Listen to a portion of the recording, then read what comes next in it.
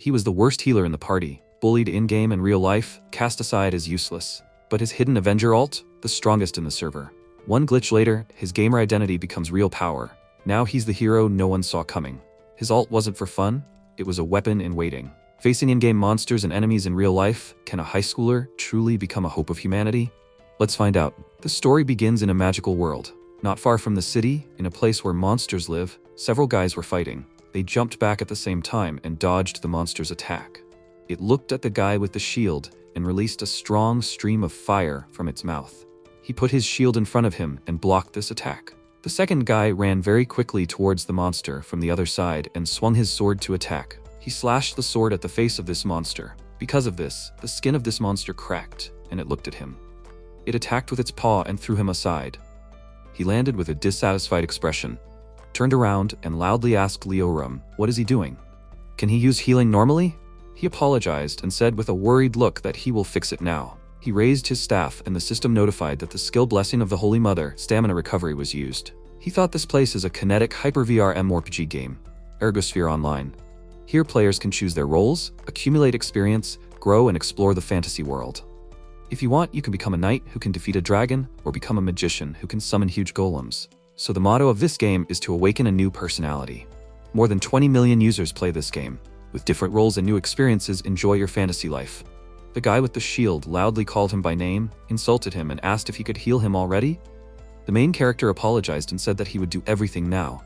He ran to him but tripped over a stone and fell to the ground. He thought with a displeased look that his role was the most boring and not fun of all, a healer. He watches others play and at this time heals them. They turned to him and asked what this idiot is doing.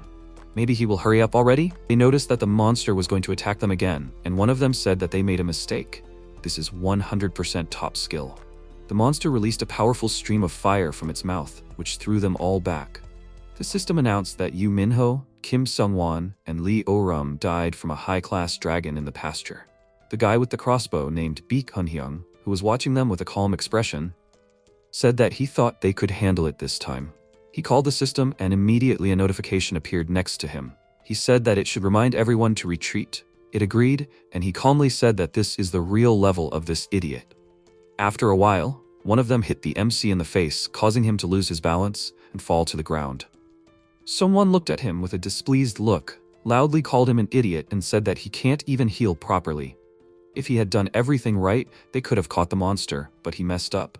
He sat on the floor with a sad look and said that he was really sorry. He kicked him and asked loudly, does he seriously think that just being sorry is enough?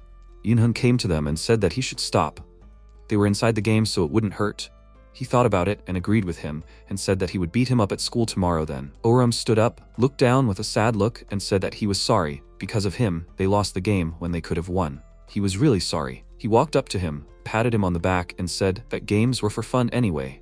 Things can go wrong, right? He was still nervous about what happened and laughed and said that he was right. Unhyung asked, anyway, even if it was just a game, he would take responsibility for his mistake, right? He was a little confused by this and asked him what he meant. He looked at him with a serious expression and said that he has to prepare 600 high-quality potions for them by 8 o'clock tomorrow. He looked really surprised by this and said that it was more than 300,000 won in cash. How can he do it by himself? He ignored him and walked up to his friends and asked if they had agreed to play with the guys from Shindong High School, right? Minho looked at him with a smile and asked if there would be girls there. They continued to discuss this while the protagonist stood there with a shocked expression. Unhyung turned to him and called his name. They started to disappear, logging out of the game, and he said that they would trust him and logging out first. He must not forget about the 600 high-quality potions, no less. He himself knows what will happen if he misses even a few potions. When he was left alone, he asked with a worried look, should he get 600 high-quality potions? How can an ordinary healer get all this by himself? No matter how much he thought about it, even if he played all day, he would only be able to make 300. If he couldn't do anything, he would be beaten. Just like last time. He was very upset about this, but he still stood up and called the system. He looked at the window that appeared next to him and said that he wanted to exit the world where he was a healer and enter an alternate world. The system agreed and notified that the system was being logged out. A minor character was being created. He said with a dissatisfied look that he got very tired when he used a different class. But in any case, this was the only way he could do everything by tomorrow. The system notified that the system was logged out. Minor hero, Avenger class, logged in. He must be vigilant. Fatigue is possible due to the difference in classes. His appearance changed and he asked where he should go now.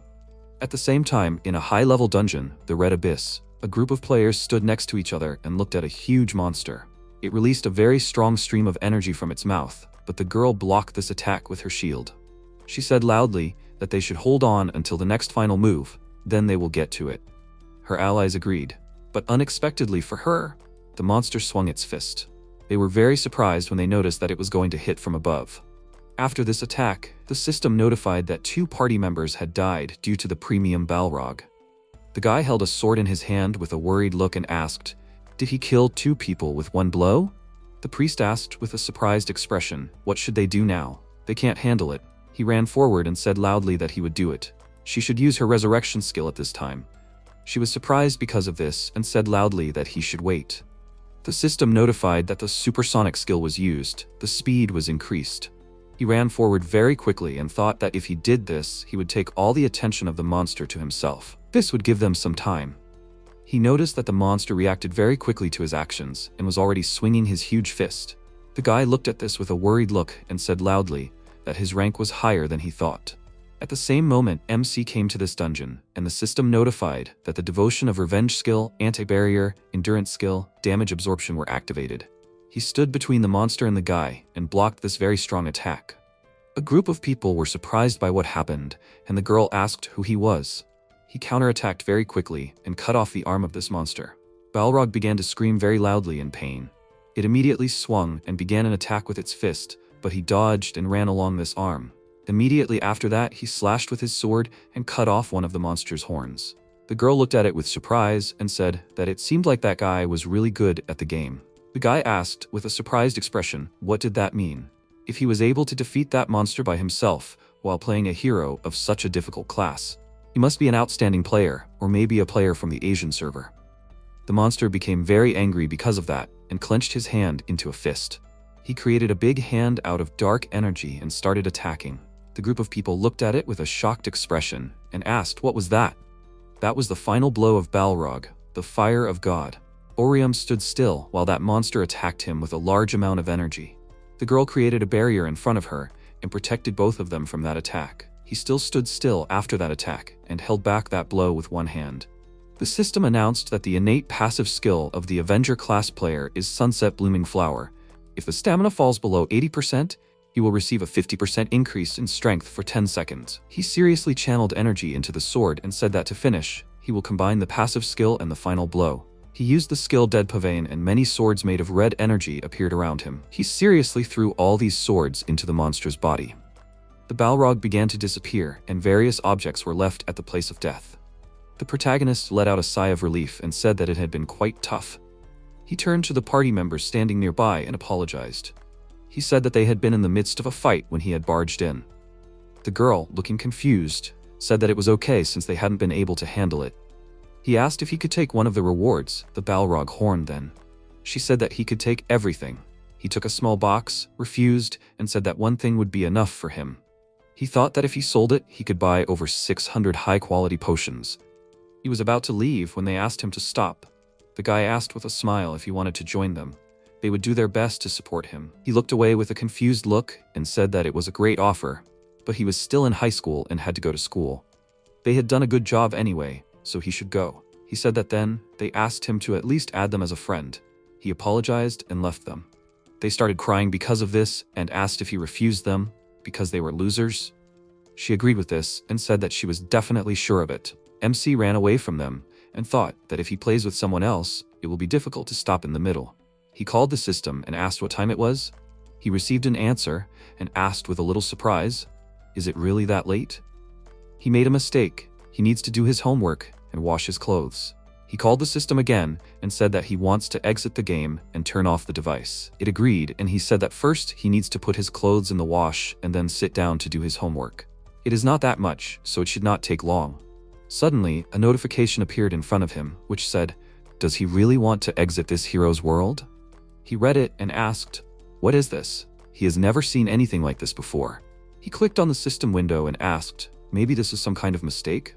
Another system window appeared in front of him, which said, "Will he not regret his decision?" Oram asked with a puzzled look, "Why does it keep appearing? Should I check the server status?" After that, his VR device notified that the game was over. He could take off his helmet. He took off his helmet, looked at his shirt, and said that he was sweating a lot. He knew it. Playing for the Avenger is very exhausting. He should hurry up, do his chores, and take a shower.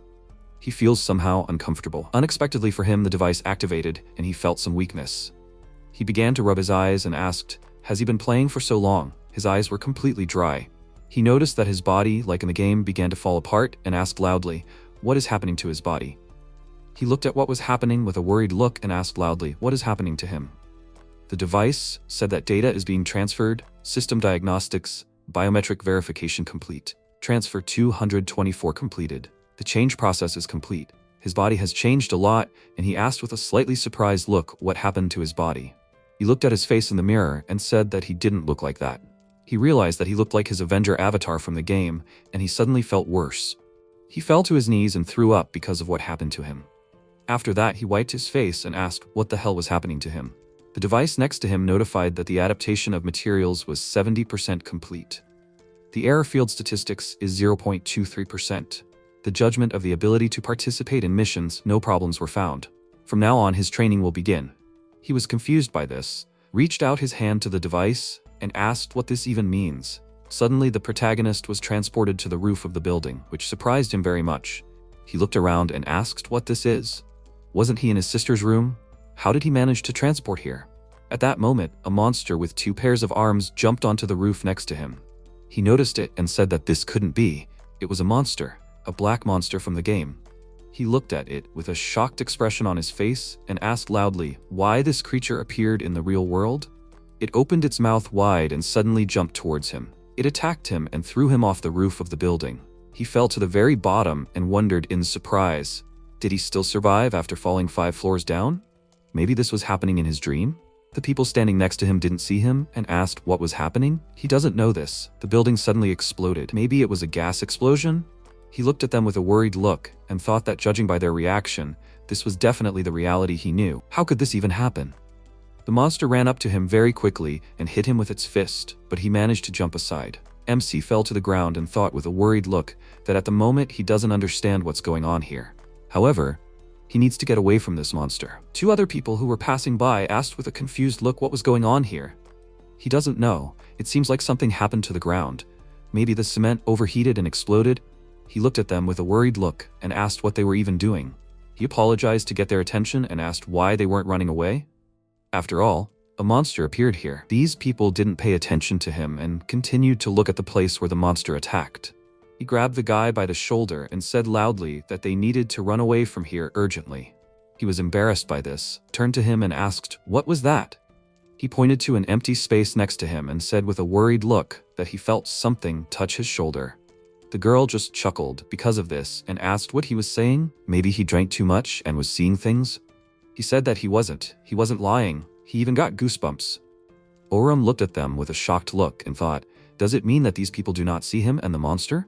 His attention was drawn to the bright light from the energy that the monster began to concentrate. He turned around abruptly and saw how it released a powerful beam of energy from its mouth. This attack reached him very quickly, but he managed to block it with his hands and was not affected by the energy explosion. When he came to his senses, he saw a trace left by the beam and the people who were standing nearby. The guy he touched still got caught in this attack, was badly injured and was lying on the ground. The girl who was walking with him was very surprised by what happened, and people started to panic. He looked at the monster who did this with a very worried look and could not say anything. Because of the strong fear, he thought that he should run away from here or hide. He needed to do at least something. Immediately after that, he very quickly began to run away from the monster. He continued to run for several streets and thought only about his survival. This monster was faster, and when he decided to turn around, it punched him in the face. He was thrown back very hard by this attack and fell to the ground.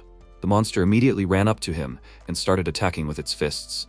The protagonist couldn't even move and wondered if this was how he was going to die. Every time, he was unable to escape and was being beaten. He remembered his school life, which made him very angry. He raised his hand and thought with a dissatisfied look, what did he do to deserve this? He was able to interrupt the monster's constant attacks by creating a magic circle from which spikes of energy began to fly out. He was able to hurt the monster with this attack and asked with a puzzled look, "What kind of feeling was that? Isn't it the same feeling as when he uses a skill in the game?" This defense skill is called Red Spikes. He remembered all the information he received before the battle began, and he had a guess. The monster jumped back to a safe distance and shot a beam of energy from its mouth at him again. He stood up, noticed the attack, and the system notified him that the passive skill, Sunset Blooming Flower, had been activated. He put his hand out in front of him and was able to stop the attack. He said with a slightly surprised look that everything was going as he thought. He didn't know how, but it all related to the Ergosphere game. He began to concentrate energy in his other hand and said that if that was the case, the only way he could survive this situation was to kill them all. He created his sword like in the game, and with a sharp swing, he cut through the beam of energy that the monster was releasing. After he realized this, he looked at the monster with a serious expression, which had already jumped towards him. When he raised his sword, Spirit appeared behind him, and he said that he was using the skill Ghostly Death Sword. The system notified him that this critical skill reduces defense to 0 points, but the critical hit chance increases for 5 seconds. He charged with a determined look and killed the monster with one blow. After this attack, he turned around and asked in surprise, "Did he destroy it? This is the end, right?" He poked the monster's body with his sword to make sure it was dead and said that it was a mid-level monster. A system window appeared next to him, congratulating him and notifying him that he had completed the training quest. MC looked at it in surprise and asked, "Isn't this the QT system? It's exactly like the game." The system notified him that he had to collect the quest rewards. A reward selection window appeared in front of him, where there were 3,000,001, 1 point, and 3 random boxes. He looked at it with a thoughtful expression and asked, will he get a reward if he chooses one of the 3 options? He can get a cash reward, but what about the status points and random boxes? The system notified him that he had 30 seconds left. If he doesn't choose before the time runs out, the reward will be chosen automatically. Then he will return to the beginning. He became worried about this and asked with a serious look what he should do. At times like this, wouldn't it be better to choose money first? Right now, it was the most useful reward for him. The system announced that he had 10 seconds left, and he was very scared because of this. After thinking it over, he decided to leave the reward selection to the system and clicked on the window. The system announced that he had selected the reward. Now the return begins. Immediately after that, a beam of energy fell on him from the sky, which teleported him back home. Orum found himself in his room and fell to the floor with a loud sound. He looked around and said that he had returned to his home. The device he had left lying on the ground made strange sounds, but he did not attach any importance to it. The next day, the news said that there were casualties due to an unknown explosion near the Shindebang station. After the police and fire department investigated the cause, suspicions fall on random extremism. All witnesses are being sought. He was watching the news on his phone while making breakfast and thought that, as expected, what happened yesterday was not a dream or a hallucination. It definitely happened in reality. His sister named Ahurum came home and warned him about it. He turned to her and she said that she was very tired. Taking off her shoes, she looked up and asked, "Did anything happen last night?" She suddenly stopped smiling when she saw him and he said with a smile, "Welcome back." She was tired from the night shift, wasn't she? He put the plates on the table while she looked at him suspiciously, and he said that she should take a shower and have breakfast. He had just made food. Arum, looking confused, extended her hand towards him and asked who he was. He thought with a small smile that he thought this would happen. He introduced himself as her brother and asked, didn't she recognize him? She looked at him for a few seconds with a confused look, then started looking for something in her bag and said that she understood everything. Now she recognized him. He was definitely her brother. She took out a stun gun and asked, did he think she would react like this? She tried to hit him, but he managed to dodge with a surprised look. He walked away from her and said loudly that she should listen to him. He really was her brother. She did not believe him and with a serious expression on her face asked loudly, how could such a strong guy be her brother? He was very weak, like a kitten in the rain. The main character with a confused look imagined this and thought that now it was clear how she saw him. He realized that it was because of his appearance and said that he just woke up like this. He was telling the truth. She looked at him with a small smile and asked, is that so? She again unsuccessfully tried to hit him with a stun gun and asked loudly who would even believe such nonsense. He jumped back and said that he could tell her things that only he would know. He knew that she hated carrots and sesame leaves. He also knew that her jaw hurt from clenching her teeth in her sleep. She also reluctantly went on a blind date and drank alcohol afterwards and complained about how terrible it was. She still didn't believe him and said that he had found out quite a lot. She continued to point the taser at him and told him that he should keep talking. He looked down with an upset look and asked, "Then, what about this?" Their parents' birthdays are June 23rd and July 14th. They both died in a car accident. He begged her to take him to an amusement park that morning and said some rude things when she said no. He still regrets it. Ahram looked at him closely and compared him to how he looked before. He said that it was his secret, that he told only her. She lowered her hand and asked if it was really him. MC agreed and said that he himself didn't know what happened. Suddenly his body just became like this. She put the taser on the table, walked towards him, and asked with a worried look, "Where did he get these wounds from? Is he okay?" He said with a confused look that it already happened when he woke up and it didn't hurt. He thought, with a worried look, that he didn't want to tell her about what happened yesterday because she would definitely worry. She looked at him with a serious look and then picked up the phone and said that they should go to the hospital department right away. He was surprised by this and loudly asked her to wait. She said with a serious expression that he should check his body when something like this happens. He asked even so, she thought that the doctors would believe this. She works at the hospital herself. Aram put the phone away and said that maybe it was so, but he should get checked out in case something strange had happened. What if he had some kind of illness? He said with a confused look that even so, he didn't know how to explain it. He was thinking about continuing to live like this for now. She asked, "Then what about school?" He thought that the teachers and other students would believe that it was really him. Oram said that if they didn't believe him, then he would go to the hospital. He would undergo an examination and a consultation. She looked at him with a displeased look, but after thinking it over, she calmed down and said that he was so stubborn about such strange things. She agreed to his proposal and said that if he decided so, he should take his bag and go to school. She would go with him and explain everything to the teachers. He asked with a surprised look, did she want to go and explain it? She agreed and said that it was obvious that the nurse's words would sound more persuasive than his. He said that, however, even if she didn't go with him, he had his own plan. She took the stun gun and said that he should listen to her carefully. She turned it on threateningly and asked if he could stop complaining and listen to her instead, or would he listen only after the shock? He still agreed to this so that she wouldn't shock him with the stun gun. After some time, the guy hiding his face behind a virtual mask was broadcasting live, greeted the viewers, and asked if his viewers from the video hosting site were still alive. The Orange Box channel would visit the mystical place again and would also show it to them. This place was Shindaibong Street. Why was he here since early morning? What fools are they? They should read the news about what's happening in the world. Hadn't they heard that there was a mystical explosion in this area? Should he explain everything to them? Anyway, the reason for the explosion is completely mystical. Who knows? Maybe this is the beginning of the apocalypse? Do they think he's overreacting? Well, he likes their objections. A student at school named Kim Shawal was walking down the street and watched the stream and said that the area was pretty far away. Maybe she should go check it out later? A girl named Hang Sojum came up to her and called her name. She looked at her and greeted her. She came closer, looked at her phone and asked if she was watching something funny. She said that it wasn't. It was just in the recommendations, so she decided to watch it, but it was kind of childish.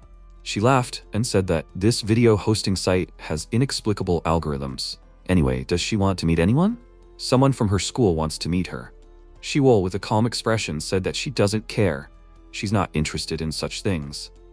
Their attention was drawn to the main character walking down the school hallway with his sister. Sojun looked at him with a little surprise and asked who he was. Did they have students like that at school? She had never seen him before. She asked with a calm expression if he was with an adult. Maybe he was recently transferred? She looked at her with a smile and said that if that was the case, she hoped he was in their class. Shiwol turned to look at him and wondered why she felt like she had seen him before. He walked further down the hallway and stopped at the teacher's room. Aryam said that they would say that he was currently undergoing a medical examination and that he himself did not know the reason for what happened. He understood everything, right? He agreed and said that his stomach hurt because they were in such a hurry.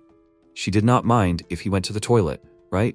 She agreed and said that he should come back quickly. He apologized and said that he would come back soon. Immediately after that, he locked himself in the toilet stall and thought that, to be honest, even if she was a nurse, the teachers would hardly believe her. Instead, suspicion would fall on him, and they would call the police. He took out a small stone from his jacket and thought that in this case, he should use random boxes. He needed to use the one he received earlier. The system notified that it was a crystal of selective skill. With this, it becomes possible to use a skill of another class with 60% of proficiency once. MC decided to use this item and said that the skill he was using, the caster class, the Eye of Charm, mind control skill. After that, he went to the school hallway and thought that this skill is usually used to make monsters your allies or to get buffs for NPC, so he doesn't know how it works on normal people at all. If it's possible, he will try to convince his teacher first. He can trust him as well as his sister and understand his situation. After that, they went into the office, and his teacher said that he doesn't understand. This worried them, and he said that of course there are students who change beyond recognition after the holidays, but no person would believe if they were told that someone changed so much overnight. Aryam worriedly said that however, as his sister, she knows about the fact that it is him. His face is different, but the way he talks and his voice are the same. He said with a puzzled look that even if she told him that, he only sees a completely different person here. Aryam looked at her and thought that, as expected, even if he had a guardian with him, it wouldn't work if he didn't have some kind of identification document. His eyes lit up with energy, and he thought that in that case, he had no other choice. He would have to use a skill to make him believe it, like he had planned from the beginning. His attention was drawn to the vice principal who was standing next to him. He thought that if he was going to use this skill, it would probably be better to test it on him. Then he would be able to convince the other teachers as well. It was time for him to try it. It would be better to have someone on his side as soon as possible. He used the charming eye skill and a mark appeared above the vice principal. It worked. He walked up to them and called out to Teacher Chang. He turned to him and asked, was there something he wanted? He said with a serious expression that he had been listening to their conversation for a long time. Why shouldn't they believe this student? The teacher was confused by this and said that however, he looked completely different. The vice principal looked at him and asked, is appearance such an important detail for a teacher? It doesn't matter what their students look like. Will a real teacher look for the true form hidden in their students and educate them? The protagonist was embarrassed by his expression and wondered, what's wrong with him? He was already trying too hard. He turned around abruptly with a serious expression and loudly asked his guardian what she said earlier. She said that their student had contracted a rare disease. She refused with a slightly confused look and said that it was unknown yet. The doctors said that they needed to study it to find out more. He said loudly that if she didn't know the cause, then it was definitely a rare disease. What else could it be if she didn't know the cause in an era when even dogs were in space? He turned back to the teacher and asked loudly, will he continue to treat a student who had contracted a rare disease? Will he still doubt him? The teacher asked with a confused look. Even if he said that and they believed it, how would they explain it to the other students? The vice principal said with a thoughtful look. He understood. He was worried about the other students. Of course, there would be confusion among his classmates.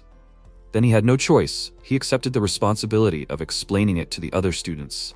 He walked into the classroom resolutely and said that they would be the leaders of the class. They should follow him. The worried teacher followed him and said that he should wait for a while. Aharam asked with a slightly surprised look. This is a bit strange, but everything should be fine, right? MC was also a little surprised by what happened and agreed with her. When they entered the classroom, the vice principal said loudly, therefore, they should all take good care of him. How amazing must he be? He had become a completely different person because of a rare disease. They should close their eyes and think. Just imagine what kind of heart palpitations and confusion he must be having. They can't imagine it, right? He shed a tear and said that he couldn't stop crying just by thinking about it. The students quietly said with a surprised look that it was amazing. He was actually crying. Why was he acting so emotional? Aryam didn't show his worry and thought that this was the end. He thought that he could convince them with logic, but it was emotions that no one would believe. Teacher John came up to him and asked, they all more or less understand this, right? He was sick, so they should take care of him. He started to take the vice principal out of the class, turned around and said that he could take his seat. He would talk to him about what happened. He agreed and went to his seat and wondered if he should just use a skill to say that he would be transferring schools. Sojin was sitting at her desk and called out his name with a smile as he passed by. He sat down in his seat behind her and she asked what happened to him. Is he really that loser? He agreed and she asked in surprise, is this really not a joke? How can someone change so suddenly? What happened to him and what kind of rare disease is this? He said with a slightly confused look that he had heard about it before from his sister. Something like acute change syndrome? It occurs when a person is under a lot of stress.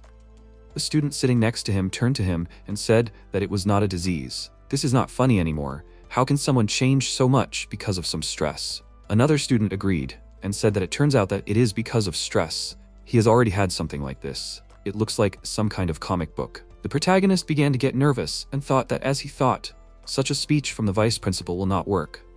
What should he do in this situation? Shuol said that she had heard about this disease before. He turned around and she looked at his face with a calm expression. Sojun was surprised by this and asked how she knew about it. She said that she just heard about it from her dad once during a conversation. A man living in a city in Germany woke up one day to find that he had grown 12 centimeters and had a completely different face. There was something about a disorder in some organ that secretes hormones or something like that. This happened to him, didn't it? She waited silently for his answer, and then he agreed and said that she was right. Cheo asked with a surprised look, "Is this really true?" The student said that it was something unbelievable. "Isn't this something he just made up?" She turned to him and asked what benefit she had from lying. Her father is the head of a pharmaceutical company, so she hears about such things. MC felt relieved and thought that this wasn't happening the way he expected, but everything seemed to be going well. They thought it was strange at first, but will they get used to his changes over time? He just had to see how Eunhung and his friends would treat him. He noticed that he didn't even look at him and thought, "Isn't he curious?" Shuol called his name and he immediately turned to her. She asked if he had headphones. She wanted to listen to music before studying. He agreed and asked, but he already used them. "Is that okay?" She said with a calm expression that it didn't matter, she really didn't care. He gave her his headphones and she thanked him and said that he could tell her if he needed them. He turned around and thought that if he thought about it, he wasn't the same as he used to be. He used to be pretty short and skinny, but now he was bigger and had muscles. So Eunhyung and the others might not bother him anymore. Or rather, things will definitely change. Like the others, he will make friends and go to school like everyone else. In this changed body, he can do this. He can really change this. After that, he met the three of them in the school toilet. He looked at them with a very worried look and thought, although he thought so, but why can't he move a single muscle in front of them like usual? Why is he still afraid, as if he is about to be attacked? Minho laughed out loud when he noticed his reaction and said that it was true. He became a different person. Maybe he was injected with the super soldier serum? He called Sungwon and said that he should do to him what he did before. He wants to see if he can handle it in his new body. He started to flex his fist with a smirk and asked if he should do it, although he is quite curious too. He walked up to Orum from behind and put him in a chokehold. He said loudly that he should try to break out of his hold. He should do it if he can with his new body. Earlier, when school was over, he packed his bag and thought that luckily nothing bad happened. It would be great if tomorrow was the same. He needs to text his sister and let her know that nothing unusual happened. She must have been worried all day. Sojun came up behind him, called his name and asked what he was doing after school. Should he go home right away? He looked at her and said that he could go home a little later. She said with a smile that this was great news. They were going to take a little break before going to the academy. Maybe he wanted to come with them? The protagonist thought it was a good suggestion and said that he had just enough time. He received a notification on his phone and asked them to wait. He became very worried when he saw that Eunhyung wrote that he had to go to the restroom on the 5th floor.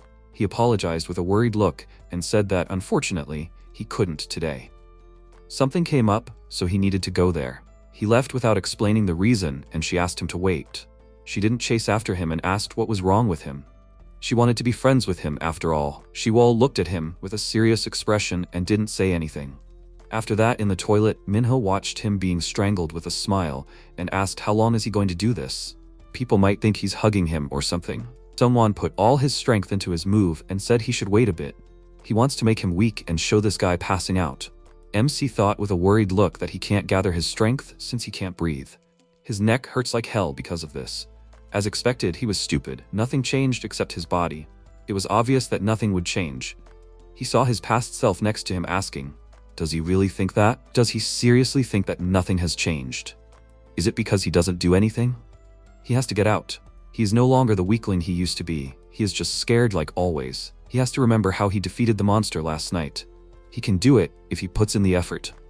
These words gave him strength and he thought that he shouldn't just wait for things to get better. He has to do it himself. The system notified that the skill determination was activated to counter the place. He grabbed someone's hand and with a sharp movement threw him over himself, which surprised him very much. The others were also very surprised by what happened. Orum himself was shocked by what happened, and his hands started to shake. He started to get up on his feet and with a very displeased look asked how dare he throw him away. He, with a very angry expression, loudly called him a freak and said that he was dead. He was very scared because of this and started to run away from the school. He was still very angry because of what happened and loudly said that they have to catch this freak. After some time, Shiwol was standing outside with Sojin and she was looking at the headphones she borrowed earlier. She looked up and noticed the protagonist running from the other side of the road. What happened caught her attention and she noticed his worried look. He ran into the alley and thought with a scared look that he really couldn't beat the three of them. He felt like a huge snake was chasing him again and looked back. Because of this, he didn't notice a small ledge and tripped and fell to the ground. He tried to get up and thought that he was really scared. The students caught up with him and loudly called his name. Minho said with a smile that this freak was making him sweat unnecessarily. Did he want to die? Songwon got really angry looking at him and then gave him a sharp kick to his face. He threw him away with that kick, called him a freak and asked if he was going to let him go, but he still ran away? It seems like he needs to make him a decent person. He walked up to him and started throwing a lot of fast punches with his fists. He tried to cover himself with his hands and closed his eyes out of fear. Minho looked at it with a displeased expression and asked, "That freak? Just because his body changed a little, thinks he has become someone? He is just a loser." MC opened his eyes slightly and thought he mustered up courage, used a skill and tried to run away, but nothing will change. Shiwol came to them and broke a glass bottle to get their attention. They all got distracted by this and looked at her. She asked, "Why don't they leave it like this? She feels like she will get a migraine from all the noise." She was also planning on playing with that guy. Maybe they will let him go and not interfere in her business? Sunwon walked towards her with a displeased expression and asked who she is. Minho turned to him and said that she is the daughter of the head of a pharmaceutical company. She is the richest kid in their school. He became even more angry at what he heard and asked, so she wasn't afraid at all? She should only interfere after she knew the situation. She thought she had the right to interrupt their conversation? She wanted to get beaten half to death too? She looked at him with a calm expression and asked if he could please take 5 steps away? She covered her nose with her hand and said with a displeased look that she felt like her nose was going to rot from his stench. She insulted him, which made him very angry, swung his fist and insulted her loudly in return. Oram stood up and noticed what was happening with a worried look. The past him appeared behind him and asked, he knew what he needed to do now, right? There was no need to be afraid or run away. He was no longer the healer he used to be. Stopped him by loudly telling him to stop. He ran up to someone really fast and punched him hard in the face. The punch sent him flying and he fell to the ground. He said with a serious expression that they should stop this right now. He called him a thug out loud and said that he should just stop already. Minho looked at this with a displeased expression and said that this crazy idiot has gone crazy. Maybe he went blind because of an illness? Someone stood up after his last punch, called him by name and asked if he seemed like he wanted to leave, right? He started taking off his jacket and said that he acknowledged that he fell earlier. However, he would be his opponent one day. He should clench his teeth harder if he didn't want to die. He called him a freak out loud and ran closer and punched him really hard. He continued throwing a lot of fast punches and the protagonist blocked him. He continued attacking, going around his block and hitting his side. Minho looked at this with a smirk and said loudly, "This freak only barks but doesn't bite. He can't even defend himself properly." He stopped blocking, swung his hand and used the skill damage absorption activated. He caught his fist with his hand with a serious expression. He swung his other hand and said with a serious expression that the damage was absorbed. Immediately after that, he delivered a very strong punch to his stomach. Several fists made of energy appeared next to him, and the system notified that the skill Vindictive Flower deals multiple blows in exchange for health. He began to deliver many rapid punches with his fist. After this series of punches, he jumped high and delivered a strong kick to the neck area. Because of this punch, someone lost consciousness and fell to the ground. He did not calm down after that, grabbed him by the clothes and swung his fist to attack. However, he stopped because Shiwol called his name. He turned to her and she said that he should stop right now. His hand was covered in blood. He looked at his hand and let go of his opponent. She came up to him, gave him his briefcase and said that they had to go. He would not have anything to do with them anymore. He agreed and was about to leave, but stopped because Minho loudly asked where he was going to go. He ran towards him and swung his stick to hit him. He said loudly with a very angry expression that he would kill him.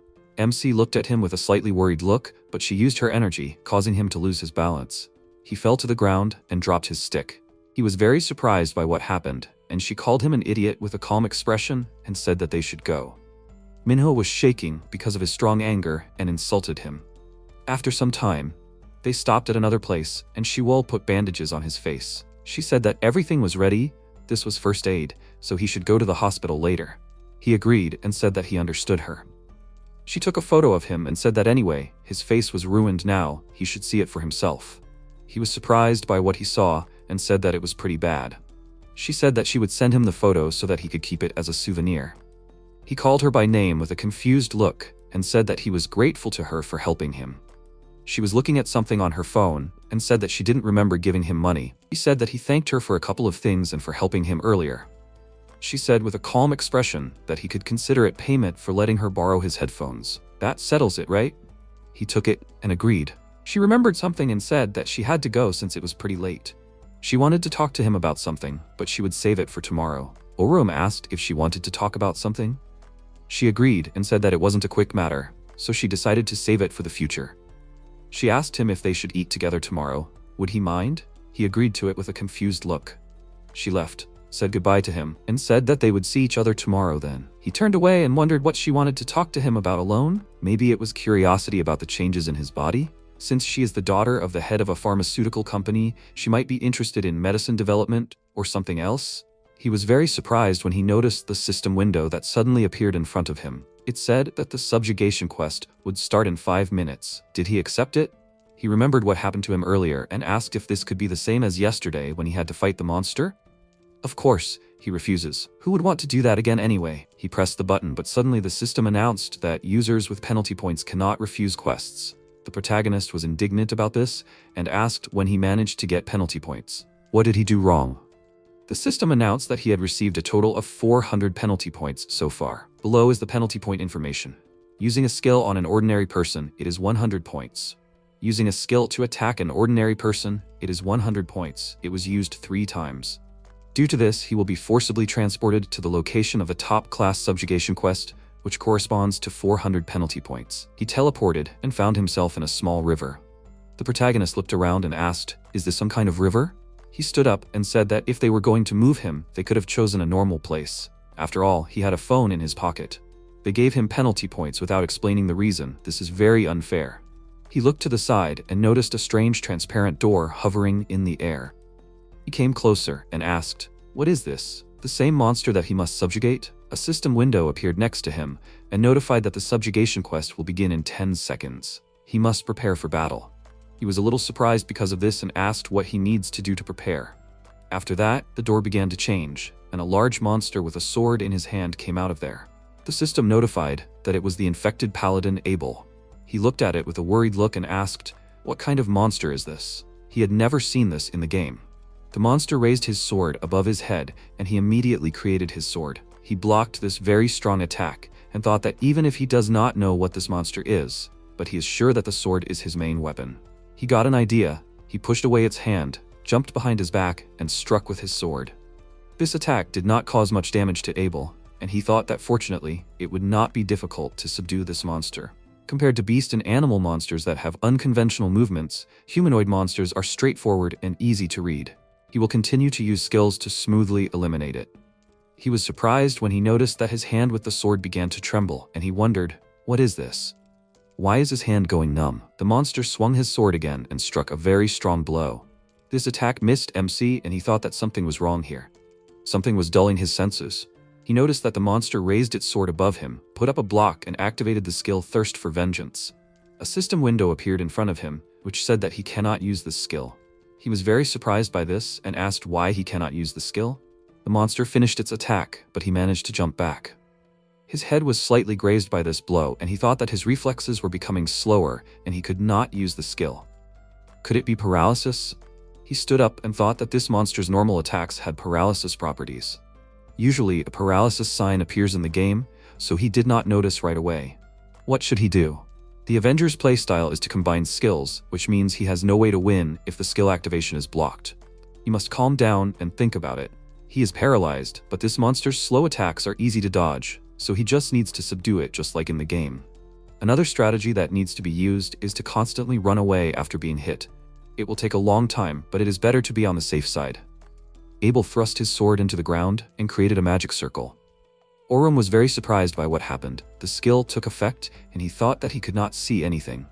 He jumped back and wondered if that aura was just an attack that blocked his vision. He needed to move away and wait until he could see again. Suddenly, a monster ran up to him very quickly and struck him with a strong punch. He was thrown back to the shore and wondered what he should do. Fortunately, his vision was gradually returning, but he was unable to attack due to the paralysis caused by the blow. It would be great if a healer could heal him at a time like this. He remembered something, but at that moment, he ran up very quickly and struck him with his sword. He ran past and thought that if there was no healer, then he would do something else.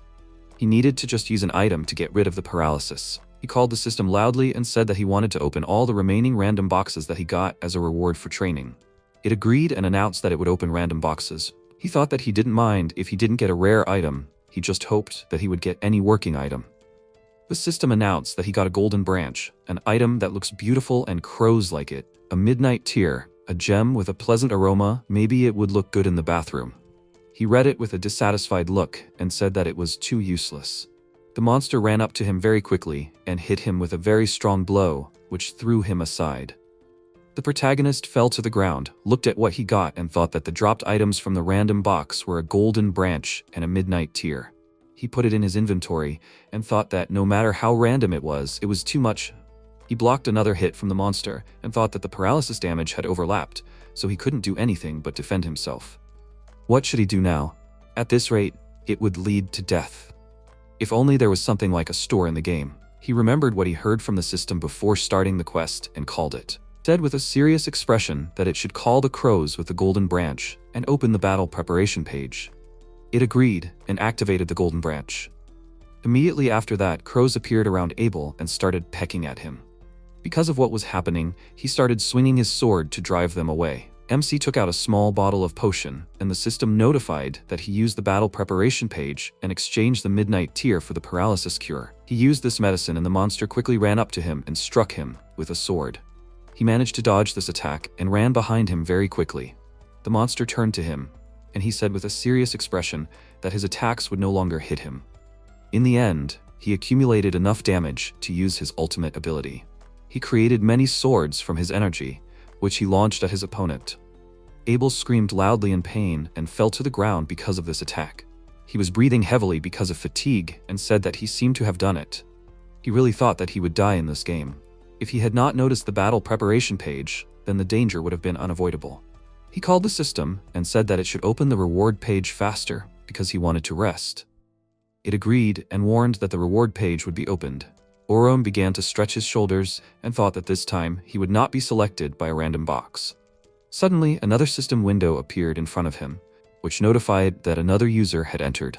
He was surprised because of this and asked, "What does this mean? Are there people here doing quests besides him?"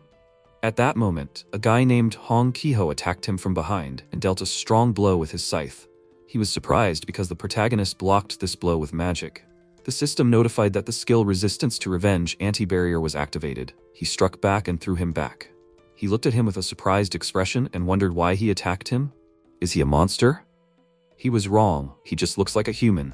He looked at him, remembered what happened, and said that judging by his skill, he is from the Avenger class. He ran towards him, swung his scythe and said that this class is trash.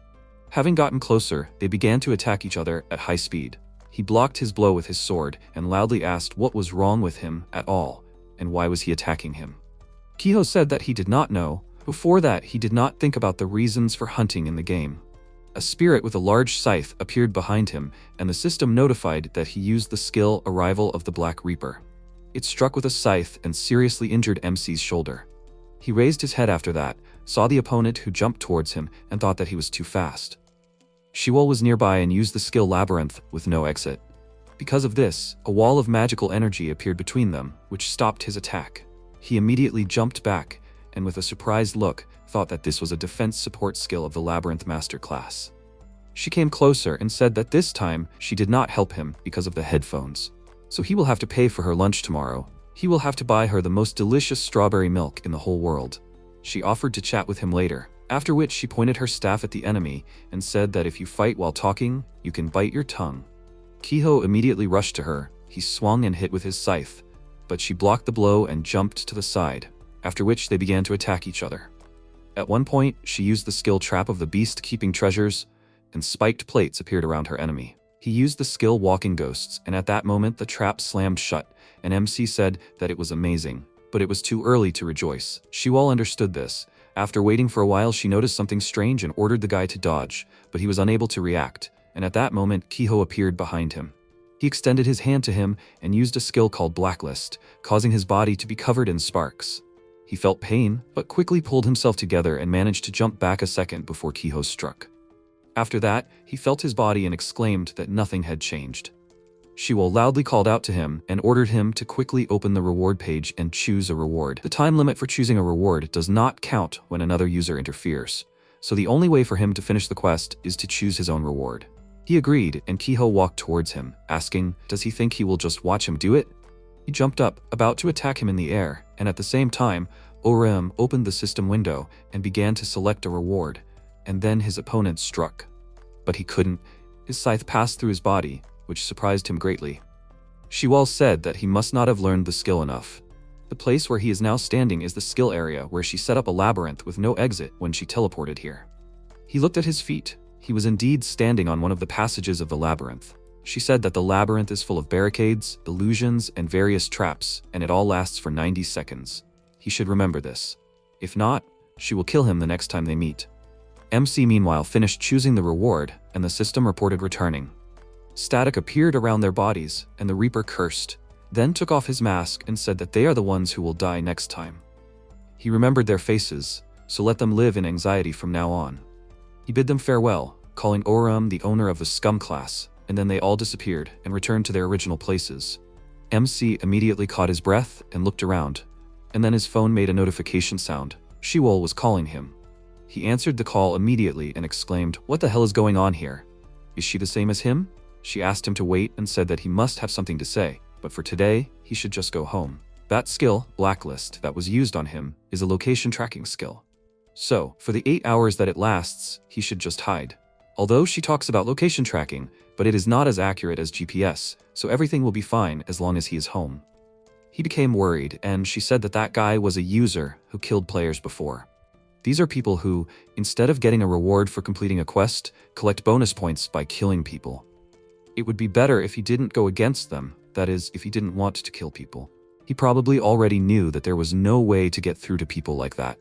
He remained silent, knowing that she was right, and she suggested that they talk tomorrow. She brought up the idea of him being in danger again, and then he asked, what about her? She had been marked by that idiot after helping him. Wouldn't she be in danger? She told him that it was unnecessary worry, she could defend herself just fine. He exclaimed that he knew that, but he was still worried that she would get hurt. She thought about his words and after a short pause asked, so what? He wanted to stay together all night or something? He told her excitedly that that wasn't what he had in mind at all. He just thought that it would be a good idea to work together from now on. She noted that it sounded like he wanted to be in a party with her, and he said that if they stick together in reality, he would only be glad, since he can trust her. After these words, she thought for a few seconds, and asked how he could trust a person with whom he started communicating only today. He let out a surprised sigh and asked, is that how it works? The girl said that what she wanted to tell him tomorrow was not much different from what they had just talked about. So after the call ends, let him write her his address. She will sleep at his place today. Orem was stunned by the statement and woke up everyone around with his surprised scream. Time passed, he went out into the entrance to meet his night guest, and soon she came to his door. They exchanged greetings, then she went to his apartment, as if to her own home, and said that it turns out that she will now be under his care. She took off her shoes, and he hesitantly called out to her, asking if she was really going to sleep at his house. She turned to him, then took off her coat and asked if he didn't like her. He answered awkwardly, no, not at all. And she said that was great. They had a lot to talk about after all this. Anyway, she was going to take a shower. Could he borrow some clothes? He agreed and went to the other room. In the kitchen, he noticed a note left by his sister, in which she wrote that she was working the night shift today. The fact that they were now alone here made him feel uneasy, and he wondered why she was working today of all days. Finally, the shower procedures were over, and Shiwol came out, changing into his sister's clothes, which were more or less her size. After drying her hair, she asked, he said that he lived with his sister, right? He confirmed this and told her that they had been living in a relative's house, but when she got a job, they began living together. She asked about his parents, and he sadly replied that they had died. Realizing that she had touched on a sore subject, she immediately apologized, and he excitedly said that she did not need to worry about it. This had happened in his childhood, so he was already used to it. She looked at him thoughtfully, and after a short pause, said that it must be difficult, both for him and for his sister. She asked when she would be back, and he replied that she would only be home in the morning. She said that it was very convenient, after which she came closer to him, forcing him to press himself against the countertop, and suggested that he move on. Having already managed to think about something, he became very agitated, but she was as calm as always. Her hand slid to his shoulder and he closed his eyes, expecting something.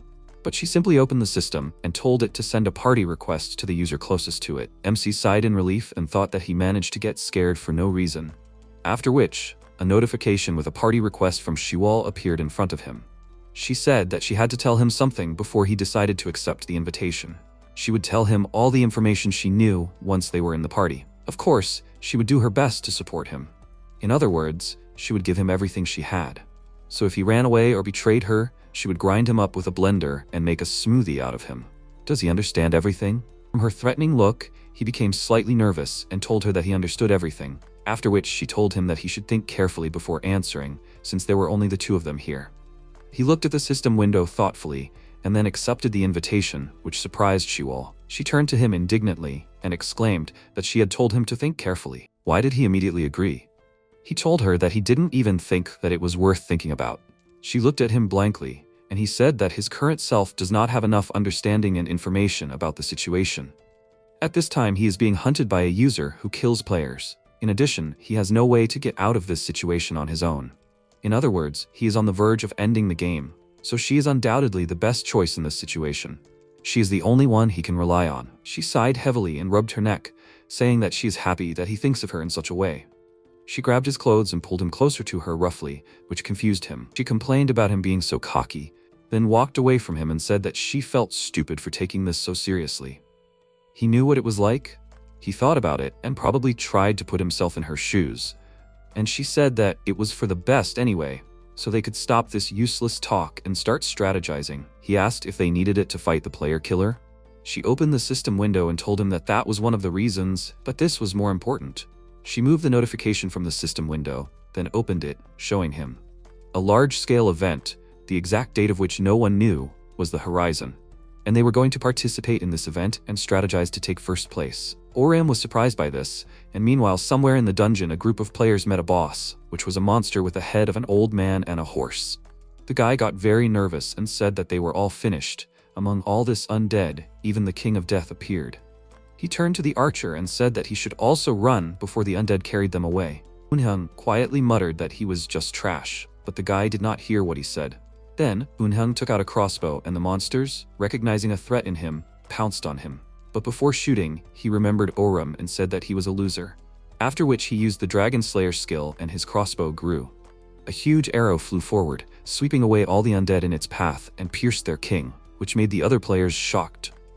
Eunhyung climbed the mountain made of monster bodies and told Oram that losers should act like losers and crawl on the ground. After that, the system reported that he had advanced from an archer to an executioner. Meanwhile, MC had just heard about the horizon and asked what would happen at the event. The girl said that she didn't know any details, but she was pretty sure that the first place winner would get 20 billion won, and one wish would be granted to boot. He was very surprised by such a reward and asked her to wait. Doesn't she think that a wish would be granted sounds like a scam? She said that at first she also thought it was impossible, that 20 billion was an absurd amount. But let him think about it, about their experiences. They were already beyond logic. Then, a wish might be granted. If not, then she could make a simple wish to quit this game. He thought about it and asked where she got this information from. She told him that she received an invitation letter after completing 10 quests. He would probably get one too after completing the quests himself. He asked how long she had been doing them for, and she told him that she had started since the winter break of her 3rd year of middle school, for a total of 17. And she had almost died during 5 of them. He was very surprised by this, and she said that she didn't know how she had changed or why this was happening. She even went to the gym that WR4 and Ergosphere Online created, but they treated her like she was crazy. He asked if her parents had said anything about her changes, and she told him with a gloomy expression that those people wouldn't even know if she disappeared or was cut into pieces. He didn't get what she meant, and then, she said with a smile, that she was already pretty. Actually, so her appearance hadn't changed much, unlike him. If anything had changed, it was the color of her hair. He got very excited and exclaimed that he changed so much because the Avenger class is better if you are taller. She decided to make fun of him and asked, "Does his face affect the stats so much?" He answered her resentfully that his face really didn't change that much, and suddenly there was a loud noise, as if something hit the front door with all its might. They immediately turned around and MC cautiously asked, "Could it be the player killer?" She assumed that it was just noise, but still decided to check what was there with the help of her skill. She took out her staff and he began to closely watch her movements. She used the skill Labyrinth Watchtower and pointed the staff upward, after which a large tower appeared on the roof. After finishing, she said that it should work. With this skill, she can detect enemies if they suddenly invade. He asked, but if she uses this skill, didn't they notice that they were in this building? She told him that it was a skill invisible to the eyes.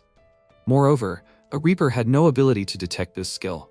He decided to trust her since she said so and rubbed his injured shoulder.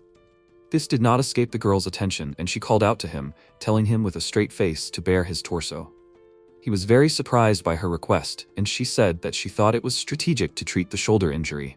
When he realized that it was all for the sake of treatment, he calmed down and asked why he needed to take off his outerwear. "Is there a reason?" She flashed her eyes and said that she just wanted to get golden impressions from what she saw, and he exclaimed, "What's wrong with her?" After that, she ordered him to calm down and take off his clothes, but since he did not listen, she began to undress him herself. When he finally undressed, she took out her staff and stood behind him, telling him not to move until she said she was finished. The skill will not work if he moves. She pointed her staff at him and used the skill Oasis in Desert Labyrinth, after which a magic circle appeared under him, and he began to be enveloped in magical vines that healed his wounds. He was surprised by this, and she said that it will take some time because they need to heal everything, including his shoulder. She is not a healer, and this is just a buff that increases stamina. He remained silent, watching his wounds heal, then called out to her and asked why she created a party with him. She already has high-ranking skills, so she has no benefit from a party with him. She thought about her answer for a few seconds, and then mockingly said that it was because she thought it would be easier for her to order him around since he was a loser before. He smiled nervously and she said that it was a joke. At first, she planned to find out what kind of player he was, but then she remembered something. Does he remember the opening of Purgatory event? He asked, is this the difficult raid event during her second year of middle school? She confirmed it and said that there were difficult quests back then that not even 0.5% of users could clear. It was the hardest extreme difficulty event in history. At that time, she was supporting the guild as a mercenary, hanging back. But while she was buffing, she didn't notice a monster approaching her. She had already prepared for the worst, but then he appeared. He protected her from the monster's attack, and she was simply delighted by him. While everyone was helplessly killed due to the absurd difficulty of the event, she remembered meeting him running around the battlefield without any sign of surrender. Orum was slightly embarrassed by her words, and she also blushed, after which she said that she thought then that she needed him in her party since he was a crazy player. The treatment ended, and she sat down next to him, saying that in addition to this, she wanted an interlocutor to whom she could tell everything about herself. He was upset too, right? That there was no one who could find out about his alternative account. He confirmed this and said that he felt better. Meanwhile, a guy named Kang Ikju, a player of the Soul Fighter class, was chasing a lizardman nearby. He clenched his hand into a fist and used the Ancestor Strike skill, which increases attack power by 3 times, and then struck and pierced the lizardman's thick armor, causing drool to spray from his mouth. Yu Sunga, a player of the Queen's Guardian class, came to his aid. She squeezed her sword tighter and used a skill that reduces the enemy's defense. She jumped up and easily sliced the monster's head off. After which, she said with a smile that this was the 20th. The quest was a success.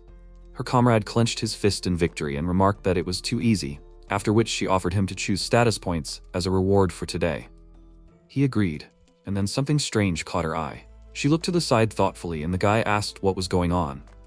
Her eyes flashed blue, and she told him that someone nearby used a skill, even though there was no quest. He offered her to attack them, but she disagreed and looked at the system window, telling him to forget about it.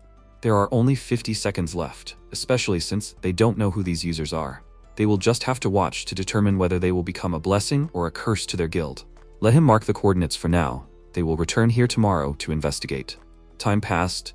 Deep in the night, MC opened his eyes and found himself in some strange place. He looked ahead and saw a strange mass of wires, human body parts, and ugly eyes. And on the back of this monster sat a guy in a distinctive white cap. Oram got nervous and asked who he was, and then this guy pounced on him, waving a scythe. Realizing that it was a reaper, MC got really scared and started running with a loud scream. He turned the corner, sped up, and saw the coveted sign, "Exit," ahead. He tried to open the door, but it was closed, and then he noticed a viewing window on it and looked inside the room. There was a boy sitting there playing in the sandbox. Oram immediately recognized him as Yoonhyung and asked him to help him. "He can't get out, the door is closed." He continued to beg him for help, but he didn't listen to him, and then he punched the door, shouting, "Weren't they friends as kids? Let him help him just this once." Finally his words reached the boy, and as he was getting up, he grew into the current Yoonhyung and turned to him, asking with displeasure, who was he calling a friend here? His face was half distorted with a disgusting grimace, and many eyes looking at him. From this sight, the MC immediately woke up. There were tears in his eyes, and his whole body was covered in sweat. After catching his breath, he got up and grabbed his head, realizing that it was just a dream. He thought about it and was distracted by Shiwol's voice, asking if he had a nightmare. He looked to the side and found that she had been sleeping next to him the whole time. Noticing his intent gaze, she let out a questioning sigh, and he said that she surprised him. Didn't she sleep in his sister's room? She told him that she couldn't fall asleep in someone else's bed, after which she asked what kind of dream he had. A scary one or something interesting? She winked at him and stretched with a smile, which made him feel embarrassed. Then he excitedly said that he didn't dream anything. After that, they went to school, and Shiwol said that, like they talked about in the evening, she would be choosing the quests from now on, so he should start learning the skills to be prepared to face any enemy. He agreed, and she told him not to use his skills unnecessarily, since the reward would be small if they received penalty points. He remembered something and said that the money he chose as a reward last night had disappeared. Is it because of the penalty points? She confirmed it and said that one penalty point costs about 10,000 won, so everything would be confiscated. Also, if he were to participate in a penalty quest, she, as a member of his party, would also be with him. So this irritated her even more. He told her that he understood everything. From now on, he wouldn't use skills unnecessarily. She smiled and noted that at least he was good at answering questions, then waved goodbye and said that she was going home to change. He asked her to wait and said that he had been wondering about something since yesterday. What would she wish for if she won first place in this event? She told him that she wanted to build her own heavenly harem with her favorite idols, which left him speechless. She said that of course she had lied to him, but if he did well in their next quest, she would tell him everything.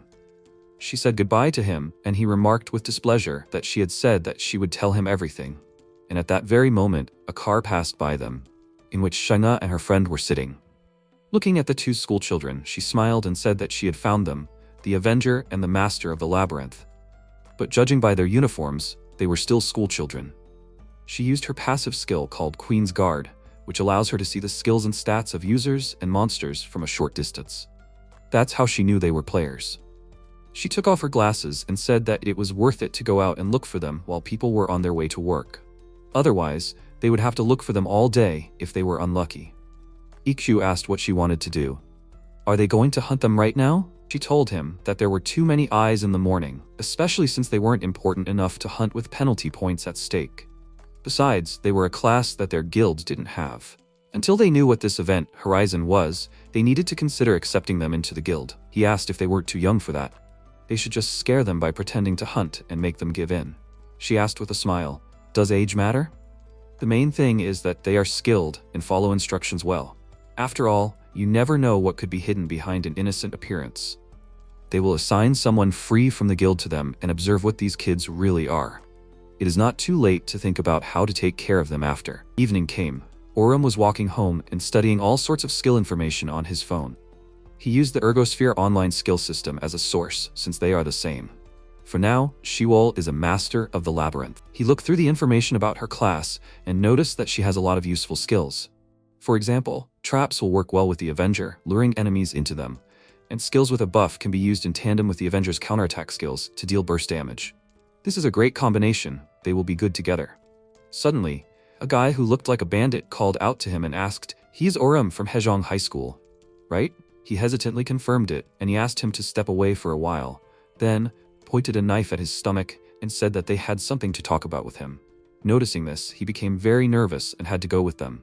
They came to a construction site. The guy took him to one of the floors and pushed him inside the room, which almost made him fall. When he looked up, He saw Minho and his guys and thought that he was wondering what he wanted to talk about, but everything was as he expected. One of his friends asked, "Is this the guy they need to beat up?" Minho confirmed it, then spat and told Orum very loudly not to even think about running away. He will only make things worse for himself if he runs away. They will go home only after everyone beats him up a little, warming their fists. The guys walked towards him and he, taking off his backpack from his back, wondered what he should do. He can't use his skills, so what should he do? But they will continue to torment him endlessly if he does not respond to them. He will end all of this here and now, without using skills. He gained confidence, and the moment one of the bullies lunged forward, he jumped and struck him back right in the forehead, thereby throwing him back. But the second bully quickly arrived at him. He was already prepared for an attack, but MC quickly reacted and jumped up, kneeing him in the face and knocking him to the floor. Confirming that he had a chance to defeat them, he sighed in relief and thought that no matter how many of them were here, they were still humans compared to all the monsters he had fought so far. They were just weak mobs. But he should not rely too much on skills, like in the one-on-one fight last time. Even a drop of Avenger's strength is enough to deal with them. He ran towards the bullies, running towards him, and kicked them hard, thinking that he would get rid of them all. He and some guys started throwing punches at each other, and one of his friends walked up to Minho, grabbing the place where he had been kicked, and said that this idiot was too good. Is he really the loser he was talking about? Minho nervously gritted his teeth and said that this shouldn't have happened, and then his gaze fell on the rebar lying nearby, and a bad idea came to his mind. Time passed, the MC dealt with the guy they were exchanging punches with, and then it was the turn of another, bigger one. He rushed into battle with a loud scream, and he gave him a deadpan look and clenched his hand into a fist and then quickly kicked forward, knocking out his tooth. From such a terrible blow he fell to the floor, and then the sneaky Minho sneaked up on Orum from the shadows with a rebar in his hands. He swung and hit him with all his might, but he blocked the attack with his hand, causing the weapon to bend, and Minho went into shock. Clenching his hand into a fist, he swung his fist at the guy in the face, stunning him for a second, and then he lost his balance and fell. Trying to get up, he started insulting him in every possible way, but MC pinned him down with his foot. Minho threw him a displeased look and asked, "Does he think he can end this so easily? He's already dead. Does he understand? He will call all the elders he knows and finish him off." He started calling him a loser and threatening to kill him, and then Orum threw him a threatening look, telling him to try if he can. He just gritted his teeth in response, after which he was released and began to get up, but froze, seeing something unexpected. When MC was picking up his bag, the guy who had been hiding all this time ran out at him with a knife in his hand.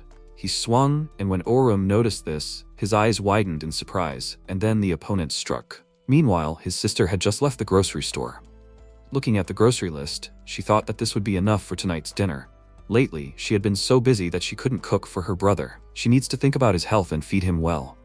She doesn't know what's wrong with him, but she's glad he's not sick. She was distracted from her thoughts by her out-of-breath brother's voice, and she looked at him, asking in surprise why he was covered in sweat. His shirt was clinging to his entire body, but it didn't bother him at all, and he told her not to worry so much. He pointed to the building behind him and said that the guys asked him to play football with them. That's what happened. It turns out that the knife broke when they tried to hit him, and he quickly dealt with them and ran here. She asked in surprise if he was sweating so much because of football. Had they really been playing for that long? He confirmed it and said that he was having fun playing after such a break, but in fact, he was sweating so much because he ran away from there so that she wouldn't see anything. Deciding to change the subject, he snatched the bag by her hand and asked if she bought this for dinner. He was happy to see the pork belly and realized that they were going to grill the meat today, and she looked at him thoughtfully.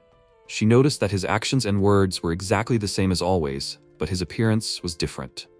Noticing her intent gaze, he called out to her and asked worriedly if she hadn't gotten used to the way he looked yet. She smiled and asked, did her facial expression give her away? He said that it wasn't so, it just seemed that way to him. He looked down, thinking about something, and then asked upset if maybe she wanted him to look like he used to. She looked away, thinking about it, and then confidently answered that it wasn't so. She would like him regardless of his appearance, as long as he was okay. He thanked her for these words and she smiled widely, after which he asked if by any chance he had taken his friends out yesterday. He lied to her, and then she said in a puzzled tone that when she was cleaning the house in the morning, she found a lot of long brown hair.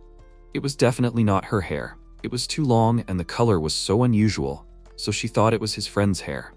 He got very excited and started mumbling, trying to find the words, but his sister quickly realized what was going on and asked him to introduce them, to which he had to unwittingly agree. Meanwhile, Minho came out of the construction site, shaking all over from the blows he had recently experienced, and leaned against a column to somehow ease his suffering, and swore that he would definitely beat that idiot to death. He took out his phone and called someone. Meanwhile, in a noisy place, at a party, the sound of a phone vibrating was heard. Yoon answered the call and walked over to the window, and Minho exclaimed in displeasure that he felt like he should intervene. If they let this Orum go, he would still get revenge on them. So he has to personally intervene so that this weakling knows his place. He smiled slightly and agreed, saying that he wanted to show him the difference in their levels anyway. A new day had come, classes were already over, and Shuol suggested that Orum go home together, which surprised everyone around him. Her friend Sojung thought that they were going to have fun and asked to go with them, but she refused her, saying that they were not going anywhere. They just needed to discuss something important. Sojung was very interested in this, and her friend, pushing the guy towards the exit, said that if everything goes well, she would tell her everything later. They both left under the surprised looks of their classmates, and they began to think that they were dating, and in the meantime, Yoonhun was probably thinking about how to deal with Orum. Last time, they both bought themselves a drink and found a suitable place to talk. At one point, Shuol suddenly asked if they should start dating. He was taken aback by her words as always, and asked why she suddenly asked such a thing. She explained that if they were dating, then no one at school would care that they were communicating alone. He became worried and asked if she didn't think it was weird to lie about something like that. She told him that if he didn't want to lie, then they could really start dating, which surprised him greatly. Without waiting for an answer, she asked what he thought about it. He looked down and said that she had brought it up so suddenly, he needed to think about it. She calmly suggested that they talk about something else, after which she opened the system window and said that she had received a quest. Tonight there would be a competitive paired suppression quest. She sent him an invitation, and he noted that since it was a paired quest, it meant that other players could participate too. She confirmed this, and said that the reward was only better for it. In addition to the 20 million, they would receive 12 status points, which would be a great chance for them to level up. He thoughtfully noted that this would make things much more difficult for them, and she said that was true, especially if they were competing with other users. Even if it was a 1 in a million chance, if a player killer appeared, a battle royale would begin. He thought that he had never worked together with her before, and the competition was going to be dangerous. She asked what he would do. If he thought it would be too dangerous, they could wait until an easier quest appeared. He firmly suggested that she try it. He had analyzed their skills, and together they could handle any situation. They didn't need to worry about player killers. If it came down to it, they could handle them. She smirked and asked what was wrong with him. Is loser Orum so confident today? She agreed and said goodbye to him, saying that they would meet at the quest location tonight. Soon, the night came, and with it, the time of the meeting. MC was standing on the roof of the building and peering at the city. Soon, Shuol appeared next to him and asked how he liked this place. What did he know about it? Knowing the layout would give them an advantage. He told her that this place was completely unfamiliar to him. That's why he was looking around. If they found that strange door, it would be easier for them to plot a route. She didn't understand what door he was talking about, and he explained to her that it was the door from which the monster appeared, a rectangular one. But she told him that she had never seen anything like it, and he scratched his head in confusion, saying that it was strange. Don't all monsters appear from such a door? At that moment, a system window appeared. It informed them that the quest would start in 1 minute, and advised them to prepare for battle. Shuol suggested that they discuss it later, now they need to finish the quest. She asked the system to open the battle preparation page, and a catalog of items appeared in front of her. To begin with, she decided to take everything for healing, and wondered whether she should buy an attack buff or not. She asked Orum if he needed anything. You can buy something here only before the quest starts. She will pay. He smiled and asked her to buy him something for healing and a speed buff. She agreed and sent the purchased items to his inventory. He got 2 Virgin Mary's panaceas, which fully restored defense and stamina, and 1 Hunting Hawk feather, which increases movement speed by 4 times for 5 seconds. She said that it was expensive, so tomorrow he would repay her with strawberry milk and a snack, to which he agreed. After that, the system reported that 1 minute had passed. The quest had begun. Immediately after this message, a huge monster flew over them, and they became nervous. This monster is known for its speed, and its name is the Nimble Wolf Vaham. It is a kind-hearted tribal god, does not attack unless attacked. His main attack is a quick throw that tears the enemy apart. Shiwal said that they should hurry and catch up with him. If they do it now, they will be the first. He asks her to wait, because if something goes wrong, he will drag them all over the city. There must be another way. He thought for a few seconds, then suggested that she make a trap. She will wait for the wolf in a dead end and use the skill, and he will drive him to her. She noted that in this regard, he is the bait. Isn't it too risky? He confidently told her that he is ready. Besides, the Avenger becomes stronger when they are attacked. He took out his sword and told her to let him know when she finishes the trap. He will lead the wolf to her. Before she could ask him anything, he already went after Waham. She hissed curses through her teeth and took out her staff, saying that he was smart enough to do all the most dangerous things alone. He jumped off the building, landed softly, and immediately rushed after the monster with the thought that the nimble wolf was in first place in speed, but overall, he was not that strong. If he lured him into a trap, they could easily win. But to his surprise, another player named Huang Juri appeared next to him, running at his pace. He became nervous and thought, "Who is this? She must have a special speed class that runs with the wind." She paid attention to him and said that it was interesting. Is he a knight or a swordsman? But it doesn't matter, they are all too slow compared to her. After saying this, she increased her speed, and he noticed that she was quite fast. Is she using their difference in speed to win? Then he can't stand still either. He used the skill. The time for revenge comes when the enemy is still alive. And in the meantime, Windrunner caught up with the wolf and said with a smile that she was in the right place at the right time. Taking out her weapon, she immediately lunged forward and used the skill Ice Wind Blade and stabbed Waham in the face. But since she wasn't done yet, she took out another dagger and used the skill Furious Storm Blade, making a cross strike. From this, Waham felt pain, his whole body trembled, and he had to stop.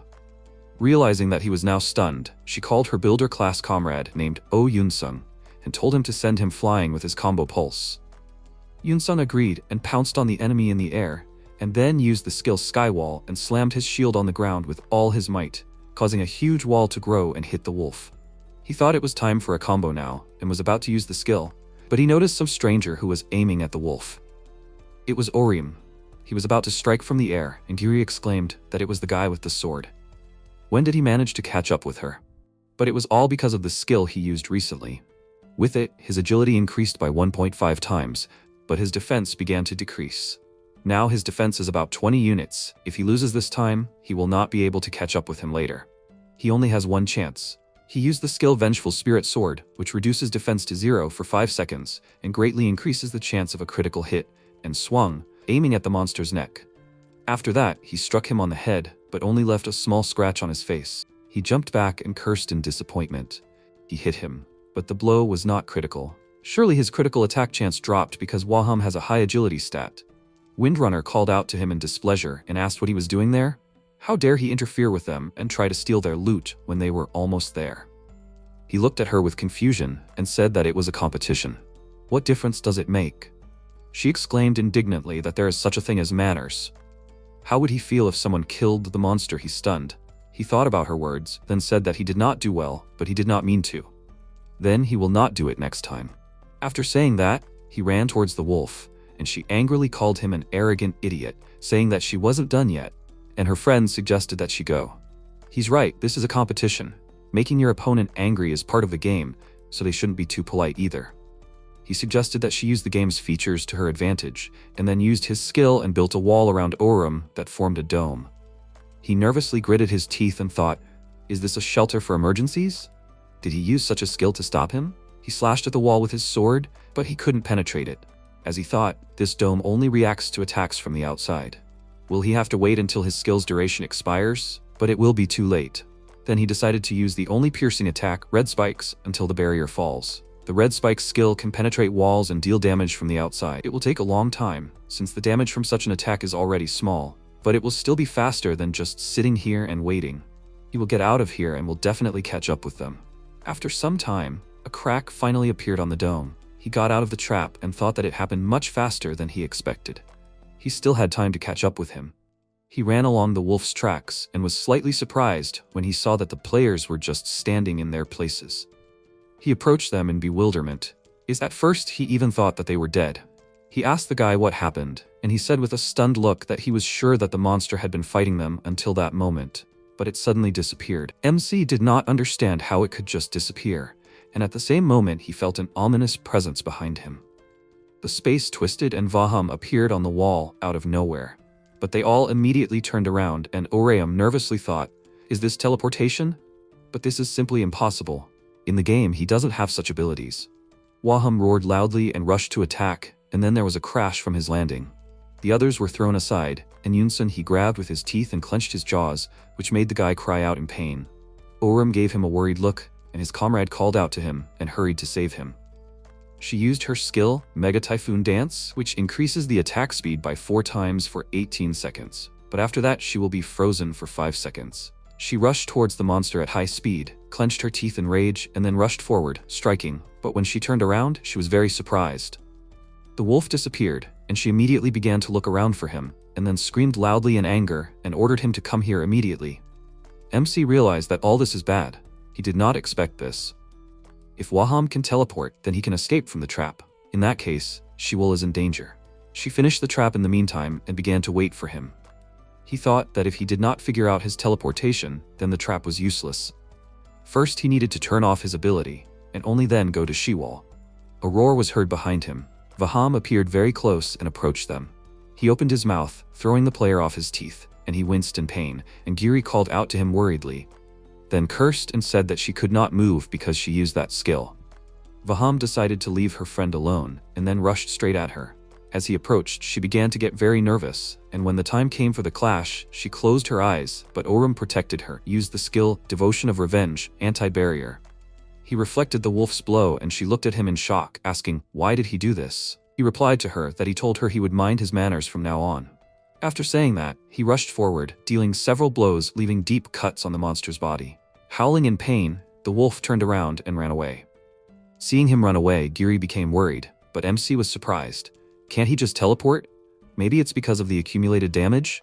The girl exclaimed that she could have caught up with him if her skill wasn't on cooldown. And that's when he realized what was going on. Waham's teleportation skill also has a cooldown. His phone beeped. He received a message from Shiwol that the trap was ready, and an idea came to him. He offered the girl to make a deal. He would give her the panacea, and she would help him. She doubted and asked, this is an ordinary item that can be bought with money, right? He thinks he can make a deal with this? Her injured friend coughed loudly, and she ran up to him, asking if he was okay. He just whined pitifully in response, and Oram asked, she didn't have any healing items, right? If she did, she wouldn't have gotten flustered and used that skill when her partner was bitten by Waham. He doesn't like to play with people's lives, but his life is also on the line, so he can't give away the panacea just like that. He also wants to protect his partner, so he offers her to make a deal. Let her help him in exchange for the panacea. She was hesitant, because this is a competition, and her friend offered her to help him. In this game, their lives are on the line. Competition is good, but survival is more important. So they need to try, because cooperation is one of the components of the game. He convinced her, and she agreed, saying that she had one condition. In his plan, they should not get hurt. He smiled and told her not to worry about it, since he would be in more danger. After that, he handed her the panacea, and the plan began to be implemented. Jiri climbed onto the roof of the building and carefully looked around the area. The first part of the plan is to catch it with live bait. She needs to provoke the wolf by pretending to hunt it and lure it to a crossroads, where the second part of the plan begins. That's all she needs to do. She noticed a wolf passing by and began to act. Taking out her dagger, she rushed down and used the skill Blade of the Furious Storm, enveloping the enemy in gusts of wind, and then jumped back to a safe distance and prepared for further attack. Seeing that the monster began to growl, she realized that she was able to provoke it. Since it can counterattack with teleportation, if she attacks again, she will immediately go to the meeting place. After that, she used the skill Run on the Wind and rushed to the desired place at high speed. Vaham began to pursue her, and she, convinced that he was simply running after her without teleportation, moved on to the second part of the plan, to drive him into a corner. At that moment, her comrade appeared above the wolf. He swung his shield and used the skill 100-Year-Old Castle Wall, after which he hit the ground and a huge wall appeared in front of Vaham, which he crashed into. He thought that now he had nowhere to retreat. He created the perfect arena for battle. Now came the final part of the plan, the hunt. Oram came into the scene. He rushed towards the wolf with the combo attack skill, Flower That Keeps Grudge, because of which many hands with swords appeared behind his back. He dealt many blows to the enemy at once and rushed forward, sliding along the ground. Of course, the hunt does not end there. In this game, the hunt for Vaham took him a long time. The attacks did not go as expected due to his agility. Therefore, in order to successfully complete the hunt, he needs to lure him into the She-Wall trap and lower his agility at all costs. But before that, he must force him to use teleportation. Apparently, he can only teleport twice in a row. In other words, if they can withstand his attacks twice, they can kill him. His sword sparkled red and his gaze became confident. Waham pounced on him. Preparing to attack, he swung his sword and then jumped high into the air, and the wolf rushed after him. Putting his other hand on the blade, he concentrated and shouted that he was not afraid of getting hurt. He only gets stronger from being hurt. After that, he raised his hand, and his skill, Flame of Vengeance, activated, which enveloped him in purple energy. Meanwhile, Sunga's comrades were nearby. Woyun peered into the distance and asked what he was doing there. Did he decide to go against Waham himself and lure him into a trap? Isn't it interesting? His comrade named Hyungsang told him to stop fooling around and observe him normally. As the guild leader said, they need to confirm if this is really a player who can open the back door. Meanwhile, MC went on the attack. His skill reduces his health by 18% with each attack, but at the same time, his strength increases by 2.5 times. He dealt the monster the first blow, which hit its mouth. He staggered, looked at his opponent, and then pounced on him, opening his mouth wide. Oram responded by swinging his sword, wounding him again, and then Waham decided to run away. He teleported, and MC thought that he had one more time. Everything was going according to plan. Since they know how he will attack next time, he will have to rely entirely on luck. He gripped his sword tighter and began to carefully monitor his surroundings, and in his mind he told the wolf that he will not move from the spot, so he should hurry up and show his fangs. At that moment, a haze appeared behind him, and then Waham appeared. He noticed it and immediately turned around, but did not do anything so that the wolf would grab him. Because of this, his passive skill, Flower That Blooms at Sunset, was activated, and MC was just waiting for this. His sword sparkled, and he used his ultimate skill, Pavan for the Dead. Many heavy swords in the shape of gravestones appeared behind his back, and they pointed at the wolf. The swords fell on the monster, causing an explosion, which threw Oram aside. When he opened his eyes, he found that the wolf was gone, and thought that everything was going according to plan. He used all his teleportations. Yunsun warned the others about the wolf's location, and MC turned around. Waham was standing nearby, and two of his swords were stuck in his back. Since he received a lot of damage, he decided to run away, and Yunsun, seeing this, cursed loudly and exclaimed that they almost succeeded. But Oram knew that they hadn't lost yet, because he was running towards She-Wolf's trap. Their party would win if he finished him off while he was trapped. At that moment, Giri rushed past him at high speed thanks to her skill. She said that she helped him, so the final blow is hers. After all, it's a competition, so he shouldn't be upset. He told her that he wasn't upset. They would still win. After that, he used Panacea and Hunting Hawk Feathers to increase his defense and movement speed. Moreover, he has a skill that increases his speed by sacrificing defense.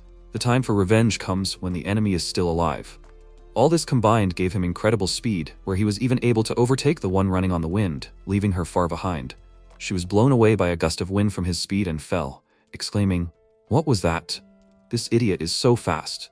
Meanwhile, he ran to the destination and found that Waham was trapped in She-Wolf's trap, Overly Clingy Labyrinth. This skill reduces the target's defense and agility until they leave the skill's range. He immediately took out his sword and thought that he didn't even need to activate the skills. According to his calculations, She-Wolf should have activated the attack buff. At that moment, she just got down to business and put the buff on him, after which he dealt a blow that took Waham's life. Before his head flew off, he managed to let out one last roar, and then fell to the ground with a crash. Swinging his sword, MC sighed in relief and said that a little more and everything would have been lost. If it weren't for the speed buff, he wouldn't have been able to deal the final blow. She-Wolf came down to him and asked how he knew this. Did he buy this buff because he knew it would be a speed quest? He told her that he didn't know that. He didn't even realize that their opponent would be the one running with the wind. He looked away and sheepishly said that he just thought that if she was in danger, the only thing he could do to support her was to run faster. That's why he took the speed buff. After his words, she smirked and called him an arrogant idiot and said that if they had completed the quest, thanks to his importunity, then she could praise him. He smiled and the system appeared, telling the two of them that they had won first place in the competition. Since they had completed it in 45 minutes, they would receive 3 high-quality loot boxes. They looked at each other happily, and the system displayed the results and ranks of this quest. They were very surprised when the system showed them that they were the first out of 3 teams. But Oram didn't see anyone except the team running with the wind. Is there another group hiding somewhere around here? They were Sunga's comrades. Woyan said that it was pretty good. The Avenger has good intuition, and the Labyrinth Master is well versed in his skills. Hyungsung said that they only subdued one Waham. It doesn't prove that they are capable enough to join the guild. Woyun pointed out that it was not an ordinary Waham, but a unique one that could teleport. Considering how many people from their guild died because of unique monsters, he thinks they did a great job. He would give the Labyrinth Master 9,220 points and the Avenger 9,8879. Hyungsung was surprised by such numbers and said that he didn't even know whether it was a good grade or a bad one. He told him that it was out of 10,000 points, let him evaluate them too. He noticed that he had a strange range, then looked at them and said that he would wait to judge. He would decide after he found out how this fight ended. Woyun didn't understand what he was talking about, because the quest had already ended, and he told him that it was not like that at all. The player killer will appear now. After a while, the system window notifies the protagonist to take a reward, points, or a loot box. Return in 480 seconds. MC looked at Shiwol with interest and asked what reward she would choose. Friend was going to level up, so she'll choose points? Shiwol calmly turned her head to the side and disagreed, saying money. She wants to buy a time difference generator. Oram scratched his head and asked if it was an expensive first-class item that was hard to get, even in the game. Shiwol closed her eye and agreed, saying that it could be used to reverse time for one object. Therefore, it is useful in a fight with a dangerous enemy, or when a person is seriously injured. In other words, it is like having two lives in the game. The protagonist crossed his arms and said that this was right. They were playing on the hardest level, and if a person died, it would be forever. Therefore, of course, it would be easier if a person knew that he had a second chance. The comrades noticed the clapping sound. Giri clapped her hands with a smile and exclaimed that they lost. It was a total loss, and she thought that she would be able to land the final blow and win. But in the end, they were beaten, right? Shiwol tilted her head down and asked, "Who is this?" MC replied that they were competing with them and helped each other out a little. Giri pointed at Shiwol and asked, "Is this her?" The one Oram said about, he has a woman whom he must protect with his life. Giri smiled and asked, "Is this her?" MC laughed sheepishly and pointed out that he hadn't said it that way. Yunsun raised his hand and thanked Oram for his help. He pointed out that at least they were in second place and no one died, so he wants to add the protagonist as a friend. Will MC accept his request? The system window notifies that Orium can see the class and status of friends, as well as whether they are currently participating in a quest. Shiwol clarified that if it is only about friends, then everything is fine. She sternly added that they should not expect cooperation. They do not know what kind of people the comrades really are. Yunsun tensely raised his hands and asked her not to worry about it. It is not because they want something from them. They just like the game. It is like an extreme sport. They can't even participate in really difficult quests because both of their classes are very low. So the comrades do not need to worry, they just need friends to play with. Oram looked at his friend and asked what she thought. In his opinion, they are not bad people. Shiwol calmly replied that if he thought so after talking to them, then she will not interfere. But she does not need to be added as a friend. It is enough that they are on the same team. The protagonist calmly exhaled and agreed with her. Yunsung happily looked at the system window and said that there was not much time left to collect the reward. He would send a friend request for now. Yunsung was very surprised to see the message that came. The system window notifies that it is a danger. Unknown user invasion. His comrades immediately turned their attention to the enemy who had fallen to the ground. They screamed in fear. Is this player killer? Yunsung resolutely enveloped the shield in mana. He used the ability 100-year-old castle wall. Yunsung tensely turned his head to the side and screamed that he would delay the enemy and they must hurry and collect the rewards. If they did not do this, then the enemy. PK instantly broke the wall and struck Yunsung without letting him finish. Yunsung coughed up blood from the attack he received. Juri quickly appeared behind the enemy. She raised her weapon with fury and ordered PK to go to hell. Player killer raised his weapon and used the skill Spearman Tactics, Chapter 5. He used the skill Ocean of Spears, Wave Tactics, and many spears appeared around. Juri tensed up and gritted her teeth. The spears instantly attacked, raising a cloud of smoke. Juri was injured and flew to the side. She stopped and looked at the enemy. Juri thought furiously, why is he so fast? How can a spearman match the speed of a windrunner? She called him a freak and yelled, how long has he been playing? The chains of mana instantly bound PK. Shiwol, calmly holding the staff in her hand, noted that she forgot that she left another trap here. Shiwol advised the enemy to watch his feet when he fights. Shiwol smirked and clarified, although no, wouldn't it be better to tell him to watch what's above his head? The protagonist quickly flew at the enemy from above, stretching out his hand. He used the Labyrinth Master skill, a note left by someone who died in the labyrinth. The system window notifies that the skill adds an attack boost. Adds 120% to speed and 20% to any selected skill. MC quickly cut off the enemy's hand and landed on the ground. Player Killer waved his bloody hand and sighed. He ran away from MC at great speed. Shiwol yelled tensely that PK was running away. Oram turned his attention to his wounded comrades. He ordered Shiwol to heal the others, and she asked in surprise, "What does that mean?" His friend clarified, "He's not thinking about chasing the enemy, is he?" The protagonist noted that Player Killer could pretend to retreat in order to attack again. He would follow him and distract him as long as possible until his friend healed them. Shiwol thought for a moment and disagreed. She clarified that if her friend made a mistake, he would die. So if MC is going to fight, there's no need to waste time. You just need to destroy the enemy. Shiwol clenched her hand into a fist and added that if Oram returns unharmed, she will tell you what she wished for. The protagonist agrees, right? MC hit her fist with his fist and agreed. He quickly ran after PK. Sometime later, under the night sky near the football field, Oram runs along the road at great speed. He turned his attention to the enemy and stopped. Player Killer turned his head to the side and looked at the protagonist. He noticed that, as he thought, the Avenger had come. Oram swung his weapon and struck the enemy. Blood gushed from PK's body and he fell to the ground screaming in pain. The protagonist calmly said that, honestly, he does not want to hurt anyone, no matter who his opponent is. But no matter how hard MC tried, he cannot watch how trash-like Player Killer harms other people. Oram asked the opponent to choose and asked, will PK calmly leave and live quietly without leaving the shelter? Or will he fight and be defeated like a monster? Player Killer smirked and replied that after the protagonist cut off his arm without hesitation, he had hope. He raised his hand with the sphere sparkling in it and added that, as PK thought, MC is just a fool who only knows how to act good. Oram clenched his teeth in rage and raised his weapon. He looked at the bright light with confusion and wondered, what is this? Could it be a time difference generator?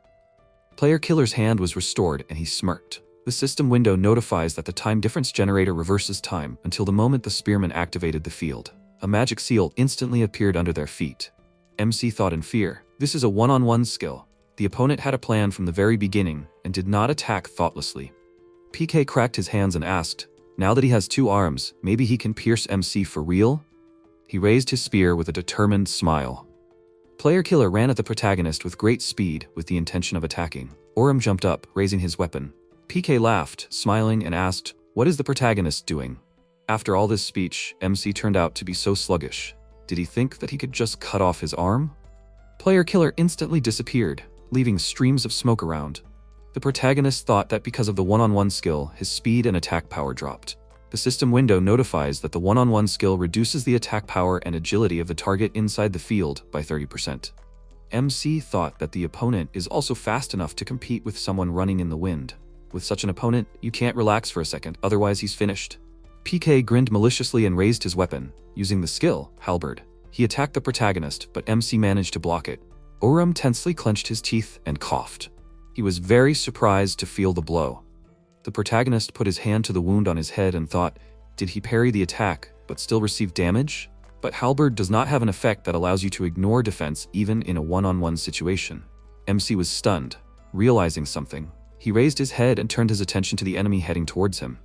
Player Killer approached the protagonist and instantly swung his weapon.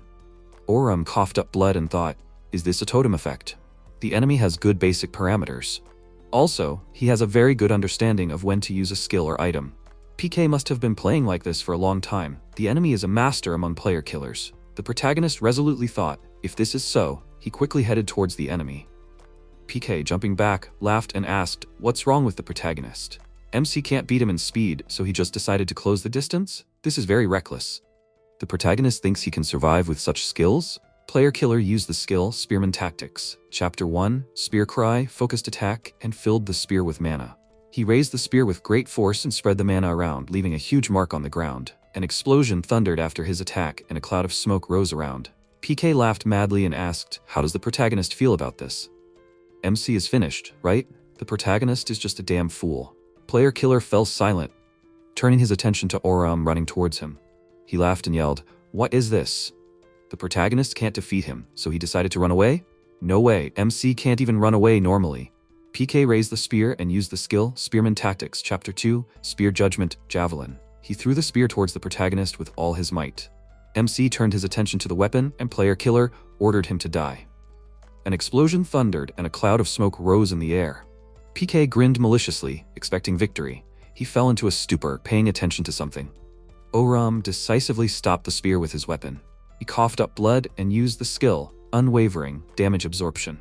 The protagonist threw the spear aside and thought as he suspected. He knew that the opponent would use javelin if he tried to get out of the one-on-one action field.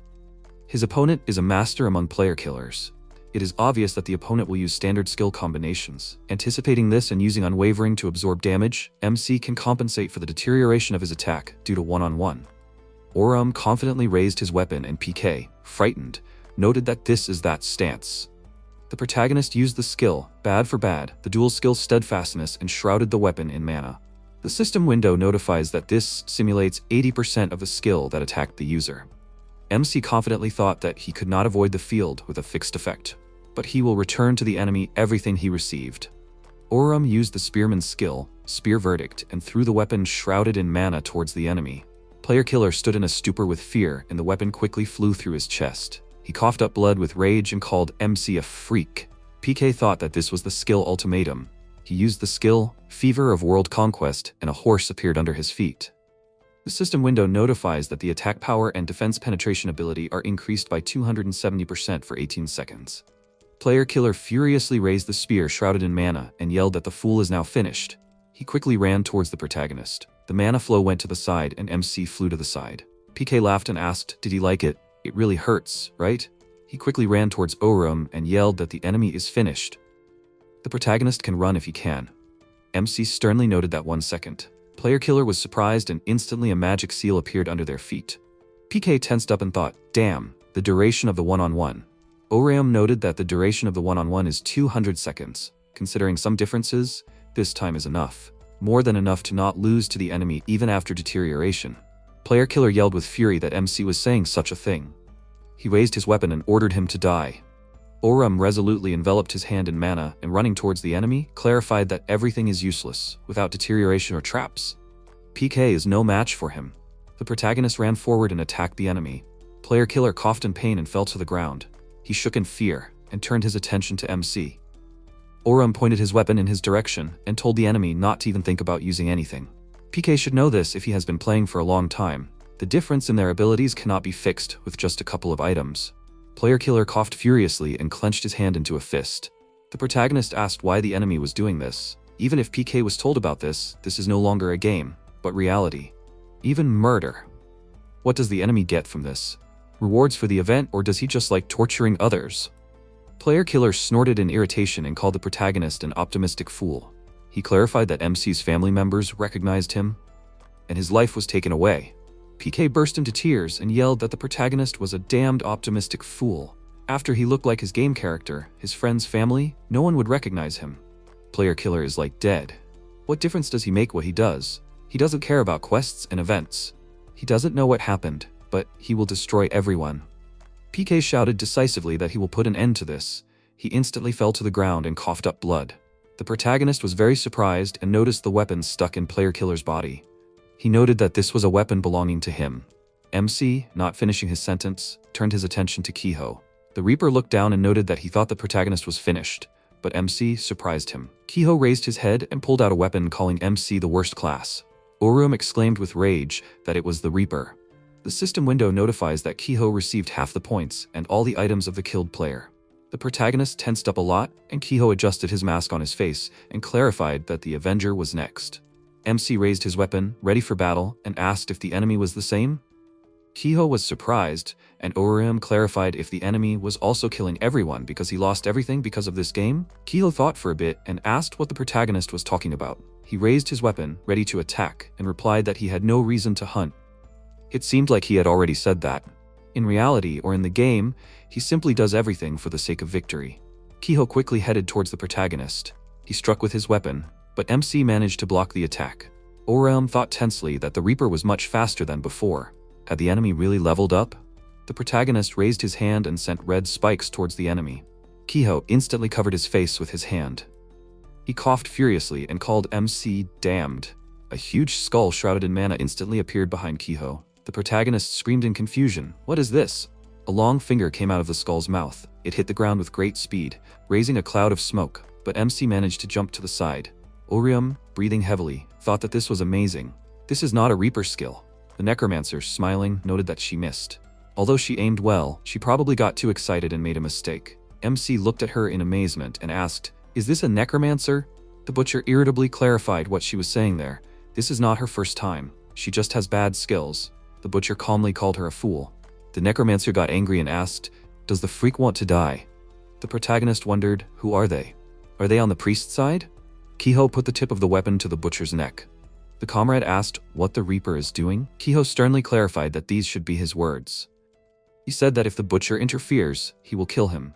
The butcher asked not to misunderstand him and said that they were only here for the spearman. This whole meeting was an accident. He was not going to take the Reaper's prey. The condition of their cooperation was exactly this, not to touch each other's prey. Kiho remained silent and removed the weapon from his neck. The butcher asked if he should at least help the Reaper. They also wanted to deal with the Avenger because the protagonist had taken their job. Kiho lowered his weapon and replied that they should do as they wanted. He would be the one to kill MC anyway.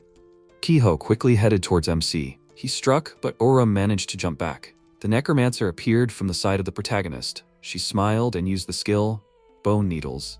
Many needles were aimed towards the protagonist, but he blocked the attack by raising a magic shield above his head. The butcher raised his scythe, standing behind MC. Oram turned his attention to him. The enemy used the skill, Relaxing Massacre, critical hit. He enveloped the scythe in mana and quickly jumped on the protagonist. The comrades looked at the powerful explosion that thundered on the battlefield. The necromancer laughed and screamed that the enemy was finished. Kiho was very surprised when he looked at MC standing next to the sword. Yon calmly exhaled and noted that he would never have thought that he would have to fight in his pajamas. It was very embarrassing. But still, wasn't it cool how he landed? Yon used the skill, the Altar of the Dragon Sword. The system window notifies that the skill neutralizes all physical attacks within a radius of 5 meters for 9 seconds. During this time, a person cannot move. Oram was amazed to note that this skill and weapon. Is it really that rare class that there are only 3 such players in their country? Is it a dragon hunter? Yon smiled and exclaimed that it is, and the protagonist can determine classes.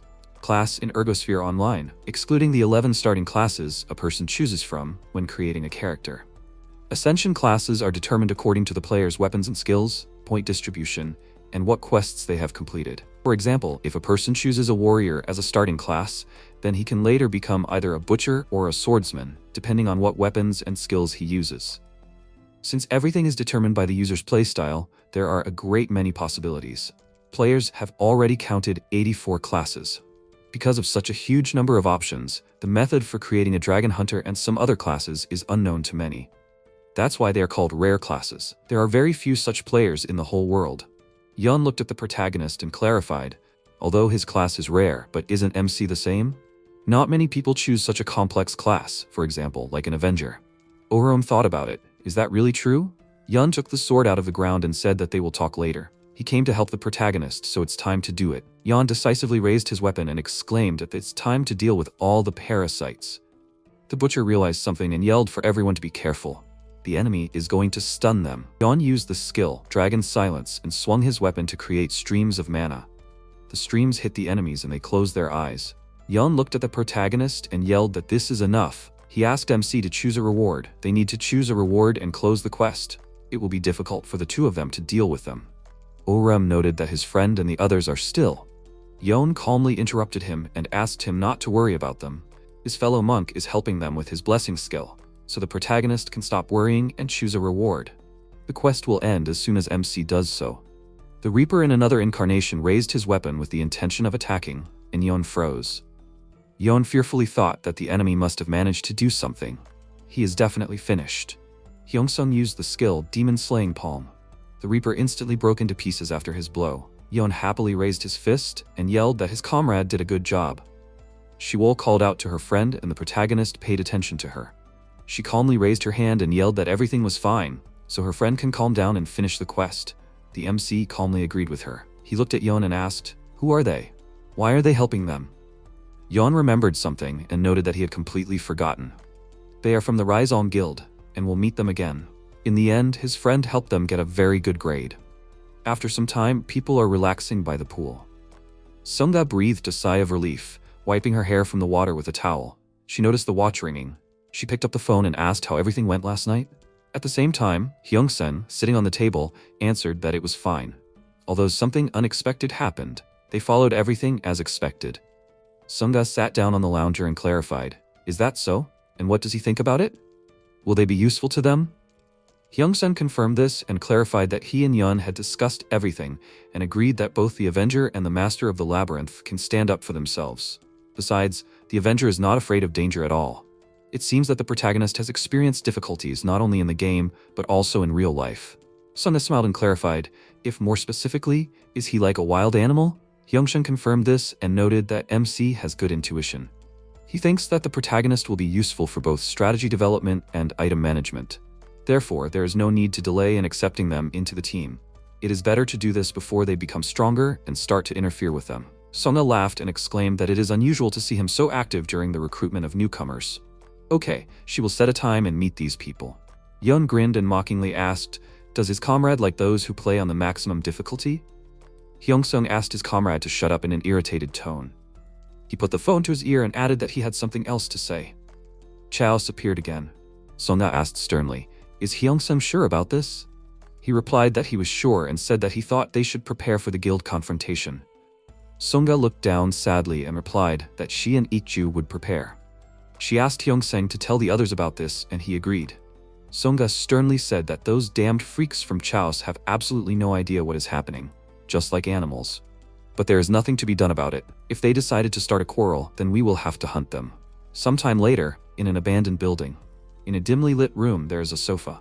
A man is sitting tied to a chair with a rope made of mana. Ikju sternly looks at him without saying anything. Sunga asked if he has spoken yet. Ikju did not confirm this and clarified that even after waking the man up from a deep sleep and keeping him awake for 100 hours, the man remained silent. It seemed like the man was ready to die.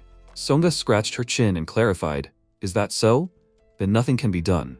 She kicked the man's stomach with great force. He gritted his teeth in pain and fell to the floor. Sunga put the weapon to his neck and said that she would explain the rules so he should listen carefully. Now she will stab him with her sword over and over again until he is on the verge of death, and then she will heal him. Each time after healing, he will have a chance to speak. She has 5 recovery potions with her. In other words, he has 5 tries. If the man answers their questions, he wins. If not, it's game over. They only have 2 questions. The first is where the Chaos base is. The second is personal information about the head of Chaos, his boss.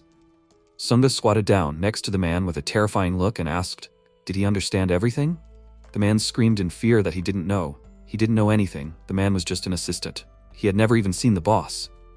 Sunga smirked and noted that it wouldn't help him. There were no exceptions to the rules in their game. She put the glove on her hand and asked, should they start the game then? Sunga was just getting bored. They hadn't had any interesting quests for a long time. Maybe they should try to kill him with the skills she rarely uses? Although no, deadly poison is also fun. The man pursed his lips in fear and screamed. Sometime later at school, the protagonist walks down the corridor with his friend. He asked what kind of people are in the Raison Guild. They seem to be pretty good. Shiwol raised her hand and clarified that Raison is one of the top 3 guilds in the game. Their guild has 800 members and they have been around for a very long time. So that a friend knows, although in the game Raison they only did raids and battles between guilds. This does not mean that they have not changed their goals. Considering that the event, Horizon, will start soon, they can do other things.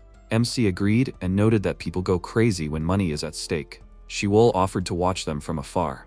Orom turned his attention to Eunhyung. The former friend sternly asked the protagonist to come here for a minute and clarified that they need to talk. Shiwol angrily yelled, what is wrong with him? What can Eunhyung say to MC after everything that happened? Eunhyung asked her not to interfere and said that he only wanted to talk to him. Shiwol irritably gritted her teeth and called him a freak. The protagonist calmly walked towards him, and Shiwol was very surprised. She called out to her friend and asked what he was doing. Orom would really go with him? The protagonist replied that they should at least listen to him. If Eunhyung wanted to say something, it would be weird if he just ran away. Even if something bad happened, he could definitely handle it now. The MC adjusted the strap of his backpack and asked his friend not to worry. He would call her when he was done. Shiwol puffed out her cheeks in displeasure and said nothing. After a while, Orom went after his former friend. The protagonist sternly asked, so what did Eunhyung want to talk about? Eunhyung asked, does MC know that Sungwon was seriously injured and ended up in the hospital after a fight with Orom? The protagonist was surprised and, without confirming this, replied that he heard about this for the first time. Eunhyung clarified that Senwon had something broken, so his friend would be there for a long time. He was already feeling better, but the thing is that because of the protagonist's actions, Senwan's parents were going to sue the MC. Oram got really scared and yelled that it was just a fight. Senwan didn't show that it was even a little important. Eunyoung added that his friend was going to go into professional sports, and he didn't report it to the police because he thought that it would interfere with his future career. But apparently Senwan changed his mind. It's been a few weeks already, so he doesn't know what the police are going to do about it. But if they start investigating this case, it will end badly for the protagonist. At best, the MC will be expelled from school, and at worst, they will be arrested. Orim got really tense, and Shiwol, hiding behind the wall, clenched her teeth in fear. Eunyoung lowered his head and clarified that there is always a way out. Sungwon's parents came to ask advice at his father's law firm. The protagonist was surprised and clarified, so one of Eunyoung's father's lawyers is handling this case?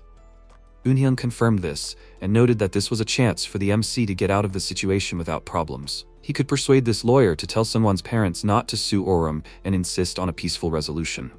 The protagonist sternly asked, which one? And what did he need to do for this? Eunyoung smirked and replied that it was simple.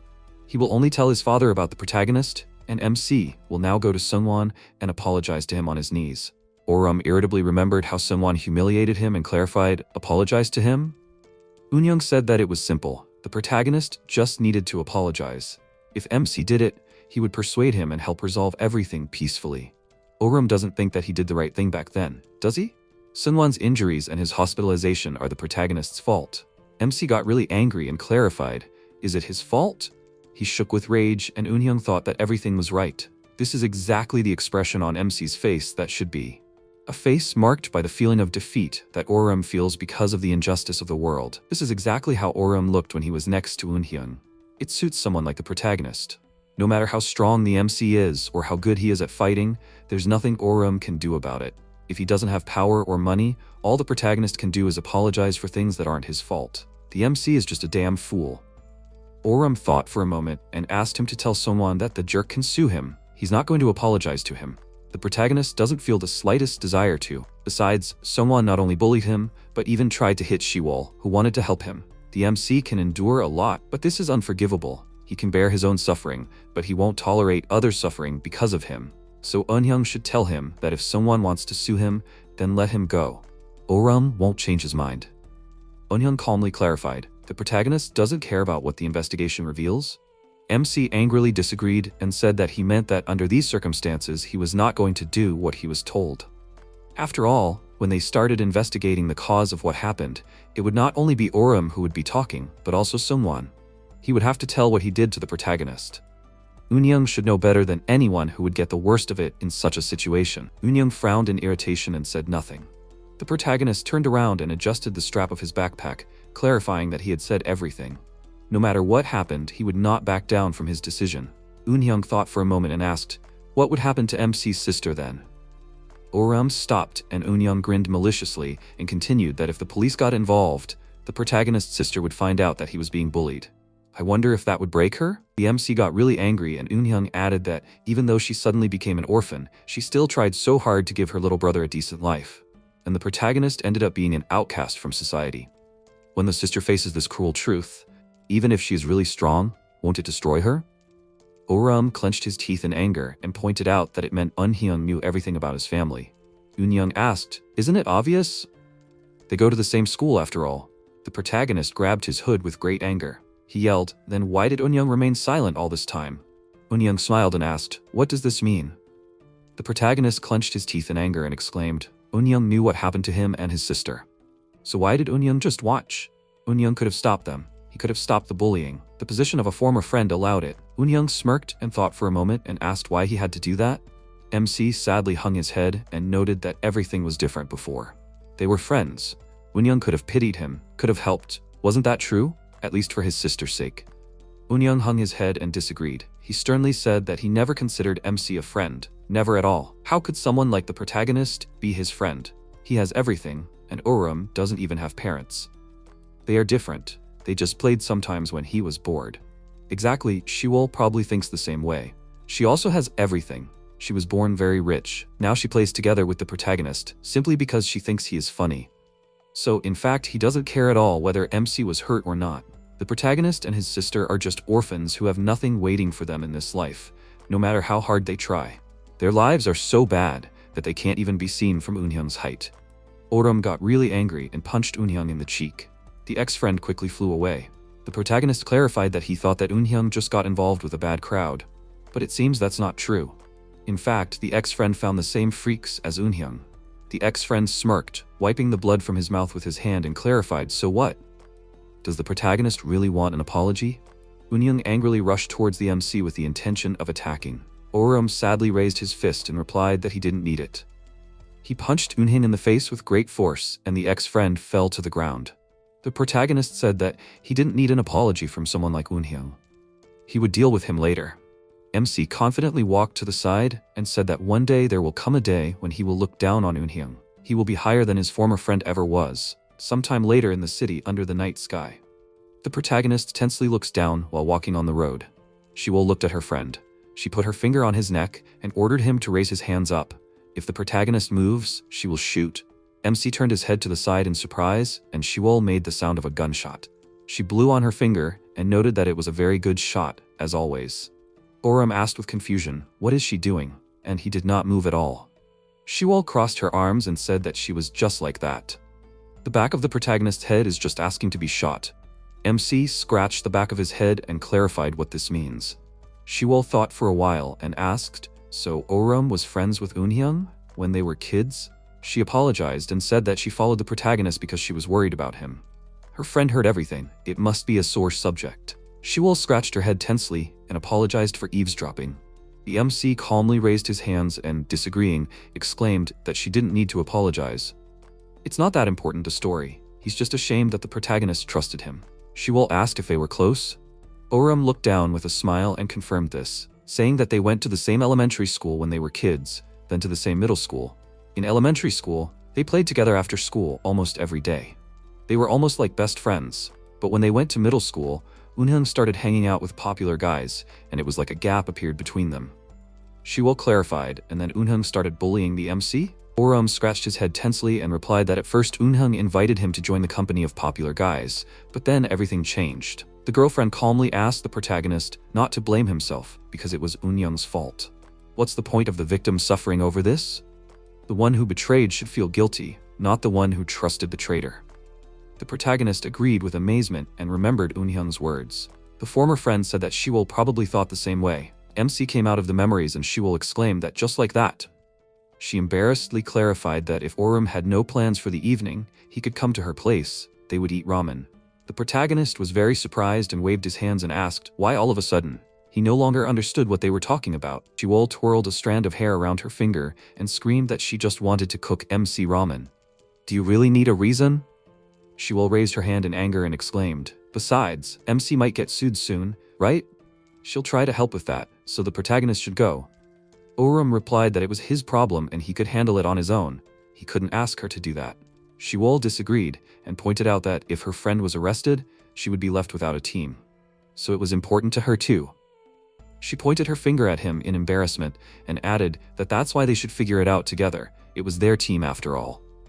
Orum looked at her finger in surprise and asked, even if that was the case, couldn't they discuss it over the phone? Shiwol disagreed and yelled that ramen was part of the quest. At the same time, in a dark building, the necromancer looked at Kiho's tied hands with a smile. The butcher noted that that was all. The Reaper was a good man for coming to them. Kiho replied that he understood everything and ordered the bandage and spell to be removed. He had to see the Chaos Boss with his own eyes. The butcher apologized and clarified that he could only take off the bandage. The Reaper had too many skills to handle. Kiho grinned in irritation and yelled that that was not what he had been promised. The butcher said that he would only be tied up until they reached the base. The Chaos President stood on the balcony and ordered Kiho to be untied. The butcher paid attention to him and called out to the president. The leader calmly said that the Reaper had come such a long way. If Kiho was tied up, they would not be able to drink tea. The butcher tensed up and Kiho smiled and replied that he was not going to drink any tea. Things were moving, which meant that the boss was indeed the president. The leader of Chaos, Class Emperor. Kiho lowered the mask from his mouth and said that he had always wanted to meet the leader and see what the president looked like. The leader remarked that it was a coincidence. He also really wanted to see Kiho. After some time, there was a tray with cups of hot tea on the table. The leader, holding a cup in his hand, asked if Kiho really wasn't going to drink tea. He had prepared very good tea when he heard that the Reaper was coming today. The smell of tea disappears little by little every time a person lifts the lid, so he doesn't drink it that often. Kiho snorted in irritation and replied that he didn't need these leaf. The leader should just say why he called him. The leader calmly clarified, what if he said that he just wanted to talk to his ally over a cup of tea? Kiho quickly created a weapon and asked him to stop saying strange things and just tell him what the leader needed. Before he got angry and destroyed his base. Or maybe it would be better if he broke their agreement and killed him? The leader laughed and remarked that Kiho was really ready to mindlessly pounce on anyone. That's what he was told. The Reaper is a real cliché of a villain. He really likes people like Kiho. Villains like Kiho create a narrative in this boring world. It amuses him. Kiho calmly asked, did the leader speak up? The leader asked, if the Reaper doesn't like their conversation, maybe they should talk about business and get to know each other better? The leader smirked and said that Kiho, a student of Osong High School, 2nd year, 3rd grade, is a murderer. Kiho got really angry and quickly ran towards the leader. He yelled with fury that he would kill him. The leader laughed and noted that he really likes Kiho. The Reaper even has a tragic past, like a classic villain. He calmly raised his hand shrouded in mana and added that this is not enough. The leader used the skill, kneel. Mana instantly shrouded Kiho's body and he knelt down. He tensed up and thought, what kind of skill is this? Why does he have no strength at all? The leader looked down at him and said that a truly good villain must have an ambitious plan, different from the ideologies of others, and so noble that it can destroy others' plans in an instant. The leader swatted in front of Kiho and asked, does the Reaper understand what he is talking about? No matter how good a player killer Kiho is or how he uses skills, Kiho is just a part of the game's system. Kiho is like a villain waiting for his turn. Does the Reaper understand how ridiculous and unreasonable this is? As for them, he has a request. If Kiho accepts his offer as a reward, the leader will teach him how to open that door. This will allow Kiho to get rid of the shackles of the system. Isn't that intriguing? Kiho can refuse after listening to the essence of his offer. The leader wants to hear the answer. The smell of tea weakens so quickly. At the same time, in Shiwol's house, they calmly entered the apartment. Shiwol took off her backpack and clarified that she was going to change clothes. The protagonist can feel at home. MC looked around the apartment with admiration and thought that the ceilings here were very high, just like the houses in TV series. He noticed a family photo of Shiwol with her parents. Oram clarified, was she still in middle school then? And her hair was shorter. So Shiwol is an only child in the family. He thought she had brothers or sisters. The protagonist's friend called out to him and he turned his head to the side. Shiwol, tying her hair with an elastic band, asked how many packs of ramen he wanted. The protagonist clarified, if for 2, then 4? Shiwol calmly agreed. MC pushed back his chair and thought that if he thought about it, they had always only talked about the game. He never asked anything about her. Why would a girl who lived in such a huge house risk her life playing a game? MC imagined Shiwol smiling and saying that she wants a secret harem just for her. He tensed up and thought, does her friend really want something like that? Oram let out a calm breath and looked at Shiwol, wondering what she was thinking. After a while, there were empty plates on the table. The protagonist happily said that it was very good. Ramen was always good whenever he ate it. Shiwol asked if it was really that delicious. She always felt better when she ate ramen after a hard day. That's why Shiwol invited MC to eat. Oram asked sheepishly, is that so? He thought that his friend was kind today. The protagonist quickly stood up and exclaimed that he would help her. Shiwol calmly held the empty plates in her hand and replied that she could handle it on her own. MC fell silent and thought for a bit and asked when her parents would come back. Shiwol put gloves on her hands and asked, who knows? They always come back late. There are days when they come early, but that's rare. She is usually alone in the evening. Oram asked, then the friend probably has a housekeeper who lives with her and helps her cook. Shiwol embarrassedly called him a fool and yelled that there is no housekeeper. Does the protagonist think that they live like rich people in movies and have a lot of servants? There are special people who help around the house, but they don't come every day. MC thought that means there is a housekeeper after all. Oram answered smiling that he was just surprised. He thought that in the evening they get together with the whole family and others do everything for them. The protagonist never thought that she would wash the dishes. Shiwol sadly lowered her head and asked MC not to say that. She's not like that, although she lives more comfortably than others since birth. Shiwol is not that kind of person. She will not push others around just because she has money. Shiwol embarrassedly turned her head to the side and added that she never thought of MC as a funny animal. Oram looked at his friend in amazement and thought that this is why she is so kind. She was upset by what Eunhyung said. The protagonist scratched his head and noted that he never thought that she would do this to him. In his opinion, his friend is not like that. Shiwol helped him when he was being bullied. She helped when the protagonist was almost killed by player killer. His friend agreed to his plan during the quest. A person who thinks he is better than others, or is just playing with people, would never do this. Even if others think that Shiwol is just rich, he does not think so. After all, he first met her when his friend was a master of labyrinths. Shiwol covered her blushing face with her hand and noted that her friend embarrassed her. Then what was that weird thing about washing dishes? MC does have prejudices after all. Oram scratched the back of his head and replied that that is not what he meant. He looked away in embarrassment and clarified that what he really wanted to say was that he hadn't imagined her in an apron, but when he saw it, he thought it suited her very well. Shiwol became very embarrassed and puffed out her cheeks. She screamed, "Does he want to die?" After some time, the lights were on in the windows of the building. Eunhyung was calmly walking down the hallway. He noticed his father standing by the door. Dad turned around and addressed his son. He picked up the bag, noticed that his son had arrived on time, and asked him to take the bag. It was a gift from his grandmother. She had made it herself. Eunhyung looked at the gift and asked why he had to give the gift to him personally. Usually, the housekeeper did that. Dad replied that he was passing by, so he decided to look in. And he was wondering how his son was doing here alone. What happened to Eunhyung's face?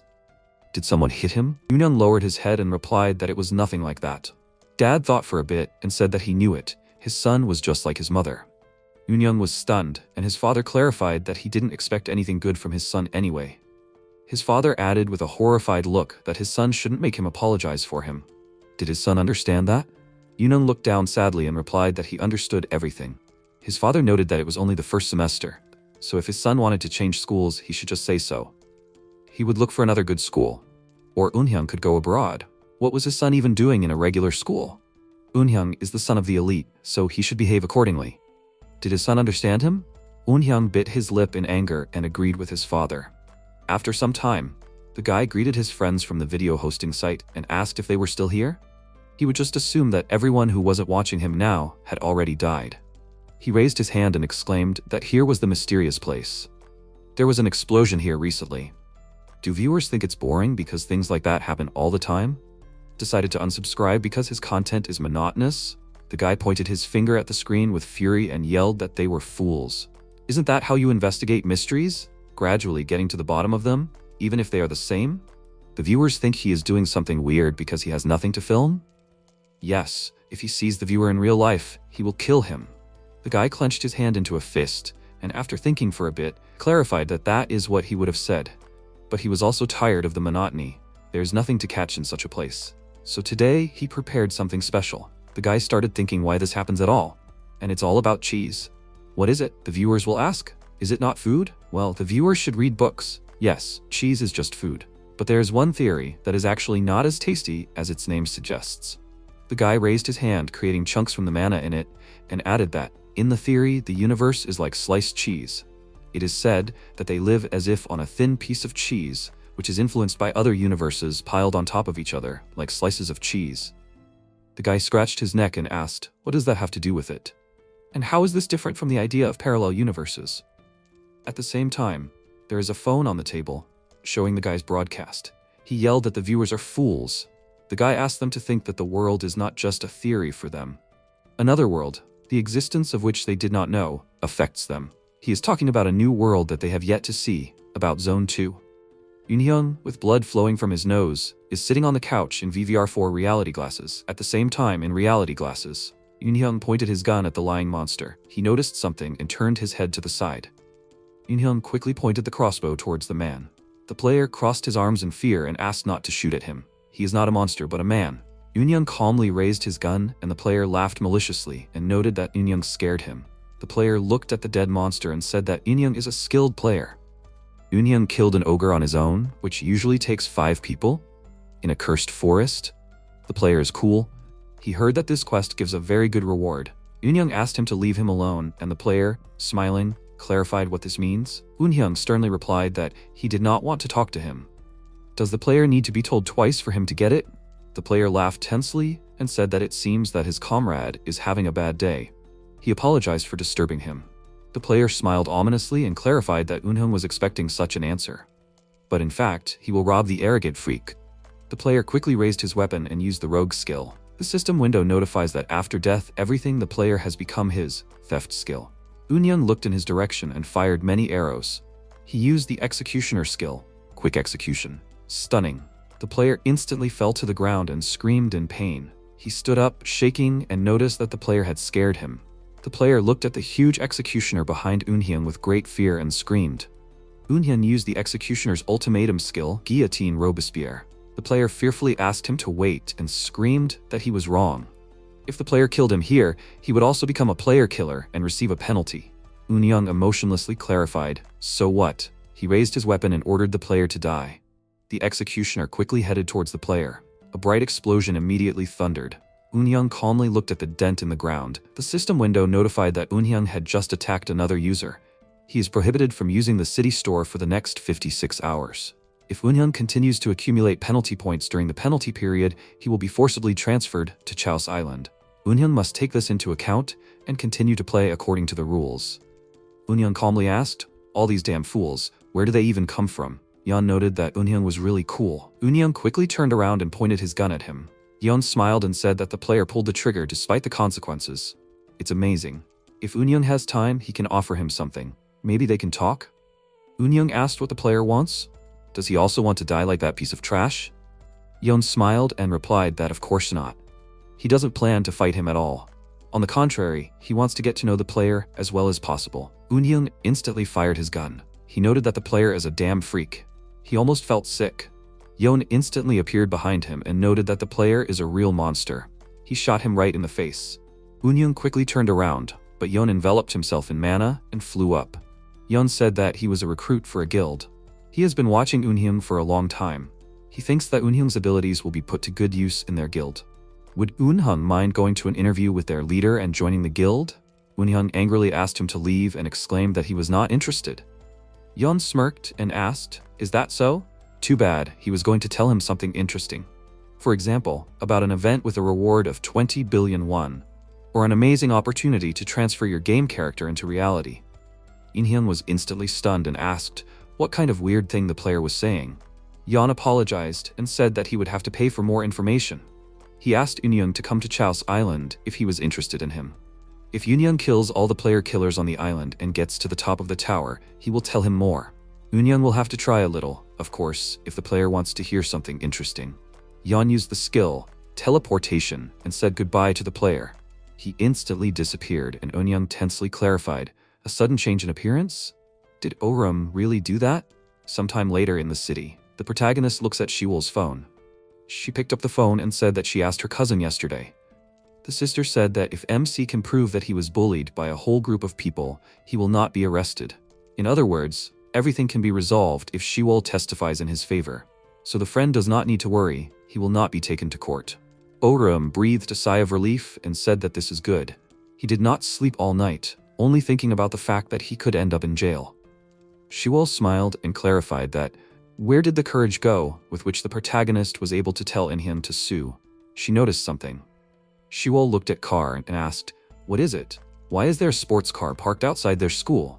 MC suggested that maybe someone won a lottery or something. Shiwol happily covered her mouth with her hands and asked if it was a gift from her friend to her. Orum disagreed and replied that he would need to kill about 100 monsters for that. Songa raised her hand and called out to Shiwol and the protagonist. She stood next to the car and wished them a good morning. Songa adjusted her glasses and noted that they were early. She thought they would be here by the second period. Shiwol asked who it was. Does the protagonist know her? MC disagreed, confused. He clarified that he could guess who she might be. Shiwol was very surprised and thought that it was the Raison Guild. Songa smiled and said that they seemed to have guessed who she was. Then why don't they skip school and go for a ride with her? The weather is really nice today and they have a lot to discuss. So are they going to their base? After a while, the car is driving fast along the highway. The protagonist is sitting in the back seat of the car. Shiwol quietly turned to her friend and asked if it was okay that they went with them. MC replied that they knew their names, and they knew what school they went to.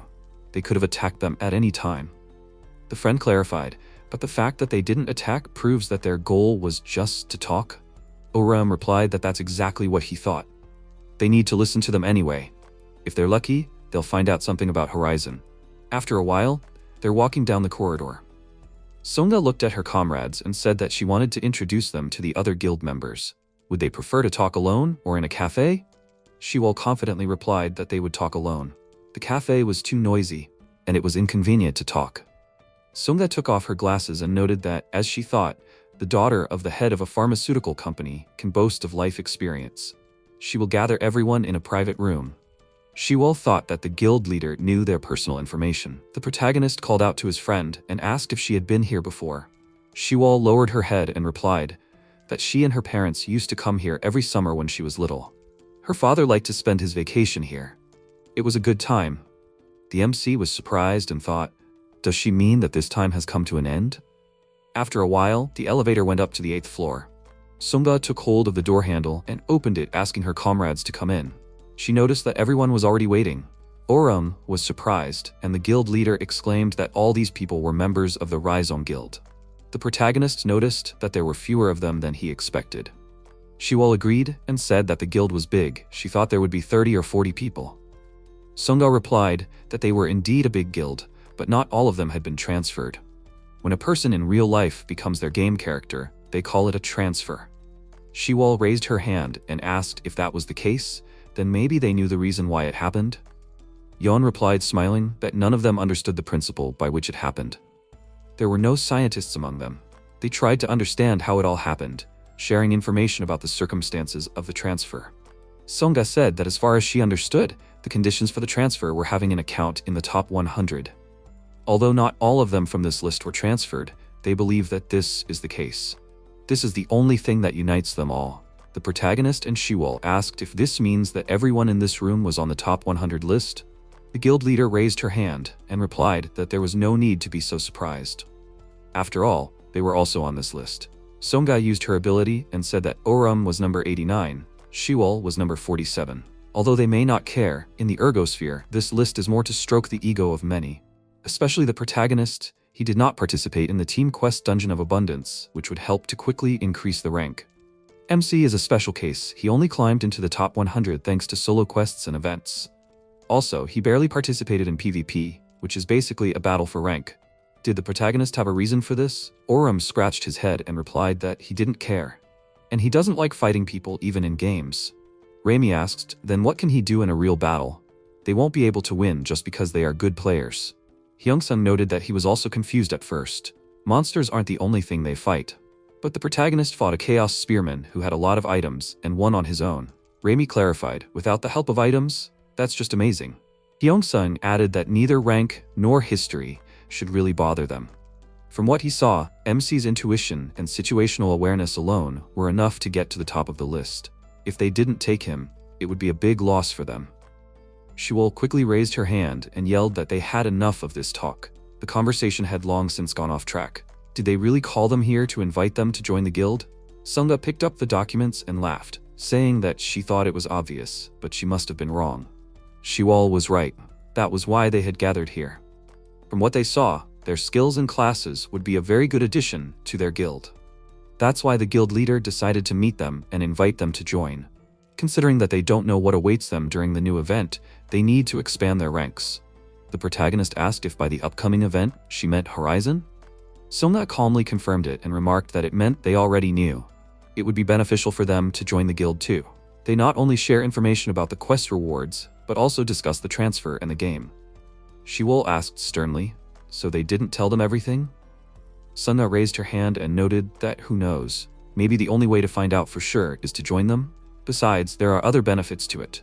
They will have the privileges of adults that schoolchildren can only dream of for now. They will pay them for completing monthly quests and provide treatment. They will even give them VIP access to this hotel, which will become their base, and they will also protect them from chaos. MC asked in surprise, by chaos she means the island where you are forcibly sent for killing a player? Songa agreed and noted that it is not only an island, but also a nickname for player killers who are up to something bad. And in real life, it is a guild for player killers. Orum thought back to the necromancer and the butcher with rage and wondered, so those players are in this guild? He thought they were just a few wandering players, but it turns out they act together like any guild. Songa closed the documents and exclaimed that this was just a prelude. What will they say? What will they do? Join their guild? or leave and pretend this conversation never happened. The protagonist thought that there was nothing wrong with guilds. The game will become even easier compared to how it was when it was just the two of them. Something was wrong. Shiwol raised her hand and asked, what will happen to the rewards for Horizon? 20 million won and a wish. What if only one guild member comes in first place and their wish is granted? Sunga replied that they would split the money equally.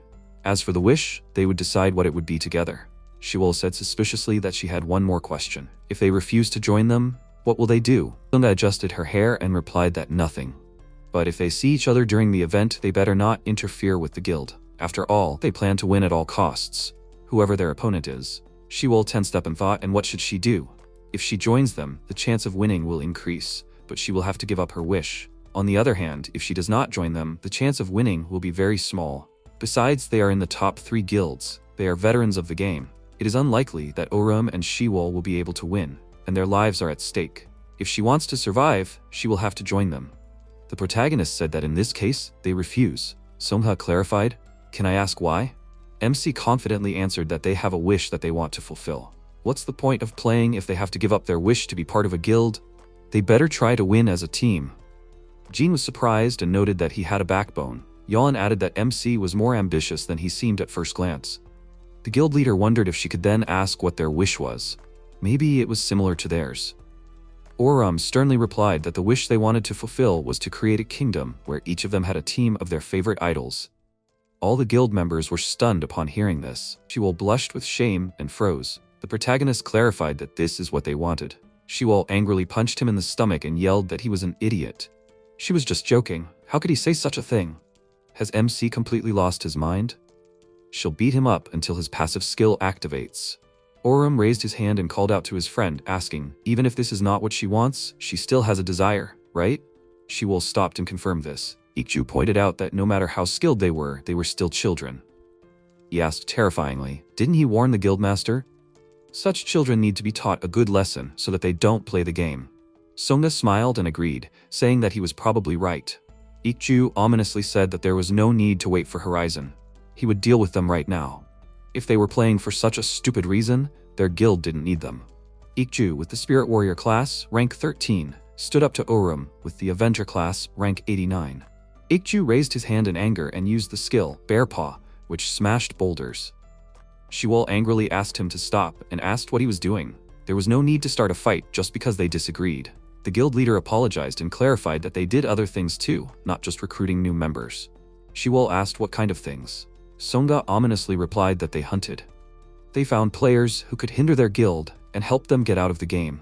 The protagonist asked, how are they different from player killers then? They are just like Chaos, who attack everyone indiscriminately. Yeon disagreed with a smile and said that they don't kill people, unlike Chaos. He firmly clenched his hand into a fist and yelled that they just destroy the player's morale to the point that they have no motivation left. The MC thought, how is that different from what player killers do? Jong added that the protagonist can consider their hunt the same as PvP in the game itself. They fight one-on-one and the loser gets punished. Punishment is just sending to death. Orum asked, what if you don't accept the punishment? Jong pointed out that it doesn't matter. They already know everything about the player, including their skills and habits. Sunga added that sending to death is just words. In fact, they can't force someone to stop playing. They don't have the time or resources to keep an eye on them. So with this battle, they will force them to surrender. At least then they won't be able to resist the guild in the future. So what?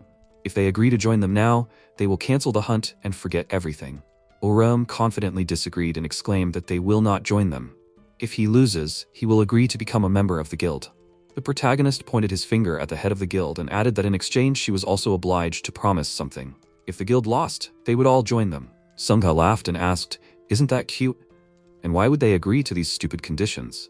The MC replied that it was because the guild wouldn't be able to stop them otherwise. Even if they lost, they wouldn't give up or lose motivation. They would become the first in the new event, no matter what. So the only way to stop them was to force them to join them. Soko sighed in irritation and noted that this was a very stupid lie. Sungha smiled and clarified, did Shiwol agree to everything the protagonist just said?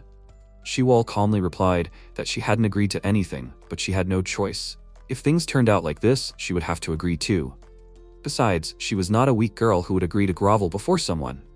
The guild leader laughed and exclaimed that they were so funny, now she wants them to join the guild even more. Sunga agreed and accepted their conditions. She ominously said that in a one-on-one battle, the losing side becomes the winning side's subordinate. Are they okay with that? The comrades confidently agreed. Raimi walked up to the leader and asked if Sungha really accepted these kids' conditions. What will the leader do if they disband their guild? Sungha approached her with an ominous smile and answered in her ear that there are more of them. They can turn the situation in their favor at any time. They just let them give it their all.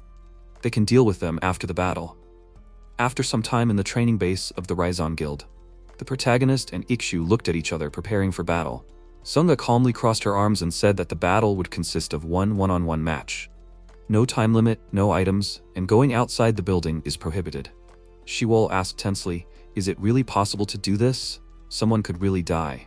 The guild leader pulled out a doll from her inventory and disagreed, saying that they use this during battle. The system window notifies that this is a dear friend who saw her childhood tears, the Marianne doll. When the health of the player who owns the item drops to 1%, it is instantly restored to 15%. The doll smells like peanuts.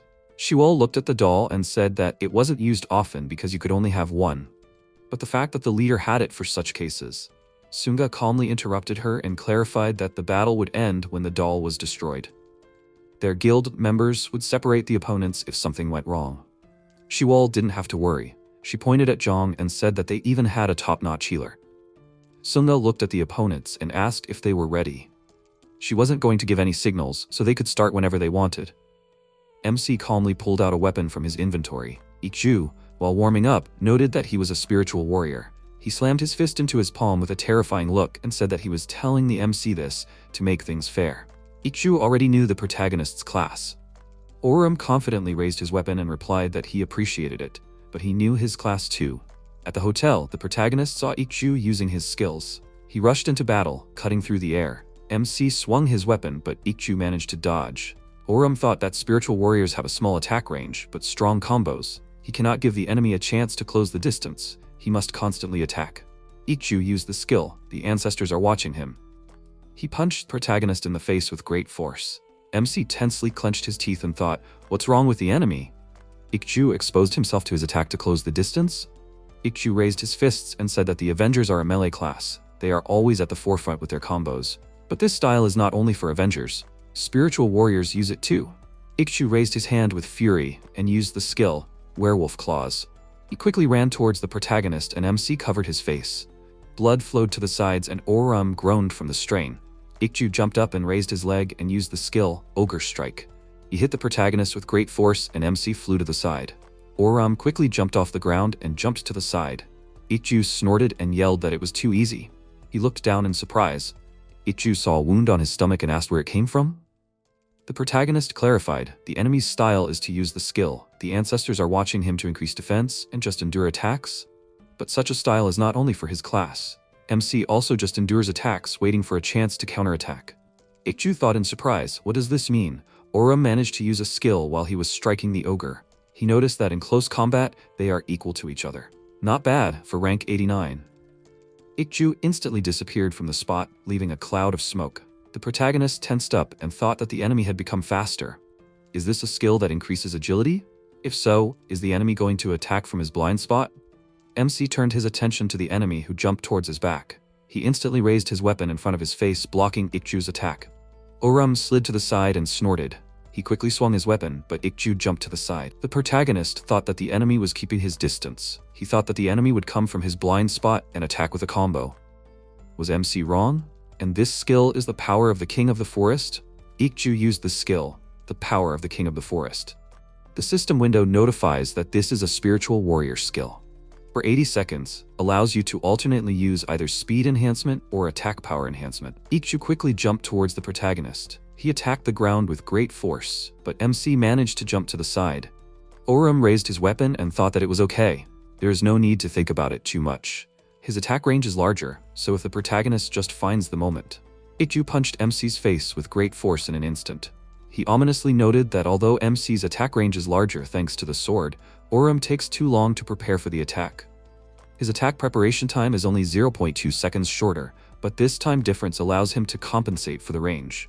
Ikju swung his arms with great force, leaving a bright trace in the air. The protagonist slid across the floor and made a sound of pain.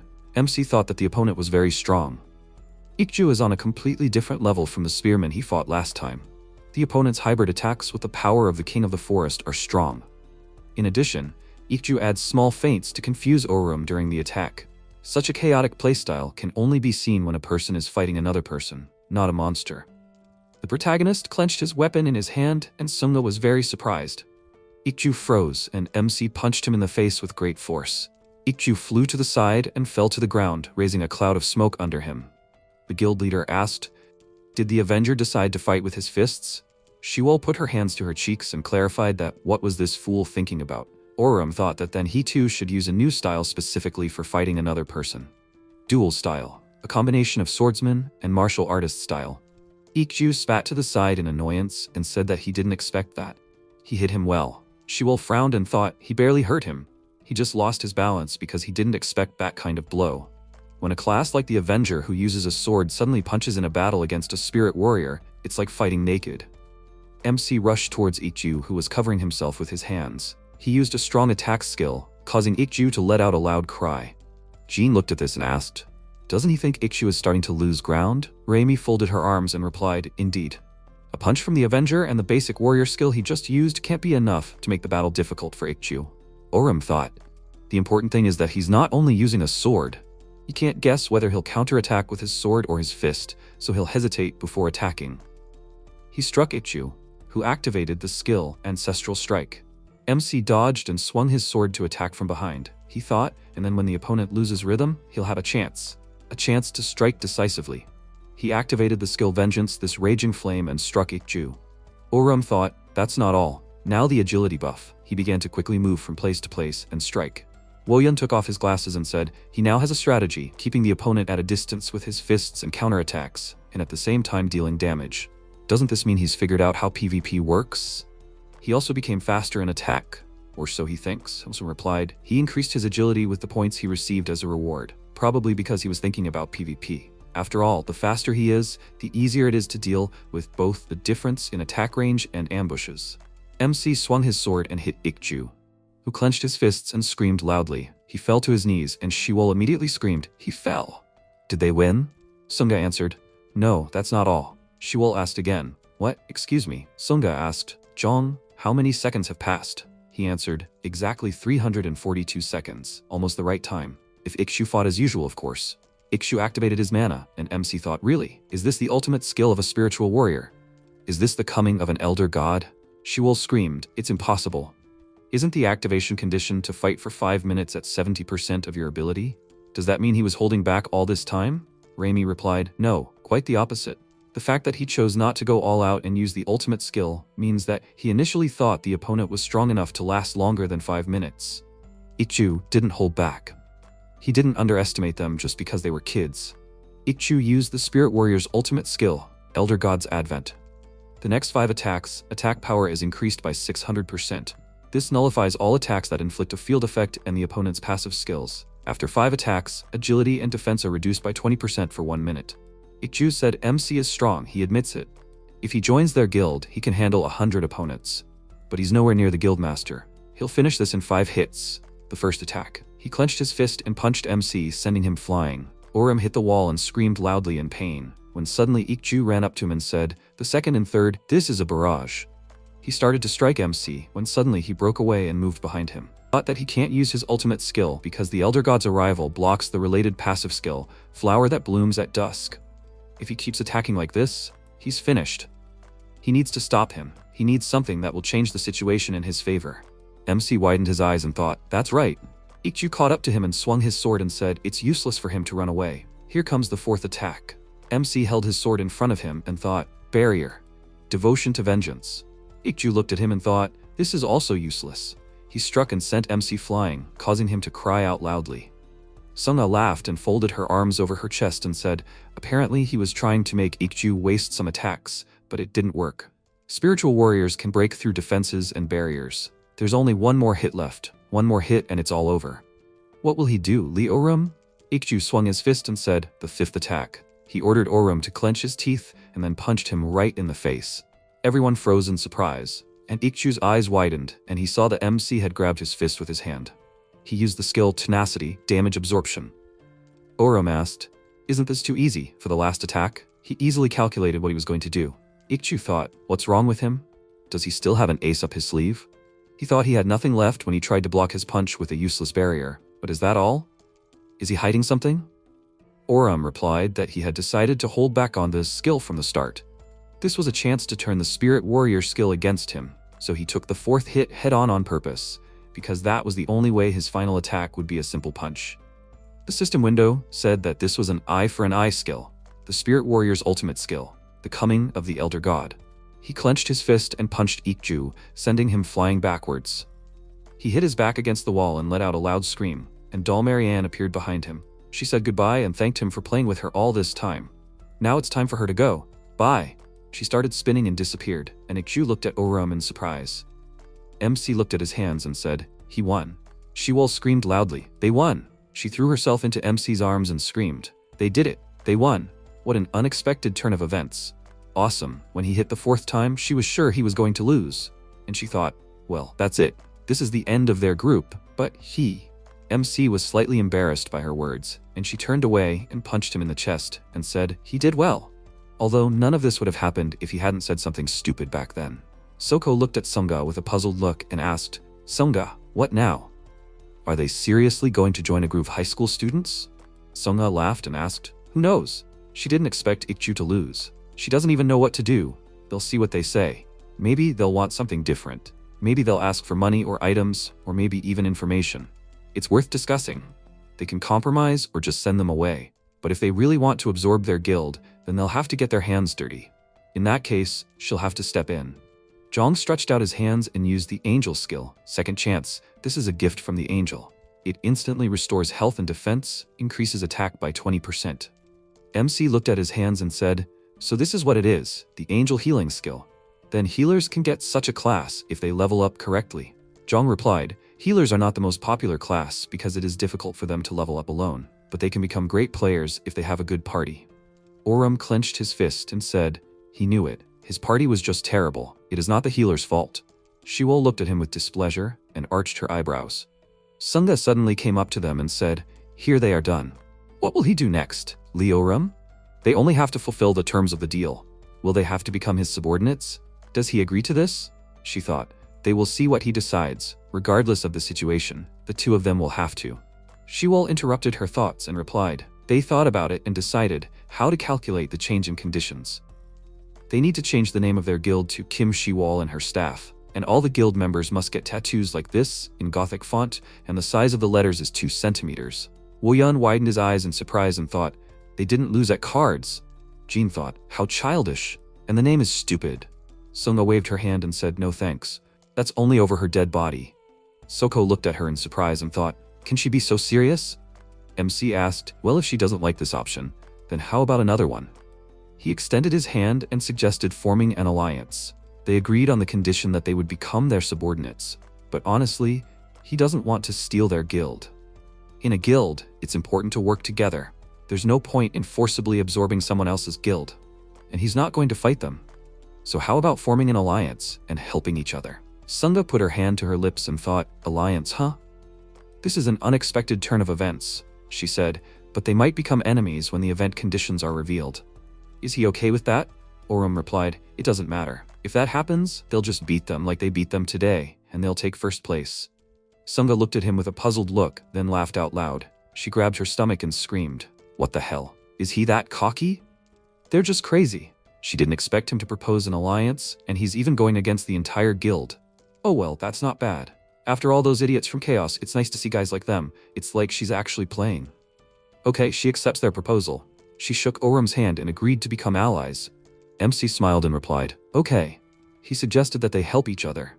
Sunga reached into her pocket and asked, well, since they're already allies, can they exchange contact information? She thinks they'll have to talk on the phone a lot. Shiwol frowned and said that she can give her number to her. Oram may be on the front lines as the main damage dealer, but she's the leader here. Sunga smirked and asked, does it make a difference who she talks to if there are only the two of them? She wants to talk to Oram. She likes talking to men more. Shiwol frowned and replied, that's exactly why she can't talk to him. She should only talk to her. MC looked at them with fear and thought, why does he already feel like the alliance won't last long? Ikju came up to him and said, they are allies now, so he will say this. He needs to be careful with chaos during quests. They are strong guys, but no one knows what can happen. Their number 34 was killed by a group of chaos. Plus they recently found out that their number is growing. He asked MC to try not to meet them. Sunga said, by the way, they decided to organize a joint dinner to share information. Will they both have time the day after tomorrow? Suddenly Orum blurted out, he has to cook dinner for his sister. He can't. Sunga asked, really, the next day? He said, yes, that suits. She said, okay, they will meet then. Anyway, let them just come to the same hotel restaurant on that day. She will send them the time and place to the Shiwol number. She waved her hand and said, they'll see each other. It was nice to meet you. MC looked at Shiwol and asked, does it seem like everything went well, huh? She replied, yeah. Not perfect, but overall the situation is resolved, but there's still something that worries her. She knew about play killers, but she didn't think they had a guild. Orum threw his backpack over his shoulders and replied, there's nothing to be done about it. They can only complete quests as quickly as possible and level up. Shiwol replied, that sounds like a plan. They need to level up their skills too if they want to compete with Raison. Suddenly MC looked away and said, Shiwol, he has a question for her. She asked, what? Orum asked, does he need to dress up when he goes to a restaurant? He's seen that in TV series. Sunga replied, no, she heard that now you can come in just your underwear. MC yelled, is that true? Shiwol replied, no. After a while, the system window reported, Ergosphere Online, Chaos Island. The man swung his fist and screamed loudly, and Eunhung frowned and blocked the blow, attacking back. An opponent appeared behind him, who drew an arrow and shot, and Eunhung went around him from behind and shot a crossbow. The system window reported, the executioner's passive skill, a bird that cuts through the storm. It gives a 30% chance to dodge an attack. Eunhung thought, skill, Dragon Slayer. He aimed an attack towards the opponents, who screamed loudly. Bone skulls began to float around him, when suddenly the sound of footsteps was heard on the cliff. Ryuyong put his hand to his head and said, wow, he's trying hard. Considering his level, he thought it would take him longer to get to this place from the starting point. What does he think, boss? Doesn't he think he found someone useful? The boss replied, even if his skills are not enough, if he enters the flow, he needs to be stopped. Event, Horizon, very soon. Ryuyong smiled and said, got it. He will evaluate his progress, and once he gets to the top, he will pick him up from there. He thoughtfully asked why he is not answering. Did they lose contact? All this hacking is so unstable. Oh well, since he has permission from above, he just has to wait until he gets to the tower. Although not everyone who gets there can get to the real world. Anyway, good luck, Bikionhin. After a while, there were people sitting in the restaurant, and Sunga was holding a mug in her hand and asking, so, how did the two of them form a group? The MC replied that he needed information about all this, and Kim Shiwol needed a damage dealer. Sunga replied that their guild was the same. Considering that the game had become reality and unbelievable things were happening, they had no choice but to team up. Shiwol wiped her mouth and asked, what about those who weren't transported to reality? They must be wondering what happened. Sunga blurted out, they didn't tell the other guild members about this. She just said to contact her if anything weird happened in the game. After she completed her first quest after being transported, she forgot about the game altogether. She only became interested in real things. Orum asked in surprise, wasn't she interested in quest rewards? Sunga folded her arms and replied, that too, but it's a little more complicated. MC looked at her questioningly and Sunga saw Jean and said, she's right on time. She asked her to come here for a minute. She put her hand on Jean's shoulder and said, this is their main damage dealer, Shinjin. She needs to say hello. Jean said, without any emotion, hi, it's nice to meet you. Sunga asked Jean, can she show them a photo of herself before the transfer? If she doesn't want to, she can refuse. Jean reached into her pocket and replied, oh well, there's nothing like that there. She showed her phone screen and asked to see. The MC and Shiwol widened their eyes in surprise and asked what happened to her legs. Jean frowned and replied, an accident. A truck crushed her fibula. The doctor said that she would never be able to walk, even though he put everything back together. Sunga spoke, but after the transfer, everything changed. She can run, jump, even fly. That's what interested her. The system can make the impossible possible. If they can understand how it works, they will change the world. They will create a new world, without illnesses and sorrows. Orum asked in surprise, so their desire is to understand the principle by which the game system functions. Sunga nodded her head and answered, exactly so. Although it might be against the rules, like asking a magic lamp for another magic lamp. By the way, she has one more thing to tell them since they're sharing information. Have they ever seen a black door while questing or fighting monsters? MC yelled out in confusion. A black door? Shiwol looked at him and asked, Orum, didn't he say he saw some weird door?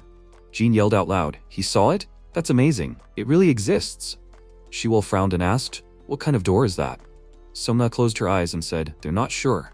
While interrogating the Chaos people, they accidentally found out that according to their data, that door leads to the next stage of their game, or rather to what was cut from this one.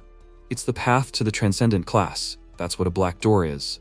After a while, Shiwol ran down the street holding a trident in her hands. She frowned, then turned around and released mana towards the monster. The system window reported, skill, spike trap. A huge seal covered the monster, and Shiwol shouted, Li Orum, the final blow. MC jumped out of the window and headed towards the creature, shouting, good. He swung his sword and the system window reported, item, ring of inevitability. This increases the skill effect by 28%. He cut the monster's body in half and frowned. A while ago, MC asked, is the black door the path to the Transcendent class? He thought it was just a door from which monsters appeared. Songa replied, that's not certain. Perhaps Chaos is deliberately spreading fakes. Well, considering the anomalies, it's quite possible. Shiwol asked again, anomalies? Raimi suddenly approached them and said she was referring to monsters like the nimble wolf Waham, which they encountered recently. Alpha plus creatures that were monsters in the game, but gained different skills in reality. Or creatures that weren't in the game at all. Considering that monsters that existed in the game appear, there's a possibility that players can also become something more than what's possible in the game. MC frowned and thought, yeah, he saw a monster that wasn't in the game before. And it came out of that door. Songa smiled and said, by the way, this is Kim Raimi, she's a magic shooter. MC and Shiwol said hello and she asked, how do you open that black door? Have they figured it out yet? Songa replied, no, unfortunately, they haven't figured it out. She doesn't think Chaos knows it either. Suddenly, Jean frowned and said she thought it was in their minds. When she first transferred, she could move just like her character, but not very well. And the next day after that, she was admitted to the hospital. But after she realized that she had become her character from the game, she began to move easily. So maybe the key to the black door is in their minds? Orum said thoughtfully, in his mind. He thought he had something similar. Shiwol asked in surprise, what? Did he have fractures too? MC answered, no, not fractures, but... Songa smiled and said, either way their exchange of information could be considered a success. Thank you, now they are sure that the black door really exists. And maybe the one sitting right in front of her is the one who can open it. What does he think, Orim? He can still join them. If it is about her, she is sure that she can help him. MC asked in surprise. What? No, it is him. Shiwol frowned in annoyance and then grabbed her head and said, now she is annoyed by everything. She should just kill everyone. Orim screamed in fear. Where did such words come from? Shiwol said, in the world, the strongest survive, so she should just kill everyone who annoys her. MC wondered, where is the logic in this? Songa smiled and thought, it is so fun to tease them. After a while, the system window congratulated Lee Orum and Kim Shiwol. They completed the quest and killed the 5 greedy spiders of Enkyo. Shiwol looked at him and asked, those weren't anomalies, right? MC replied, no, they were too weak to be anomalies. The high-quality items they got after killing Vaham, it helped them a lot. The system window reported, Ring of Inevitability increases skill effect. Proof of Heart Strength increases defense. Shiwol turned around and said, indeed, they were very lucky last time. The system window reported that Angel Wings increases agility and the linking thread increases any buff while in a party. MC looked at the eyelash of the Peerless Beauty, which greatly increases charisma, and spoke, although it was nonsense. Shiwol smiled and said that they can exchange it for something useful next time. The system window asked them to listen to an additional quest message. Players who finish the quest without taking damage are given the opportunity to complete an additional quest. An extra quest is a challenging quest designed to boost their competitive spirit. When the quest is completed, they will receive a special reward instead of money, items, or loot boxes. Shiwol asked in surprise, an extra quest? This is the first time she has heard of it. MC asked if it was like a mission they get when they break a record. This also happens sometimes in events. The system said that the decision to accept or decline the quest should be made now. The offer is time limited. What did they decide? Shiwol said that she would not like to participate in a quest whose reward she does not know. Isn't it better to take quests that he knows exactly what he will get instead of guessing?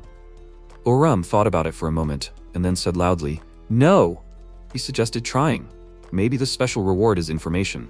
Shiwol asked if it is information about the game or about Horizon.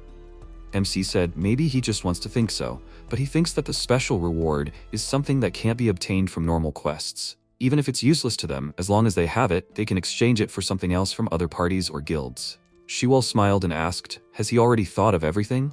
Isn't that amazing? Fine.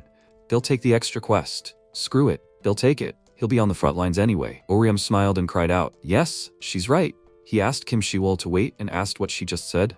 She turned away and started to walk away, and MC asked again what she was saying. Shiwol replied that she didn't know.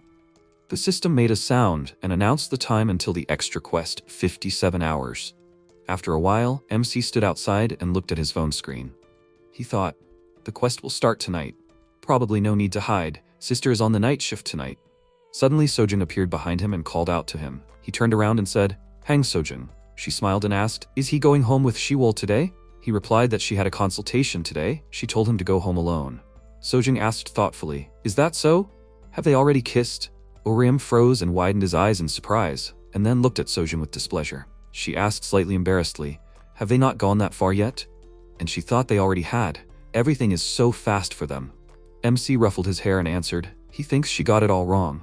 They are not dating, that's why. Sojin grabbed her face and asked, really? They are not dating?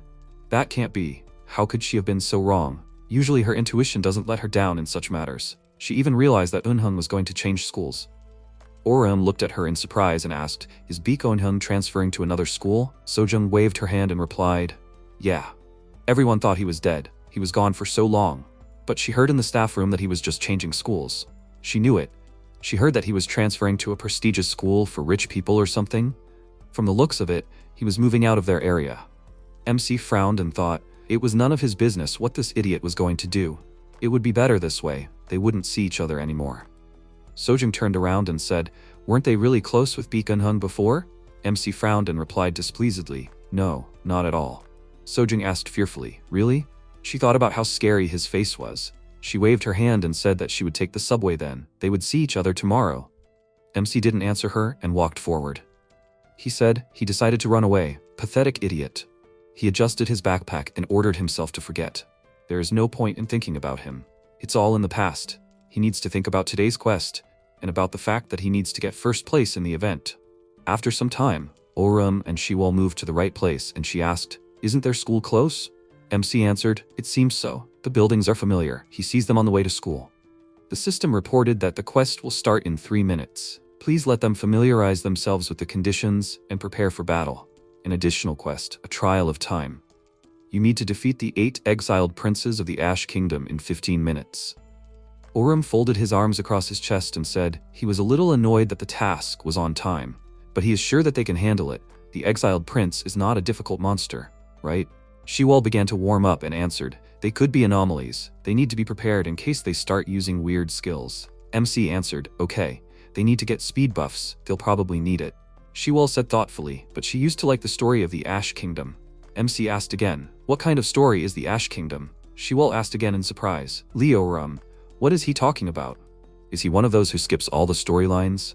He answered, no, he reads everything, he just doesn't remember. Shiwol answered, the story of the Ash Kingdom is like this, a long time ago in the Golden Kingdom. At that moment, her story was interrupted by a loud sound, and Shiwol asked, a monster? But the quest hasn't started yet. MC turned around and answered, the test of time can start in different ways, they need to check. They set off, when suddenly MC said, he found it. It's the exiled prince of the Ash Kingdom. After a while, Shiwol said, if this is a test of time, then it would be better for them to split up. MC answered, okay, then they can talk on the phone. The system said the side quest would start in 5 seconds. Orium said they'd see each other after the quest. Shiwol said okay, but he had to be careful. The system said the quest was starting. The monster was standing in the middle of the street looking around, and MC was about to attack. He swung his sword, and the system window said he'd activated the Vengeful Spirit Sword skill. MC cut the creature's body in half and said he'd killed one. He widened his eyes in surprise and saw a monster with a sword in his hand in front of him and asked him to wait. Orium rushed towards the monster and stabbed him in the stomach with his sword and screamed.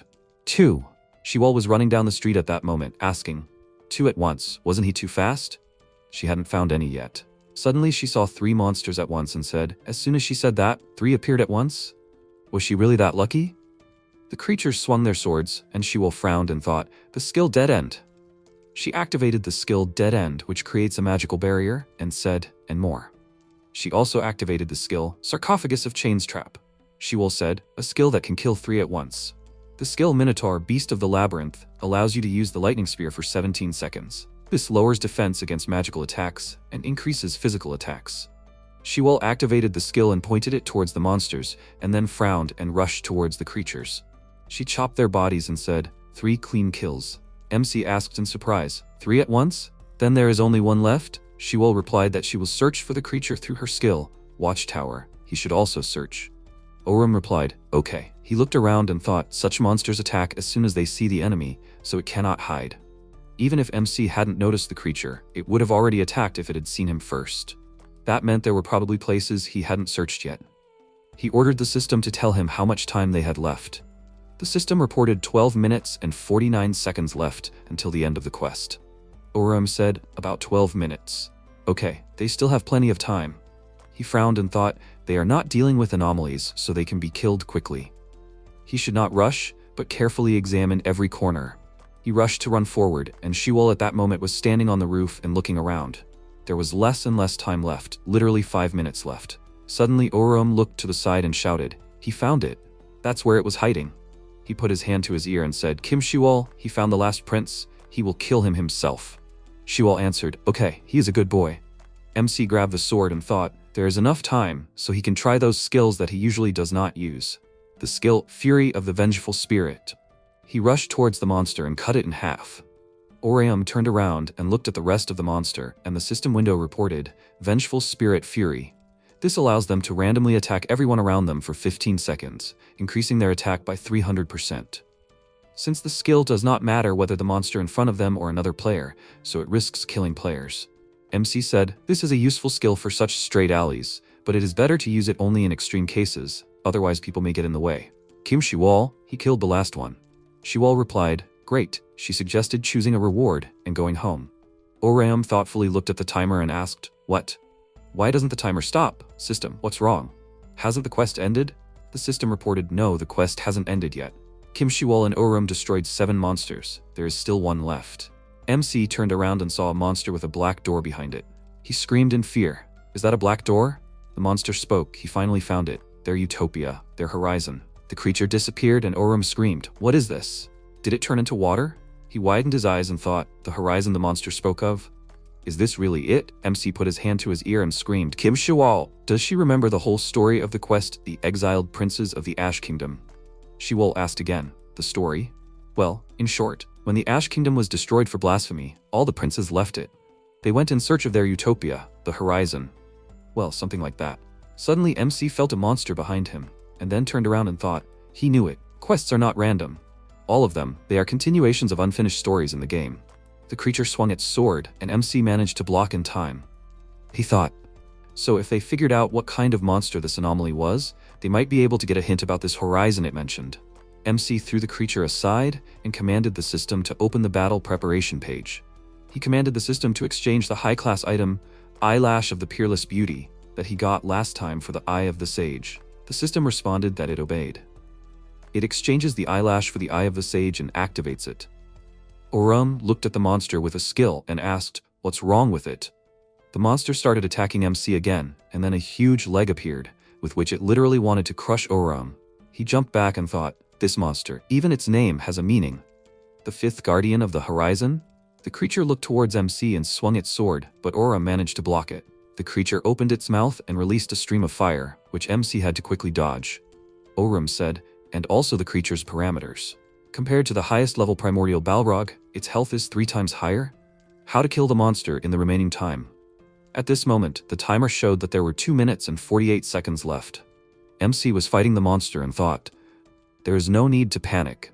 The creature's defense is slightly higher than the Balrog's defense. With the damage it deals, he can definitely defeat the monster in the remaining time. Oram cut off the creature's arms and thought, first he needs to get rid of these 2 arms. Suddenly, the monster's arms returned to their place, and MC's eyes widened in surprise and asked, what? Did they grow? He began to attack the monster faster, which opened its mouth and began to release energy in different directions. It cut off parts of the asphalt, turning it into ruins. MC went from the other side and swung his sword to attack the monster. He thought, if he can't cut off the limbs, then he just needs to constantly attack and not give the creature a chance to do anything in response. The system window reported, skill, revenge, this is a raging flame, whirlwind. The mask on the monster's face began to crack, and Oram thought, we can't stop. Further, the fury of the vengeful spirit. He began to quickly strike the creature, after which the mask began to crack even faster. He frowned and thought, great, the damage is accumulating. If he continues like this, they can finish the quest. Chopped the creature's body and then turned around and thought, wait, this feeling, really? Shual looked at the system window and said, time is up. The monster disappeared, and MC asked, did they lose? So what now? Shiwal called out to him, and he turned around and said, Kim Shiwal. He apologized. He almost managed to kill the monster, but time ran out. Shiwal replied, no big deal, at least he's alive. MC replied, yeah, oh well, they lost, what now? Is there a penalty for this? Shiwal frowned and replied, who knows, they have never lost before, and they have never left a quest unfinished, so she is not sure. Suddenly the system said, how unlucky, Kim Shiwal, Leorum, they lost. Shiwal said, for some reason this tone annoys her. The system reported, but fortunately, they managed to complete more than 50% of the quest, so they will have another chance to complete this one. The opportunity to complete the quest again will appear in 12 hours. It will happen at 15 hours and 50 minutes. MC asked again, at 15 hours and 50 minutes? Shiwal asked, during the day, not at night? The system asked, what did they decide? Do they accept the offer? Frowned and suggested that they refuse. Shiwal asked, why? MC replied, until now the chance of running into ordinary people was small. After all, everything happened at night, but at around 4 o'clock in the morning there are still quite a lot of people walking on the streets. If the quest is on the main street where there are a lot of people, tens or thousands of innocents could get hurt or even die. He doesn't think it's worth taking such a risk for the quest. Shiwal said, but what if they just kill all the monsters first? She frowned and said, no, he's right. Even if one person gets hurt, that would be bad. She suggested giving up like he said. She wonders what the reward would be, but it can't be helped. But she's still upset, so he should buy her strawberry milk and a spicy chicken burger tomorrow. MC smiled and said okay. At least they learned that Horizon is related to the game's story. Maybe they'll go through the storylines from the game before the next quest. Shiwal said okay, she'll go through all the storylines that are related to the quests she's already done. Said okay. Sometime later at school, Sojun called out to Kim Shiwal and asked where she was going after school. Does she have plans? Shiwal said no, she'll just chat with Lee and go home. Sojun smiled and said great. She'll be at her homeroom teacher's career guidance today and won't be going to cram school. Does she want to go shopping with her? Shiwal agreed and asked if they could go out to eat together too. Sojun said yeah, that sounds great. She's acting up today. Maybe they could invite too? She thinks it'll be fun for everyone to hang out together. Shiwal said he was making dinner today. Sojun asked again, dinner? Oh well, she'll text her when career guidance is over, and they'll see each other. Shiwal waved at her and thought she was so cute. She'll make her eat her fill today and look at her hamster cheeks. After a while, MC and Shiwal were standing by the lockers and talking. MC said that he read about the nimble wolf Vaham. There was also a story about his teleportation. When the nimble wolf Vaham delivered a message from God to the shaman, he accidentally fell in love with her. One day, Vaham broke the ban, which said that it was forbidden to kill people in order to protect the shaman from bandits. For this, Vaham was locked on the 46th floor of the underground dungeon. But God took pity on Vaham, because he understood his feelings for the shaman and promised that he would be able to see her. Shiwal looked at him and said, and this promise became the teleportation skill. Said, of course, in the game, Vaham could not cope with his longing for the shaman and broke out of the dungeon. It all ends with the players having to pacify Vaham. Shiwal looked at the screen of her phone and said, she thinks it's true, that the plot continues in reality. All the stories she looked at were somehow connected to reality. So the main storyline of the game also continues in reality? MC replied that he was looking for that too, but there wasn't much information. The main storyline is simply heroes and monsters who have received the power of gods appear in the lands of the Ergosphere. Although he did notice something while reading all these stories. When the NPCs talked about God, they all meant the black hole in the sky. Shiwal asked again, so what? Isn't that just part of the game? MC replied, well, he doesn't know. Aren't black holes considered gates to another universe? He just wondered if that was their hint about the horizon. Shiwal thought about it and said, she doesn't know. There are too many plots to consider. She doesn't think she can find the strength for this too. At that moment, she received a message from Sojung on her phone, who wrote, that's it, she needs to go to the main gate. Shiwal asked, is it already that late? She had things to do, so she went. Is he going straight home? Replied, yes, he has to go too. They walked down the hall together and he asked, is she going to share this with Raison? Shiwal replied, no, they themselves aren't sure yet, and she's going to hide it until the very end and then use everything they learned, because they were trying to get this information. Asked her not to be so strict with Raison. They are allies after all. Shiwal clenched her fists and said, No exceptions. At that moment, a system window appeared, which caught MC's attention.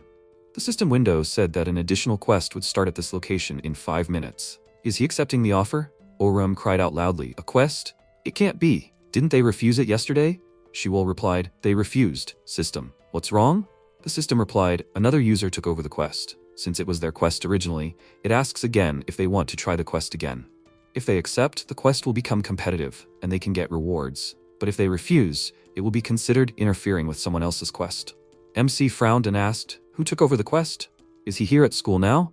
The system window said it couldn't tell. Shiwol screamed, okay, they agreed. Orum called out to her in fear, and she replied that there was no point in thinking about it. The quest had already begun. They had to finish it as soon as possible. That was the only way they could be sure that those who remained at school wouldn't get caught in the crossfire. MC looked at her carefully and replied, he got it. When she found that user, let her tell him.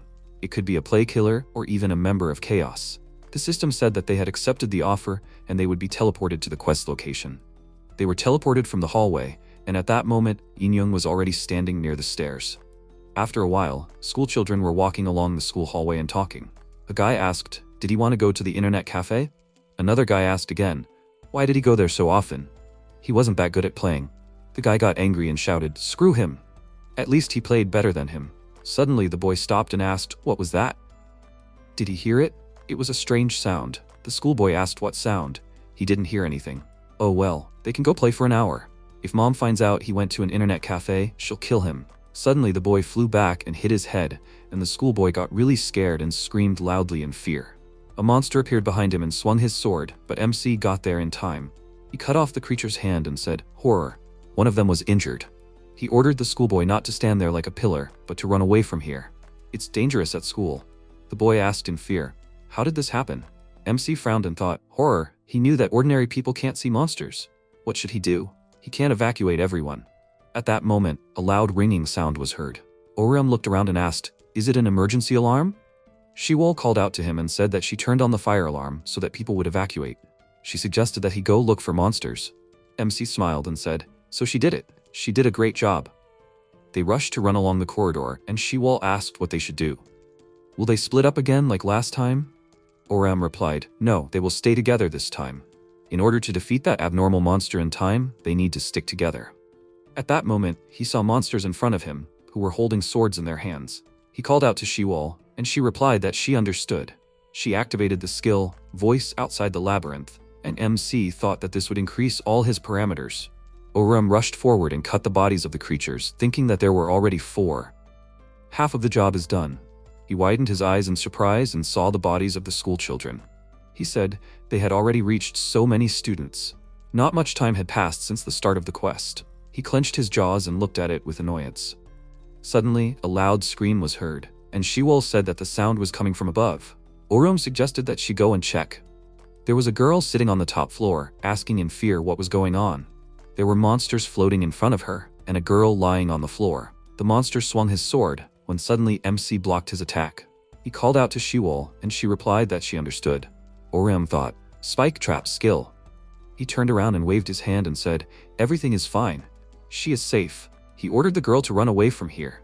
She was crying and shaking, starting to call for her mother. MC turned around and said, everything is bad. She can't hear him. He swung his hand and screamed, horror.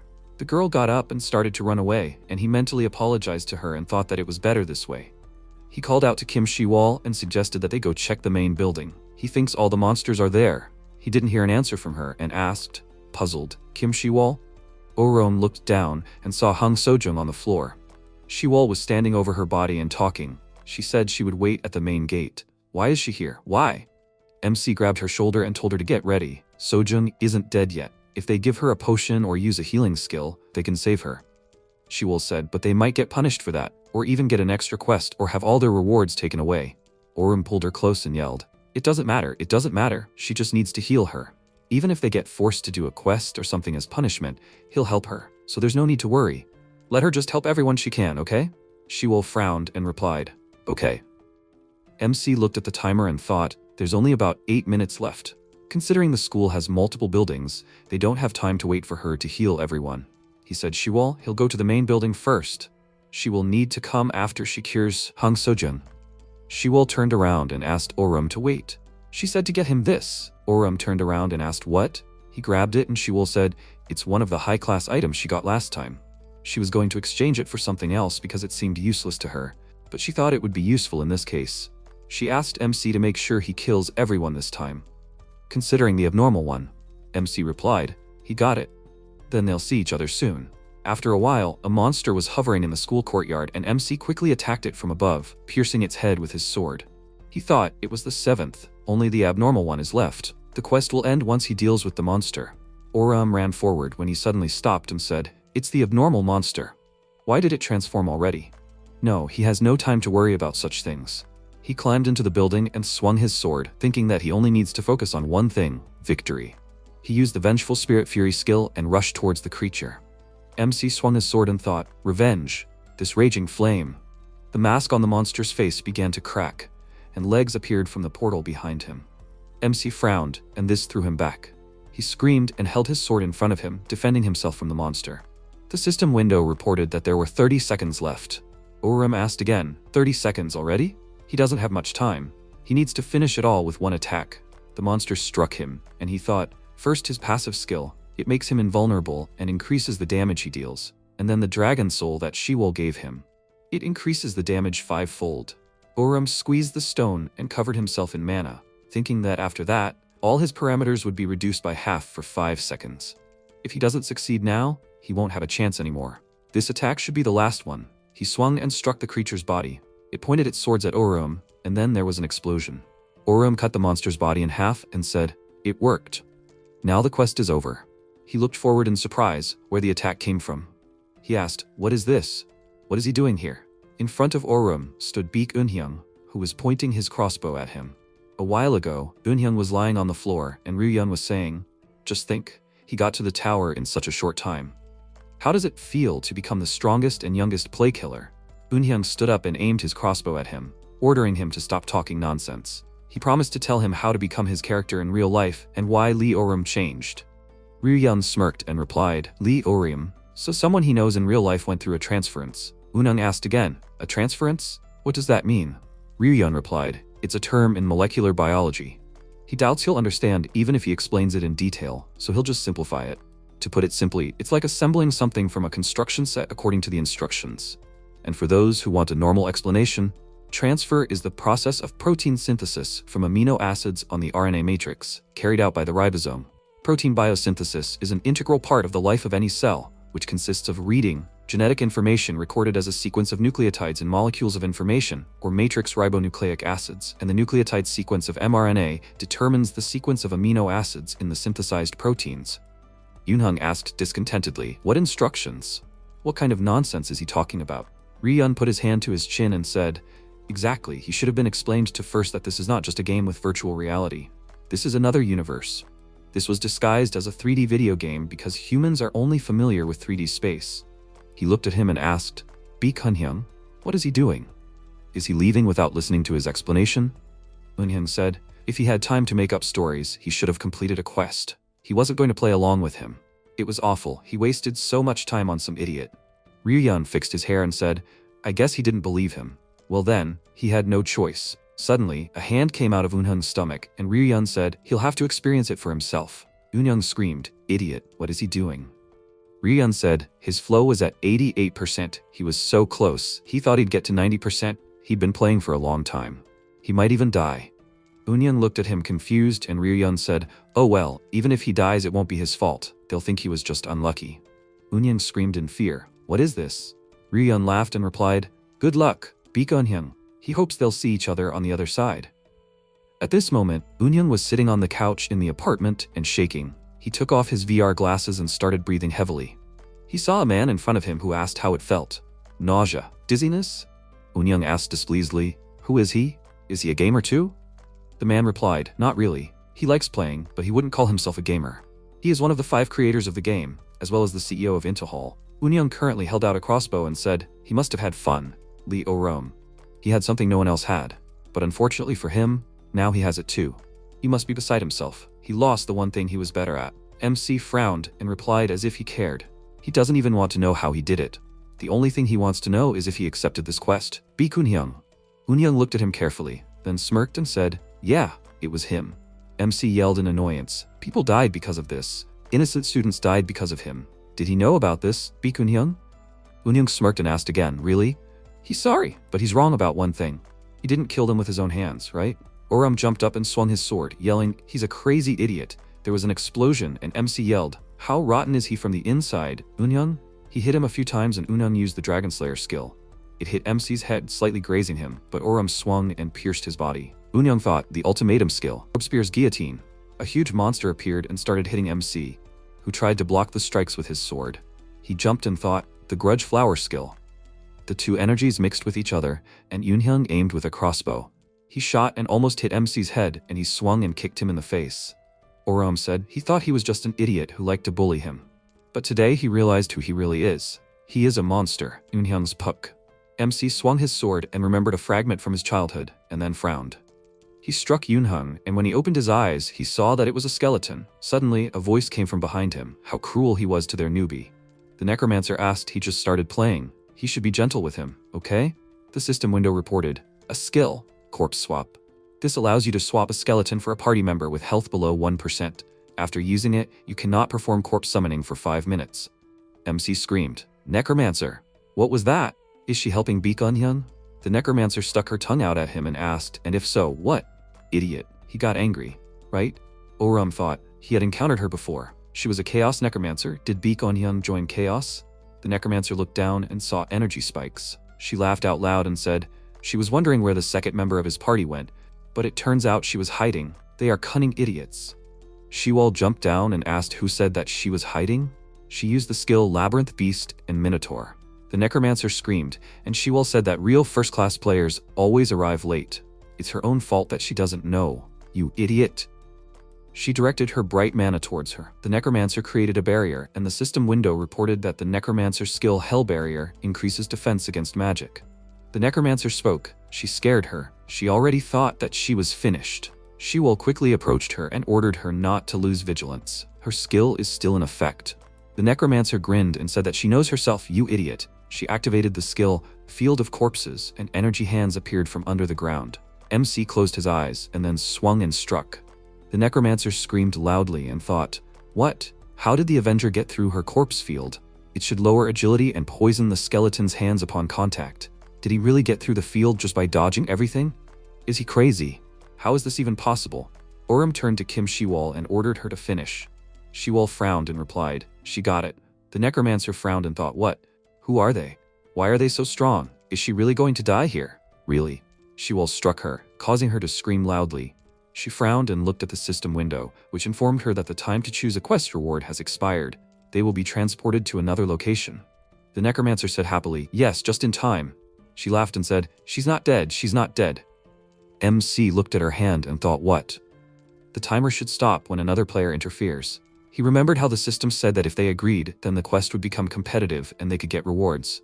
He thought, because the quest was competitive, this wasn't counted as interference? The necromancer pointed her finger at Oram and said, Avenger. He says his name is Lee Oram? She gave him the middle finger and said next time they fight, to be careful. She will destroy him. Oram asked again, is she sure? Judging by what happened today, he doesn't even have to try to defeat her. The necromancer screamed loudly, does he want to die?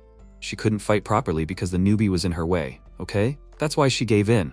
Next time she will show what she's capable of. They're both finished. She will kill them. Got it? Idiots. After a while, Shiwal and Oram teleported and she asked, Oram, is he okay? He has a wound on his face. MC asked again, really? He didn't notice. He can't see his own face. It doesn't matter. He told her to look outside. Several fire trucks and an ambulance arrived, and so many people had gathered. Shiwal said they needed to get out of here, but quietly. If they were found, they would be in a lot of trouble. MC replied, yes, they couldn't tell them anything anyway. After a while, MC was sitting on the stairs, and Shiwal was standing next to him. She folded her arms across her chest and said she thought no one would see them here, so she could heal him. He can't go home with that face. Oram replied, it's okay. They can't be caught off guard by chaos while she was casting the heal. It takes too long. Shiwal took out her phone and replied, okay, let him do as he pleases. MC asked, by the way, how's Hein Sojun? He saw that she got it pretty bad. Shiwal replied that she had treated her and moved her to a safe place. She was probably already in the hospital. At that moment, she received a call on her phone. Shiwol answered and waved her hand and said she was going. The housekeeper was calling her. MC replied, okay, let her be careful. He thought about it. It means they called from home. The housekeeper must have gotten worried when she saw the news. He reached into his phone pocket and thought, did anyone call him by any chance? Maybe someone was also worried about the news. He took out his already broken phone and said, well, it's strange that it didn't break earlier. After a while, the Chaos members were sitting in the apartment. The butcher said he had so many hopes for the newbie. They said he was good, but he was useless. He was blown to smithereens by the Avenger, even though he can deal damage from a distance. The necromancer asked him not to be so cruel to him. He doesn't even have a rank. At least his face is nicer than his. The butcher replied irritably, she is the most unpleasant one here. She is useless and an idiot. She was told to keep an eye on the newbie, but she interfered and lost herself. Is she really in 22nd place? The necromancer got angry and shouted, what? What did he call her, fatso? He doesn't even have a rank. If he doubts her abilities, maybe they should fight. She activated her mana, and the butcher took out his axe. Ryun ordered them to stop. If they fight indoors, there will be trash everywhere. If they want to fight, then let them go somewhere far away. If no one sees them, they can both die there. The butcher asked, Ryun, when did he get back? Is he not in intelligence anymore? Ryun smirked and replied, yeah, he's not going back there anymore. The leader said the horizon is coming soon, so he'll stay here for now. He still has a lot of games he hasn't played. The butcher said with displeasure, a frivolous, lazy person. Ryun looked at Eunhyung and said, but first, he thinks they need to take care of something. He thought about it. The Executioner and the Avenger. Even if the latter has a rank, the Executioner is higher in the class hierarchy. It seems like it's about Eunhyung's skills. Although no, he has enough skills, but he doesn't have experience. It's all about the Avenger. The Avenger is strong enough to afford to ignore the class hierarchy. If left as is, he's sure he'll interfere with their leader's plans. What should he do? He felt like Baek Eunhyung wanted to deal with the Avenger himself, so he thought about leaving them alone, but it seemed like it would take too long. Then maybe he should kill him himself? The horizon was approaching. It would be nice to deal with potential obstacles in advance. He said, the longer he puts off the games, the less interested he is in them. Ryun is a trickster in rank 5. After a while, Autumn was standing on the stairs near the wall. MC came out from around the corner and screamed, sister. Autumn asked, Autumn, is he okay? Why is he so late? MC replied that he was just talking with his friends. Autumn worriedly asked why he didn't answer her calls. Does he even understand how worried she was after the news? Autumn apologized and asked, what's the news? Did something happen? Ahram took out her phone and said, something exploded at his school. A lot of people were hurt. Someone even died. 12 people were injured and 9 were killed. Ahram showed the phone screen and said to look. The building was destroyed. There was chaos. MC replied, what a nightmare. He thought he shouldn't tell her that he was at school then. Otherwise she would worry. Suddenly Ahram asked him to wait and asked, what is that on his shirt? Is that blood? What is that? Why are his clothes torn? What happened to him? Ahram replied, nothing like that. He was just playing football during recess. He tripped and his nose started bleeding. Ahram asked again, did his nose start bleeding? Did he definitely trip while playing football? Is he sure? Then, why is there no scratches on his face? MC's eyes widened in fear and said, well, that. He exhaled and apologized. He lied. He was at school when it all happened. But he's perfectly fine. She can see. She's a nurse. Ahram waved her hand and said, not all wounds are visible at first glance. Does he know? He may have damaged internal organs. Some people even die from internal bleeding because they don't realize their wounds are inside. How does she know he's okay? This won't do. He needs to go to the hospital immediately. Aryam took out her phone and said that she would call a doctor she knew, and he would go to him tomorrow. Ahram answered, but he felt fine, and he had to go to school tomorrow. Ahram waved her hand and told him not to worry about it. The school will be closed for a week because of what happened. And also, stop acting like nothing happened. She hugged her brother and said that she was really scared. She was afraid that he would be one of the 9 who died. MC thought that she only acted like that time. He replied that he understood. He would go to the doctor tomorrow. So, she shouldn't worry about him too much. The next day, Ahram was sitting in the hospital thinking he had promised, but now he was worried that they would find something weird on him. What if it turned out that he was not a human or something? He imagined the doctor screaming. He was not a human. He was a potato. At that moment, a nurse came out of the office and said, Lee Ahram, let him come in, please. Ahram replied, he was coming. He entered the procedure room and said hello. Noah smiled and said hello. He was Ahram's younger brother. They seemed to have met before. He remembered him. Ahram? MC asked in surprise. Had they met before?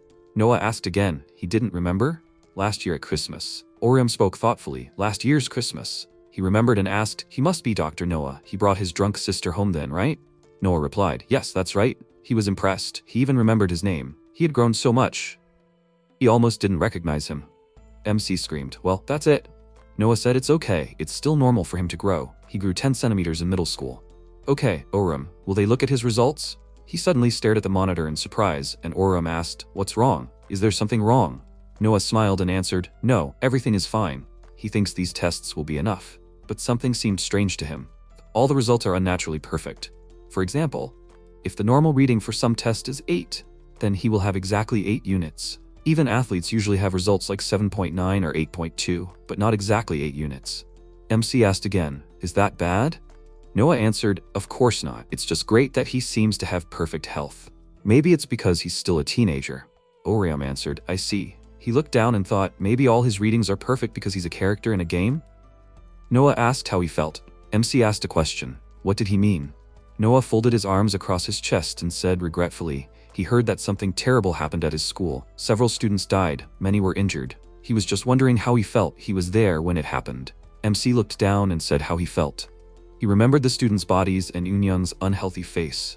He answered, he was angry. He couldn't even describe how angry. If he had tried a little more, he could have prevented this. He was angry at himself because he couldn't do it. Noah said that it wasn't his fault, it just happened. But he understands how he feels. Many survivors of terrible incidents feel guilty. Why was he the only one who survived? If he had done something, he could have saved everyone. They constantly repeat such thoughts in their heads and in the end convince themselves that it was their fault. But if you think about it seriously, he probably did the best he could at that moment. Isn't that right? He should forgive himself, so that if it happens again, he can do his best. Oram replied, yeah, that's right. He wondered, what was that? A weird feeling, like someone used a heel on him. Noah smiled and said, well, that's just his opinion, of course. If it continues to bother him, he can refer him to a therapist. Psychological trauma from youth lingers for a long time. MC replied, I see. Then he got. Suddenly Noah asked him to wait and said that he wanted to ask him something. Oram turned around and asked, right? Noah asked, did he by any chance play games yet? MC was surprised by such a question, and Noah said that he heard from Ahuram that he is good at Ergosphere online. MC smiled and said, yeah, he plays sometimes, but lately not anymore. He has a lot of studying. Noah asked then, why don't they play together when they have time? He plays the game too, although he's not as good as him. MC smiled and asked, really? He asked her to tell him through Aram when he has time.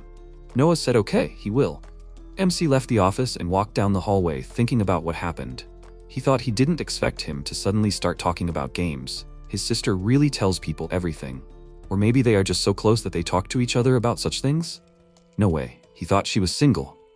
But didn't they both go drinking together on Christmas?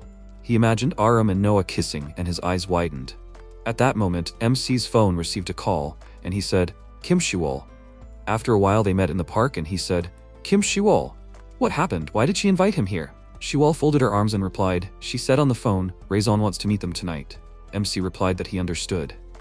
But why do they have to meet here? Can't they just go to their base? Shiwol replied that they can, of course, but he needs to turn around. He turned around and asked, is that it?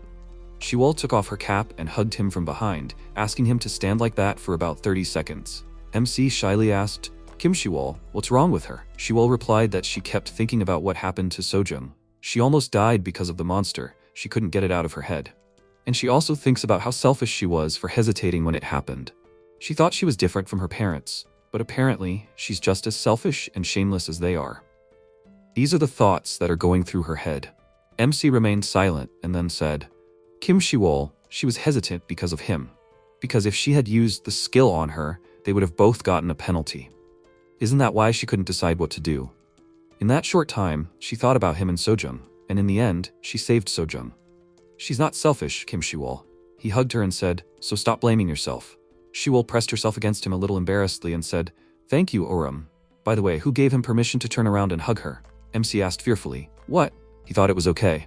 Shiwol asked again, is he kidding me or something? He rubbed his nipples against her face. Oram screamed, no, here are his nipples. Shiwol asked, what is he doing?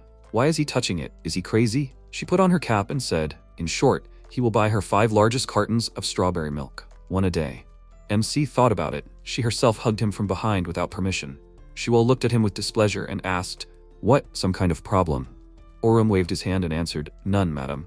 Shiwol smiled and said, great, so that there are none. Orium asked, why does Raizon want to meet them? Did something happen?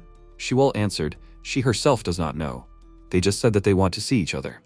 Well, probably it is about information or exchanging items. After a while, Songa folded her arms across her chest and said that tonight they will hunt Chaos. MC asked, so they found their base? But how? Songa smiled and replied, they had several ways, but the best one was the incident at their school. They searched several places that they thought could be their base, and they saw Chaos entering the base during that incident. It's unlikely to be a trap considering how much they were in a hurry. They watched them until the morning and saw Chaos's people coming in and out, so they're sure it really is their base. Shiwol frowned and asked, why are they telling them this? Because they're allies? Songa asked, don't they guys want revenge? Don't they want to destroy those idiots who destroyed their school and hurt their friends? Destroy them quickly and completely. Well, she doesn't need them for that, of course. She's just saying it because she doesn't want them to be mad that they weren't told about this possibility. She asked him to tell her. Will they join them in their attack on Chaos's base today? MC replied, he does. He knows someone from Chaos. They used to be friends but not anymore. He doesn't want him to fall at the hands of someone else. He wants to do it himself. Songa said, okay, then it's his. He just needs to describe what he looks like before they get inside. What will she do, Kim Shiwol? Their group, will she join him? Shiwol said yeah. MC looked at her and said she doesn't have to agree, Shiwol. It's just between him and Baekhyun. Shiwol said that's not it. They just got a message about the quest. It'll be tonight at midnight. He knows they can't refuse, because this quest is their punishment. The protagonist said in shock that this was really a punishment. They probably got penalty points for curing Sojung. However, their punishment shouldn't be so severe just because of that. He thought that if they just paid, they wouldn't have to do this quest. Shiwol remarked, thinking back to the past, that she had actually cured several more people after Sojung.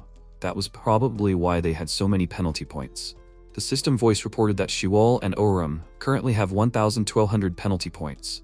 They were penalized for using skills on normal people 8 times and for using items 4 times. She awkwardly said, scratching the back of her head with her hand, that their money wasn't enough. There were still 500 unpaid points. In order to avoid doing the quest, they would have to give up all their status points and items. Although they could exchange the money they won for real money, it didn't work the other way around, so they couldn't spend their money. She apologized to him. It was all her fault. The protagonist looked at her with concern and said that she didn't need to apologize. She did everything right. The system shouldn't penalize her for helping people who were hurt because of the game. The MC added, placing his hand on her shoulder, that she didn't need to worry about it. Shiwol looked down and said that she understood. Songa looked at them with a puzzled expression. She then said that if they wanted, she could lend them 500 million won to pay the fine. However, it would be better for them to complete the quest today rather than participate in the war. She thought about it and came to the conclusion that she was wrong. Even though they had a rank, they were still children. She shouldn't lead them down the path of revenge. It was better for them to continue doing quests, leveling up their skills, and gathering information. And they should try not to interfere in the squabbles between guilds anymore.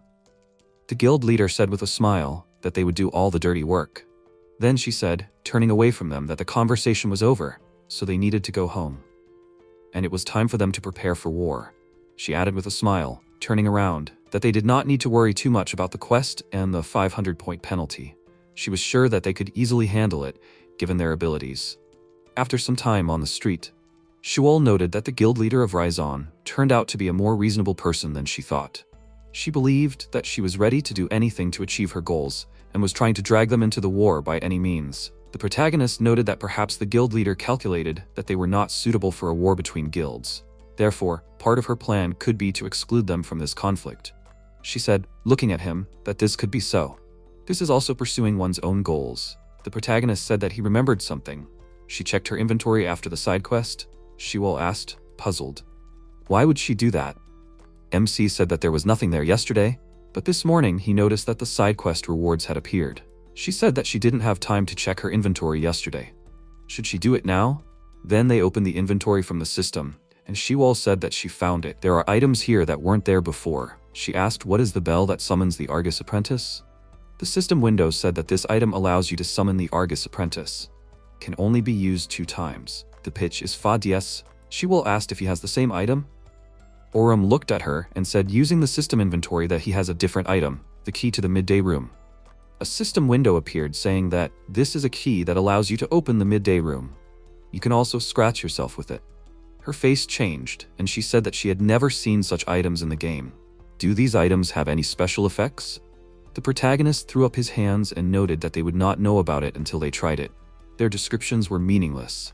Shiwol suggested starting with his item, because her item had a limit of 2 uses.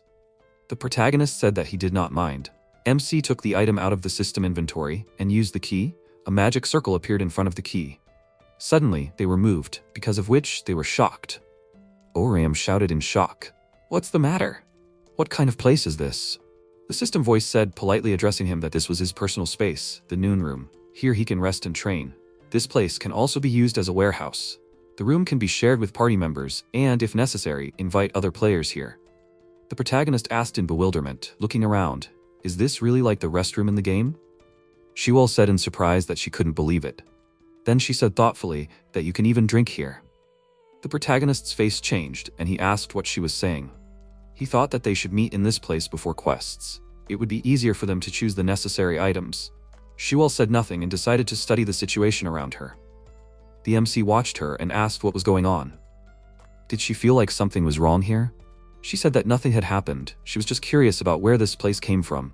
Everything in this room seemed so real, but outside the window was not the place they were in, which meant that they had been transported here.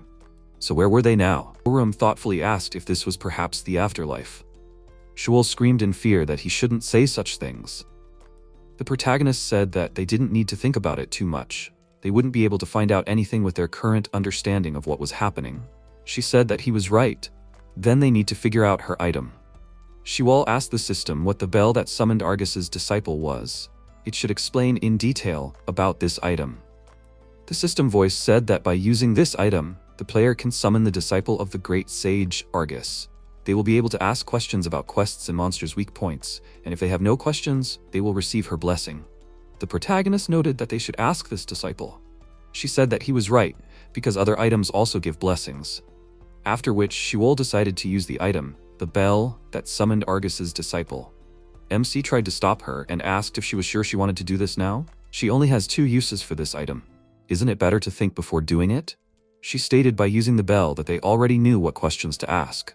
Oriam asked in confusion, did they really know? Then he realized what she meant. At that moment, a golden magic circle appeared on the floor, and a girl appeared holding a staff in her hands. She said that she came to share with those who were not enlightened the knowledge of the 3rd disciple of the deeply respected great sage Argus. The protagonist looked at her in surprise and said that she was cute. Shiwol looked at him in annoyance. She shouted that her first question. She should tell her about all of Orum's perverted dreams. The protagonist was shocked by this. The disciple of Argus said, apologizing that she could not answer that question. She indignantly said that she was cute, but so useless. The MC asked embarrassedly, what was she doing? They could have wasted the question in vain. Shimul's expression changed and said that then her real question. What does she know about the event, Horizon? She wants to know all the details. She noted, looking down, that she knows little about Horizon, only the prophecies of her teacher. So she will tell about them. When the 6 pillars fall, thunder will come. The forbidden gate will open, and a moonless night will descend. Those who have not been enlightened will leave the Holy Lands and head to the Citadel Lands. Those who survive the journey will fall prey to the beasts. The Argus disciple said as her 3rd eye opened that they must fight, and fight even more. This is the only way to satisfy the desires of those who remain in the Holy Lands. And this is the only way to end the banquet. Oron looked at her with a tense expression. Sometime later, in the city on some rooftop, a member of the Chaos Guild, sitting on a lounge chair, was playing on his phone. Afterwards, he yawned and said that he was bored when nothing happened. He rubbed his hand over his eye and looked away in surprise. The Chaos Guild member said that he thought he saw someone. Perhaps he imagined it?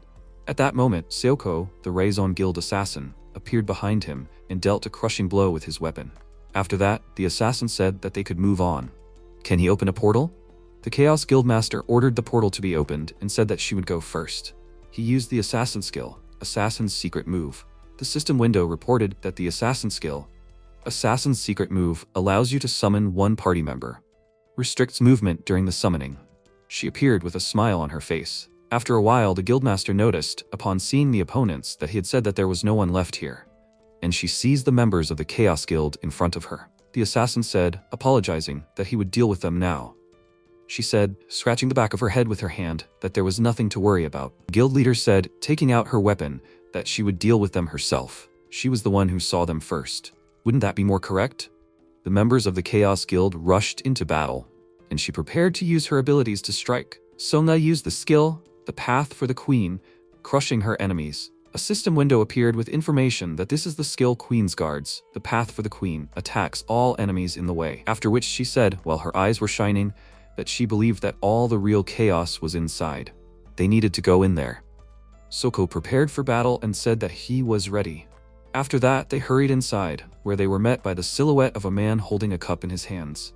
The man said, while the shadow hid his face, that he had prepared many cups. He thought there would be more. Did they really only have 2? Sunga said that 2 guests were more than enough for him, and wasn't it a bit late for tea? She gloomily noted, preparing for battle, that there should be a time for everything. Wouldn't a party be more appropriate for such a late night than a tea party? He noted with a smirk that she was the leader of the Raison Guild. He had always wanted to meet her at least once.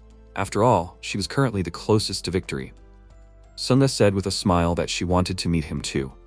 After all, he was part of the Chaos Guild, and she wanted to kill everyone who joined the Chaos Guild.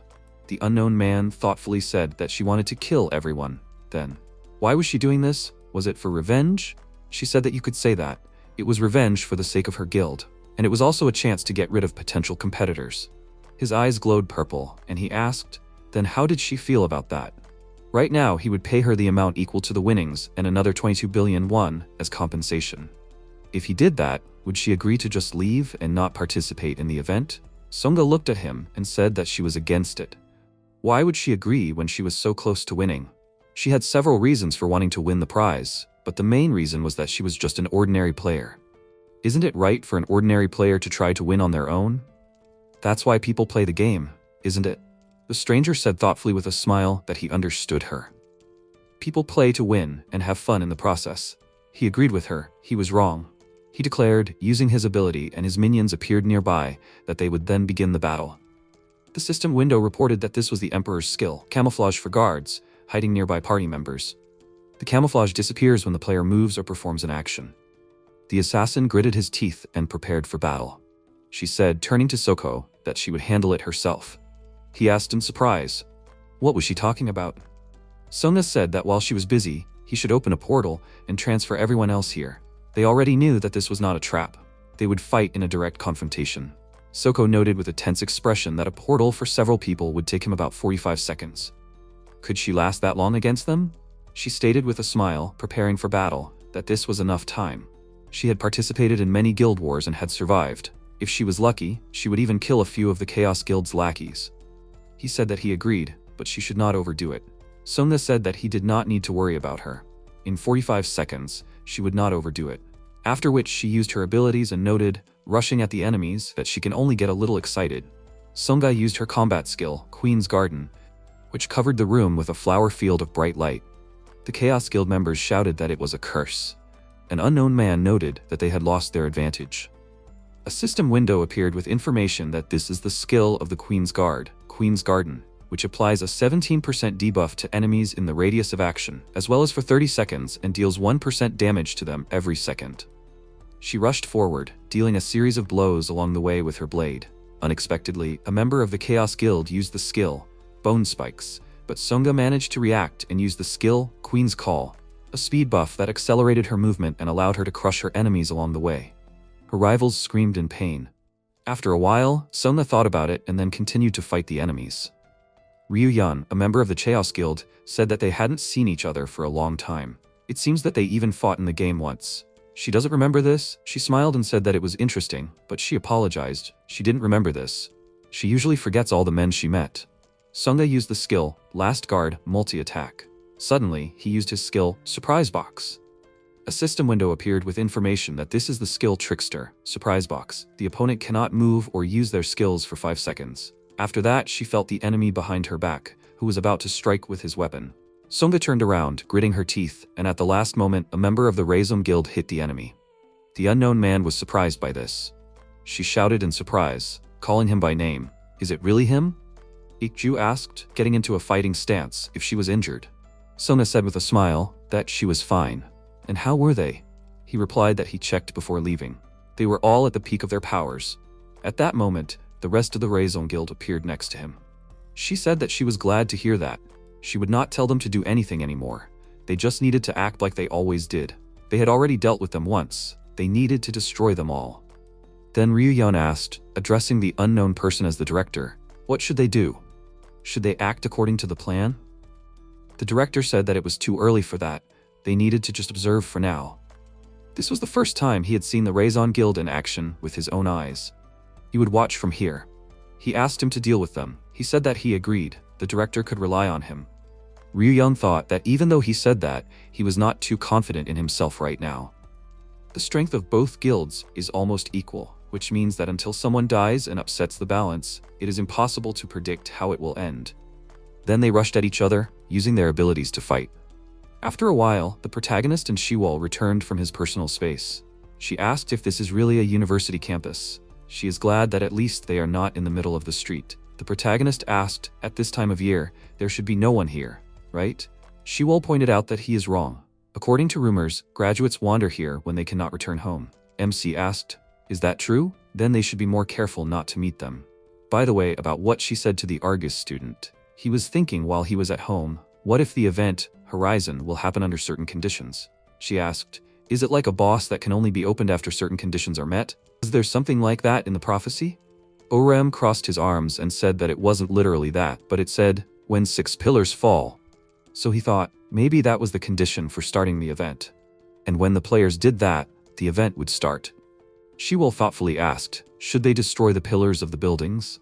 Suddenly, the system voice said that there was 1 minute left until the quest started. The protagonist asked, turning to the system, what kind of quest was this? A normal monster pacification like before? The system voice said that he was right. It was a pacification quest, but now other players would join them.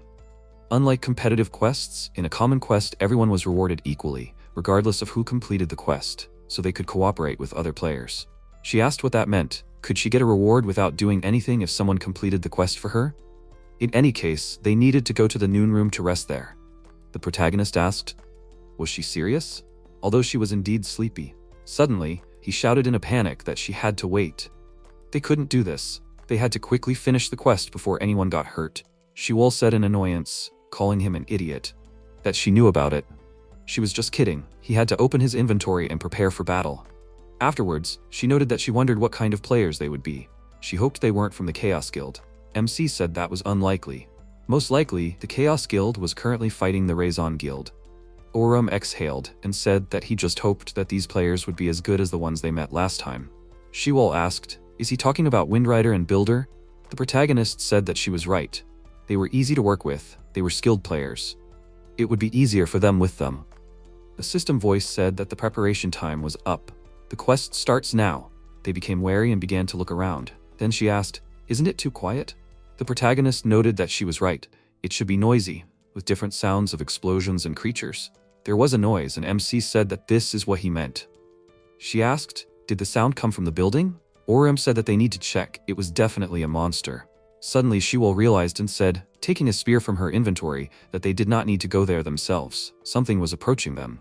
Orem shouted in surprise. What was going on? A silhouette appeared in front of them, and they prepared to fight, tightly gripping their weapons. An unknown guy shouted, sobbing, that he was asking for help. They looked at him dumbfounded. He shouted that he finally found people here. He found players. He was asking for their help.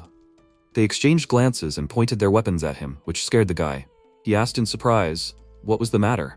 He didn't even have a weapon. The protagonist said that he was suspicious. He didn't have a weapon, although the quest had already begun. Perhaps he was a player killer who pretended to be stupid and attacked from behind. Shiwol said that he should show his weapon. They would talk after it became clear what class he was. He closed his eyes and said, stretching his hands out in front of him, that he agreed to show his weapon. Then a dark-colored sword appeared in his hands. He said that it was the Kyria guiding sword. It was an adventurer class weapon. She asked, is it possible to get a rank when the class is of the merchant type? The protagonist thoughtfully asked, what is his rank in the game? He asked in confusion, what are they talking about? He doesn't have any rank. He was just playing for the plot. The MC asked in confusion, he has no rank? Orem looked at the girl and asked what this means. Aren't only those with a rank transferred? Shiwol noted that in the guild, Raison, there were also unranked players. Maybe there are other conditions for transfer. He shouted in fear that now is not the time for this. Monsters are chasing them now. Suddenly, an undead in armor appeared, who was about to strike with its blades. At the last moment, the protagonist blocked the enemy's blow with his weapon and thought, gritting his teeth, that he had never seen such a monster. This is some kind of anomaly. She pushed the guy aside and shouted that he should step aside if he is not going to fight. The creature grinned and dodged the skill, a trap made of chains, rushing at them. They looked at the monster in shock. The protagonist thought with a worried expression, did the creature dodge the trap? So the monster's special characteristics are agility and flexibility? After which, MC jumped back, blocking the enemy's attack. Oram gritted his teeth and thought that this was a curse. This creature does little damage, the blows do not knock down, but the enemy's attacks have too complex regularity. Normal monsters only have one elbow joint, so it is easy to guess where the blow will be delivered, but this creature has two joints, so it cannot predict the enemy's blow. He must understand how it attacks and as quickly as possible, and also find the weaknesses of this creature. The guy with the adventurer class shouted that he should aim for the torso, or more precisely the right side.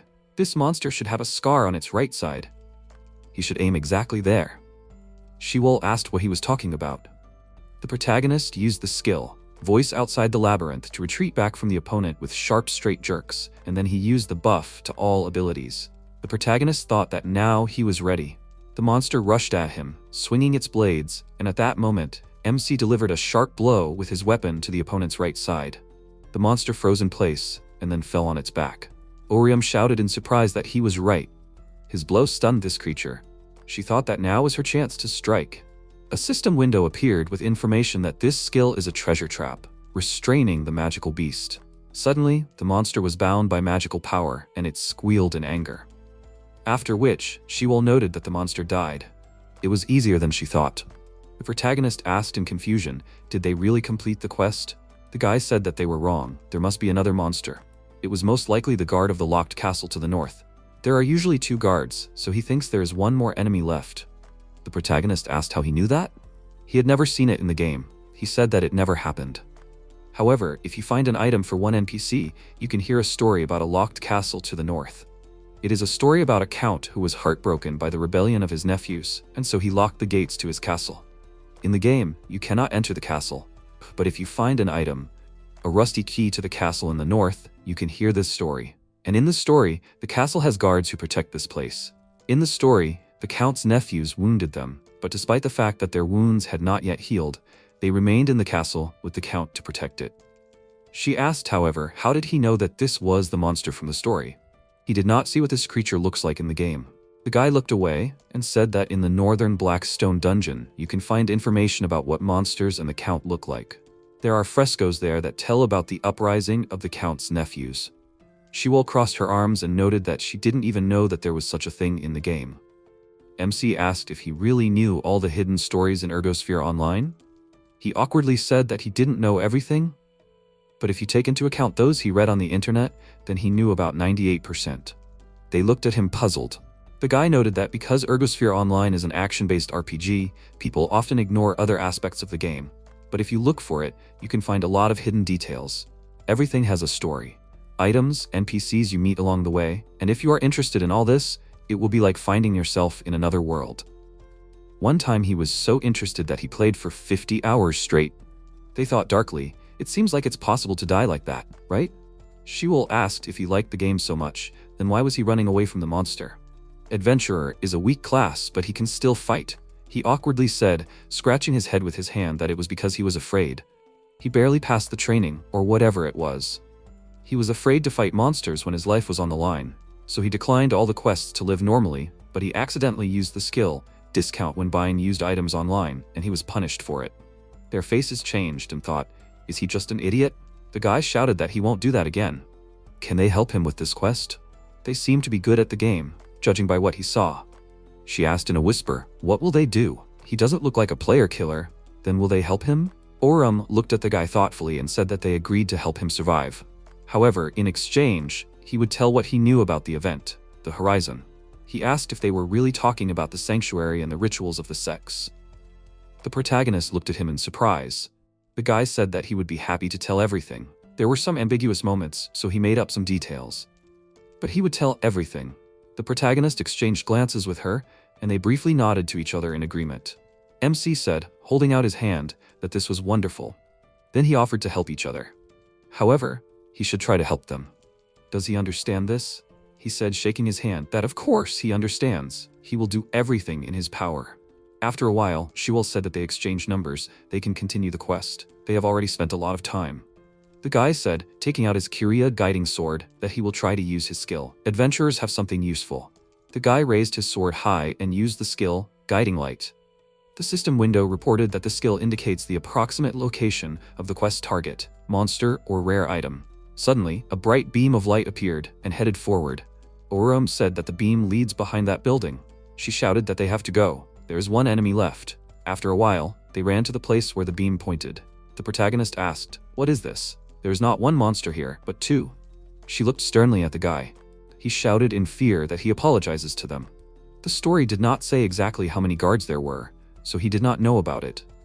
What should they do now? It was already difficult with one, and here there are already two opponents. Maybe they should lure them out one by one? The protagonist said that he is against it. They already know their movements and weaknesses. They will not need it. The guy looked at him in surprise. MC stated, addressing the girl by name, that he would take on both opponents at once, and he politely asked her to cover him. Shuel said that she agreed. She will use the skill when necessary. He shouted in shock. Was he really going to attack them directly? Orum said that was exactly it. It took a while last time because he didn't know how they attacked, but now that he understood the regularity of their attacks, he could handle two easily. Besides, they were just monsters in a punishment quest. The protagonist suddenly attacked the opponents and noted that they were only worth 500 points. The guy thought in surprise that this was amazing. It took courage to attack several monsters directly, and to cope with new regularities, you need to be able to quickly adapt. He had seen many players, but few as capable as him. If it was him, then maybe he could do it. After the protagonist dealt critical damage to the creature with his blade. At that moment, another creature was about to pounce from behind, to which he turned his attention.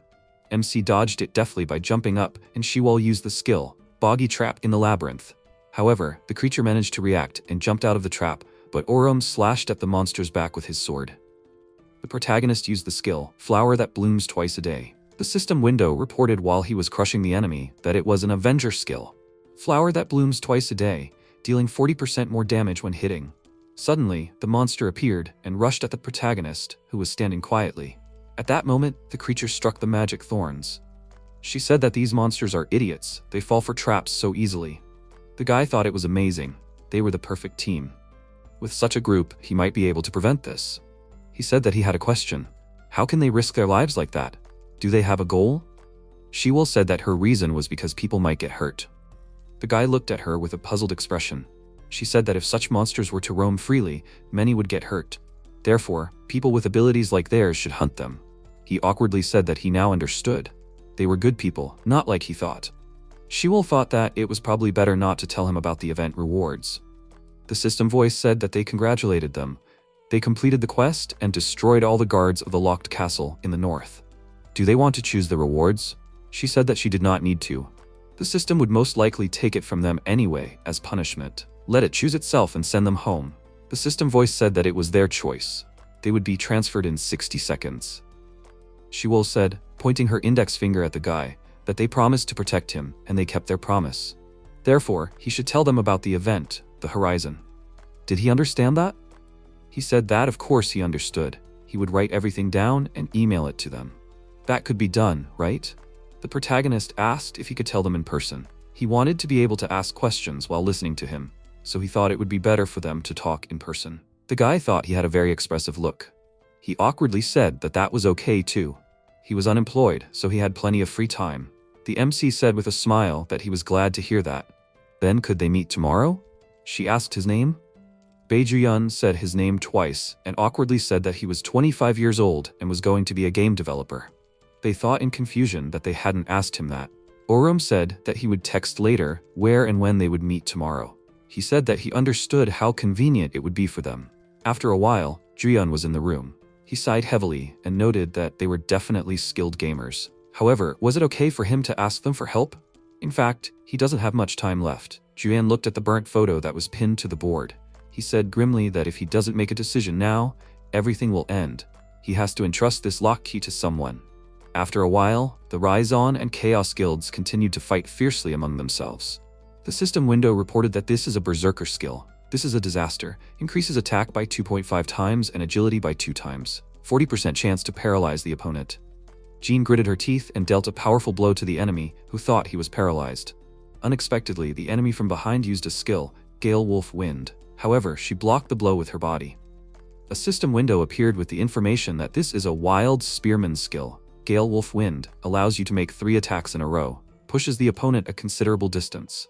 Jean could barely hold back the blow, and at that moment, Ikshu made a powerful punch to the enemy. Then a purple skull appeared behind him. He turned around, gritting his teeth. At the last moment, Raimi destroyed the enemy attack with her magic weapon. She used the skill, shot number 3. A huge magical bird made of flames appeared, which pounced on the enemy. The system window reported that this is the skill of the magic shooter. Shot number 3, intercept the target at a distance. This is a long-range attack. Suddenly, a deafening explosion occurred, and the enemies screamed in pain. Then Woyan asked, turning to Jean, "Is she okay?" Jean said that everything is fine, she was just pushed away by the skill. At that moment, her body glowed because Zhang used his ability to heal her wounds. The system window appeared with the information that this is the skill of the angel. Angel arrival, teleports the player to his party. He said that she shouldn't worry. He was already here. He would heal everyone. She thanked him sheepishly. At that moment, Seonho was fighting fiercely behind Zhang. She then said that she was sure that they were running out of healing items. Maybe they should end this? Hyung-sung asked what she wanted to do this time. Should they take out the ones on the front lines one by one? She said that he had guessed wrong. It would be hard to take them out one by one. They were all crowded in a narrow passage. They would only waste time and skills. They should focus on him, on that guy who was doing nothing there. His class was Emperor. He pointed out that it was a rare class. Could he be the leader of the Chaos Guild? Sungna said that she didn't know, but it was probably true. She tried to get to him, but the enemies were blocking all the paths to him. To shake up a stalled chess game, you need to attack the king. If they suddenly attack the king, they will destroy their formation because they will go on the defensive. Hyung-sung asked, won't they be surrounded like that? She said it doesn't matter. They have a healer, and the enemy doesn't. Then Sungha shouted, rushing forward, that he should not be afraid and not move away from him. The system window reported that it was the skill of the Queen's Guard, Rose Thorn Saber, adding a piercing bonus to the attack. Ryu-yeon worriedly turned to the director. The leader of the Chaos Guild said that they finally realized that he was the boss. He said that they can still use teleportation to escape.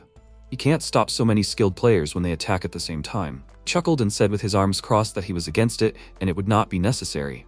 He knew this would happen, and so he tamed a hunting dog. Ryu-yeon asked in confusion, what is he talking about? Chaos Guild leader said that a hunting dog always bites into the throats of enemies, and it can instantly turn a losing situation in their favor. Suddenly, an unknown enemy appeared behind Zhang, who was preparing to strike with his weapon. At this moment, Chaos Guild leader noticed that it was Hong Kiho with the Reaper class. Kiho dealt a crushing blow to his opponent, which shocked the members of Raizan. Sona screamed out Zhang's name in horror. Suddenly, a system sound was heard, and a doll appeared. The system message said that it was a dear friend who saw his childhood tears, doll Mary Ann. When the HP of the player who owns the item drops to 1%, it is instantly restored to 15%. Kiho shouted that this will not help him. He used the skill, Death's Rampage, aiming his attack at the opponent's back. Zhang reacted at the last moment and used the skill, Blessing of the Stars. A system window appeared, informing him that his defense against physical damage had increased by 70% and against magical damage by 55%. Zhang thought that he needed to hold on a little longer. If Raizan lost him, the only healer, they would not be able to attack. He shouted through clenched teeth that even if he died, he needed to try to hold on a little longer. Raizan's guildmaster ordered Raimi and Ikshu to go help him. They could handle this on their own. Ikshu shouted that he understood the order. Raimi worriedly noted that there weren't that many of them. Would they be okay? They could be surrounded. She said that she didn't need to worry about them. As their leader, she would take care of everything. Sungha rushed at the enemies, using her abilities. The Chaos Guild leader remarked with a smirk crossing his arms that she was very persistent and braver than he thought. They split into 2 groups. He knows what to do next, right? Ryu-yeon chuckled and said that he knows. He can rely on him. Then he shouted to his minions from the Chaos Guild that they need to concentrate all their attacks on the Raisin Guildmaster. Once they kill her, they won't be able to do anything else because they are nothing without their leader. They must attack together and destroy her. Woyeon suddenly attacked him and asked, so he said that seriously? He asked in annoyance, calling him a cockroach. Then who is he? Can he do anything on his own without his leader's instructions? He smiled and thought that his opponent, the Dragon Hunters, is a rare class. Ryun said with a sneer that he is somehow annoying. The Chaos Guildmaster said with a laugh that after all, these are not ordinary players. They can't be defeated that easily, even when their formation is broken. Then why doesn't he intervene? He used the skill, Audience with the Emperor, and Sunga thought in shock as she felt the pressure. What kind of ability is this? She can't move. Soko asked in horror, is this a rare debuff? The system window reported that this is the Emperor's skill, Audience with the Emperor. It decreases the attack power and defense by 65%, reduces the movement speed of up to 5 people. Wo Yun clenched his teeth in annoyance. What kind of terrible skill is this? This is a curse. Ryu Yun took the opportunity to kick him in the face. He laughed and shouted that if he is a cockroach, then he can be classified as the trash he eats. Ryu Yun ordered the Chaos Guild members to use everything they have and destroy the Raison Guildmaster. They rushed towards her, preparing to strike with their weapons and abilities. There was a deafening roar that hid Sunga behind a magical attack. Her teammates loudly called her name. Afterwards, they asked in surprise, is this a blessing? A system window appeared with information while Sunga was blocking their attack, that this is a monk skill, Instant Enlightenment, cancels 55% of damage received and all superimposed effects. Sunga said, turning to Hyeongsung, that he intervened just in time. Hyeongsung said that she does not need to thank him. She just needs to make sure that his efforts are not in vain. She said that of course, she will make sure of it. Sunga used the skill, the ultimatum of the Queen's Guard. God save the Queen. The system window reported that this skill cancels 60% of the damage received, reduces damage received by 22%, increases attack power and agility by 550%. The skill lasts for 60 seconds, after which it cannot be used for 2 minutes. She took a fighting stance and said threateningly that they were a bunch of idiots. They had to destroy her immediately. Now they were finished. Sunga dashed through the enemies in her path with a lightning dash and thought that now she did not have to deal with them all.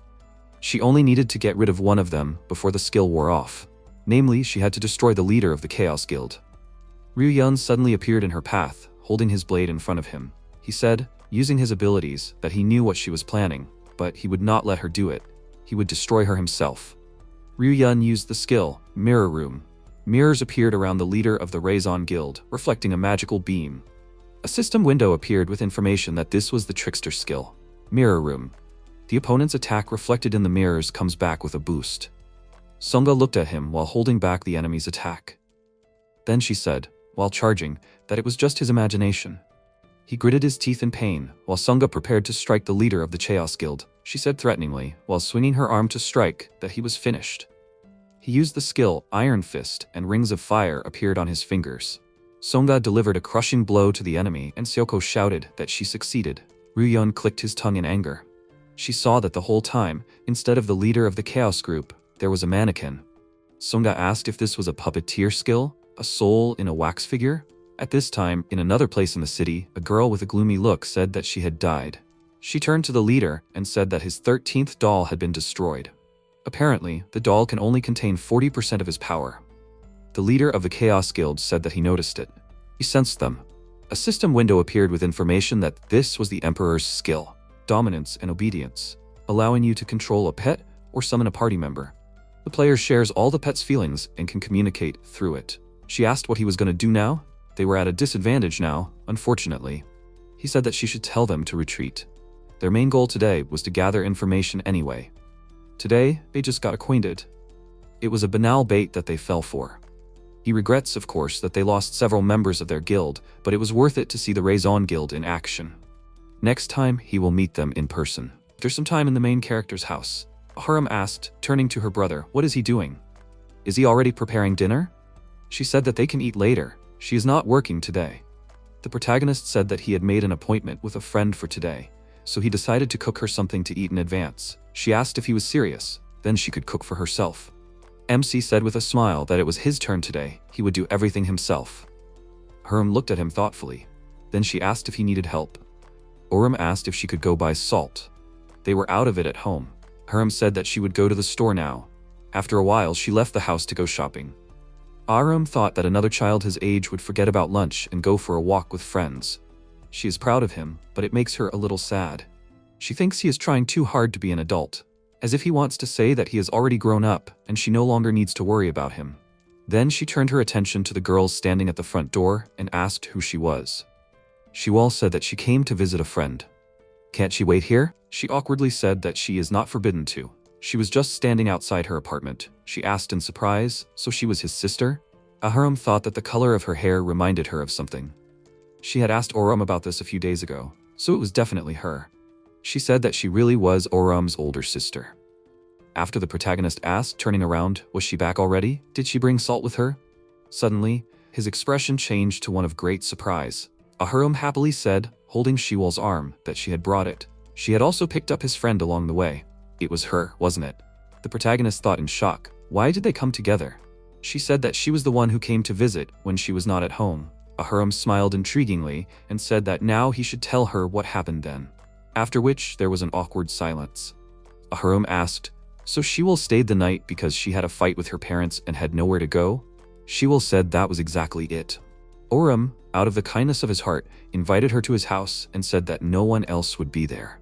The MC shouted in shock. Did he really say that? She gave him a stern look, and Oram said in fear that if he thought about it and remembered, then he really did say that. She said, crossing her arms, that it was still not right for a teenage girl to stay overnight without an adult in the house. She should have at least asked permission. Shiwol bowed her head and said, apologizing, that she would not do it again. Arum flicked her brother and irritably said that he should not have hidden it from her. Did he understand that? This is their privacy and she will not ask what happened then. She only cares that she snuck into her house without her knowledge and stayed overnight. The rest is none of her business. They should respect her privacy too. Do they understand that? They apologized to her. Afterwards, Arum remarked to Shiwol that if this happened again, she should tell her first, not Oram. She didn't know what was going on in her family, but she could stay with them for a while. If anything, she could come to them and they could talk. Like today, would she be okay with that? Shiwol looked at her thoughtfully and said nothing. After a while, the protagonist and Shiwol went to meet another player. Shiwol said that his sister was a good person. She was also pretty. Now she understood why he had a sister complex. The protagonist asked irritably, what did she mean? She said with a smile that she was just joking. She was just jealous that he had such a good sister. The MC asked sheepishly, did she really think so? Shiwol said that she found out about Jian yesterday. Oram asked, was that the guy they met yesterday? She noted that she expected to be able to find him on social networks or in messengers, but he was not there. The protagonist asked if this wasn't normal. He didn't use social media often either. She said that she thought so at first too, but she found it strange that such an emotional person didn't use social media. She thought that he was hiding his true identity. The protagonist thought about it and asked if this meant that he was actually an introvert. Shiwol said that maybe he was really shy. The MC noted that on the other hand, this could show his serious side. Sometime later, in the cafeteria, Du Yeon happily told her that in the Red Dragon dungeon, you can find evidence of the cultists' presence there, and if you bring it to the Holy Knights, you can find out where the cultists fled to. If you go further along the road, you can find out about the event, Horizon. Isn't that cool? They looked at him with annoyance and thought that either he wasn't hiding his true identity at all. His monologue had already lasted 40 minutes. Oram asked what this Horizon was. He understands it to be connected with the cult. He said that for this you need to know the plot of the game, Ergosphere Online. In this picture you can see that there are 3 worlds in Ergosphere Online. Players are in the center, in Ergosphere. NPCs of the game consider the black hole that connects Ergosphere and Zion to be a god. And Zion is the world of God. The protagonist noted that it turns out that the cultists believe that another black hole that they worship leads to the third world. Juyeon said that this is exactly so. They believe that the world of Ergosphere is on the verge of destruction because of the gods of Zion. Their goal is to go through another black hole to the third world, where they hope to find a new god. The protagonist asked what this means. The world under Ergosphere, which is marked in the picture as unknown, is this their real world? He thoughtfully said that he thought so too. At first he thought that this was a big update, but given what is happening, he came to the same conclusion. Shiwol said that it means the event, Horizon. It is the path that should connect reality and the Ergosphere. MC thought about the path and asked in surprise, so that means the monsters from the Ergosphere world will be able to get to reality? Juyeon said that if the name of the event really implies irreversible changes in the whole world, then that will happen. She asked, is that very dangerous? In her opinion, it sounds like the whole world will change. Oram thoughtfully said that these are just their guesses. There is no guarantee that they are right. If the event really changes the world so much, then what is the meaning of the event itself? He thinks it will just be a very large plot event. Shiwol lowered her head and asked, "So that is his opinion?" The protagonist asked, turning to the guy, "Does he not know about the 6 pillars from the prophecy? He thinks this is an important thing for the event, Horizon. He said that he has not found such information yet. However, he thinks it is about the barrier pillars. At the entrance to the never-ending story prison, there is a barrier that prevents prisoners from escaping. The protagonist thought that perhaps it was the barrier columns. There were 6 columns in total, and he had already defeated 5 guards. So the Horizon event was held back by 6 columns, each guarded by a guard. The MC said thoughtfully, so there was only 1 guard left. She asked in surprise, what was he talking about? Oram awkwardly said that it was nothing. He was just putting his thoughts in order. Shuol looked at him puzzled, crossing her arms. The protagonist said, thanking him for helping them so much. Juyan said that he had done nothing wrong. It was the least he could do after they saved his life. They could come to him if there was anything else he could do to help them. After which they left the cafeteria together, and the protagonist said, turning to Shiwol, that he was going to the toilet. He asked her to wait for him outside. She said that she would wait for him near the subway station. After a while, MC washed his hands in the sink and thought that he seemed to understand what this Horizon was. However, he still couldn't figure out what kind of event it was. It seemed like he would just have to wait for this event to start. To his surprise, Jiyeon asked, isn't it dangerous? He was talking about the Horizon event. People could die, just like at his school. Wouldn't it be better if it didn't happen at all? Oram reminded him that they didn't know what kind of event it was. How could they prevent it? They were just players. Jiyeon lowered his head and then said that there was one way. The protagonist looked at him dumbfounded. He stated that he knew how to prevent it. However, he wasn't the kind of player who could do it. Only high-ranked players could do it. That's what he was looking for. Yesterday, he had only seen a part of what they were capable of, but it was clear that they could do it. He should let him know, if he was interested. He would wait for his message. The protagonist's expression changed as he watched him leave. After a while, MC walked along a busy street among people. Oram wondered what happened just now. Juyeon was a completely different person. Was Shiwol right about him hiding his true identity? Or did he perhaps have other motives? Shiwol then said to someone on the phone that she understood. They still found out something. She would write it down in detail later. The protagonist asked who she talked to. She said that she talked to the leader of the Raison Guild. It turned out that they destroyed the Chaos Guild base last night, and they dealt with several members of this guild. The protagonist asked if this was true. What happened to the leader of the Chaos Guild? Shiwol pointed out that at first they thought they dealt with him too, but it turned out to be fake. Even with their abilities, they could not fully understand it. They barely got to him with the ultimatum skill, but it turned out to be the ability of the puppeteer class, which contains 40% of the abilities. But they learned about the abilities of the leader of the Chaos Guild. His class is Emperor. It is a rare class, a support, but he also has damage abilities. MC was puzzled by this information. She noted that she did not know whether they would have to fight him, but they had better be prepared for it. He seems to be a strong player. Oram said that this is true. And he has a rare class. After which they set off on the return journey, and already at the exit of the subway station, the main character asked if Eunhyun was there yesterday. Shiwol noted that she did not know all the details, but apparently the battle was tough. However, no one saw a player with the executioner class there. The Raison Guild attacked suddenly. Perhaps Eunhyun was in another place then, and the Raison Guild was also warned about the Reaper class. The protagonist asked, who is this? She said that he was a player killer who always acted alone, but recently he joined the Chaos Guild. The MC asked, did they really fight him by the river? And when will they meet him again? They are currently focused on party quests, and he will most likely participate in solo quests. Suddenly, Oram froze in place with a surprised face. Shiwol asked, looking at him, what's the matter? She asked, looking around, did he really see a beautiful girl or something? After which Shiwol looked in the same direction in horror. They saw Kiho in the crowd of people, who threw an angry look at them. They screamed in fear, why is a player with the Reaper class here? The protagonist asked, gritting his teeth, did he notice them too? She said that she did not know. Even if he noticed, she did not think that he would attack them in such a place. There are too many people around. He looked at them and used an item, light-absorbing mist. A purple mist suddenly appeared, and the normal people ran away in fear. They shouted while coughing, what's going on? Shiwol shouted, is this really a smokescreen? The protagonist shouted, is he seriously going to use this in a place like this? Is he really going to attack them? Suddenly, Kiho rushed at him with a weapon in his hands. There was a deafening roar, which greatly frightened the people. MC blocked his strike with his sword, gritting his teeth in anger. Oram used the skill, Devotion of Vengeance, counterattack, bringing down a powerful blow on his opponent, accompanied by red lightning. He looked at him dumbfoundedly, retreating back, and then it seemed to disappear from the spot. The protagonist irritably said that he was gone. Was that a stealth skill? Shiwol shouted that they can escape. The protagonist looked at her in surprise. She declared that the enemy's target was them. If they escaped from here, normal people would not be harmed. They needed to escape to a place where there were no other people. MC agreed with her plan. Suddenly, Kiho appeared in Orum's blind spot and asked where they were going. At the last moment, the protagonist blocked his attack, and they exchanged a series of blows with their weapons. He asked how long he was going to run away like a loser. They needed to finish what they started. They would fight until one of them died.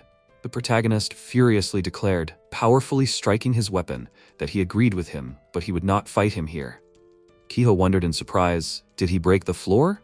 He shouted that he couldn't buy time. MC shouted to the girl that they needed to escape from here now. Shiwol shouted that she agreed. Afterwards, they started running away from their opponent, who looked at them in surprise. Kiho said that they were scum. After some time at a construction site, they were breathing heavily, trying to catch their breath. Shiwol asked if they should have hidden in a building where there were a lot of people. Most likely, the Reaper would not look for them in such a place. Orum said that he was against it. The opponent used skills in a crowded place. Apparently, he does not care about innocent victims. He just does what he wants, regardless of the consequences. Therefore, he thinks it is better to replace him in a place where there is no one. She asked, so that's what he thinks? The protagonist said that they have no reason to risk their lives, so if anything happens, she should use the item he gave her. Shiwol said that she understood. Suddenly, a roar was heard nearby, and Kiho appeared not far from them. The protagonist said that it was him again. He will track them down with the skill. She asked what they should do. Use that item? MC said it was too early to use it. They needed the right moment. Orum said, taking out his sword, that he would take it upon himself for now. Cheval asked, dumbfounded, why would he do that? He himself had just said that they had no reason to risk their lives. The protagonist noted that he had said that in case there were other members of the Chaos Guild with him, they might be outnumbered. However, he was alone now. He had a strategy for a one-on-one battle, so he would try to deal with him. Their eyes met.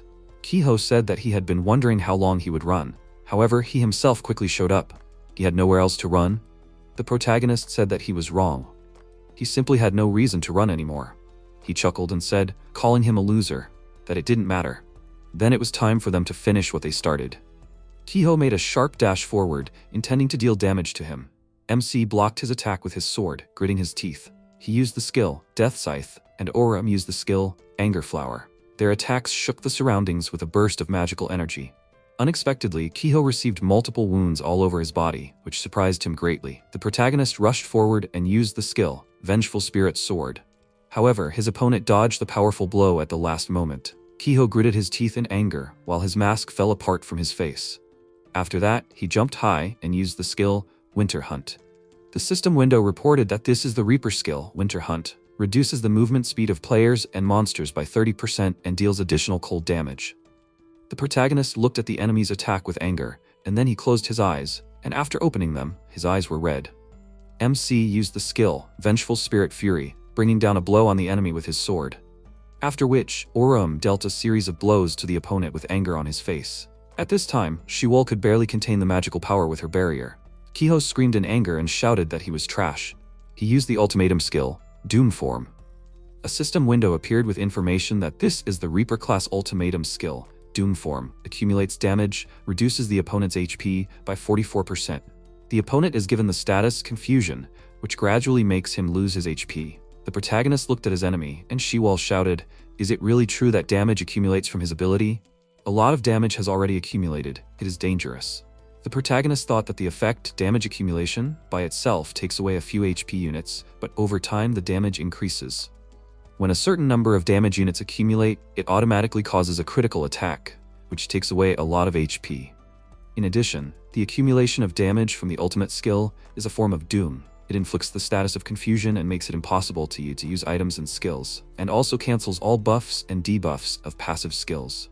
Kiho asked why he froze during the battle. Is he waiting for someone to save him like last time?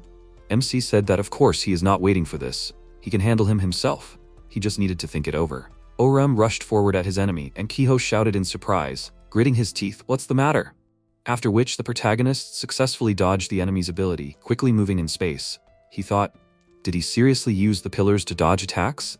Is he really using the features of this place to avoid his ultimate skill? Kiho shouted, rushing to attack, so he was thinking about it. The protagonist tightly grabbed the hilt of his sword with his hands and said that this is exactly what he was waiting for. MC used the skill, Hellfire and Raging Flames. The system window reported that this is the Avenger skill, Hellfire, increases the effects of the skill, Revenge Raging Flames by 2 times, increases attack power by 4.5 times, reduces HP by 36%. Kiho thought in surprise, why is he not running away? Does he really want to attack? Although it is different. This skill in this place, he lured him here to destroy him. He shouted in anger, calling him trash, that he curses him. Orum received damage from the enemy's attack, and then he dealt a crushing blow to the opponent. A deafening roar was heard from this blow. After a while, Shiwol coughed while the dust settled after using a powerful blow. She loudly called his name. Then Shiwol looked in surprise as Orum dealt a decisive blow to the enemy using his abilities. Kiho thought he was trash. He calculated the time to attack before the damage accumulated. The protagonist said that he might have a great class, but it didn't matter anymore. He was just a loser who killed for fun. After the protagonist thought, breathing heavily, that he could have died a little more. If the damage accumulation effect worked one more time, he would have died. He needed to heal before his invulnerability ended. Kiho looked at him angrily, gritting his teeth, and then rushed with the last of his strength to strike. MC was about to take a healing potion and turned around in shock. He used a skill, Poisoned Dagger. Kiho was suddenly bound by magic chains that Shiwol summoned. She then approached the enemy and said that this was the master of the labyrinths. He needs to surrender. He lost. His weapon is destroyed. He will not be able to fight for some time. If he continues to fight without a weapon, he will die. Does he really want to sacrifice himself for nothing? Kiho said that if they were planning on killing him, they should do it quickly. They won, so they should kill him, right? Shiwol looked at him with annoyance and stated, preparing to use her magic, that if he wanted it, she would do it. Orum asked her to stop. The protagonist said that they should ask him about the Chaos Guild first. The leader of the Raison Guild said that the members of the Chaos Guild might know something. She asked if he really thought that he would answer just because they asked him. He was just trash. Kiho stated that if they asked, he would answer. He grinned maliciously and said, calling her a fool, that he could still wish for her to go to the demons. The protagonist delivered a powerful kick to the opponent. The MC threateningly stated that if you call her that, he will find the most painful way to destroy him. Orum pointed his sword at him and said that he should first tell him what his and Chaos's goals are. What are they trying to achieve? Why are they killing people? Kiho asked how many times can he ask this question? They want to win. Although the leader of Chaos has a slightly different goal. The protagonist asked what he meant. He stated that these trash are richer than they can imagine. He wouldn't participate in this for 20 million won, right? And if it's not for fun, then he has other goals that aren't related to money. Shiwol asked, looking at Orum, maybe he wants the reward. The wish that the one who wins the event, the Horizon, will receive? Perhaps he wants something that can't be bought with money, like eternal life or eternal youth? Or maybe he wants to be with his late wife again? The protagonist asked in confusion, did she seriously think he was such a romantic? MC thought, whatever the leader of the Chaos Guild wanted, does that mean the Chaos Guild wants the Horizon event to be a success? Juyen doesn't want that to happen. This isn't just a competition among players. It seems like it was all set up. Then Orum asked, why does he want to win then? Is it for the money, or to make his wish come true? Kiho said that he himself doesn't know. He hasn't thought about it yet. Shiwol said that he is just trash. He asked, isn't this a competition? Isn't it a survival game? That's why he is trying to get rid of the competition. What else is there to think about? Kiho chuckled and said through gritted teeth, they live comfortably and eat well, so they can afford such carefree thoughts? The protagonist looked at him in surprise. Kiho said that since he was born, he had to fight to survive. Those were the rules in the orphanage he grew up in, and those are the rules in the whole world. If you don't use others, you can be used to achieve your goals. So he destroyed them. That's the only way he could survive. She asked what orphanage he was talking about. What did he mean by fighting to survive? He pointed out that those who didn't grow up there don't know that it's a hell. Dozens of children fight for a place to sleep because there's little space. The rules are strict, so you're not allowed to go anywhere. Do they think that those who grow up in a place like that will take care of each other? He means that they fought over every little thing. If someone lost, it meant that there was more food for others, more space to sleep. It doesn't mean that he didn't want a normal life, even though he grew up in such a place. At school, he was very obedient and tried not to fight. However, all that mattered to everyone was that he was an orphan without a mother and father. No one protected him, so he was bullied. He was beaten over and over again because he was weak. Kiho said furiously that in the end, whether it was an orphanage or the world, if he didn't fight and win, there would be no place for him. So he got rid of the bullies who tormented him, just like he always did in the orphanage. In a place like that, he had to be willing to do anything to survive. So what other goals should he have? Shiwol sighed indignantly. MC thought that he might be an orphan, but they were similar. If he too had no one like him, then maybe he himself would have become such a person. She asked, turning to Orum, what was wrong with him? Suddenly, Kiho used the skill, Dark Reaper's Advent. They tightly gripped their weapons and prepared to fight, gritting their teeth. Then the protagonist shouted in shock. What's wrong? Shiwol shouted. Did he really hurt himself with his own skill? Suddenly, a gilded door appeared behind the opponent. The protagonist thought in shock. Where did the back door come from? So it's a transcendent class? The system window reported that it was a transcendent class. Other information was unavailable. This creature summoned a bone scythe and swung it.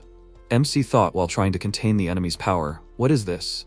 He can't believe how much damage this monster deals with one hit. Orium shouted, so the back door gives so much power to a transcendent class? Suddenly, the enemy appeared behind him. The protagonist blocked the blow at the last moment and thought it was a curse. This enemy is too fast. Judging by its speed, this creature can now be compared to a top-tier monster, although it may be even stronger. The monster rushed to attack, and the protagonist thought, does it still want to fight? This enemy is too strong. At this rate, he will lose. Then MC saw Shiwol taking out something from her inventory. She remembered his words about how she would need to use it at a dangerous moment. Shiwol used the item, the Noon Room key. They suddenly found themselves in another space, but the enemy was not with them. Orum asked in surprise, is this the Noon Room? She said that she barely made it in time. Apparently, they understand each other's thoughts even on the battlefield. She didn't use it in vain, did she? He didn't want to fight anymore? The protagonist said that it was okay. He also thought that it was time for them to retreat. If they continued fighting, they would destroy the construction site, and the noise could attract people. Shiwol asked if his strange form was a transcendent class. The protagonist said that it was most likely so. They had never seen anything like this before. He couldn't believe that a Reaper knew how to open the back door. She said that they needed to stay here for now. Time would pass, and he would eventually leave. MC asked, is that really okay? They didn't know what he could do while he was a transcendent class. Shiwol said that no one could come in here without a key, or unless they were a member of their party, so they had nothing to be afraid of. She suggested that they rest until the enemy left, or until the sun set. After that, they lay on the bed with their eyes closed. Shiwol asked what he was thinking about. Orum thought about it for a moment and said that he was thinking about how soft the blanket was. He thought that he would sleep better on it. Should he take it with him? She asked if he was planning to steal it. The protagonist pointed out that he was actually thinking about the back door and the transcendent class. Didn't the Reaper hurt himself before opening the back door? And then he switched to the transcendent class. So he wondered if this was the way to reach the transcendent class?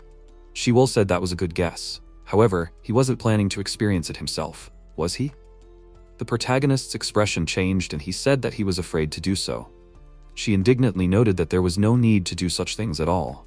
MC noted that, besides, given the peculiarities of the story monsters, each class could have its own way to the transcendent class. He didn't exactly remember the end of the story for the Reaper class, but it was about sacrificing oneself for the sake of a contract with the realm of the dead. And then the Reaper class received an item, a sickle for harvesting souls. Most likely, for the power of the transcendent class, one must sacrifice something. Shiwol asked why he did that. There is no greater sacrifice than one's own life. Then what should the Master of the Labyrinths do? In the end, the Master of the Labyrinths is left with the mage, who is afraid of his destiny to destroy the world. She imprisons herself in the labyrinth so that no one can save her. It seems that this is the end of the story. So the Master of the Labyrinths cannot reach the transcendent class? Orum said that it does not matter. Even if the transcendent class is unavailable to her, they will simply find another way to deal with enemies. She asked what happened to him then. He thought about something after the Reaper's story. What exactly was he thinking about? He doesn't pity him, does he?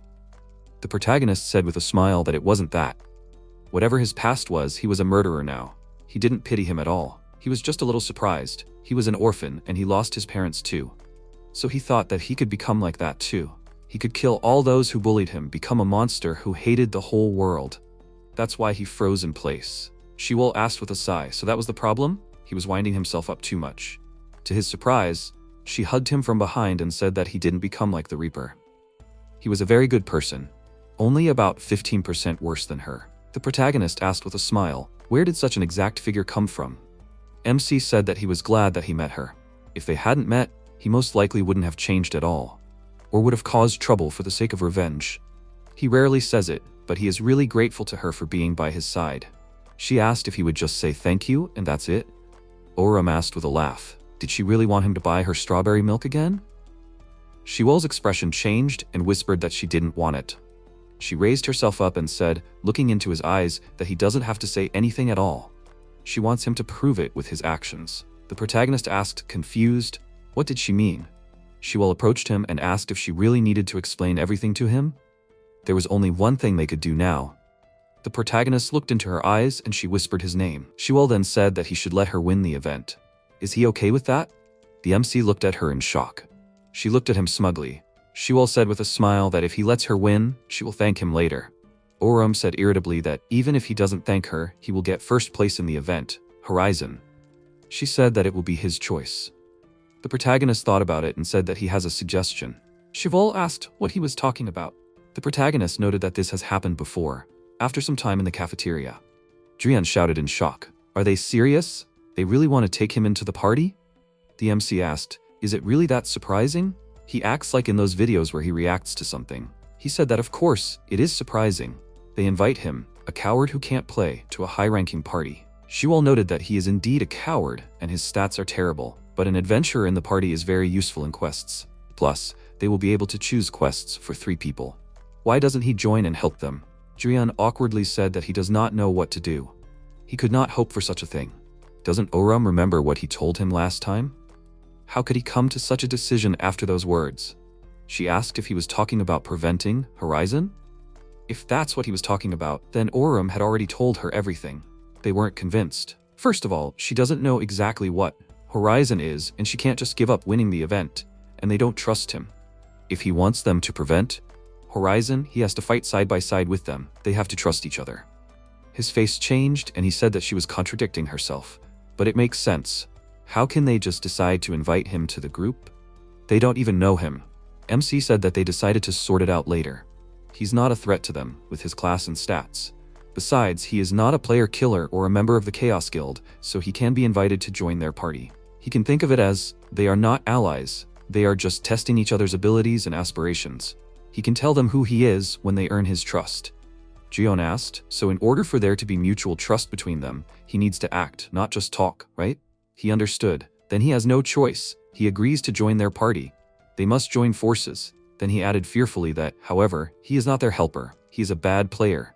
Oram said that it does not matter, but there will be 3 of them in the party. The protagonist asked, turning to the girl. She also thinks so, right? Shiwol crossed her arms and said, turning away, that is exactly it. With the quest rewards for 3, they will strengthen their skills faster. The protagonist said that then they will contact him when they receive the quest. Jian said that he would try to prepare. MC thought that Jian was a cunning person. He was hiding a lot, but for now, it was better to keep him close. At the moment, he knows the most about the secrets of the game. Sometime later, on the hospital grounds, Arom sighed heavily and thought, sitting on the bench, that she had decided that she would die today. Work shifts on Mondays are hell. Noah asked, calling her by name. Was she going home already? She was surprised by his appearance. Aram stood up and said with a smile that she was. She had a morning shift. She would finish her rounds now and go home. She thanks him for helping Oram. Maybe she should have gone with him. He said with a smile that there was nothing wrong with it. It was just a doctor's duty. If she wanted to thank him, they could go out for dinner. Naturally, he would treat her. She asked, shouldn't she pay in that case? Noah said that it was something else. He just wanted to go somewhere, but he didn't want to do it alone. He asked her politely to go with him. She could invite her brother if she wanted. Aram thoughtfully asked if she could invite Oram. He said that she could tell him when she had a day off. He would adjust to her work schedule. She said that she would let him know. Then Aram thought that she thought Noah was just sweet and smart, and he could also be so persistent. How dare he suck up to her family and not to her? She imagined the doctor becoming friends with her little brother. She thought sheepishly that it was even cute because he seemed naive. Suddenly, a man in sunglasses politely approached her. He asked where he could find an orthopedist. Ahrim said with a smile that she was just going that way. Should she take him there? He can follow her. It's not far from here. Ryon took off his sunglasses and said with a grin that it was great. He was grateful to the nurse for helping him. Meanwhile, Juyeon was simply terrified of this turtle, and when it rushed after him, he ran away in a panic and began to beg for someone to help. Shiwol waved her hand at him, telling him to come here, and then used her staff, and the turtle immediately fell into a trap, a swamp. She told the guy to act, and he, raising his hand, screamed loudly and used the skill Blinding Light, which neutralizes the monster's passive skills, imposing the status of confusion for 15 seconds. As soon as the bright light hit the monster's eyes, it plunged into a trance, and its passive skill, Damage Reflection, was neutralized. He was glad that they got rid of this annoying skill, and Shiwol sighed in displeasure, asking, does he really have to squeal like that when he uses the skill? He awkwardly scratched the back of his head and said that it felt like he was doing it for real, and she, deciding not to chat with him anymore, called Orom and told him to get rid of it with one hit. With quick steps, he approached the turtle and jumped high into the air and then rushed down and chopped off its horn, which fell with a clatter nearby. Shiwol praised him for this, and Juyeon said that it was an expensive item for leveling up. Meanwhile, MC returned to the turtle to finish it off with a combination of attacks. Lunging forward, he dealt many blows, which made the turtle feel pain, and then its shell cracked and fell apart. Just like that, they defeated the monster, and it was time to choose rewards. Orom noted that it was some kind of easy quest for 3, and Shiwol said that she deliberately chose an easy one to coordinate them. If Juyeon hadn't fallen, they would have finished the quest without taking any damage at all. He awkwardly laughed and apologized to them. And then Shiwol asked what reward they should choose. By selling the 1,000-year-old turtle horn, they can make up for her monetary losses. Then how about she choose points? Juyeon raised his hand, saying he had an idea. What if they chose a random loot box? They looked at him strangely, and after a short pause, Shiwol asked with displeasure, did he like gambling? MC was of the same opinion and asked, was he suggesting that they lose such an opportunity for a random one after risking their lives? He excitedly said that he didn't mean that at all. Let them hear him out. Adventurers have a skill called Surprisingly Good Day. If he uses it, his chance of getting a good item will increase. In the game, he got a lot of great items like that. If you use this skill before opening a chest or before entering a dungeon, the chances increase. Orom asked, so they can get something good from a random box if he uses this skill? He confirmed it, but Shiwol, despite his words, was not going to take any risks and said that she deserved a reward after putting her life in danger. She wants to be sure that she will get something good. She asked Orom what he will do, and he thought for a few seconds before telling her that he will take a random loot box. It should contain high-class items, so he does not think he will lose much even if he gets something strange. In any case, it will be a high-class item, so he can sell it for a good price. Or he can exchange it for another item. She sighed and told him to do as he wants. If he is lucky, then maybe he will get something good. And if something bad happens to him, let him call her before he starts crying. He told her that he won't cry, after which it was time to go home. He appeared on the landing, but before going inside, he decided to choose a reward, since his sister was probably already asleep. He told the system that he was choosing a high-quality random loot box and hoped that he would get something useful. He closed his eyes, and when he opened them, he was very surprised. In his hand was the Dagger of Reckoning, a special weapon for the Avenger. It increases the effective skills by 80% and also increases the duration of passive skills. He looked at it in shock and thought that this was just amazing. It was so rare that he had already despaired of finding it in the game. He began to jump in place with joy and thank God. He had already managed to imagine what a cool Avenger he would be with this dagger, and he forgot all the words from happiness except very and cool. When he calmed down, he looked at his new weapon with a smile and thought that it was good that they took Juyeon to their place. A new day had come. Classes were already over and he was walking home happily. Noticing his good mood, the girl asked if he was really so happy just because he got a good item. He confirmed this, because a special weapon rarely drops. He also got jewelry that can be exchanged for something useful and items to improve his ultimate skill. In his opinion, this is a great success. He advised her to trust Juyeon's skills next time and try to take a random loot box. What if she gets the Labyrinth Master's special weapon? She seriously thought about it and was already about to try to do this next time, but she realized in time what she almost agreed to and began to beat him with her fists, telling him not to tempt her with gambling.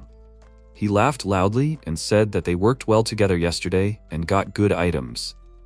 Maybe they should try a difficult quest? She said that she would have chosen a difficult one without his words. She also wants to see how she pumped up her skills. She hit him on the shoulder and asked if he was busy tonight.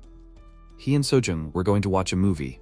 She invited him to go with them, but he refused because he wanted to spend time with his sister and eat barbecue with her. Shiwol was offended at him, but did not press him, after which they went their separate ways. While he was walking home, he took out his phone and thought that given that he had an item that gives points, if he can calculate everything, then maybe he will start using other skills that he has not used before. He started calculating it and thought that the attack power was 280, which meant it increased to 504. This means he can increase the power of all skills. Does he need to calculate the damage of all the skill he is currently using? Maybe the damage will be more than the ultimate skill in total. Maybe he will even be able to hurt a transcendent class? Unexpectedly for him, his stomach growled loudly and he froze in place, wondering why he was so hungry. He had not gone to extra classes for a long time, but after lunch, he still ate bread. He decided to hurry up and ask his sister to have dinner early.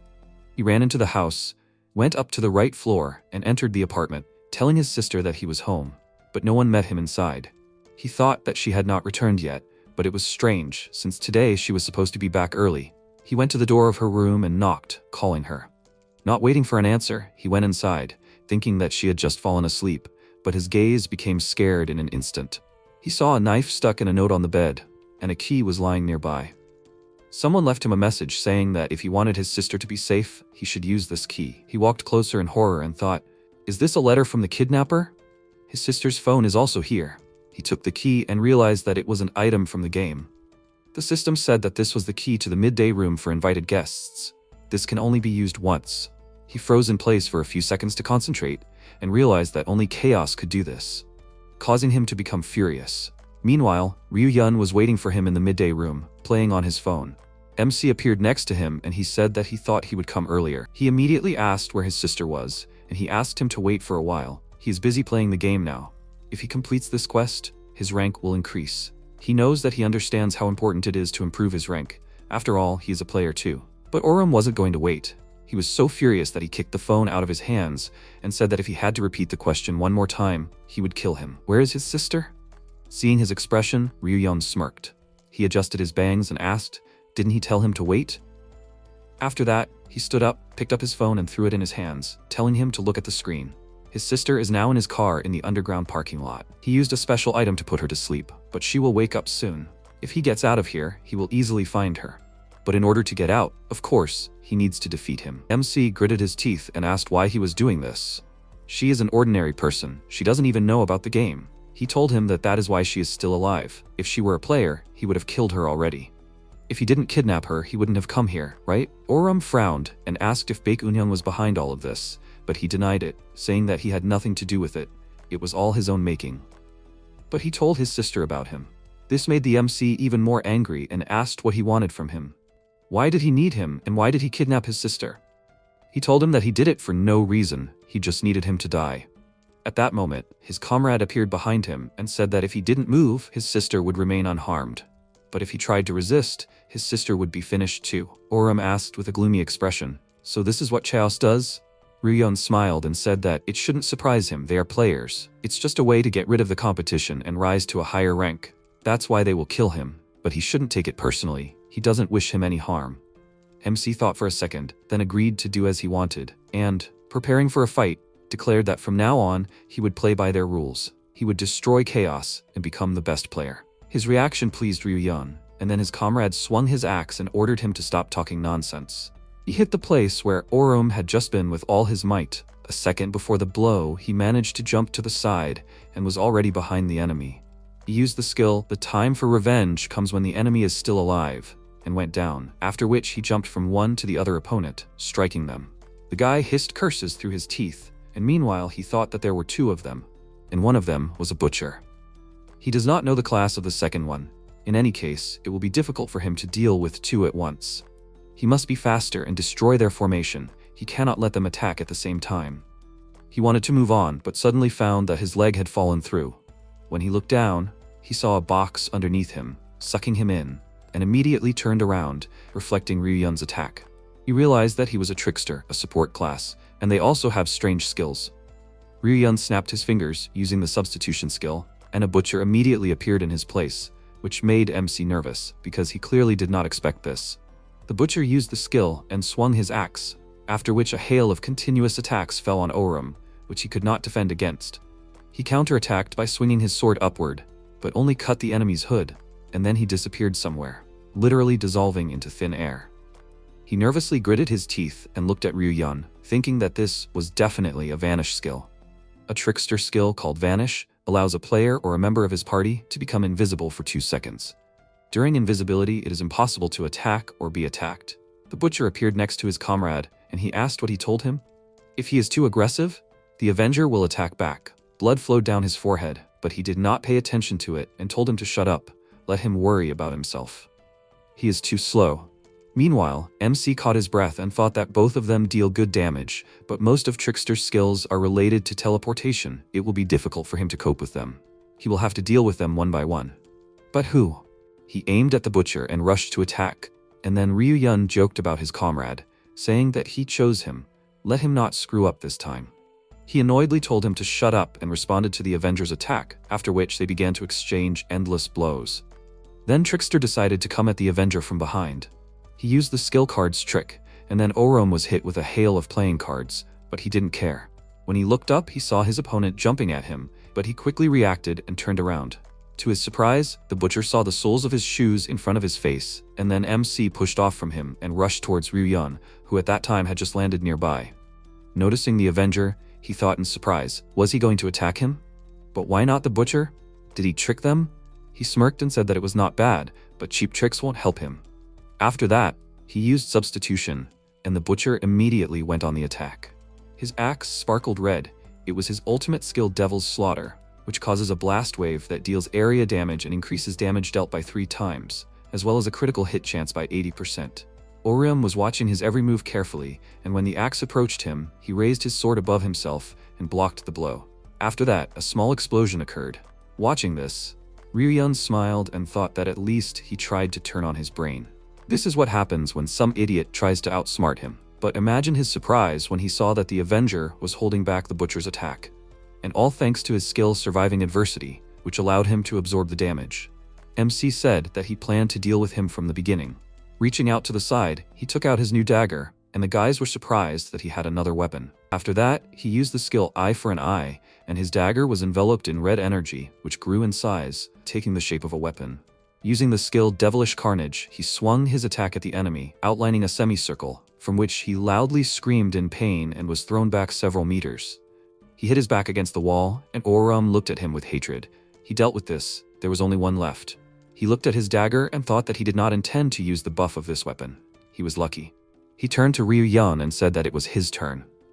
He needs to go to his sister, so they need to finish and quickly, and let him not waste his time with his tricks. Because of this, Ryuhyun got angry and told him to go to hell. He knows that he crossed a line that should not have been crossed. If he had not resisted, everything would have ended quickly.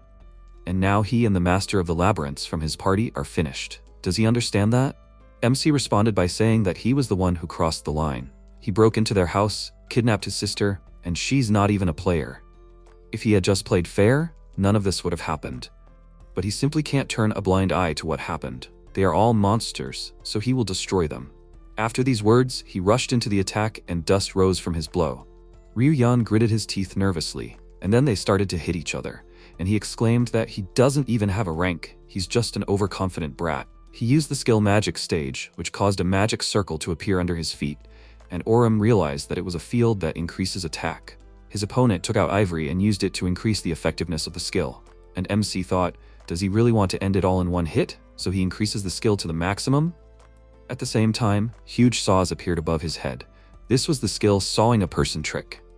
Ryuhyun pointed the saws at him, but no matter how hard he tried to escape from them, they followed him exactly. At one point, he was unable to react, and 2 saws injured him, which made him grit his teeth and realize that he can't attack and dodge at the same time. He needs to hold out until the skill's duration ends. He began to retreat back, so as not to get hit again, but suddenly felt something strange in the chest area. When he looked down, he saw the trickster's hand. It turns out that he quietly crept up on him from behind, using teleportation. He used the Ghost Rose skill and everything around his hand began to grow roses. This skill allows him to pass through a physical barrier and reduces the opponent's physical strength by 5%. Feeling the roses pass through his body, Orom screamed loudly, then rushed forward and immediately turned around, swinging his sword, but could not hit the enemy. He dissolved into the haze, and MC realized that he used the disappearance skill. But this is even good. This gives him time to use the panacea. But when he opened the inventory, he found that the panacea was gone, and then Ryuyeon asked, "Is this what he is looking for?" He tossed the potion bottle in his hands, and Oram realized that he had used the sleight of hand skill. Ryuyeon used the panacea with an evil grin, healing his wounds, and MC thought that with sleight of hand, he could steal another player's item. Did he really use the ivory to increase his chance of success? Feeling a surge of strength, the trickster said that thanks to it, he had fully recovered. Although it was of little use, he was not seriously injured. How much strength did he have left? Half or less? But in any case, it did not matter. In a minute, there would be none left at all. Oram remained silent, because he knew that he was right. He could not win like that. His skills were simply not enough. The panacea was stolen, but at least his combat strength and dexterity indicators were higher. There was only one way to deal with him, and that was to rely on the player's abilities.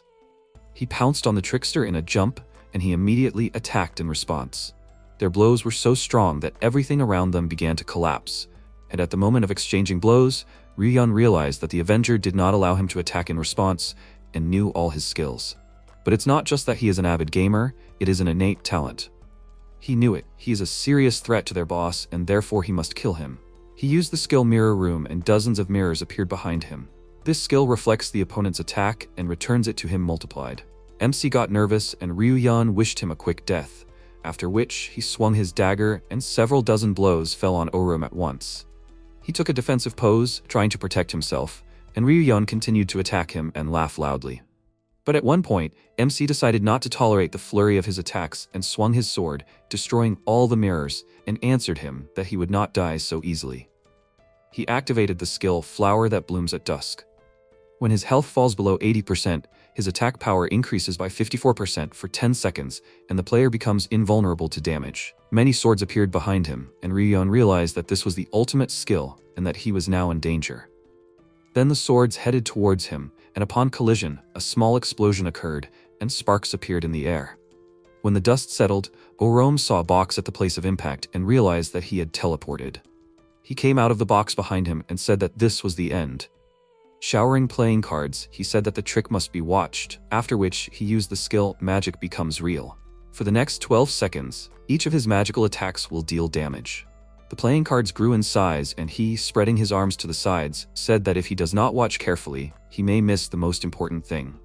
After his words, the cards flew at Oram, but he was not afraid and headed towards the enemy, dodging every blow. He smirked and mentally noted that he was simply dodging his skill, but he still could not win. But he noticed something. It turned out that his skill was still in effect, and this made him nervous. The Avenger's ultimate skill is a long-range attack that can be controlled with a weapon. He has a sword and a dagger in his hands, so he can attack at the same time and continue to control his ultimate skill. Without slowing down, MC headed towards him and thought that only the ultimate skill was left. If he fails, he will not be able to save his sister. So he cannot lose. He gritted his teeth, determined to win no matter what, and then swung his weapon, pointing the heavy swords at Ryuyeon, who was hiding in a box at that time. Meanwhile, Shiwal was spending time with her friend. She couldn't get the toy out of the arcade machine, and she cursed in frustration, saying that she couldn't do anything. She couldn't get that ugly toy out. Sojun came up to her with popcorn in her hands and said that they could go to the cinema now. They went there, and she asked if she had already sent Oram a photo. She checked his chat and confirmed it, saying that he wasn't responding to her. He was probably with the girl he liked right now. Her friend was very surprised that he had a girlfriend, and Shiwal said that she was talking about his sister. He loved her very much and always took care of her. In the meantime, he had dealt with his opponent for the sake of his sister, and was now trying to catch his breath. He looked around. Everything around was cracked, scratched, and there were pieces lying on the floor. He wondered if this place would disappear if the room collapsed completely, while his opponent gritted his teeth in frustration and thought that he lost to him because of the difference in skill usage speed. He opened his inventory with the thought that there was only one way to end him and took out the key to the midday room. He was going to lock him in here and escape. Just as he was about to use the key, a dagger flew into his hand and he screamed loudly in pain. MC said that he knew that he would try to escape. He can't even fight him without taking a hostage. They are all cowards. Seeing him take the key, Ryuyeon stood up and asked him to wait, asking if he wants to escape from here with it. But if he does that, he will be trapped. He will be locked in until someone decides to come in. Did he decide to kill him? Oram pointed his sword at him, silencing him, and told him that if he didn't want to be trapped, he should give him everything he stole or he would destroy the key. He wouldn't leave him any chance to get out of here. Ryun said indignantly that this was too much, then returned all the stolen items to him, and he looked through his inventory and thought that he still had a spare key for the guest. He used all the panaceas in the battle with the Raison Guild. He told him that he had all the items now, then used the key to the room, and Ryun became very worried. He asked him to wait and said that he would do anything to avoid staying here. He told him that as he had already said, he was not going to leave him any chance. Maybe someone would manage to steal the key from him and save him. There was static around him, signaling his exit from the room, and he said that maybe one of the chaos would get lucky and that person would kill him, if he could, of course. Until then, he would have to wait patiently in this room. He glared at him and said at last that it was time to raise the stakes in this game, after which he disappeared. As soon as Ryun was alone in the room, he clenched his teeth and started cursing in every possible way. Meanwhile, Ahram was walking along the dark street, warming her hands with her breath. She thought that summer was coming soon, but then it suddenly became very cold. When she got home, she would get a blanket and give it to Oram so that he wouldn't catch a cold. Someone called out to her and she turned around, seeing a monster with 3 pairs of hands who was asking if he could talk to her. If not, then at least let her give him her phone number. All hands reached out to her and she closed her eyes in fear and then pulled out a stun gun from her bag and hit him. The monster immediately fell, and she took advantage of this and ran away. Without slowing down, she glanced back and thought, was it a monster? Is the world really that bad that monsters walk the streets? Whatever it was, she needed to get out of here as fast as she could. If something happened to her, who would take care of Oram? But something made her stop, and it was her parents standing nearby. At first, she couldn't believe her eyes and came closer, but it was really them. They smiled at her and started to leave. Not wanting to let them go, she got nervous and asked them to wait. She threw down the taser and extended her hand to them, telling them not to go and not to leave her alone again. She ran after them and screamed that it was hard for her. It was very difficult for her to live alone. She needed to earn money and take care of Orim. She didn't know what to do. While she was running, she turned into a little girl and with tears in her eyes asked them not to leave, but they didn't listen to her and slowly sank under the water. She would have continued running after them if it weren't for her little brother. He called out to her and asked in bewilderment, what was wrong with her? Was she leaving? Realizing that she couldn't just leave him like that, she pulled herself together, wiped away her tears, and turned to him with a smile and asked what he was doing here. She picked him up and said that she wasn't going anywhere. They were going to eat some fried meat today, and then he was going to sleep, and she was going to bring him a warm blanket. So they needed to go home together as soon as possible. It was a dream, and she woke up in her brother's arms, who was carrying her home. He didn't notice that she was awake, and she saw the blood on him, and started wondering what had happened and why he was holding her. She was just walking home from work. She decided that it was just a dream and closed her eyes, thinking that if it were real, she would have protected him. Meanwhile, the movie ended, and the two friends came out of the cinema, and Sojin said that this movie was great. Shiwol said that the plot was simple, but the movie itself was good. The villain was so funny, he had a face like an octopus. She received a text from Oram on her phone calling her to the noon room. She lied to her friend that she had a stomachache and said she was going to the toilet. Sojin wanted to wait for her, but she told her that it would take a long time and sent her home. As soon as she locked herself in the toilet, she took out the key and used it, after which she moved to the midday room and jumped back in surprise, seeing a bloody Orium. She immediately began to ask him about what happened here and why he was covered in blood, after which a loud scream was heard from the side. Juyeon was also scared by his appearance, so much so that he fell to the floor. From his appearance in the room, Shiwol realized that he was also texting him, after which she asked what happened. Did the Reaper find him again? He looked at her with his last strength and asked her to first cure him, then he would tell her everything. After the treatment was over, he told them everything and she asked in bewilderment, did he fight 2 Chaos members alone? Why didn't he tell her anything? He told her that he wasn't in the mood, and she said that the main thing is that he and his sister are safe now. Juyeon meanwhile frowned, thinking about something, after which MC opened the inventory and said that he received some strange items from them. He showed her the box with the head and she wrinkled her face in disgust, asking what it was for. He told her that he didn't know, it was with the trickster. Maybe Raison knows what it is? Judging by Juyeon's face, the item seemed familiar to him. He took it and said that he thought it was an item for hacking. With this device, you can monitor what's happening in the ergosphere online without connecting to R4. He read about it on the information board on the internet. Orum wondered how he immediately understood what this thing was. Has he seen something like this before? He told him that he had not only seen it, but he had even used something like it when the closed beta test was released. They were a little surprised, and then he decided to explain everything to them in more detail. The developers use it to collect data, and you can use it to watch players without connecting to virtual reality. But his device was cute, not like this one. MC noted that hackers have such terrible taste, and then looked at the guy with a smile and said that he knew that he had been playing this game for a long time, but not that much. He looked down and said that it was not that he had just been playing for a long time. He had participated in the development and alpha testing since he was the very first player of Ergosphere Online. They did not expect such news, and after a few seconds of silence, Shiwol asked if the alpha version was not tested by the developers themselves. He told them that this was usually the case, but with this game, everything turned out a little differently. Since the alpha version was developed for R4, it was tested by completely different people.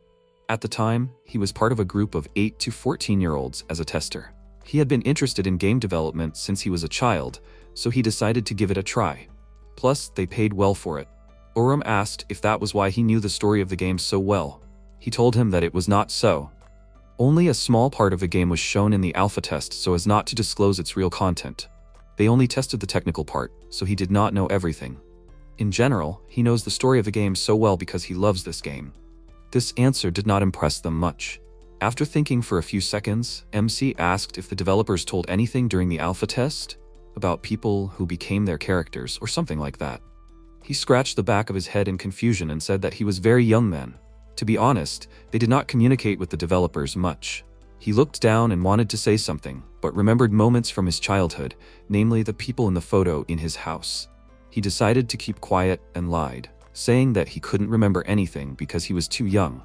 Orum found this strange. Shiwol asked him why Chaos targeted him specifically. He thought they noticed that they were working with Rayson. He assumed that Eunhyun was just trying to get revenge on him, and Shiwol noted that he was dedicated to his cause. The MC said that they needed to be careful, because it seemed like Chaos was hunting them. Julian got really nervous because of his words, and asked if they were even hunting him. Shiwol calmed him down, saying that he hadn't met the Chaos members yet, so he was fine, and no one had seen them together. Besides, an adventurer wasn't the biggest threat. Her words angered him, and he called her evil, after which they went home. When Orum returned home, he checked the time. It was already 8 p.m. His sister should have woken up by now. He wondered if she was okay, and hoped that those items and skills had no consequences. And if she remembered the moment of her abduction, she might be left with psychological trauma. He closed his eyes, preparing for the worst, and reached out for the doorknob, hoping that she was okay. He entered the apartment and told his sister that he was home, and she called out to him in displeasure and asked where he had been all this time. She had told him to come early because they were having dinner. Let him quickly go wash his hands. He looked at her and asked if she was sick. She had been sleeping so soundly. His words made her think and said that she had just come home from work and went to bed. It seemed like nothing out of the ordinary. Maybe it was because she had a lot of work these past couple of days. She had been having all sorts of nightmares.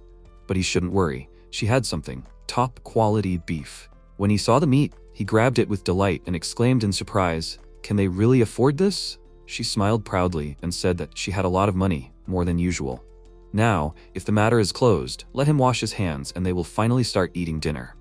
Looking at her, he breathed a sigh of relief and thought that it was good that his sister had not changed. Meanwhile, Yoonhung was fighting a huge stone golem. He swung his fist, but the guy did not let it hit him and jumped to the side, and while he was in the air, he aimed at it with his new special executioner weapon called the Crossbow of Inevitability. The attack power increases if the target is close, and there is also a homing function. This crossbow increases the chance of a critical hit. He summoned a pentagon of arrows, after which he fired them at the enemy and cut off his arm. While he was confused, he landed nearby and used the skilled god's staff, causing a magic circle to appear under the golem's feet and a glow above its head. After that, a beam of light hit the golem, which disassembled its body into pieces, and they flew in all directions. After his victory, Yoonhun could finally catch his breath, but he didn't know that he was being watched. On the roof nearby, the Emperor and the puppeteer were standing. She said that the executioner could be very useful to them, especially after she gave him a special weapon and some buffs. The Emperor smiled and noted that he owed his abilities to his strong will. He is driven by the spirit of competition. When they create a new world, they will need people like him. People who are willing to fight for what they want, no matter what. She asked, so he wants to create a world where everyone has a chance to compete with each other equally? He confirmed this and said that the world is too kind to slackers. They don't need people who are dependent on the existing system. Let them call him a villain, but he thinks that the world needs those who can make noise. In the new world, everyone will fight equally and receive rewards according to their abilities. The classic game world is much more fun than them. The puppeteer remained silent and the emperor remembered Ryu Yan. He was supposed to call him today, but he never did. She asked, is he talking about that idiot trickster? He didn't call her either, but he's alive. His name is still on the party list. She remembered something. He said that he went hunting for personal reasons and said that he would catch the Avenger. He didn't understand who she was talking about, so she explained to him that it was the guy who conspired with Raizan. It seems he's an old friend of the executioner. The emperor looked at Eunhyung strangely, then headed to the exit of the roof and asked her to send him all the information about the Avenger. She asked, is he interested in him? He confirmed it and said that he felt like his subordinate had made a mistake and that he would have to personally reprimand him. That was the company policy. A new day had arrived, and Oram and Shiwol went to a cafe to study. While they were solving math problems, Shiwol frowned, and MC asked if something was wrong. She told him that she didn't know how to solve question 14, and he sat down closer to her and wrote down the solution. She noted that he was surprisingly good at studying, but she only cared about the game and thought that everything else was just nonsense. He asked if that wasn't a too simple view of the world. Their conversation was interrupted and Shiwol received a call from someone, and Orium asked who it was. The contact name, Sly Woman, appeared on the phone screen, and she told him it was Raizan. She answered the call and asked, with a displeased expression, what happened? Sunga told her that nothing happened. Can they talk? She has a suggestion for them. They got a great quest. The MC immediately sat closer to her so he could hear everything, and Sunga said that there was a pacification quest for 6 people. Several parties can participate. The main thing is that each group has 6 people. There are 8 players, the 2 of them and their assistant. She thinks it would be great if they found another person and they could make 2 groups. How do they like this suggestion? Maybe they should try playing together? Shiwol asked who their assistant was. They didn't just grab the first person they came across just to make a group, did they? Her words made Sunga laugh and she said that she would never do something like that. She thinks they will be surprised. They found a paladin named Shin Juyok. He was number 1 on the Asian server. As soon as Oram heard this, he immediately became interested, but Shiwol was surprised. Seeing her reaction, he asked who he was. He knows he's good. He's number 1 after all, but is he famous? She looked away and told him that she wasn't sure, but she's definitely heard of him. A paladin who doesn't belong to any guild, but when someone fights, he helps them. He promises them that he'll help them win, no matter what. He asked if this is the same Shinjuyuk. She told him that it's definitely him. It's not that easy for a paladin to rank up on his own. Sunga asked, so what do they think about it? The quest starts next week. They can decide within this weekend. Shiwol asked, what's the reward for this quest? If it's a competition, will the reward depend on how well you rank? She told her that everyone will be rewarded equally. It's about 30 million won per person. Hearing that amount, Shiwol's eyes immediately sparkled with anticipation, and she looked at Oram, asking, they better agree to this, right? He gave her a confident thumbs up. Then Shiwol told Sunga that they agreed. They would join their quest. She giggled and said that she knew it. Let them choose who they want to be in the team with, and send her the names. They will discuss it together and make a final decision over the weekend. After this call, they left the cafe and started discussing the upcoming quest. Shiwol asked, so they can choose any member of the Raizan Guild? Anyway, when the quest starts, they will be playing against each other. MC agreed with her, but he would like to choose those who are a good fit for Juyeon. The adventurer can buff all party members. If they choose the right allies, they will be stronger than the second group. Shiwol decided to see who suits the adventurer, then showed him some options, and he noted that she was thinking the same thing as him. After that, Shiwol wrote the names to the guild leader, and immediately someone called her. Oram thought it was Raizan, and thought about the quest. He wondered what kind of monster would be there. Lately, they have been getting quests and competitions with boss-level monsters. This is a serious quest, which means the monster will be very strong. He hopes that at least there will be only one. He doesn't want to come up with a new strategy. Shiwol called out to him, distracting him from his thoughts, and asked what plans he has for the weekend. He told her that he has no plans, and she said that this is good. Let him make sure that he doesn't have any plans on Saturday night, because he has to go on a date with her. She said it so confidently that he was taken aback and asked why they suddenly have a date. Saturday came. MC dressed up and came to the meeting place. While he was waiting for her, he thought, what's going on? She suddenly asks him out on a date, but she never explains anything to him. They often go out together, but it never seemed like anything special to him. He thought it was just a meeting of two players. But when she said about a date, his heart started pounding as if he had suddenly stumbled upon a complex monster. Suddenly, someone hit him on the back, which made him almost scream in fright. Shiwol asked if he had been waiting for her for a long time.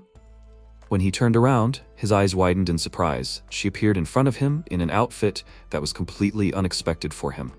She apologized for being a little late, but when she noticed his intent gaze, she hit him with her bag and asked if he was staring at her. He told her that he was not at all, and embarrassedly looked away, thinking what kind of outfit was this? She looked like a completely different person. He awkwardly asked where they were going today. She seemed to say that she wanted to go somewhere. She didn't want to give away any spoilers and patted him on the shoulder with a smile, telling him that he would have to trust her and follow her. He got a little flustered and said that he liked spoilers, and she immediately told him to shut up in annoyance. They walked down the street in silence for a while, and then Shiwol called out to a girl, causing Oram to look at her in surprise. But when he looked at the person she called out to, he was very surprised. It was his sister and Dr. An. Aram waved at them, and her brother asked in confusion, what was going on here? She laughed and said that she thought that she wouldn't be able to persuade him to come, so she made arrangements with Shiwol. Dr. An had recently helped him, so she thought it would be nice to have dinner together. MC looked at his friend and asked, is that why she tricked him into coming here? She confirmed it with a proud smile, and his sister called her and asked her for help. As the daughter of a pharmaceutical company's CEO, it would be useful for her to meet people who knew their way around medicine. He was disappointed, and his sister suggested that they go inside, as their reservation would be cancelled if they were late. Some time passed, and they found a table in the restaurant, and a couple of dishes had already been brought to them. Over a glass of champagne, Aram reminisced about her childhood, especially enjoying telling the story of how her younger brother would cry and beg her not to leave. She laughed, and Oram said with shame that he had never done anything like that, and Noah noted that they had a good relationship. Ariom said that it had been a long time ago, and now they only communicate when they were both home. While they were chatting, Shiwol thought about it and asked how they had become friends. She knew that they worked in the same hospital, but even so, they had different specialties. Aram realized that she herself hadn't noticed how they had started communicating, and then Noah told them that he had made the first move and decided to talk to her. One day, he saw her busy working in the hospital corridor. She was helping an elderly patient at the time, and for some reason, her appearance made him want to talk to her. MC was surprised by this, and Noah said that was why he spoke first. Ariam laughed awkwardly, and Shiwol asked her how she felt about the nursing profession. Would she recommend it to others? She told her that she didn't even know. It all depends on the person. But there was only one thing she wanted to tell a person who wanted to become a nurse: run and find something else. That's all. After that, she laughed, and they both looked at her strangely, and she said that, of course, not everything is so bad, especially when your patients leave the hospital healthy, and when your smile is answered with a smile. You understand that it is a rewarding job. They all looked at her in surprise, and she laughed awkwardly, saying that she now felt ashamed. She never said that. Noah's gaze lingered on her, her awkward smile reminding him of Maria, and Shiwol looked at him closely. At that moment, she received a message on her phone, which made her a little nervous. She asked Oram to step outside for a minute to talk, and he asked if they could do it here. She told him that it was an awkward topic and hurried him. When they found themselves in a secluded place, Shiwol said that she was in a good mood. So she suggested that they stand here for now, give them a chance to talk to each other. Besides, she wouldn't be able to watch this all evening. He looked at them thoughtfully, and she asked if he was sad about losing his sister. He answered her with confusion that he wasn't. He was just surprised by her point of view. He had never seen her at work, and it surprised him a little.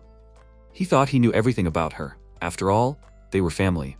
She sighed and asked if she wouldn't be so surprised if she found out he was an Avenger. He agreed with her and asked what she wanted to tell him.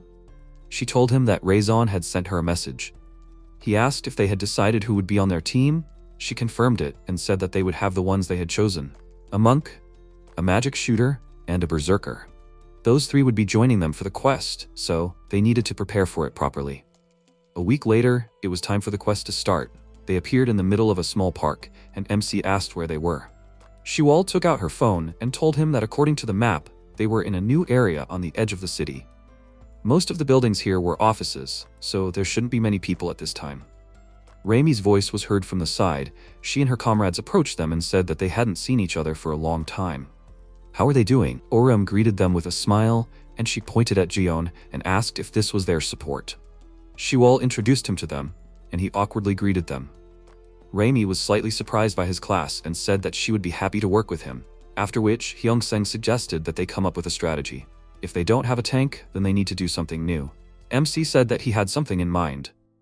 In order to get the most out of the 3 supports on their team, they should constantly buff the ranged DPS so that they can cover the rest. This will allow the melee DPS to adjust to the rhythm of the supports, constantly attacking and then retreating. Jean asked if this wasn't too risky for the latter. Since they don't have a tank, they will have to take damage themselves. He told her that it doesn't matter, since they have an adventurer with them. Thanks to the adventurer's passive skill, fun and safe adventures, all party members have an increased chance to dodge attacks, which will help them take slightly less damage. She said with a little surprise that she didn't know they had such a skill, and Hyungseng asked what formation the supports will be in. Maybe assign each one a role? He said that since he is a monk, can he stand in front, next to the DPS, so that his blessing skill works? The adventurers have few attacks, so Jian will have to stand at the very end of the formation. Shiwol will help them according to the situation. She is a master of labyrinths. She told them that they can rely on her. Then Oram asked if they have any other ideas. They told him that everything is fine with them, and Reimi said with a smile that she thinks this is the best option for them. He smiled and said that they are all experienced players, so he thinks they will work together during the quest. After that, the system notified them that the quest would start in 1 minute and 30 seconds, and he said that since they didn't have a healer, they should stock up on healing items. While they were choosing items for themselves, MC thought about it. They had a good strategy, but it was based on the idea that there would only be one monster against them. He needed to come up with a backup plan just in case. He really hoped that there would be no more than 3 monsters. If there were more, it would be difficult for them to coordinate. The system notified them that the quest would start in 10 seconds, and Reimi told Hyungseng that the Avenger had little experience in team play, but he knew how to think of strategies. He agreed with her. He understood the mechanics of the game well and fought well enough. If he gained experience and worked on his team management skills, he would make a great guild leader. The system said that the preparation time was over. The quest would begin. A huge monster immediately appeared behind them with a roar. They turned around excitedly, obviously not expecting such a sudden start, and Shiwol recognized the monster, as did Oram. They all knew that the one in front of them was a giant priest, a Nephilim. He slowly raised his leg and then slammed it down on them with all his might. Fortunately, he didn't hit anyone. They all retreated to a safe distance, and Jion excitedly exclaimed that he was so huge. He didn't expect that. Hyungseng said that even if he didn't expect it, now that the quest had started, they would have to finish it even if it cost them their lives. He called out to Jean and used her skill, and she, understanding it, rushed to attack. She took out her weapon and it put a buff on her, increasing all her stats by 22% for 5 seconds. Gritting her teeth, she jumped high and slashed her swords upwards, using the skill National Disaster, but these attacks did not even make the priest move. She was very surprised that he was almost not injured. Because of this, she missed the enemy's attack and was thrown to the side. She hit the asphalt so hard that cracks appeared on it and she let out a painful sigh. At this moment, MC climbed higher, used the skill, and lunged forward, striking. His skill, Angry Howl, deals 103% piercing damage in a straight line. The further the target is, the less attack power. But even so, there were no wounds left on the enemy. He received almost no damage. Something came to his mind and the monster's lips twisted into a grin. And then he opened his mouth wide, and a bright ball of light appeared in it. He shot a beam of light at the players, but fortunately Aura managed to hide behind the Shiwol barrier in time. She discontentedly told him to stop playing around. They need to deal with this huge idiot in one hit and be done with it. He said confusedly that he can't, and then Juyeon exclaimed that they can't defeat him. Just like Medusa can only be defeated with a mirror, the same with Nephilim, they need a special item. She was slightly surprised, and Reimi said that he was right. She saw it in the game. They need independence. In one raid, she had to defeat Nephilim, so she definitely remembers. Shiwol asked, then what should they do? Normal attacks hardly hurt him. Sungha came up to them and asked with a smile, what else can they do? They will have to fight. Together they are stronger, right? Reimi was slightly surprised by her appearance, and she, taking out her weapon, said that if they can't defeat him in one or several hits, then they will hit until he dies. She called out to her friend and asked, does he agree? Juhyuk ran forward and confirmed it with a confident smile. After which he took out a huge hammer and, using a skill, hit the priest's leg, causing sparks to appear around. Without realizing it, Nephilim started to fall down. All because of the paladin's blow. He ended up kneeling down and Shuol exclaimed that he had stunned him. So he is the best player in Asia, Shinju-yuk? Sungha laughed and said that it was good, but now it was her turn. They can't fail in front of their assistant, right? She rushed forward and told him to pay close attention to what she could do, and then she dealt her opponent several powerful blows. Juyan was surprised, because this was a party of top players. The MC had been standing still and watching them the whole time, and then Hyung-sung put his hand on his shoulder and said that they can't just stand there and watch them fight. Let him show them what he can do, and he will support him. He hesitantly told him that he understood, and then the monk put a buff on him. Meanwhile, Sungha climbed up the opponent's leg and struck him with Juhyuk, but no matter how hard they tried, they couldn't hurt him. Then he clenched his hand into a fist and aimed at them, but they both managed to react in time and ran up his arm. As soon as they got close to his head, they both used their skills and struck his shoulders twice with powerful blows, but they still couldn't hurt him. When they both landed, Juhyuk said that they had already struck him quite a lot, but he barely reacted. Sungha noted that it was no fun to play with someone who didn't care, and at that moment, his leg appeared above her head. She froze in place, preparing for the strike. Then her eyes flashed, and at that moment, Urim appeared in front of her. He blocked the strike, and decided to absorb all the damage with a skill and attack back. As soon as he landed a blow on the priest's stomach, he coughed, and Juhyuk praised him for a good blow. Apparently, it was all because of his buff of all stats. He looked at Sungha with a smile and asked, "Is this the schoolboy Avenger she was talking about?" She confirmed it and added that he is incredibly capable. After that, the rest of the party finally arrived. They all pounced on the monster at once and dealt several blows, and Jong landed behind the guild leader and apologized to her, saying that he wanted to take a shortcut. He thought it would be faster, but he was still late. She told him that it was okay. The fun was just beginning. Everyone attacked the monster without stopping, and at one point, Raimi laughed, saying that it was so huge that she didn't even need to aim. She used her ultimate skill called Phoenix, and a huge arrow in the form of a bird pierced Nephilim's body. Woyan and Ikju both pounced on the priest and used their skills, creating a combo, and dealt a powerful blow to his head. Because of this, Nephilim backed away, then completely lost his balance and fell, which made everyone nervous. MC called out to the supports because it was their turn, and the monk and the master of the labyrinth cast buffs on him and Jean. The master of the labyrinth skill increases all of the player's stats for 5 seconds. The monk's skill randomly increases one of the stats of all party members. Feeling a surge of strength, they both used their skills and dealt a powerful cross attack, causing the monster to scream. Shuol praised them and said that he should have taken a lot of damage, but they didn't expect the priest to attack back. He opened his mouth wide and accumulated more energy, and then light beams began to shoot in all directions. Someone tried to defend themselves, but still got hit. Jong erected a barrier, but it was difficult for him to hold it, but Oram was thrown aside. He gritted his teeth and thought that this was bad. If he didn't deal with him now, innocent people could get hurt or even die.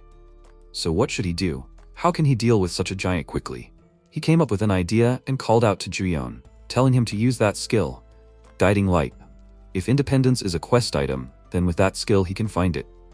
He decided to try it and picked up his sword, then 2 beams appeared on the tip of it, one of which went far beyond the buildings. Shuol exclaimed that the beams split into 2, one pointing to Nephilim and the other to independence. MC followed the direction of the beam and Jian said that he will go and find independence. Anyway, he won't be of much help here. He will go after the beam and bring it to them. Urim objected. What if it is not an item, but another monster? Hyung-sung said that he will go with him and help him if anything happens. In their situation, it is better to focus on attacks and not rely on buffs from supports. Raimi also volunteered to go with them. If they found independence, they would still need someone who could shoot and use it. MC agreed and said that they would then team up with Sungha's party and try to stop Nephilim. Shuol asked them to keep an eye on Juyeon. He has a habit of falling over immediately if something or someone suddenly jumps out at him. He indignantly exclaimed that he doesn't do that anymore, and Juhyuk, who was still attacking, glanced at them and told Sungha that it seemed like that party had already come up with a plan. What would they do? She told him that there was no point in competing. They had formed an alliance after all, but standing still and just watching was also not necessary. They needed to figure out how to deal more damage to him faster than that party. Then they would destroy him first. He agreed with her and asked if they thought alike because they were in the same party when they first started playing. She smiled and told him that she had nothing to say. After that, she rushed into battle and exclaimed that she did not remember the men she met a long time ago.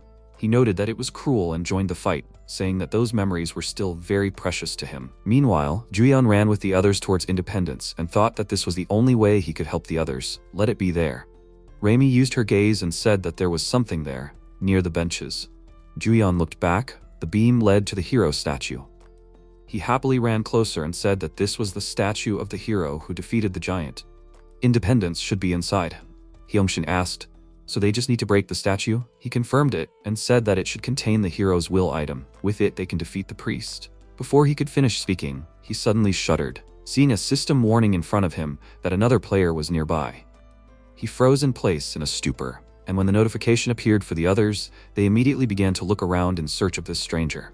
Hyungsang turned to the side and froze. Someone was standing in the dark alley. He seemed to recognize him and exclaimed in shock that this could not be. In front of him was the Emperor. He extended his hand to him and used his skill, audience with the Emperor, after which everyone immediately fell to their knees, and Juyeon exclaimed, "What's going on?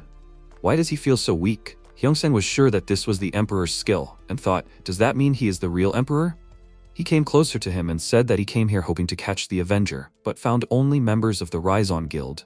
But it's worth it, he was going to kill them anyway.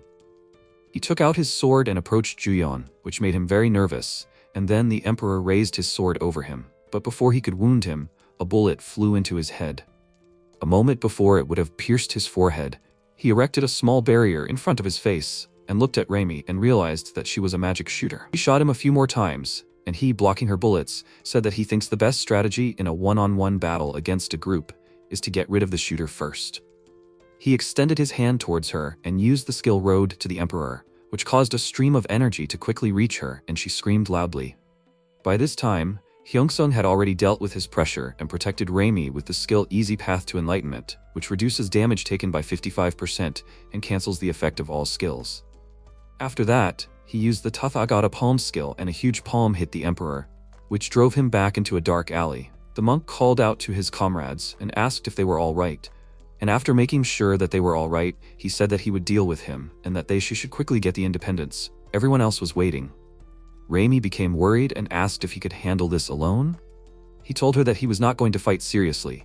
The quest would end anyway when the giant died. He just wanted to buy them time. She should not worry about him and get down to business. She hesitantly agreed to this, after which she called out to Juyeon, and he said that he would take the independence. They were about to leave, and Raimi told her friend to be careful, but he decided to put a buff on her at the end, which increases defense and speed, so that she would get there faster. He asked her not to be late, and she sighed with a smile, noting that the role of a support suited him very well. She promised him that she would hurry up, after which she called out to Juyeon and told him to keep up. They passed by Hyungsung, and she finally advised him to drink some elixirs, after which they ran away. He followed them with his gaze, and then the Emperor came out to him, asking, were they finally done chatting? He clenched his fists, preparing for battle, and asked, was he waiting for them to finish? He thanked him for this, and he, shaking off the dust from his clothes, answered him that this was not the case. At this time he activated his skill. After his words, a magic circle appeared, and huge spikes grew from the ground. This was his skill, Emperor's Territory, which gradually restores his health. The longer the opponent is in the field, the slower his movements become. Hyungsung became nervous and realized that he was just buying time to activate it. He gritted his teeth and thought that he told Raimi that he would buy time. But it turned out to be the opposite. If he was not careful, he would quickly lose. He would have to give it his all. He used his ultimate skill, Great Mahaparinirvana. This skill increases knockback resistance, allows the user to pierce the opponent's magic armor, and also increases the speed of all party members by 2.5 times. While the skill is active, the player cannot receive the buff. Concentrating, he gathered more strength in his legs, and then pushed off and rushed towards the Emperor, thinking that this was the only way he could buy them some time.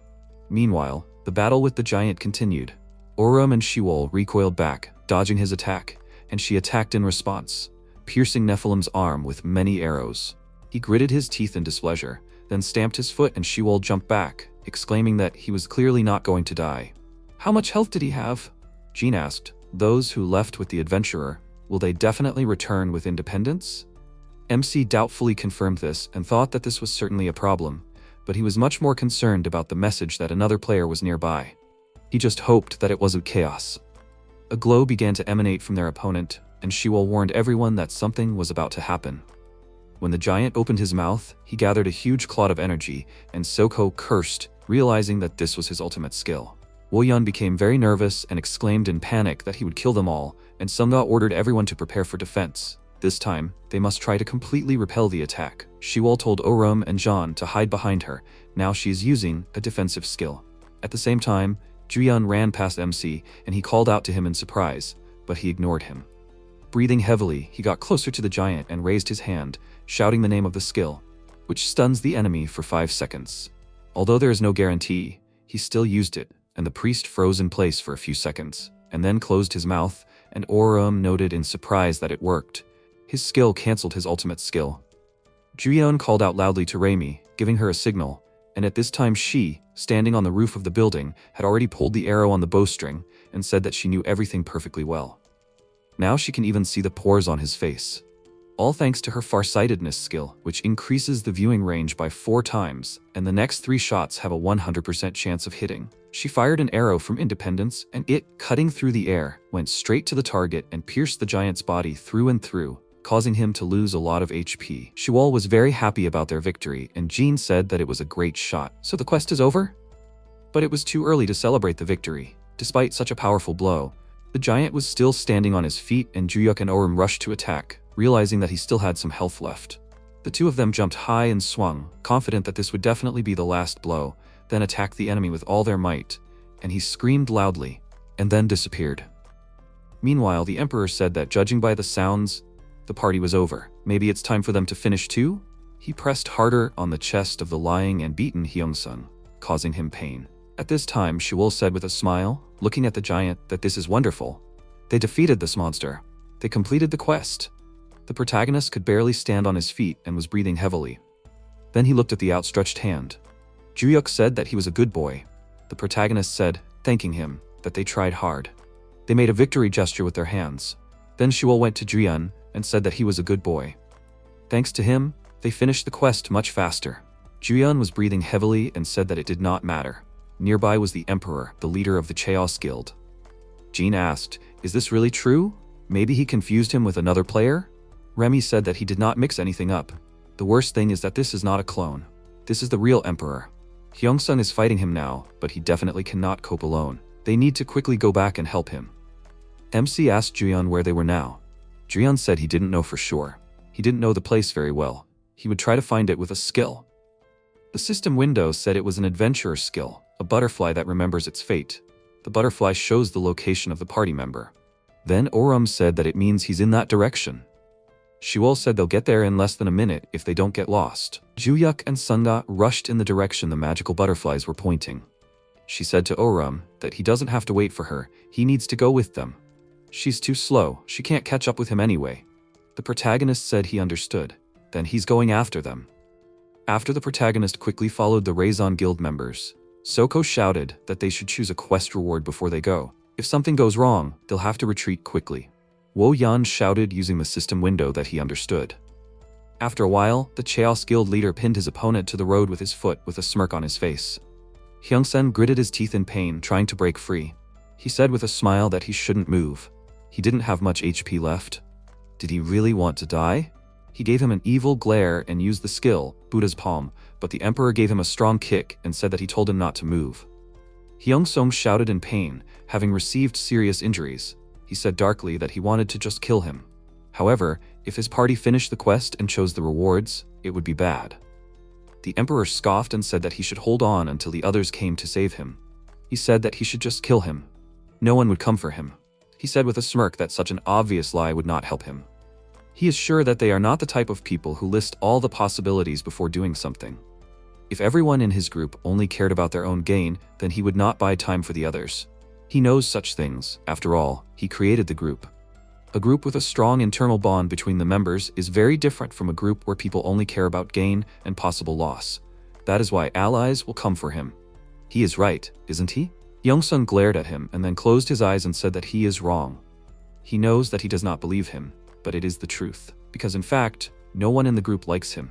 At this moment, Soko appeared behind the Emperor, using the skill, Silent Death. But at the last moment, he deftly dodged the opponent's blow. He thought that the enemy was fast. He did not have much time to react. However, his attack speed is no match for the class Assassin. Soko almost dealt a fatal blow to the enemy, but he was thrown back. He was surprised by this, and the Emperor was preparing to kick him. Soko received a direct hit to the face, causing him to fly back. The Chaos Guild leader used the skill, Palace Dungeon, and at that moment, the magic chains bound Hyungsang. A system window appeared with information that this is the Emperor's skill, Palace Dungeon. The target with less than 18% HP is given the effect, Stun, for 180 seconds. The effect Stun will disappear if the target is attacked. The Emperor thought that taking into account all the buffs, the stun should last about 7 minutes. This is great. He thinks it will be enough. This time is enough to deal with the rest. The protagonist along with Juhyuk prepared to strike him with their weapons. At the last moment, the Chaos Guild leader jumped back. Juhyuk used the skill, Divine Strike, and the protagonist used the skill, Flower that stores malice. The Emperor chuckled and used the skill, Iron Will, which dealt damage to them. MC thought in shock, he was able to counterattack? How did he manage to activate the skill? He even managed to activate the effect, Paralysis. The leader of the Chaos Guild rushed to Orim and said, preparing to strike, that his class is an Avenger. He was looking for him. Suddenly, the Emperor was hit right in the head with a magic attack, but he had a barrier activated for protection. He said, looking to the side, that it was a magic shooter. She is trying to hit him from afar. At that moment, the guild leader Raizon and Ikju appeared in battle readiness. The Emperor used the skill, Audience with the Emperor, and dealt a crushing blow to them. Sunga thought, gritting her teeth, how can this skill be used like this? Then John and Woyun rushed at him, preparing to strike with their weapons. Chaos Group leader used the skill, Emperor's Road, and his opponents jumped back in different directions. After that, the Emperor appeared next to Remy and was about to strike. He said that damage dealers who attack from afar are so annoying. Remy looked at him with anger, and suddenly, Chaos Guild leader was bound by magic chains. Shiwol used her ability to strike the enemy. He said with a grin that she is a master of labyrinths. So, magic shooters are not the only annoying pest. In that case, he will use it. The Emperor activated the skill, Leader's Authority. The system window reported that this is the Emperor's skill, Leader's Authority, removes all statuses and effects that weaken the player, but takes away 12% of HP. She gritted her teeth, looking at him with apprehension. He made a sweeping strike with his weapon, throwing the opponents back. After which, the Chaos Guild leader approached Shiwol, who looked at him with fear. He said that he would deal with her first. She gritted her teeth in anger, instinctively covering her face with her hand. A deafening roar was heard from his magical strike. The Emperor said, looking at the girl's savior, that it was really cool. The Avenger showed himself well. The protagonist held Shiwol in his arms, gritting his teeth. The protagonist said that he was looking for him. He said that it was true, he wanted to meet him. MC asked angrily, what does he want from him? They don't know each other. The Chaos Guild leader said that there was no special reason. He just wanted to ask him a question. Does he remember the trickster who was hunting him? Where is he now? Oram used a recovery potion and asked how he knew this. He is his subordinate, he should know this, but he doesn't know where he is now. The Emperor said he was just trying to find him. He disappeared after going to meet him, so he was starting his search from there. He should stop answering questions with questions. This trickster was a useful member of his party. The protagonist said he didn't know where he was, he didn't care. His face changed and he said he understood. So he was in the midday room. The protagonist glared at him. The Chaos Guild leader remarked that he thought so. Their shared midday room was locked. He thought it might mean someone had taken the key. He just had to prove himself right. He helped him with that. The Emperor said, taking out his weapon, that this was great. If he had been locked somewhere else, he wouldn't have been able to find him. However, he had the key to the midday room, which meant he could just kill him and take it. He suddenly disappeared, and after MC barely parried his blow with his sword, they began to fight fiercely, exchanging a series of blows. Oram chose the moment and used the skill, Red Spikes. The leader of the Chaos Guild thought that he was trying to distract him. He used the skill, Emperor's Sword. The leader of the Chaos Guild dealt a powerful blow to the area. After that, he asked in surprise, is this really an illusion? The Emperor thought, looking at Shiwol, that now he understands. This is the work of the class, Master of the Labyrinths. A system window appeared with information that this is the skill Master of the Labyrinths. A labyrinth with no exit activates a random skill, Master of the Labyrinths, for 55 seconds. At this moment, the protagonist appeared behind the enemy and was about to strike. The protagonist used the skill, Two Dragons. The leader of the Chaos Guild thought, covering himself from the blow with his hand, what does he have two blades? He did not expect that he was capable of such a thing. He declared, preparing to use his abilities, that he underestimated him too much. The Emperor punched Orum in the face with his fist. MC was sent flying far back, letting out a cry of pain. The system window reported that this was the Emperor's skill, Machiavellianism, which increased attack power and attack speed by 130% for all party members, including the player. While active, it gradually decreased the player's defense. The Chaos Guild leader said with a smirk that he should have used something stronger while it was open. At that moment, Songa and Juhyuk hit the enemy with a powerful attack. He said, turning to Songa, that he was already tired of her. Songa said with a smile, apologizing that it was just her hobby to annoy people. She activated the ultimatum skill, God Save the Queen, and the Emperor delivered a powerful blow with his sword, smiling madly. Their blades met, and the Chaos Guild leader thought with a smile that it would be fun to deal with them one by one. However, he did not have much time left. The skill, Palace Dungeon, will end soon, and the monk will wake up and be able to choose a reward, thereby completing the quest. He has no choice, he will have to take the matter seriously. He pushed his opponent away with a powerful blow, and Songa looked at him in surprise. The Emperor used the skill Ultimatum, March of the Emperor's Army. A golden army appeared, and a crown was above his head. The system window reported that this is the skill of the Emperor's Ultimatum, March of the Emperor's Army. During the action, it non-stop creates 18 soldiers with 33% of the player's HP. The player enters the mode, Emperor, for 70 seconds. His defense increases, but the speed and power of magical attacks decreases. They looked at the army in shock. The leader of the Chaos Guild ordered his army to destroy them. They cannot be shown any mercy. The army rushed to attack, preparing to strike their opponents with their swords. The Raison Guild rushed to attack these creatures, using their abilities. Sioko shouted that they just needed to attack. They would be able to push them back and deal with them all at once. Woyun shouted that he understood. The Emperor noted with a smirk that experienced players would not be intimidated by a sudden wave of enemies. However, that was not all. He used the skill, Emperor's Road. The protagonist was affected by this attack and fell onto the road. The Emperor approached him and said that this was enough to buy time for a private conversation. The protagonist raised himself up and looked at him angrily. They began to fight fiercely.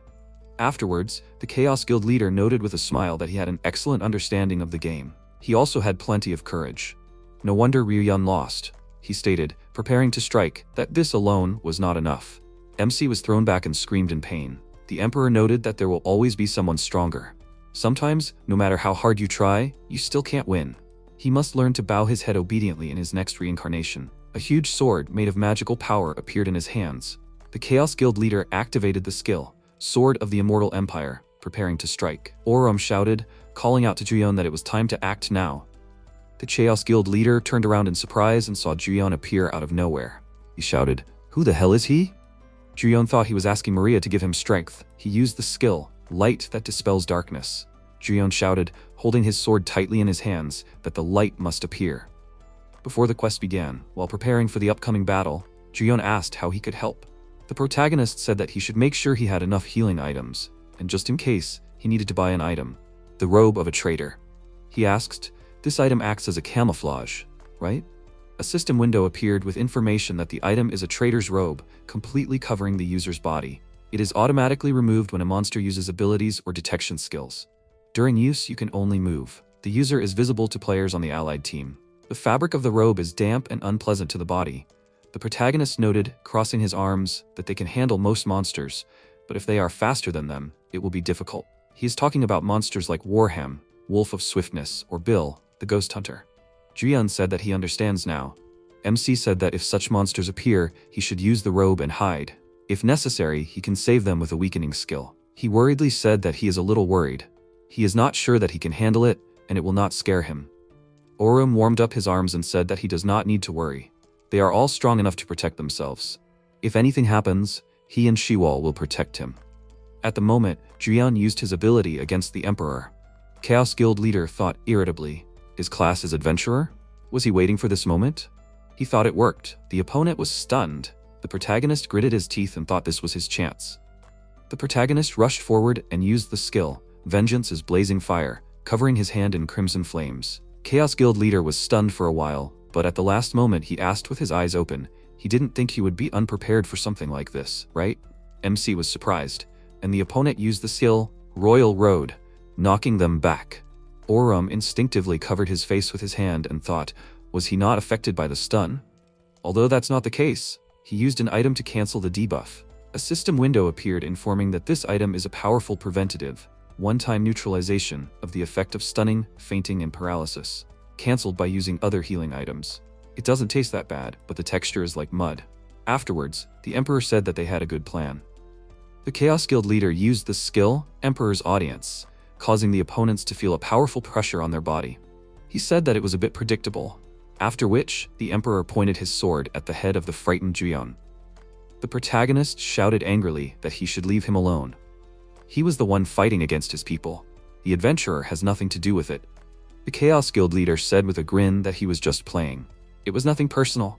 His weakening skill was getting on his nerves.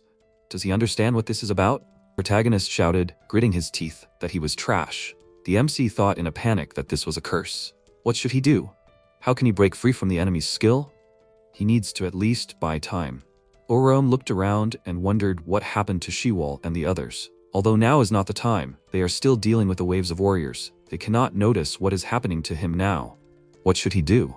He must come up with a plan. He must find a way to turn the situation to his advantage. Afterwards, the protagonist shouted that he must wait. He will give him what he needs. The protagonist took out a key from his inventory and asked, this is what he was looking for, right? He was only asking him not to kill the adventurer. Tears appeared in Juyeon's eyes. The Emperor thoughtfully said that it took a long time. He should have done this earlier. Then no one would have gotten hurt. The leader of the Chaos Guild said, catching the key and pointing his sword at it, that when the right moment comes, all the losers in this game hesitate. This is what they have in common. The same thing with people who ruin their own lives. Now that he has what he wants, he will do it. Suddenly, the Emperor dealt a crushing blow with his sword to Juyeon, whose face showed great surprise. Afterwards, he screamed in pain, and the Chaos Guild leader declared that he could not enjoy the hunt in peace. MC shouted, what is he doing? He gave him what he wanted. The Emperor asked, does this matter? Did he think they made some kind of deal with him? He is wrong. A deal can only be made between equals. And now there is a beating. History is always written by the winners. He noted, stepping on his opponent's back with his foot, that losers are just worms meant to grovel. The Avenger had already lost, so he did not need to try to negotiate with him. He should have begged him for mercy. Orum shouted, when the opponent was about to strike an ally, that he should stop. The protagonist thought it was a curse. What should he do? He must use some item or skill to save Juyeon. This Emperor is crazy. At the moment when Orum was racking his brains over what he could do, the hacking device he received from the joke maker reacted with his consciousness, and it created a small error in the system. After that, the Chaos Guild leader turned around in surprise, feeling the danger behind him. At that moment, a dark gate and windows with system errors appeared behind the protagonist. The Emperor thought in surprise, how is this possible? But he is not yet able to do this. How could this happen? This can't be. He remembered his past, when Maria, the game developer, said that the Z24 substance has infinite potential. Not only does it react to external influences, but it also has intelligence and emotions. The game and technical systems are like cookie cutters that can capture an infinite amount of power. People cannot imagine something that does not exist. He asked, if the user bypasses the system's restrictions, will he be able to use the substance Z24? She said that no one knows what form it will take. This is uncharted territory. This is a thing for legends. At this moment, the Chaos Guild leader looked at his angry expression and thought, did he forcefully elevate himself to the transcendent class? This Avenger is more dangerous than he thought. He must kill him first. The Emperor decided to deal a crushing blow to him, and a deafening roar from a powerful blow was heard. Juyeon worriedly shouted Orum's name. The protagonist gritted his teeth and blocked his blow with his sword, and then parried. The Emperor wondered if he had deactivated his skill because he was now a transcendent class. Although he didn't think that was the case, he thought, looking around, then what was the matter? At this time, Hyungsun used his abilities. A system window appeared with information that this was a monk skill. Free Enlightenment, restores 55% of HP, removes all active effects. He asked what kind of destructive key to use. He wanted to take the reward and end this battle. However, he felt that he should first repay his debt to his opponent. Orum also thought so, right? After a while, the protagonist used a skill, Revenge. It's blazing fire and dual blades. MC struck the opponent, but there was an evil grin on his face. The leader of the Chaos Guild thought, smiling, this is incredible. This is so much fun. He enjoys being able to destroy his enemies. Only then do they struggle to reach the heights. Suddenly, they were illuminated by a green glow. The Emperor said, damn it. At that moment, Hyung-sung chose the quest reward. He said, looking at his hand, that he had just begun to enjoy the battle. This was terrible. Competition made people stronger. He was pleased to know that it was about him. The Chaos Guild leader smiled evilly and said that they would see each other again at the event, Horizon. Orum looked at him seriously. After a while, Kyung-ho appeared in the midday room. She asked, so he decided to stay in human form? Ryu-yeon noted with a smile that the rescue team was a little late. Kyung-ho said that he should stop whining. She was only here because the leader gave the order. She never had the intention of saving him. He exhaled and asked, was it really that hard for her to help? She said that there was a more important question now. How did he survive? Didn't the Avenger take all his things? The butcher noted that he had an extra healing potion. Kyung-ho asked with surprise in her voice, so he was here too? She didn't expect to see two idiots here at once. They definitely needed to go home and take a shower now. That smell was killing her. Ryeon asked what happened to the Avenger. Did the leader deal with him? She said that she didn't know the details. At least it had nothing to do with him now. The Horizon event starts in 7 days. He asked in shock. In 7 days already? Does that mean they can try to complete the final quest? Kyung-ho said that's right. They will complete this quest within 34 days. And then the Horizon event awaits them. So he should make sure he eats well to gain some weight, because it will take a long time. Sometime later, in the cafeteria, Shiwol shouted in surprise, did he really give the key to the Chaos Guild leader? The protagonist scratched his head and said that's it. That was the only option. Jiyeon yelled that he was sorry. He had ruined everything. He was so useless. She said that he didn't need to apologize. They already knew that he wasn't a good enough player. He yelled that it was cruel. The protagonist noted that he had made the decision to give him the keys to the midday room. Shiwol said that he could come for it again. The MC said that's it. She said, crossing her arms, that his method really worked. Their goal was to win the event, not to fight the Chaos Guild. However, those people had been stuck there for over 2 weeks. They were probably dead by now. Shiwol imagined it and said that she didn't want to think about it. Orum said that he agreed with her. Juyeon thought about it, and at that moment, Sunga came inside. She said, apologizing, that she had made them wait for her. Shiwol asked her irritably, what took her so long? Sunga apologized to her with a smile on her face. She pointed out that she couldn't find a place to park the vehicle for a long time. She sighed indignantly and said with her arms crossed that they just need to split the reward already.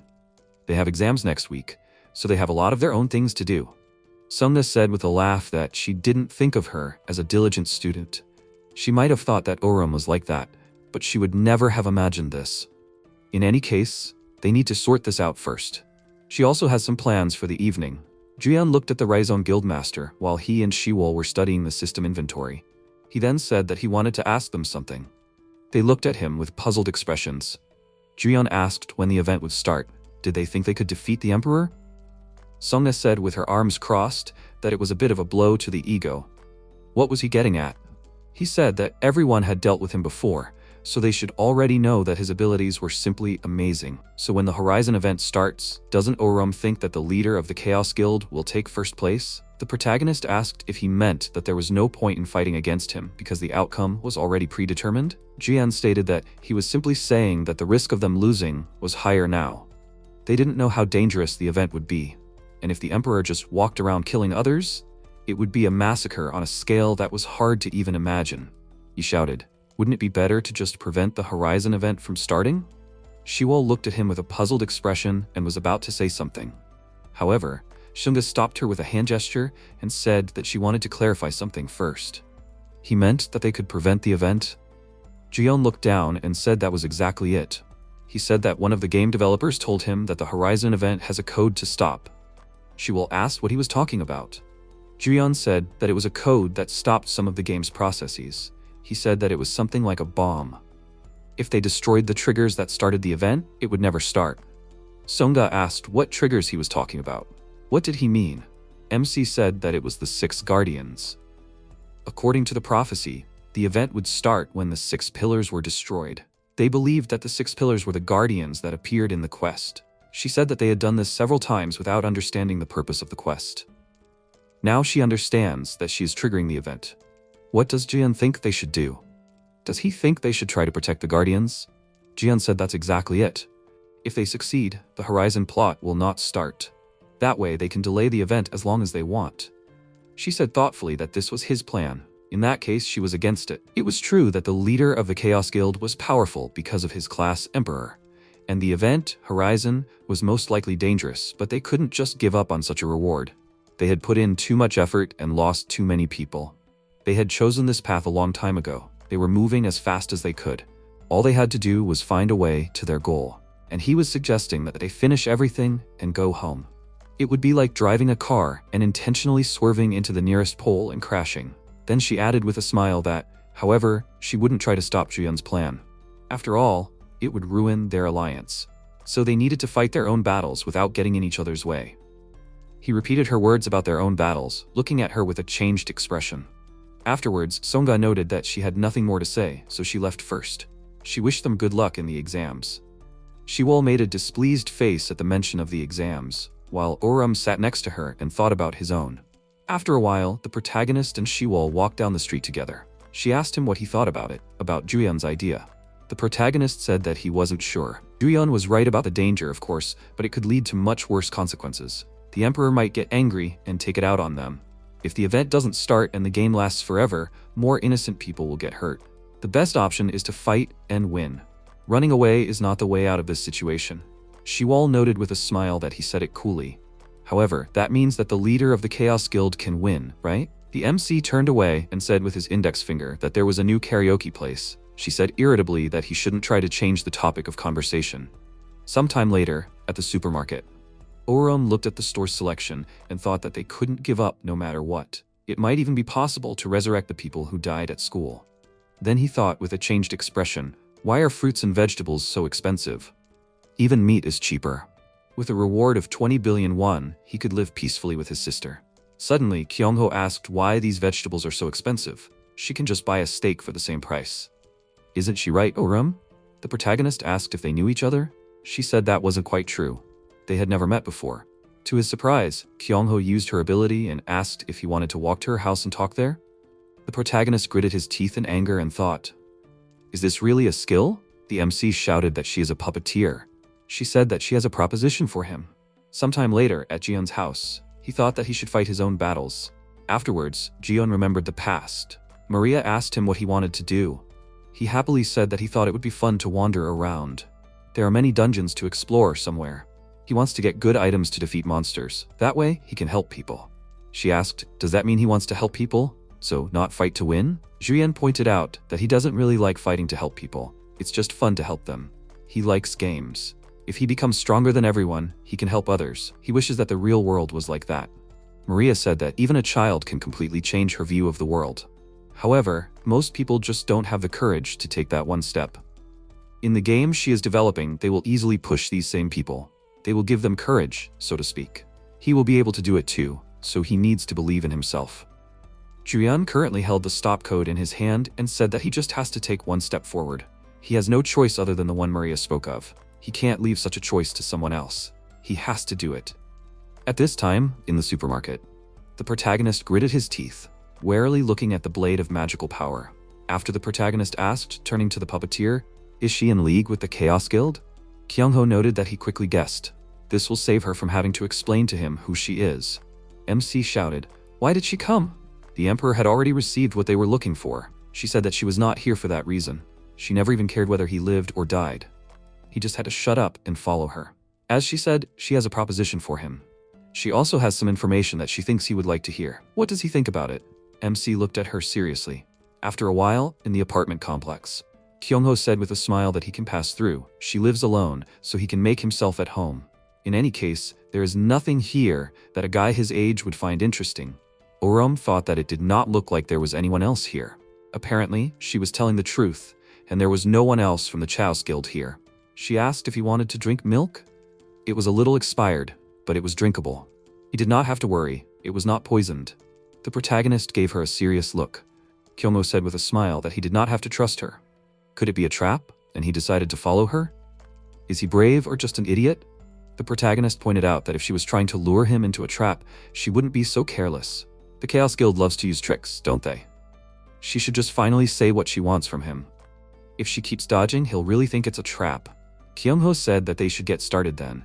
After all, she's not the type of girl to propose a relationship first. Does he want to join forces? MC asked if she was seriously asking him to join the Chaos Guild. She said that he was wrong. This doesn't apply to the Chaos Guild. She might be allied with them, but she's not on their side. One day, she plans to betray the leader of the Chaos Guild. Then she'll take everything that's owed to her.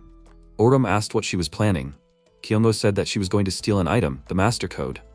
The protagonist asked what that is. She asked, he knows about the reward for winning the Horizon event, right? It's 20 billion won and a wish. The Master Code is the one that guarantees a second reward. It's like a master key to all doors. MC asked, how is she going to steal it? Does she already have a plan? She pointed out that she's a hacker. She spent a fair amount of time trying to break through Ergosphere online security. In the end, she was able to analyze about half of the data, but she still couldn't get to the Master Code.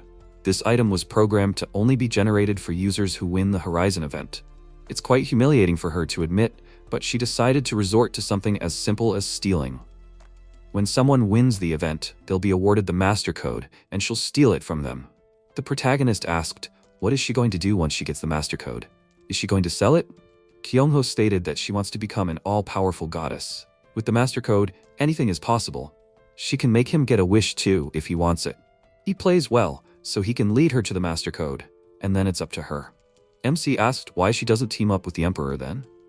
Or just hack the system? She pointed out that hacking won't work. It's too late now. If she accidentally damages the data, everything will just shut down like a bomb, and she would rather avoid unnecessary problems if possible. She also can't work with the leader of the Chaos Guild. His ideology is the exact opposite of hers. If he gets the Master Code, the whole world will become his battlefield. Does he want to join forces? His entire group can join if he wants. Oram stated that he is against it. He won't get anything from what she is suggesting. She also doesn't offer any strategy or plan on how to win first place. And he doesn't even know if this Master Code exists. He will get his wish anyway if he wins first place in the event, so there's no point in him working together with her. Kyungo asked with a smile, isn't he a smart one? She thought he would understand some things after meeting the Emperor. Then what about the other option? She would take him and the party on the final quest. If they team up, they will be able to participate in the quest even if she is the only one who receives the request. She's sure he knows that there is a special reward for this, so they will definitely benefit from it. That's already a tempting offer, isn't it? The protagonist thought that the final quest was indeed an argument. The last guardian he met was the 5th. That means there are 6 more guardians somewhere. The protagonist said that she can forget about it. He doesn't care about the quest reward. There is no reason for them to participate in something so dangerous. If she wanted to join their party so much, she could complete the final quest on her own and bring them the reward. Then, he might think about it. Kyungho said it was amazing. He was so cool and rational. However, she didn't expect this method to be particularly successful. It wasn't her style at all, but she had no choice but to play hardball. Suddenly, she used her ability, and puppets appeared next to her. MC gritted his teeth. Were these really puppets? A system window appeared, informing him that this was a puppeteer skill, wooden mannequins, which summoned 5 wooden mannequins that would be under the caster's control for 44 seconds. Kyungho said that he didn't have to worry. She wouldn't kill him. She would just break him until he changed his mind.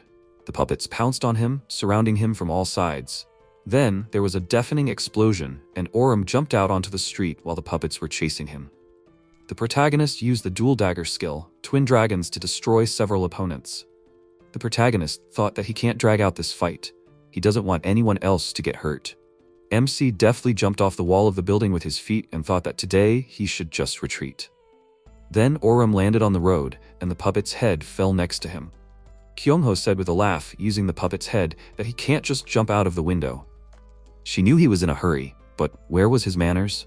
In any case, there were still 4 days left until the quest started, so he could think it over. He knew that the opportunity wouldn't wait for him forever, right? And he would lose it if he delayed even for a second. The party invitation had already been sent. He had to give his answer within 4 days. She would wait for his decision. Sometime later, in the warehouse, Sunga and Juhyuk were fighting fiercely. He used the skill, Persuasion Race, and dashed forward at lightning speed. She blocked his blow with her weapon, and the surrounding area was destroyed. Sunga noted that it was a strong blow. She used the skill, Rose Thorn Sword, and golden thorns made of magical power appeared. At that moment, a sword made of mana appeared in Juhyuk's hands. They continued to fight fiercely. Afterwards, Juhyuk asked with a smile, had her skills improved? Sunga asked with a smile. He gave in to her, didn't he? He said, putting away his weapon, that she was wrong. Even in training, he fought with all his might. Zhang said that he would heal them now. He thanked him for that. Sunga asked what he would do next, like hiding before? Or should they consider him joining the guild? They still had spots left. Juhyuk thought about it and said that he was grateful for the invitation, but he was fine as is. As night fell in the city, on the highway, there was a car in which Sunga asked, turning to Juhyuk, what he thought of the event. Horizon? Was he going to get the reward alone? Juhyuk smiled and noted that he didn't mind it at all. She said that he had a boring answer. If it was not a secret, could he tell us what he was planning next? He said that he did not have any special plans. Of course, it would be better with her, but he was somehow more comfortable alone. However, if he were suddenly captured right now, he would not resist, having fulfilled all the conditions. Sunga asked with a laugh, was he really hinting to her so that she would act more actively? Juhyuk said with a smile that he also had pride. She thought about it and said that if he wanted to, she would take him hostage. Suddenly, he shouted that she should stop the car. Sometime later, on the sports ground, Sunga asked, what's the matter? Did he see a familiar person? Juhyuk nervously said that it was something else. Then he said that he found it. She noticed, looking at it, that it was a pole. Juhyuk noticed that it was a pole of expanding magical abilities from the game. Perhaps it did not disappear after the end of the quest due to some error? Sunga took out her phone and said that it was not that simple. She was able to film this pole with her phone camera. He asked in surprise, so this is visible not only to players, but also to ordinary people. Sunga thoughtfully said that this has never happened before. Something is definitely going on. After a while, Shiwol shouted while talking to Orum on the phone, is he serious? The protagonist noted that the puppeteer herself came to him, and she offered to join the group. She asked why he is so popular with the members of the Chaos Guild. The protagonist awkwardly said that he himself is not thrilled with such attention from them. Shiwol asked what he did in the end. He refused the offer, right? Although wait, he should come to her right now. MC asked why right now. He was going to go to bed. She irritably said that this is a 5-minute conversation. She will also call Jiyeon. Orum said that he will come now. After a while in the midday room, the protagonist noted that she said that if he unites with her, he will be able to complete the final quest. Jiyeon asked, isn't this the last stage before the event? Horizon? The protagonist said that it was, according to their analysis and her words. He thought that then the final quest is the last chance to stop the event, Horizon. Shiwol asked with her arms crossed, what will he do? Is he going to form a party with the puppeteer and complete the final quest? MC thoughtfully said that there is no need for that. The reward of the final quest is different from the usual, but they are not items that can affect the course of the game. Juyeon said that this is the last quest. Shouldn't the reward be special? Perhaps the reward will be an overpowered item that can upset the balance of power. They already saw it last time, the Sword of the Sea of Blood. Orum asked, can he confirm his words with something? Is there a game story that only he knows? He said that he does not know anything like that, he just has a premonition. They have a chance, it's a pity to miss it. The protagonist thought, what's the matter? Not long ago, he proposed to seal the event, Horizon, and now he wants to play? Shiwol pointed out that it could be a trap. For example, they would start to do the final quest, and the Chaos Guild could ambush them at any time. And only destruction awaits them there. Juyeon thought about it and asked, maybe they could go there with the guild. Raison?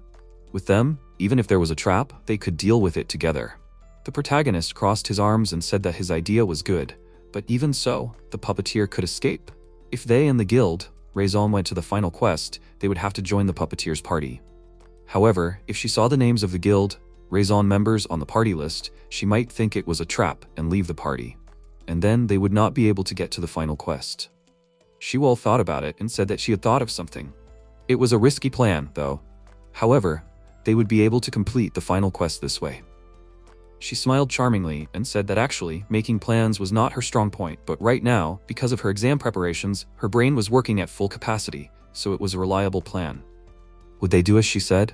They looked at her in confusion. They said that they were ready to listen to her first. After a while, when the day of the final quest arrived, Kyungho appeared from the green light and said with a smile that he was already here too. She didn't expect him to come alone. She expected him to bring a labyrinth master or an adventurer. Did he really decide to trust her? Or did his lover leave him? The protagonist said that they were not alone here. Soko suddenly appeared ready to strike. She wondered in surprise, how did he appear here? There was no one on the party list except Orum. He used the skill Conspirators Transfer. A system window appeared with information that this is an assassin skill. Conspirators Transfer allows you to summon an unlimited number of allies, groups, or guilds. Summoning time is 7.5 seconds. The skill's actions cannot be influenced. After that, the guild members appeared. Raizon. Kyungho said that they really appeared here. The protagonist said that he does not believe her and no one abandoned him. Shiwol shouted, calling her a fool, that she fell into her trap, and she deserved it. You can't stare at other people's guys. She let out a surprised sigh and asked with a smile, is this really a trap? How did he do it? There was only Oram in the group list. MC said that she needed to look at the group list again. After that, Kyungho asked in surprise when they became group members. Shiwol said that it happened shortly before leaving for the quest area. Before that, they disbanded their group to deceive her. 2 minutes before the transfer, they formed a party again, so they joined the final quest. She noticed that they also quietly added an assassin to the party to summon all the Raizon Guild members. If they had added the entire Raizon Guild to the party, she would have understood everything right away. They are smart. However, she found out that the party members had increased. What would stop her from just running away now? Oram said that they thought it was inevitable and took a risk. They don't care whether she gives up on the final quest or not. Kyungho laughed and said that it was funny. Suddenly, Sunga used her ability to stab her with her blade. Then she said that she had 5 seconds to decide. And then she had better answer her questions. Her answer will affect the skills she will use. She asked with a smile. Was that a threat just now? If it is true, but it is useless. She smiled and asked if she didn't care even if she died. Kyungho said with a smirk, calling her weak, that unlike her, she was good at playing. Sunga dealt a crushing blow with her weapon, and Shiwol shouted, what did she do? What should they do if she really killed her? She calmly said that she needed to look closely. She didn't die. The system window reported that this was a puppeteer skill. Doll Dreams allows you to switch places with the summoned doll. Can be used twice. After that, Kyungho appeared behind the protagonist and said that this was too much. She didn't plan to quarrel with them today. However, since things turned out like this, there was nothing she could do. The decision to team up was a mistake. She could only leave. She wished them luck. The protagonist thought about it, and Soko asked if he should follow her. Songa said that she could be left alone. They needed to focus on the final quest. A system window appeared with information that this was a liquidation quest. They need to destroy the soul vessel. Time to 4:30 a.m. MC remarked that he had never heard of such a monster. Maybe it was a real vessel? Shiwol sighed and said that it was something new, so it could just be a vessel. Then she asked Juyeon if he had ever heard of such a monster. Juyeon ignored her question because he was thinking about his own. She called him by name again. He asked in fear, what was the matter? That's right, she asked about the soul vessel. If his memory serves him right, the soul vessel resembles a slime, and this creature is able to imitate the appearance of many monsters. In the story, The Expedition of Despair, it was said that the squad, the Blue Lake, went on an expedition and was completely destroyed. The soul vessel. Shiwol asked with a smile, isn't that a too pretentious name for a high-level slime? It doesn't sound very dangerous. Oram reminded her that a guardian could appear at any moment, so she shouldn't let her guard down. She said that she would not forget about it. The system voice announced that there was a minute left before the quest started. They were busily preparing for the final quest, checking the contents of their inventory. Juyeon said that when the quest started, he would try to use the skill, the light that stops wandering. The protagonist said that it was a good idea, considering that the building here was confusing. The system voice announced that there were 30 seconds left before the quest started. The protagonist called Juyeon by name. He asked what was wrong. The MC said that he should not act rashly this time. Thanks to passive skills, he can help them, just by being a member of the party. Juyeon said with a smile that it was true. He was grateful to him for saying that. The system voice announced that the final quest was starting. He used the skill, the light that stops wandering, and at that moment, rays of light appeared from his sword. Oram shouted in shock, why are there multiple rays of light? Shiwol shouted, do they really need to catch some monsters? Sunga shouted that they all need to disperse and look for monsters. They must complete the quest as soon as possible. Then the guild members, Raizon, went to look for monsters. The protagonist said that they will stick together for now. They do not know what awaits them ahead. She said that she agreed with him. After a while, they went together towards the beam of light from Juyeon's sword. Shiwol shouted, turning to Oram, that she saw an enemy. The protagonist asked if this was the soul vessel. Juyeon noticed that it seemed to imitate a centaur knight. MC thought using his inventory that the centaur knight had special attacks and tactics. Then he decided what strategy to use against this creature. Oram rushed forward, slashing with his sword. The protagonist thought that he should not give the monster an advantage, quickly approach and destroy it. The protagonist used the skill, Vengeful Spirit Tooth, making a series of hits on the creature. The monster could not withstand the damage and crumbled into fragments. Shiwal shouted, "Did he really win with one hit? Are Centaur Knights that weak?" MC thought, "What's wrong?" He thought this creature was stronger. Is it really a weak monster that only copies its appearance? Oram said that they need to find other targets and destroy them. Maybe it's not the soul vessel. The protagonist thought that the final quest can't be that simple. Judging by the fact that they were given until the morning, there is definitely something else here. Jian shouted in fear, turning to Oram that he should turn around. At that moment, the creature was recovering, and the protagonist turned around, gritting his teeth. After that, the creature took the form of Oram. Shiwal asked, "What's wrong? Is that possible?" The monster in his image looked at him with a grin. Afterwards, they crossed their swords in a powerful strike. MC got angry and thought that this monster was not just imitating. This creature has invulnerability and keeps reviving in the form of the one who killed this creature. At this time, the members of the guild, Raisin, also encountered their copies that appeared after defeating the soul vessel. After a while, the monster in the form of Oram pressed him in battle, grinning evilly. They continued to fight fiercely, and the protagonist used the skill, Call to the Earth and Heaven, and the opponent used the skill, Vengeful Blade. Afterwards, the monster in his image dodged with a grin on its face. The protagonist thought that this creature copied his skills and moves, but the standard attributes are much lower than his. Then he can even destroy the invulnerable several times. MC used the skill Two Blades, Twin Dragons, which reached the opponent. Oram thought that he should finish this fight. Suddenly Shiwal shouted that he should wait. She used the skill, a trap with spikes, piercing the enemy with magical spikes. Afterwards, she happily said that she defeated this creature. Shiwal asked, "So it was still a weak monster?" The protagonist asked, "Doesn't she think that the support was out of place now? He himself could have destroyed this monster." Her face changed and noted, apologizing, that she just wanted to kill it, without feeling guilty. This really invigorated her. Pleasure without responsibility. The protagonist shouted in shock, "Is she serious?" Afterwards, the creature began to recover again, and it took the form of Shiwal. She shouted in shock, "Now this creature copied her?"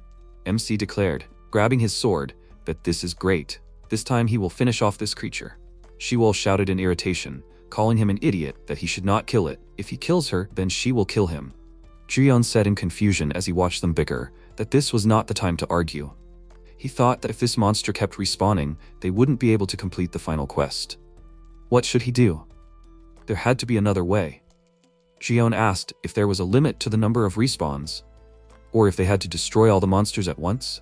Maybe there was something else to do. He thought about it and said that he would try looking somewhere else. He thought that the monster's core was somewhere else. Oram shouted that they should go together then. Shiwal was so awkward, he was afraid to just leave her here. Shiwal shouted in annoyance that he shouldn't call her awkward. She used the skill Trap, Chained, immobilizing the creature with magical chains. Shiwal shouted that she had succeeded. She would be able to hold this creature for 30 seconds. The protagonist declared that it was great. They were going to look for the core, after which they ran together through the corridors of the building. The protagonist noted that he said that the core was in a different place. Why does he think so? Another story or other players' walkthroughs? Juyan said that it was not for sure, but he remembered the story of the Black Dragon Mage Guild. It is said that the Black Dragon Mage Guild researched forbidden magic and was going to make magic weapons for their own army. That is how demonic beasts appeared. In the process of creating them, they also experimented with using the souls of monsters. Shiwal noted that she also knew this story. She saw it when she was doing the quest to collect armor. He said that she was right. It is related to the history of the spellcaster class. And although their history does not completely match it, he has a feeling that somewhere around here there is a core with a real soul. MC thoughtfully said what a core with a soul means. After Oram saw the silhouette of a person in front, the protagonist asked, "Is that really Songa over there?" Suddenly, the creature looked at them with a crazy smile. The protagonist gritted his teeth in horror and then blocked the enemy's strike with his sword. MC thought, angry, that it was a fake. They began to fight fiercely, exchanging a series of blows. The monster used the skill, Rosethorn Sword, and Oram thought, jumping back, that although it was just an imitation of Songa, this monster was quite strong. The protagonist rushed forward and shouted, dealing a crushing blow to the enemy, that however, a fake can never compare to the original.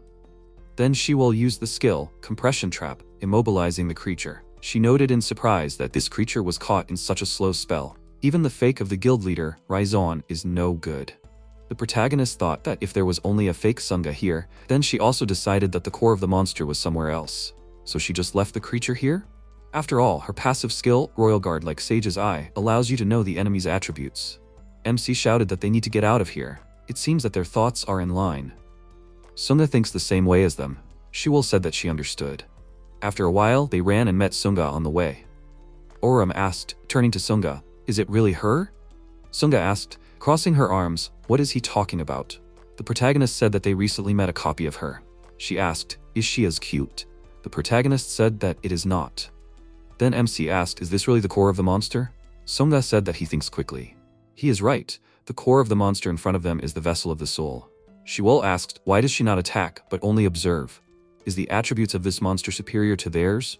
She said that it was not so. The attributes of this creature itself were not high.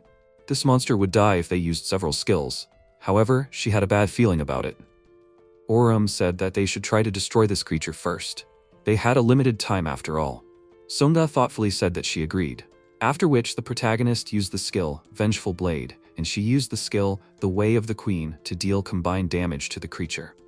The core of the monster was destroyed in two, and then it turned into a liquid substance. Shiwol asked, "Is this really the end of the battle? It was too easy. Will the reward be low too?" Protagonist thought that now there were only 6 guardians left. Now the real game begins. However, this time it is not a race against time, and there are too many strong players of the Raison Guild. They will not be let go so easily. Suddenly, a back door appeared above the creature. Sunga said with a smile that apparently they are not finished yet. This is the entrance of the real boss. A powerful wave threw them back, and an unknown figure with a staff in his hand appeared from the remains of the monster. Shiwol used a protective barrier and asked, turning to Juyeon, "Is he okay?" Juyeon shouted that he was fine. He just fell down in surprise. Then he said that he knew this face. He can't believe it. Could it be Maria? The boss in the form of Maria used the skill, Destructive Rain. MC thought, gritting his teeth, where did such destructive power come from? Is this the true form of this monster? Oriam shouted, turning to Sunga, "What are the attributes of the spirit vessel? Will they be able to handle it as easily as before?"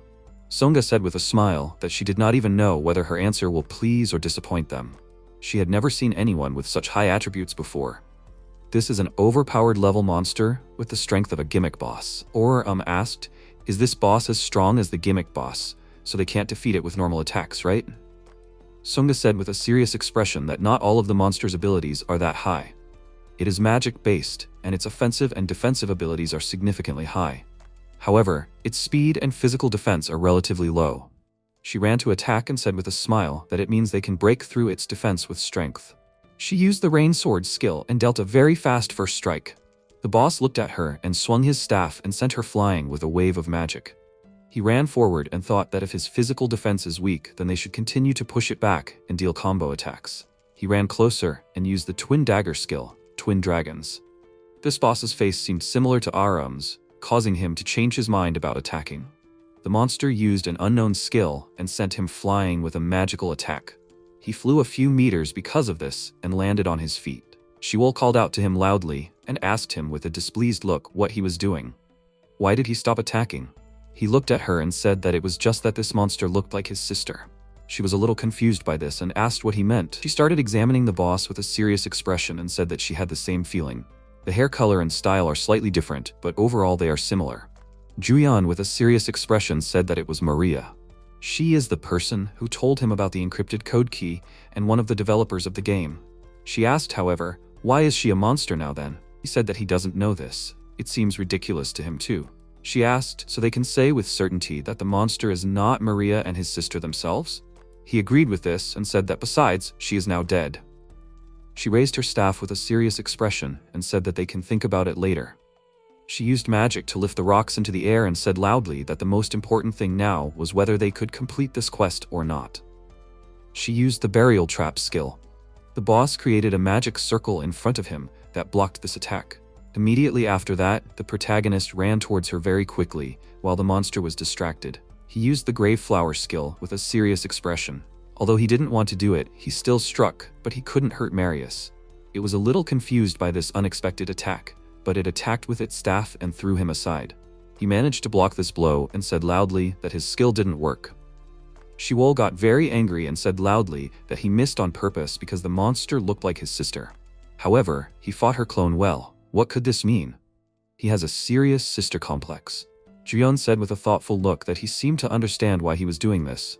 She turned to him with an angry look and said loudly that he shouldn't even try to understand anything. At that moment, the rest of the party came to them. Soko said loudly with a serious expression that it was a magic class monster. They needed to hit it with combo attacks. They all ran towards the monster together and were going to attack from different directions. MC stood still and thought about something, but Shiwol came up to him and said that they should attack the boss together. He has the ability of super physical defense. He can't just stand aside. He apologized and thought that she was right. They needed to focus. They were trying their best to fight this monster. Even if it looks like his sister, it's nothing more than a monster from a game. However, it does look a lot like her. She noticed that he was still standing still and said loudly that she told him to focus. Songga and Ikju used their skills at the same time and attacked the monster at the same time. They were able to slightly injure the monster, but it raised its staff above its head and created a magic circle. They noticed the meteorites coming out from there and asked, "Is this an area attack skill?" Shiwol looked at it with a surprised expression and thought that she didn't think they could dodge such a powerful skill. It seemed that she should use a defensive skill to protect everyone else. Orium loudly called her name and said that this was their chance to deal the final blow while the monster was preparing the skill. She should use the buff. She agreed with a smile and said that they shouldn't waste time. She used the voice from outside the labyrinth skill on it. Immediately after, it ran forward very quickly. He looked at that monster with a serious expression and mentally repeated to himself that this wasn't his sister. His hands were engulfed in energy because he used the Revenge of the Future Fire, Twin Daggers skill. He ran close enough and dealt a very strong blow. The boss was surprised by this, and Songga said loudly that it stopped using the skill and attacking. The skill is on cooldown. This is their chance to kill it right now.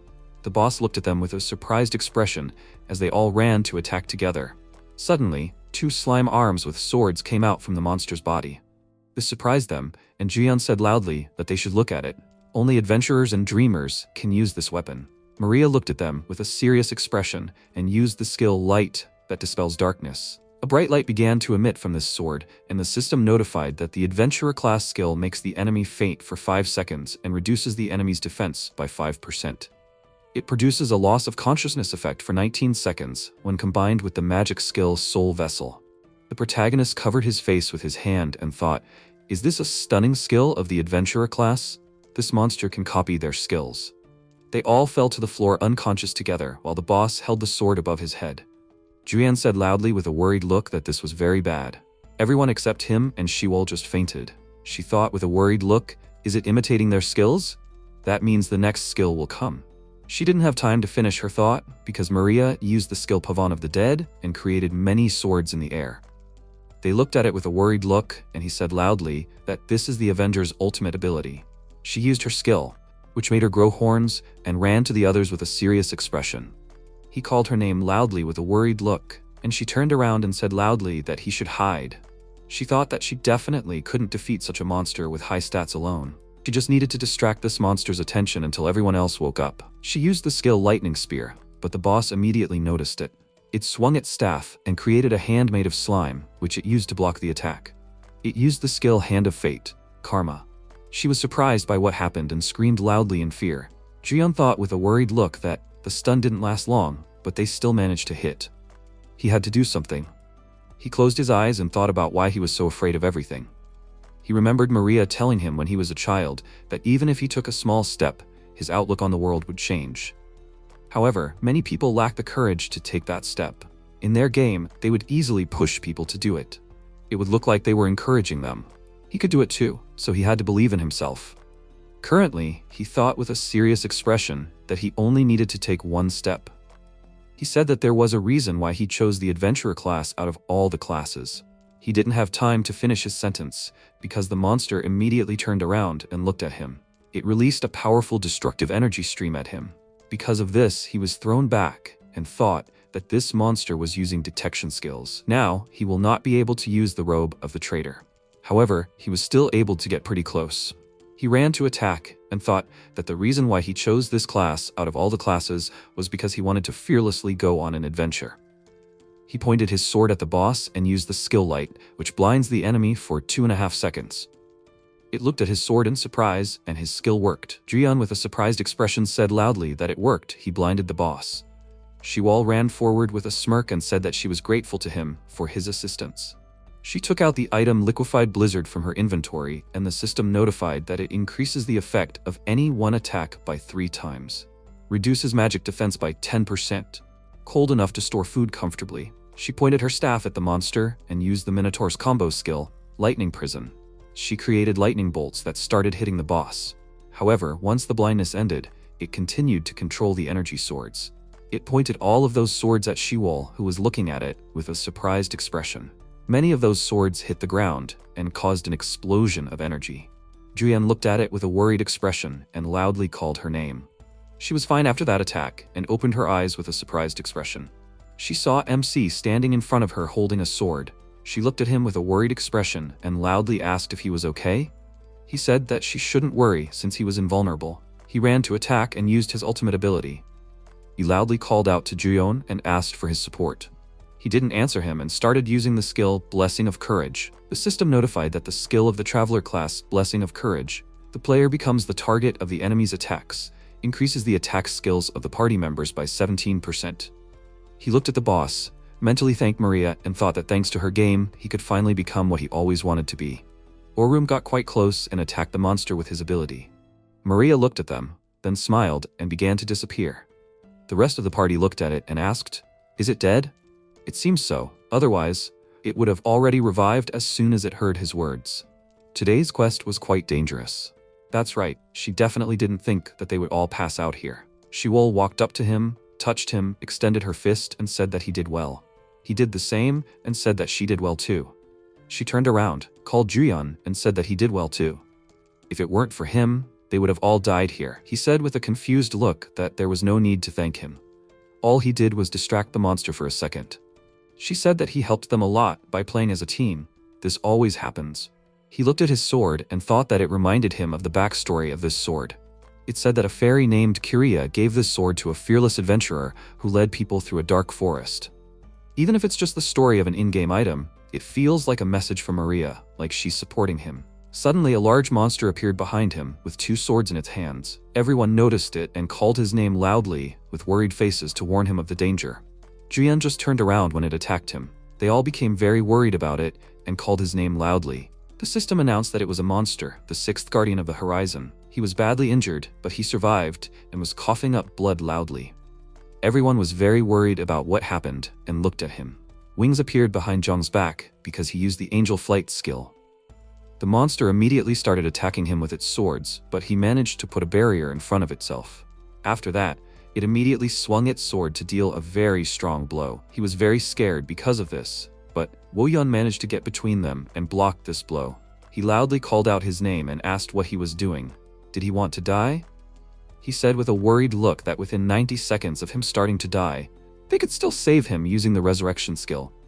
They needed to act as quickly as possible. Raimi started attacking and said that she understood him, but they couldn't go head-on.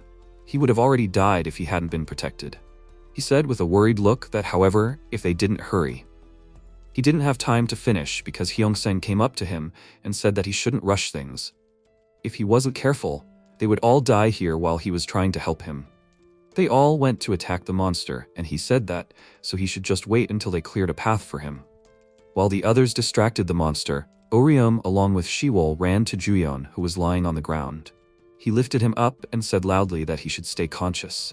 He looked away with a worried look and thought that he needed to quickly find a healing item to restore his health points. If he exchanged the time distortion generator, then he didn't have time to finish his thought because he loudly called his name and said that he shouldn't use items on him. His health points were already at 0 and it attacked him with a skill that prohibits the use of other items.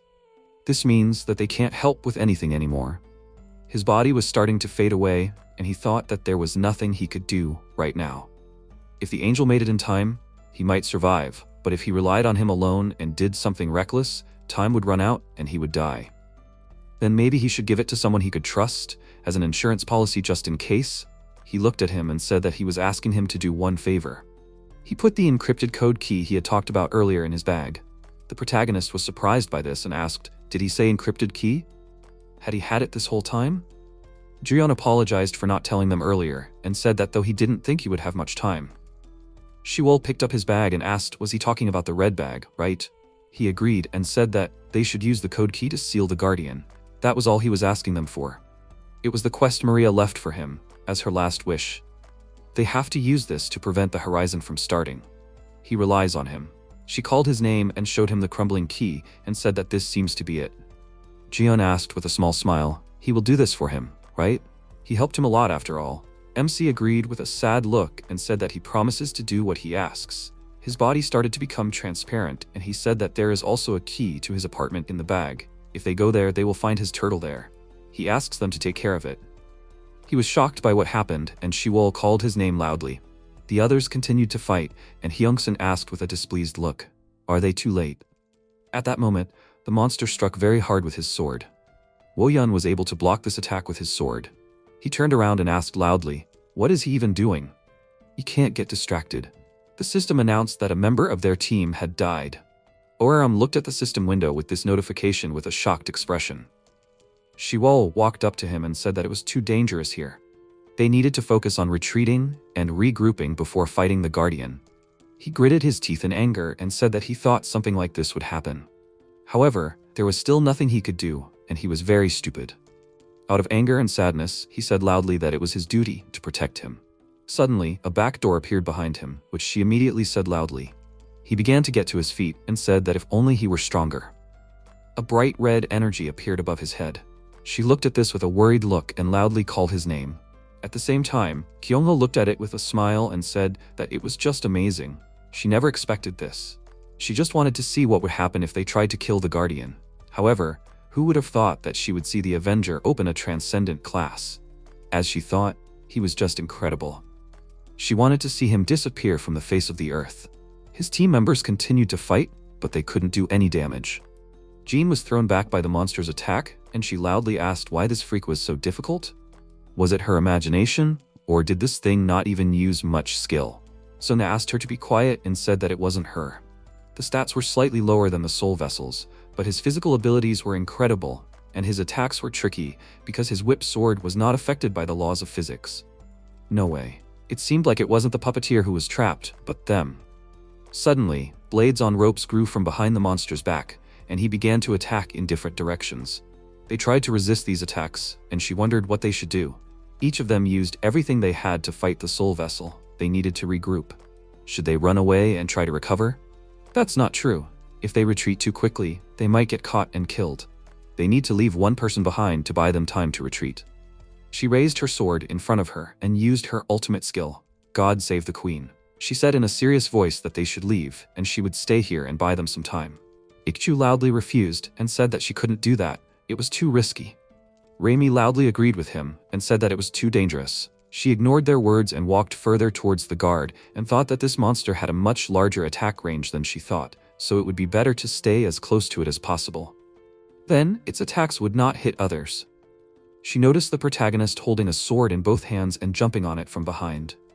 He dealt a very strong blow to the monster with a serious expression, which did not notice him. With this attack, he cut off the arm of this monster and it fell to the ground with a loud sound.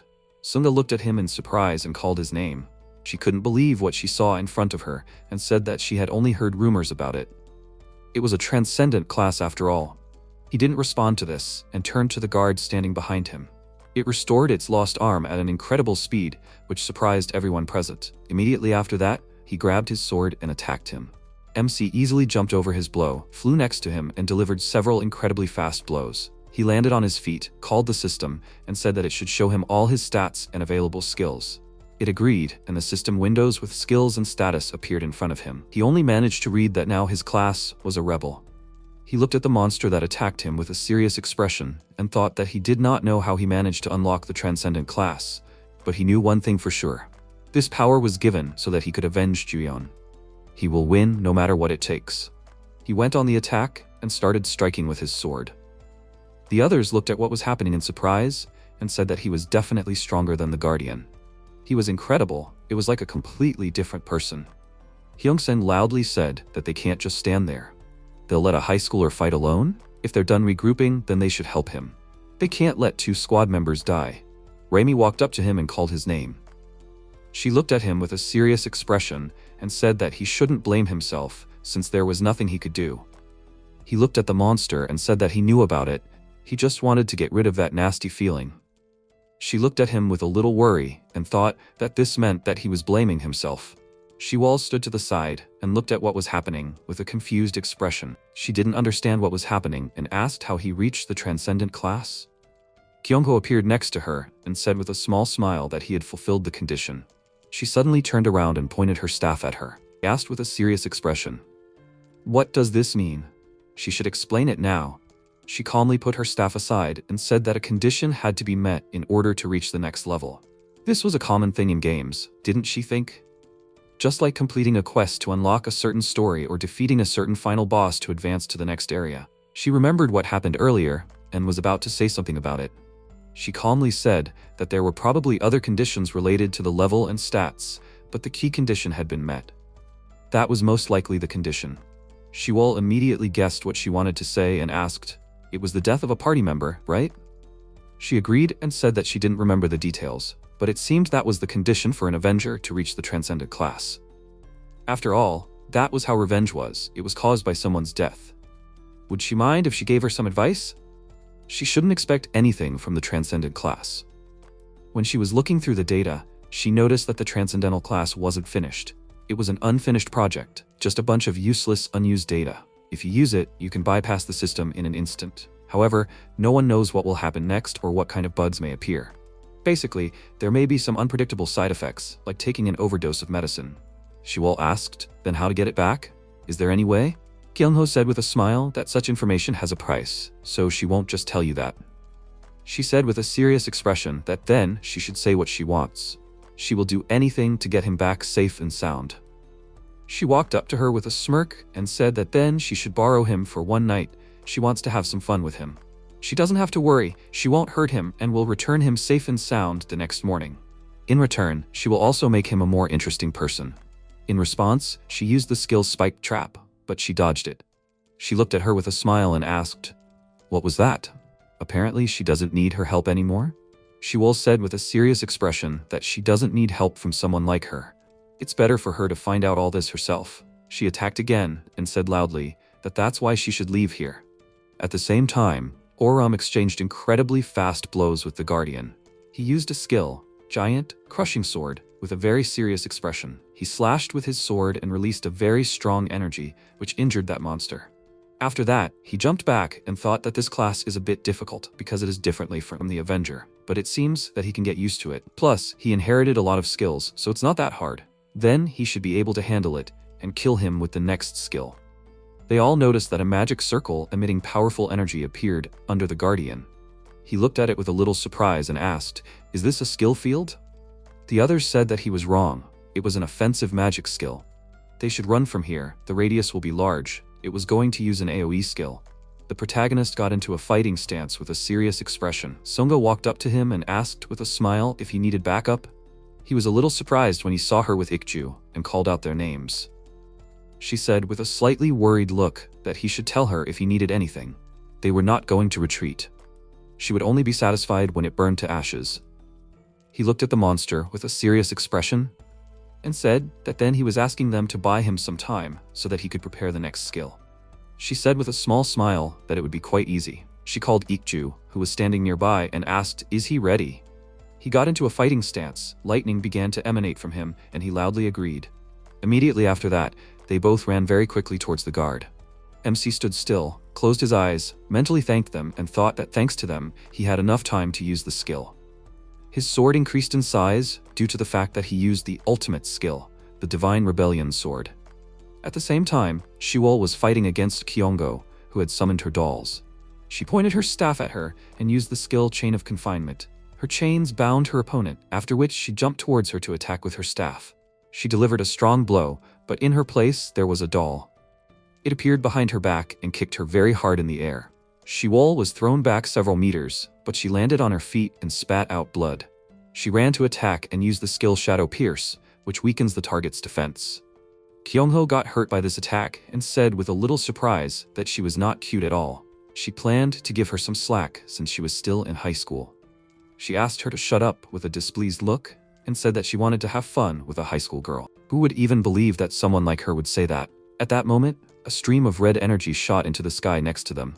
They both turned to look at it, and Shiwol asked what kind of light was that. She also looked at it and asked if this was his new ultimate skill. She looked at it with a little concern and asked if she thought he did this. She didn't wait for her answer and ran to see what was happening. Kyungho looked at her with a small smile and asked where she was going. She hasn't paid for injuring her head yet. Immediately after that, she created several dolls that got in her way. She continued running forward and used the skill Abyss Embrace, which defeated them. She got angry because of this and said loudly that next time she will crush her. For now, she advises her to stock up on healing potions. Shiwol ran away after these words, and she laughed and said that it was not bad. She fought even better than she expected. Who knows, maybe she should use it at the same time. The system announced that the rebel skill Divine Rebellion Sword increases the attack power during the ability used to 1,800% and greatly increases the attack range. Orum thought with a serious expression that he can't wait to unleash its full power. If he moves as quickly as possible, he can increase his attack power by about 800%. Then he will be able to destroy this monster. Sunga turned around and noticed the huge sword in his hands. Immediately after, she turned around with a worried look, loudly called out to Ichu, and told him to step aside. He slashed with his sword with a serious expression and released a huge amount of energy. Everyone nearby was not hurt by the strike, but they were very scared. After that, they opened their eyes and saw the mark that was left behind by this attack. With this attack, he cut it into 2 pieces and it screamed loudly in pain. Everyone looked at him in surprise and asked, "Is this a transcendent class?" His attack range is huge. A system window appeared in front of the protagonist and announced that they had defeated all the monsters and completed the quest. He thought sadly that he was asking Juyeon for forgiveness for not being able to fulfill his request. Suddenly, he felt a very strong pain and wondered what it was. It felt like his heart was being pierced. He fell to the ground. Sunga noticed it and called his name loudly with a worried look. Shiwol ran up to him and caught him with a worried look. She looked at him and asked what happened to him. How is he feeling? He said in a painful voice that his heart hurts. She pressed her hand and asked if it hurt here. He felt embarrassed by this and said that she should stop touching his chest. She called him an idiot and said that she was massaging his heart. Sungha called Jong and said that he should take care of him. Kyungho came to them and said that a healer can't help here. What's happening to him is a type of system error. She turned to her and asked what this even means. She said with a calm expression that this is an error that occurs when incomplete data is received through a backdoor. In the game, they won't be let in even if they try to unlock the door, right? In any case, this kind of error is not that serious. Maybe everything will be fine because his stats are very high. However, if his stat points are low, he can disappear forever. Sunga abruptly walked up to her, grabbed her by the clothes and pulled her towards her. She said that she was asking her to explain herself and tell them everything she knows. Kyungho said with a smile that as much as she didn't want to, it turned out that there was no particular meaning in it. Immediately after that, system windows with an emergency notification appeared in front of all the team members, which surprised her very much, and she said that this couldn't be. She stood next to her and said that everything was as she expected. She smiled and said that the horizon was approaching. Hyung-sen clicked on the notification and the system voice said that it welcomed them. The players of Ergosphere Online. They hoped that everything was fine with them. This letter announces the event they have all been waiting for. The official start of the Horizon stage. Any user who has completed the tutorial is eligible to participate in this event. They will also be able to freely use any item or skill in their possession. Details about the Horizon, including the duration, will be announced on the day the event starts. They will then be able to choose whether to participate in it or not. They can freely visit the store page before the event starts, even if they have not participated in the quest. Players can use the store without restrictions on purchases and exchanges. They hope that they will prepare thoroughly for this event. It seems that he forgot the most important detail. The event itself will begin 2 days after this notification is sent. It is July 13th. Players will be notified of the rules and time of the game 15 minutes before it starts. That's all for now. For now, they must try to stay alive. Shiwol asked with a surprised expression, "The Horizon starts in 2 days? That's so soon." Kyungho asked with a calm expression, "Do they understand now?" She said there was no need for her to explain. They will understand everything when the Horizon begins. They will see for themselves how cruel this game was designed. They are nothing more than little puppets forced to fight. After some time, MC and Shiwol were walking down the street, and she said that she thought this was the right house. He asked if she was sure that this was the correct address. She said that the guild master said that she was sure, so she thought it was correct. How did she manage to get his personal information? She knew everything about her. She said that it was a secret, probably illegal. She seemed to understand everything. She was the devil. After that, they entered the building, and she said that it was bigger than she imagined. She was told that it was a studio. She thought that it would be smaller. He thought with a serious expression that game designs, script writing manuals, and the names of many games. Jiyeon really liked video games. She asked him to wait and asked where the turtle was. They needed to quickly find it and get out of here. She noticed an aquarium and said that she found it. She walked up to the turtle and said that it was hiding in its shell. It wasn't dead, right? He said with a calm expression that he didn't think so. It was probably sleeping. She agreed with a sad expression and said that he was right. Either way, she would take the turtle. She had an aquarium at home and could ask the staff to help take care of it. Oram agreed and said that he would help with food, the vet, and stuff too. She looked at him and asked if he forgot who he was talking to. He could just leave it to her. Instead, why doesn't he try to talk it out? After all, she can't help him with this. He thought about it and thanked her. Shuol walked towards the exit and said that they should go since there were 2 days left until the exam. He called her name and asked what she was going to do now.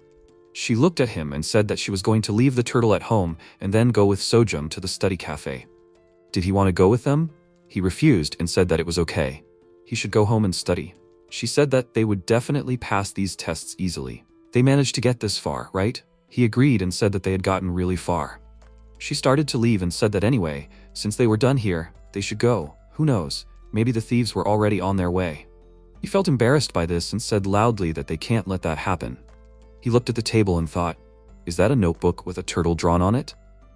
Maybe this is a diary for a turtle? Maybe there's something about turtles getting diseases related to food they can't eat. He read another page and asked, does it say, software search log in the hall? After a while, Juhyuk asked with a worried look, is that what happened? He can't believe that an adventurer has died. What about the other 2 party members? They must have been shocked. Sunga said that she wasn't sure about Shiwol because she wasn't the type to show her feelings. However, she felt like he had a slight mental breakdown. It was a really shocking event for a high school student. He agreed and said that it would be difficult for adults too. What about the transcendent class? They should have seen the stats up close, right? She said that it was beyond her wildest imagination. When he evolved, his stats seemed to have increased by 20 levels at once. Only a few users are able to defeat him in a one-on-one match. He asked with a slightly worried look, isn't it dangerous? Chaos, or their emperor, might also advance to the transcendent class. She said that it seemed possible.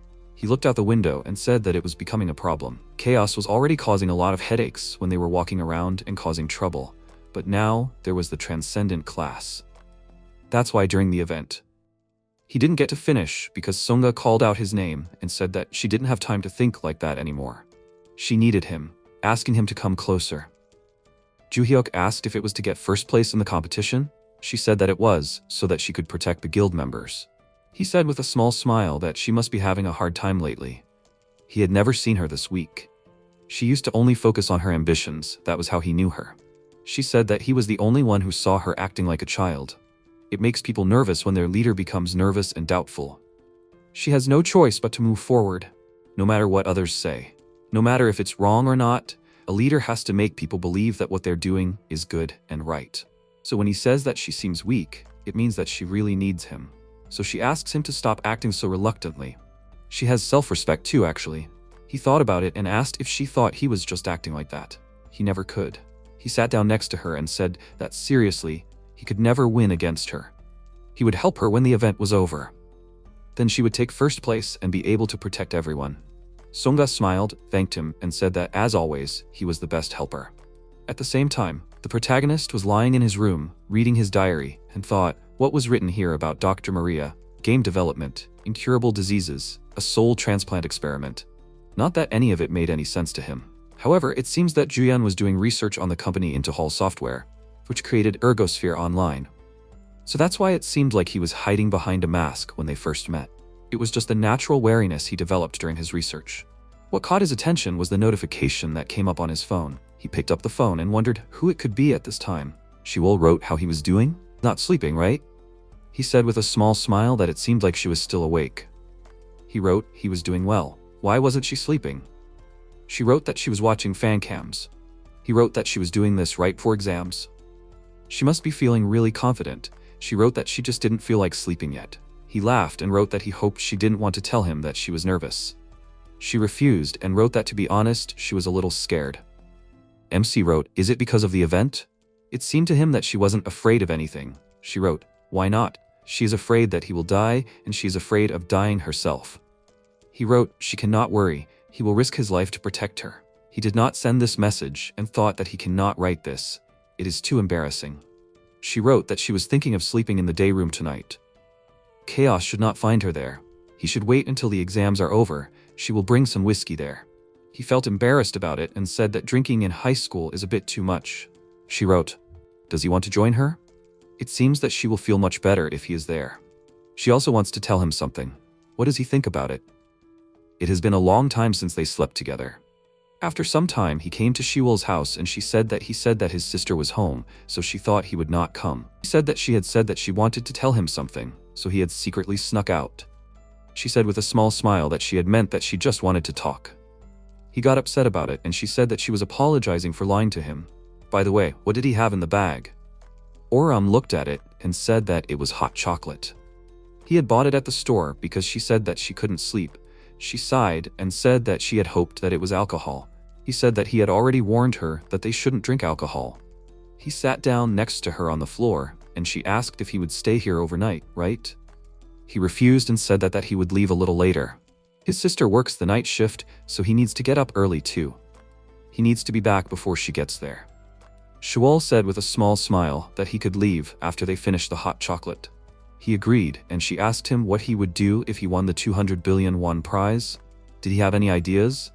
He thought about it and said that first he would replace his broken phone, then he would move to a house where he would have his own room, and he would probably put the rest aside. She said with a little displeasure that he was too proper. He should think of something more indulgent. He felt a little confused by this and asked her what she meant by that. She said that she meant something like a lingerie party with beautiful girls. He felt a little confused by this and said that he didn't know about that. It's just that if he had that much money, the only thing he would think about was how to make sure his sister didn't have to suffer anymore. She asked what about a wish that would come true for the winner? What would he wish for? The protagonist said that he had thought about it, but he wasn't sure what he could wish for, so he couldn't decide. Shiwol said that he should imagine what he could wish for. What would he choose? He thought about it and said that if he could wish for anything, he would wish for 2 more wishes. She looked at him with a confused look and said that it wasn't very funny. He said that in that case, it was her turn. What would she do with the money? She thought about it and said that she would buy an apartment building and build a penthouse on the top for herself and rent out the rest of the apartments. She would invest the rest of the money in stocks. He looked a little surprised by this and said that it was so materialistic. She became indignant and said loudly that she should invest the money while she had it, otherwise it would go to waste. He laughed at this and said that she sounded like someone's father. She said it herself that he should be more indulgent, so he thought she would spend the money on a party or something. She said that it was definitely in the plans, it's just not her ultimate goal. Didn't he want to ask her about her wish? He wanted to know what it was, didn't he? MC said with a thoughtful look that he thought he figured it out. It had to do with her parents, right? She looked at him and asked how he figured it out. Did she ever accidentally tell him? He said that he thought there was some reason why she tried to keep her wish secret from him. Then, he noticed that she avoided talking about her parents in front of him. So he just came to a logical conclusion. It's just that he lost his parents in an accident. Shiwol said with a little surprise that he was quite observant. She made a serious face and said that she wanted him to know that she never pitied him. He asked so what exactly was her wish. She could tell it to him. She said that honestly, it wasn't that big of a deal. She probably shouldn't have even hidden it. It seems small now that she says it. When she was in middle school, she saw her dad cheating on her mom.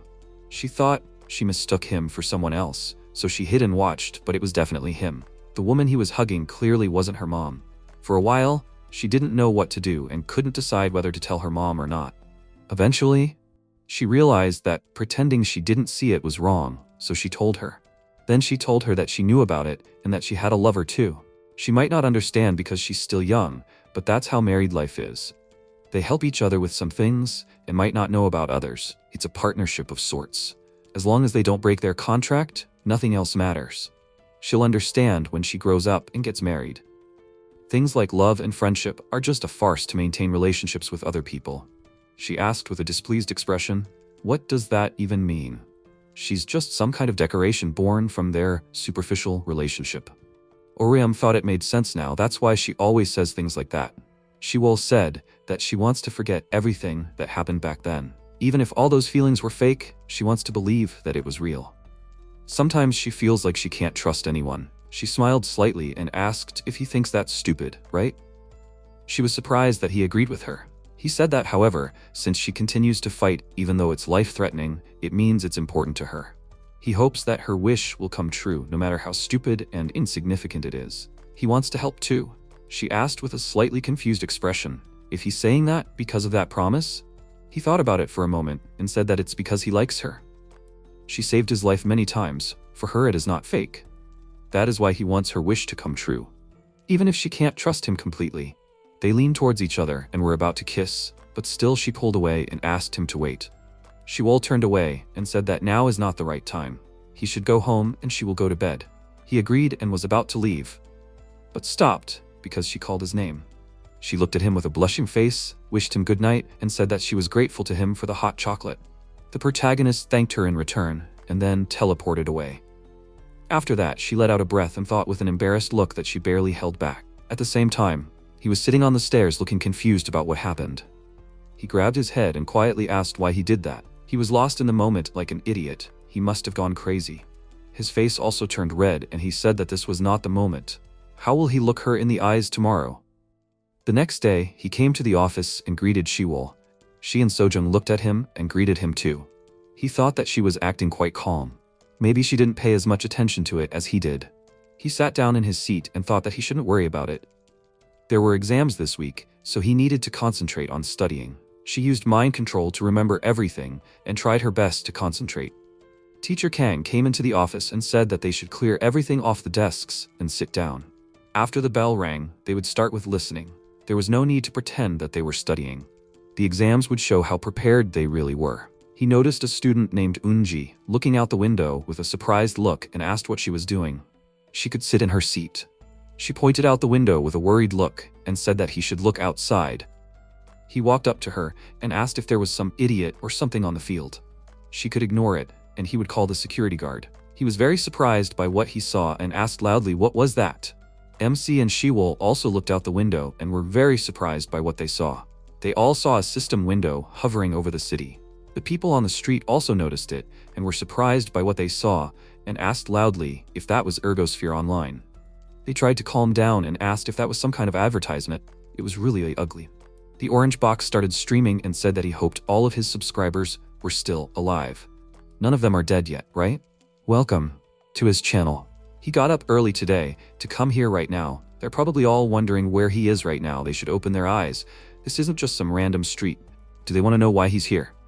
Do they think he's not going to show them the mysterious place like he always does? There are going to be a lot of people here soon, so he came early. What do they even want from him? It seems like they've all been sitting at home, so they don't know. He's going to show them now. He showed a system window in the air and asked if they could see what's behind him. They still don't understand what he's talking about. Anyway, they're all incredibly stupid. He said that all these incidents were a sign that the end of the world is near. He already told them what's happening, but they just don't believe him.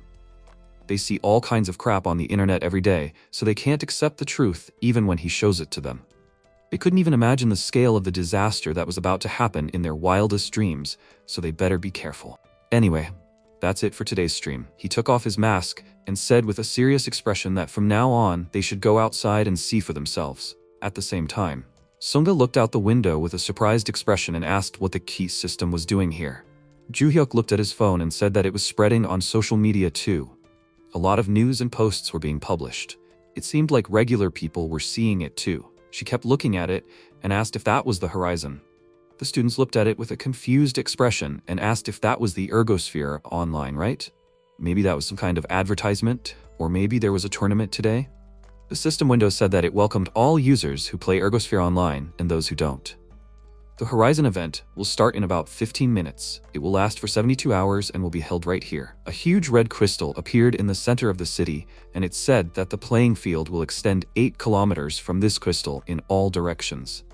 Users who are outside the field will be transported to it after the event starts. Sojin turned to the teacher and asked how big this radius is.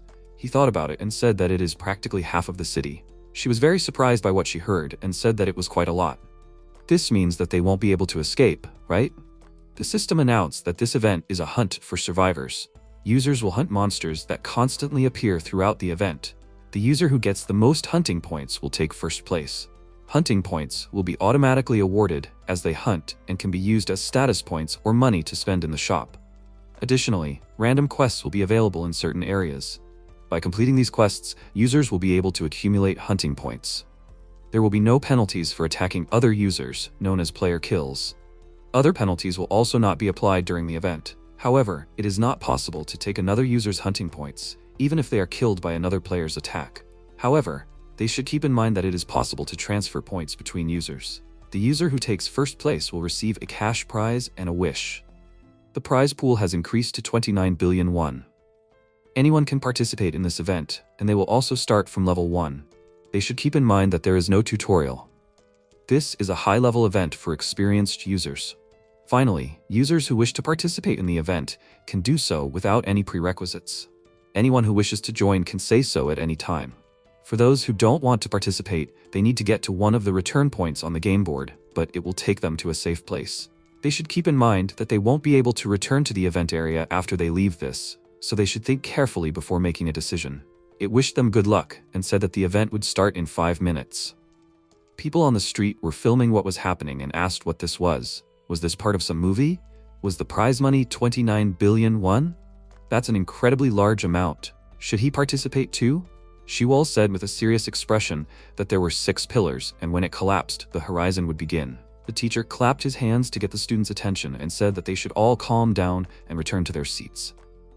He would figure out what was going on. They would all stay here and study for the tests. Did they forget that it was exam week? At the same time, Kyungho stood outside with a smile and said that she knew it. The data she collected was accurate. This should be fun. It was time to see what would happen next and who would claim first place. A few minutes later, the students were sitting in their seats, but suddenly the pillar that collapsed released a very bright flash of light. They looked out the window and were very surprised when they saw many monsters flying in the sky. They were very surprised by this and asked loudly, "What kind of monsters are these? This can't be. Is this really true?" One of the monsters flew up to the school and looked out the window where they were sitting. The students were very scared by what they saw and screamed loudly in fear. One of them ran out of the classroom and ran down the hallway, but stopped when he saw a monster in knight armor. The system announced that it was a nightmare night monster, hiding until the enemy appeared, and then launching a surprise attack. This monster approached him and was about to strike him with his sword, while the frightened student covered his head with his hands and screamed loudly in fear. The protagonist pushed the student aside and struck the monster with his sword. The teacher and student looked at him with surprised faces and called out his name. He turned around and said with a serious expression that they should gather all the students and teachers and then bring them to the main hall. He will protect everyone so that they can take them to a safe place. Other monsters ran to them, and the system announced that this monster is a nightmare hunter. They hunt in a group, attacking with a high probability of inflicting a critical hit. He ran very quickly towards this group of monsters and killed them all with quick strikes of his sword. Shiwol took out her staff and said that she did not have time to explain. The longer they waited, the more difficult it would be to control the students. So, in short, he had already participated in battles that they should not know about. MC, skillfully cutting down monsters, thought that revenge is a dish best served cold. He made a few more lightning-fast dashes and, cutting down the remaining opponents, thought that he managed to destroy all the monsters on this floor. A system window appeared, which said that his points are 256. The time passed is 9 minutes. Rank 3 out of 126 players. The protagonist looked out to the others and shouted to let them take all the students to the main hall. They will gather there and then evacuate. The woman, closing the workers, began to ask him again in shock. He shouted with a serious face that there is no time to explain. Let them just believe him. All the other students and teachers are already waiting for them. She turned to the others and shouted to let them listen. They are going to evacuate, so let them follow her and not lag behind. And also, let them leave their bags. As everyone started to leave, Shiwol approached the protagonist and reported that she had confirmed that there was no one upstairs. Now all that was left was to gather those who remained in the annex. The MC replied that that was good. let her leave it to him and let her protect everyone in the main hall. The girl with a serious face headed off and said that she understood everything. The protagonist moved towards the annex and, after looking at the map, thought that the teleporter was not that far from here. It would be faster to exit through the front entrance, but there were a lot of big monsters there. If they evacuated through the back exit, they would be able to reach the teleporter safely. Suddenly, he noticed students running outside and wondered in confusion. Why were they outside? Did they manage to get past the teachers and escape? It was dangerous. There were huge monsters outside.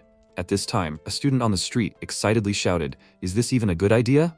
Maybe they should just wait for the police?" Minho nervously shouted that they can't trust the police. Tell her to shut up and follow him to the station. Suddenly, a huge monster started flying towards them.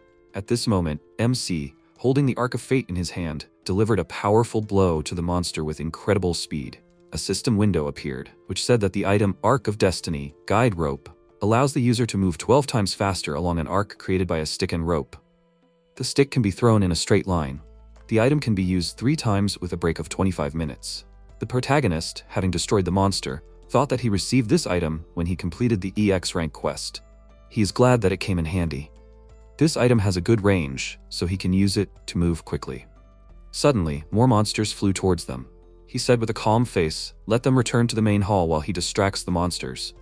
The student excitedly shouted, "Why do they have to return to the school? They will all die if they remain locked in there." The protagonist shouted furiously, "Let him shut his mouth and go to the main hall if he does not want to die." After that, all the students began to run to the main hall in horror. MC, looking at the opponents, thought that there were 5 big monsters on the field. He did not have time to fight with each one.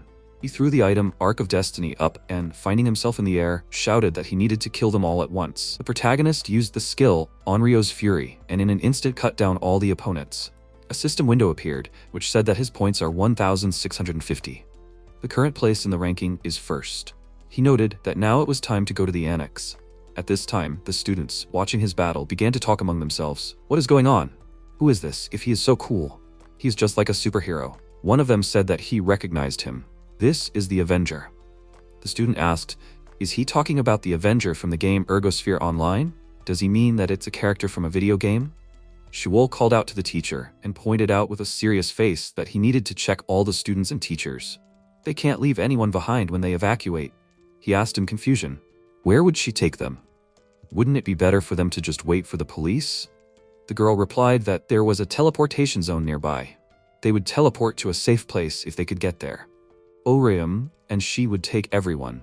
The teacher excitedly pointed out that there were a lot of monsters outside. They couldn't go out there. The two of them couldn't protect so many people. Shuol called out to him furiously and told him that when the protagonist first came to school after he changed, they found it hard to believe what had happened. But in the end, it really was him, right? So he had to believe the impossible. Orium was one of his students. The man calmed down and replied that he understood. He called out to all the teachers and shouted that they had to do a roll call. Let the students make sure their friends were with them. They would be leaving this school soon. Shuol thought that was good. It should help them get everyone out. She could use an item too, but that would be unnatural. Now only the protagonist himself was left. At this time, he was fighting monsters in the annex. The protagonist cut down the monster and, approaching the girl, asked if she was okay. Would she be able to walk? She agreed with fear and thanked him. He pointed to her to go to the main hall through the second-floor corridor. Everyone was waiting for her there. When the girl left, MC thought that the annex was finished now. All they had to do was get everyone out of the main hall. If he cleared the way through the back gate, everyone would be able to evacuate safely. He ran down the corridor when he suddenly noticed a huge monster on the street and wondered what it was. Could it be the cursed golem from the witch graveyard? A system window appeared, saying that the monster was the cursed golem from the witch graveyard. It casts a curse effect on normal attacks. The curse effect gradually slows down the enemy's movements. The protagonist nervously wondered why he was the one blocking the back gate. He mainly uses close combat attacks, so it would be difficult for him to defeat this monster. Shuol is good at long-range attack skills, so she could destroy it. Should he ask her for help? No, there was no time for that. He instantly braced himself and rushed at the monster, thinking that it would be bad if he received the curse effect. He just had to avoid its attacks. He would not let anyone die this time. No matter what happened, he would protect everyone. The protagonist used the skill Phantom Blades of Revenge and dealt a powerful blow. At this time, 2 students were sitting in the cafe. One of them, copying the text, nervously asked, "Will this also be on the test? Does the professor really think this is the only subject they study? What is he doing there? Maybe he saw something funny?" The guy, showing him his phone, replied, "Let him look at this." On his phone was a news broadcast, where the reporter said that if people just turned on the news, they ask you to remain calm and continue watching. The image he is showing now shows the city as it was just a moment ago. As they see, the city seems to disappear into a black hole. Firefighters and police services immediately went to the scene to investigate this unprecedented phenomenon, but so far they have not been able to get inside. The government called a meeting of the National Security Council and issued an evacuation order for nearby residents. At the moment, both local and foreign experts are working on this issue. The student, looking at this, asked in horror, "Is this real?" Sometime later, at school, the teacher approached her colleague and reported that she had finished recounting. He replied that it was great, she had done a great job. The man approached Shiwol and noted that everything was in place. What should they do now? She replied that he should give her a minute. She nervously wondered why the protagonist hadn't returned yet. There was no way that the monsters had killed him. Suddenly, the protagonist himself jumped off the roof and, apologizing for being late, said that he had to deal with a monster that used curses for a while. Shiwol sighed and smiled that if he had been a few more seconds late, she might have gotten angry. Anyway, what should they do next? Everyone else was already waiting. The MC called out to the teacher and asked if he could come over for a minute. When the man approached, he opened a map and said that according to this map, they would reach the teleport point once they passed this alley. That was where they would lead everyone. While they walked, he would protect the front of the group and Shiwol would follow behind. The teachers will lead the students to their classrooms so that no one gets lost. The teacher, remembering him during his studies, replied that he understood. He can do it, right? The protagonist agreed with a serious face and added that he can trust him. After some time, he set off on his way, destroying monsters along the way. The protagonist, having cleared the path, pointed out that it should be safe now. Let him lead everyone to the alley. The teacher agreed and began to lead the students out of the school grounds. MC, calling out to Shiwol, asked how things were going back there. Did she see any monsters? She replied that she had used the watchtower skill, but there were no monsters nearby. There were a few enemies, but they were far away. The protagonist thought that this was a survivor hunt. He had assumed that there would be more monsters. Perhaps it was just because the event had just begun? Shiwol asked if he thought the event reflected the ecosystem in the game. Monsters in the game have their own ecosystem, right? Like, for example, phantom monsters only move at night, and weak ones move in packs. What if the monsters in this event are distributed the same way? All the monsters in the school were from the nightmare category. The protagonist answered with a serious face that if that was the case, then there was a reason why there were so few monsters here. Suddenly, a huge monster appeared and destroyed the building. MC, armed, thought with a serious face that the reason was because in the game's ecosystem, there were always fewer monsters near the boss. He said that he would deal with this monster, and she should go and protect the others. When the girl left, the main character thought that this was the mutant Meadow Tarragon. He looks like a normal mutant, but he has a lightning effect with a replacement. This means that the best option is an anti-electric hood. The monster began to attack him with powerful electric magic, but the protagonist, putting it on, began to counterattack. A system window appeared, which said that the item Lightning Destroyer Cloak allows you to neutralize 2 attacks with lightning or electricity. It does not affect static electricity. He stuck the sword into the monster's head and using the skill Flower of Resentment, inflicted crushing blows in an instant. After that, taking off the hood, MC noted that although he is a mutant, Meadow Tarragon is quite easy to fight. A system window appeared, which said that his points are 2,230. The current rating is 5th place. After some time, Shiwol led everyone to the teleport. The teacher asked if this was the same place. She agreed and added that this is the teleport zone. As soon as they enter there, they will be immediately transported to a safe place. The man agreed and said that as their teacher, he would go first to make sure it was safe. As soon as he entered the teleport area, a system window appeared, asking if he wanted to be teleported to a safe place. If he left, he would not be able to return. The teacher asked, he needed to press the yes button, right? He agreed and was teleported in an instant. All the students screamed excitedly. Shiwol calmed them down and said that she and Orum had done this dozens of times. It was safe, just let them wait in line to be teleported. Sojun came up to her and excitedly noted that she had tried calling her mother, but she was not answering. Would she be able to go with her to her home? She only needed to go there for a minute. The other students also came up and began to ask as well. The girls shouted, to let them wait. They would not be able to get out of here if she helped everyone. She worriedly wondered what she should do. She would not be able to protect them if everyone went to search for their loved ones. Suddenly, the protagonist approached the crowd and shouted that they should not worry about their loved ones. He would make sure that everyone in the city would be safe. They would meet their loved ones when they were safe. It was much more dangerous here. They could get injured. They should not be afraid and just go through the portal. Shiwol, sighing, put her hands on Sojung's shoulders and told her not to worry. She was sure that the networks were just overloaded with calls. The girl agreed and asked when she managed to get superpowers. She nervously answered that she got them from the video game Ergosphere Online. Sojung asked, "So there are superheroes in the game too?" Shiwol nervously answered that this was not entirely true. Although, okay, you can say that. After some time, all the students were transported using the portal. MC, seeing this, noted that this was good. Only the teachers remained. One of them excitedly thanked them and also moved. When everyone disappeared, the protagonist exhaled and said that was it. Shiwol asked with a serious face, were they going to start hunting for survivors? He asked that before they did. Did she know where her parents were? She replied that they were supposed to be at the Shiraz Hotel for a presentation of a new medicine. The protagonist noted that it was quite far from here. He thought that it was on the opposite side of his sister's hospital. Oram said that they needed to save everyone in this area first, and then they would go to the Shiraz Hotel. Shiwol replied that that sounded good.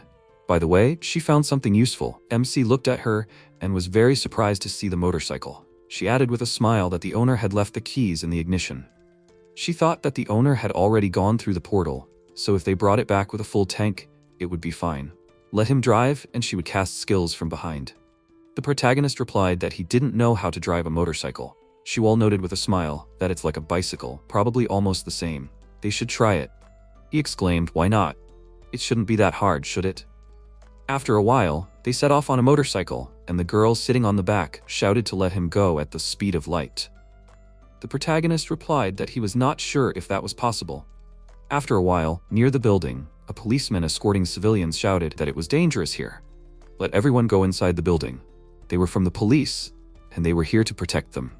A colleague approached him and noticed that their radios and phones were not working. What should they do? He replied that they needed to focus on keeping everyone safe. He would make sure that reinforcements were sent to them as soon as possible. Suddenly, a huge monster, the Phantom Butcher, appeared near them, which often uses poison even in normal attacks. Due to the poison, damage from magic and ranged attacks is reduced. The policeman excitedly took out his gun and opened fire on the enemy. Seeing that the monster did not care about the bullets, he was frightened and shouted, "Why didn't he die?" Another one excitedly exclaimed, "Is he really a zombie?" The monster tried to attack them, but suddenly a purple thick mass formed under him, which immobilized him. At that moment, the protagonist appeared, who, using the skill Double Cut, instantly cut off the enemy's head. After that, he thanked the girl with a smile for her help. She replied that that's why she was here. A junior police officer, aiming a taser at them, shouted in fear, "Who are they? They are monsters, right? That's why they can use these strange powers, right?" Shiwol with a calm face answered, "Let him pay attention to their school uniform. Anyone would tell him that they are ordinary schoolchildren who live in anticipation of the lunch bell." He nervously shouted that she could be a monster disguised as a schoolgirl. A senior police officer approached him with a serious face and ordered him to calm down and lower the taser. Does he really want to harm these innocent children? They are users of the video game Ergosphere Online, right? MC raised his hands and asked if he knew about this game. He replied that he knew a little. This game is quite popular after all. The voice from the sky had also said so earlier. By the way, do they have any idea how to end the game? He heard that it lasts 72 hours, but they can't wait that long. Shiwol replied that they didn't know either. They were also caught up in this. The policeman asked with a thoughtful look, "So what should they do? Maybe they should call for backup?" The protagonist replied that he knew how to keep people safe. There was a teleport zone not far from here. If they went there, they would be able to transport everyone who was hiding in this building to a safe place. They would protect them while they were leading them there. A colleague approached the policeman and asked if it wouldn't be better for them to wait for backup inside the building. If they stayed outside, they might die at the hands of monsters. He asked with a serious face how much the two of them were good at the game. Can they be trusted? Shiwol replied with a calm face that she didn't know what they could say to make them trust them. But she could tell one thing for sure. They evacuated everyone from their school and made sure they were safe. Just the two of them. That guy even defeated a high ranker once. The MC asked sheepishly, "Is that so important?" The policeman said thoughtfully that they would do it this way. He would trust the two of them and accompany everyone to the teleport zone. Will they be able to protect them? The protagonist agreed with a smile and added that they could rely on them. The junior policeman asked excitedly, "Does he really think that's right? How can he trust them?" He replied that they wouldn't be able to protect all those people with the equipment they had anyway, so they'd better evacuate as many people as possible so they wouldn't have to be looked after. Shiwol pointed out that they had one problem. The policeman asked what exactly it was. After some time, they went to clear the area. The protagonist, seeing a group of monsters, attacked them in a flash and killed two. The third monster tried to attack from behind, but the girl killed it with her staff. MC asked if the area was safe now, right?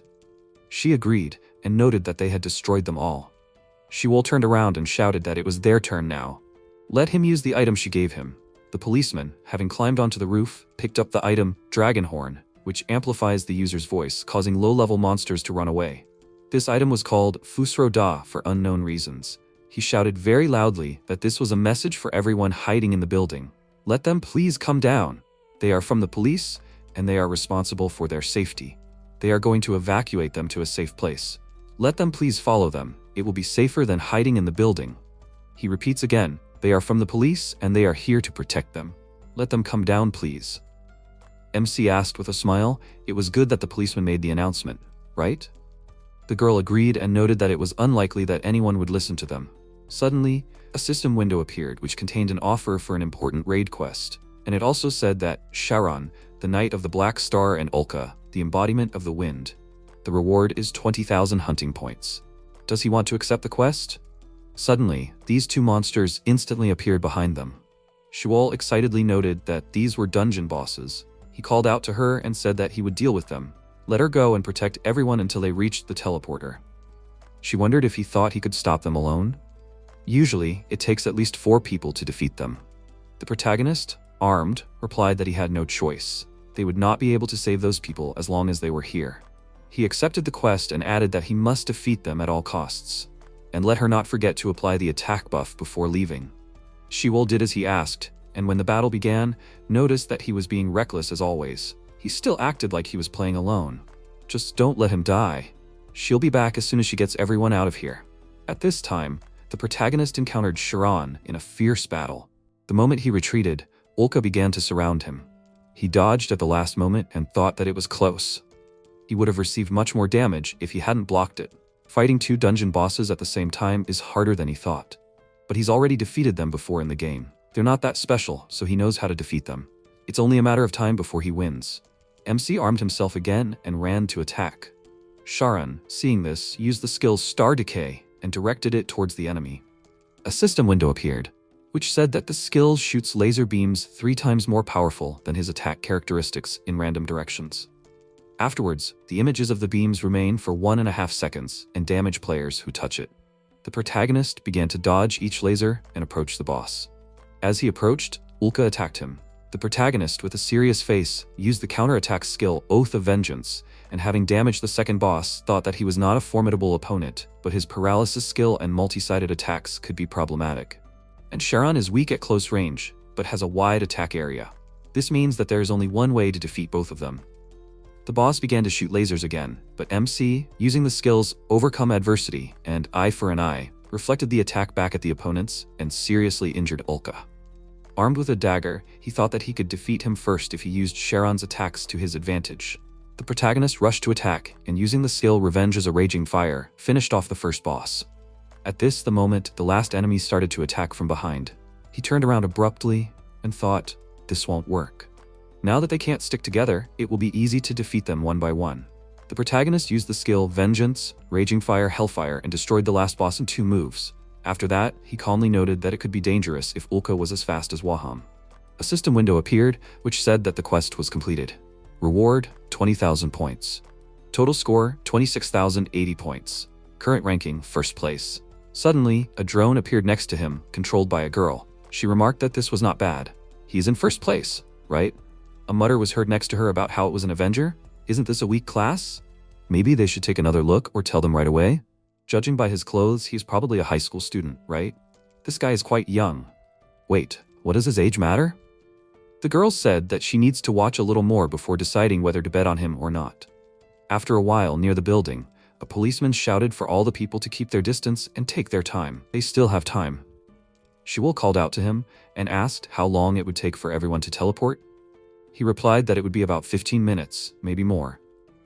There were still people in the building, so they might have to wait longer. The girl took out her phone and thought that she was wondering if Orum was okay. She hoped that he would hurry up. She asked how far it was from here to the Shiraz hotel. The policeman replied that it was close, about 5 minutes by car. Shiwol nervously noted that she was glad that it wasn't too far.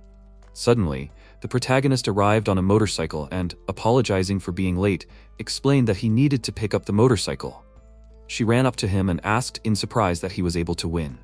Ulka and Sharan alone? MC calmly agreed and asked what was wrong with that.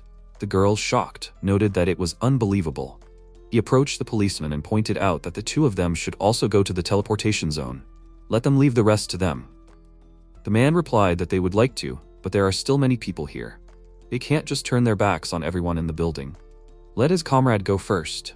Someone has to protect the people who have already passed through the portal.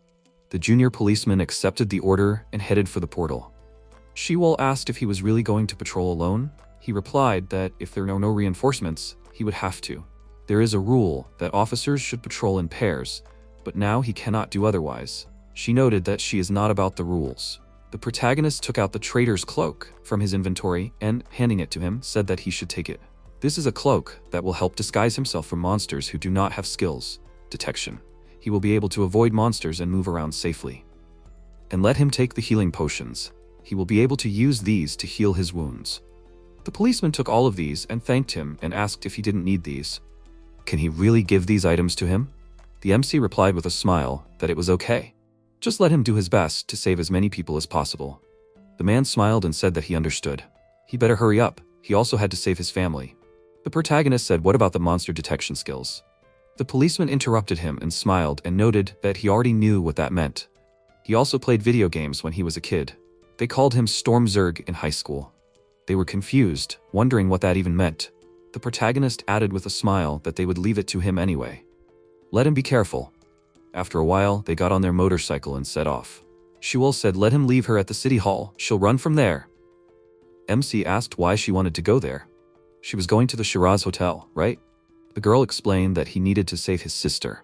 He shouldn't worry about her. They'd better split up to find their families and then meet up. The protagonist agreed and added that their meeting place would be where they split up. She replied that she understood. At this time, Aharum, having cleaned up the ward, sighed and noted that everything was done. Mondays are always so stressful. This is definitely hell, right? She left the office and, seeing the commotion, asked in bewilderment what was going on. What's all the fuss going on here? The girl approached her colleague Jisoo and asked what was going on here. Why was it so noisy? She, holding the phone to her ear, asked if she had heard a voice from the sky recently. That's why the hospital is in chaos now. The sky also looks strange. Arum noted in bewilderment that she had indeed heard something earlier. But she thought it was just an advertisement and ignored it. Suddenly, there was a very loud explosion. Jisoo asked in fear what that was. She thought it was from the entrance on the first floor. Aharum said she would check. Let her stay here. The girl ran to the stairs and looked down to see the monster, Dollmaker's workshop, doll number 3, daughter. She thought in fear that this couldn't be. Is it really real? Are they filming a movie or something? Suddenly, the monster approached her and, swinging a knife, tried to stab her. At the last moment, Dr. Noah pushed her to the other side and saved her. Aryam asked if he was okay. He answered that if she was asking if he could still move, then yes. The monster tried to stab again, but the man grabbed the girl and dodged, and then said that they need to escape through the corridor of the emergency room. He doesn't think they can leave through the main entrance. She asked excitedly, what about the patients? They can't just leave them. Suddenly, another monster appeared behind the enemy. The doctor asked what they should do. He grabbed her hand sharply and shouted for her to run after him. He had an idea. Arum asked excitedly, what was he planning? Noah answered that they would hide in the reception area. If they tried to escape with the patients who had mobility problems, they could all be caught and killed by those monsters. So they had better stay in the hospital and wait for the rescue team to arrive. Could she help him?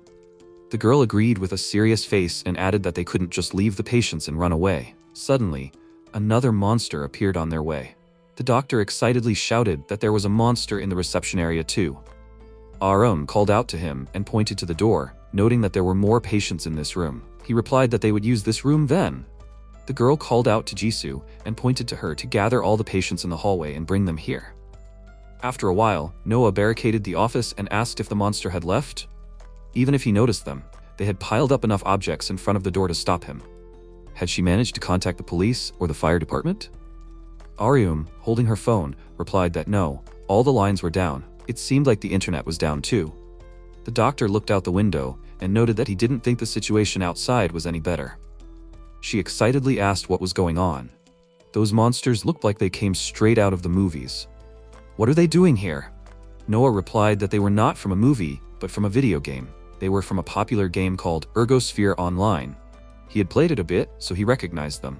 Aram wondered if this was the game she had bought Orum for his birthday. Wait, if it was as bad outside as it was in here, then that meant he was in danger. The doctor put his hand on her shoulder and told her not to worry. Her brother should be with his teachers right now, and he was a smart boy. He was sure he was fine. She shouldn't worry so much. Aram thanked him and asked why the monsters from the game had appeared in real life. Noah replied that he didn't even know. Suddenly, one of the patients, looking out the window, noticed that a helicopter had just taken off.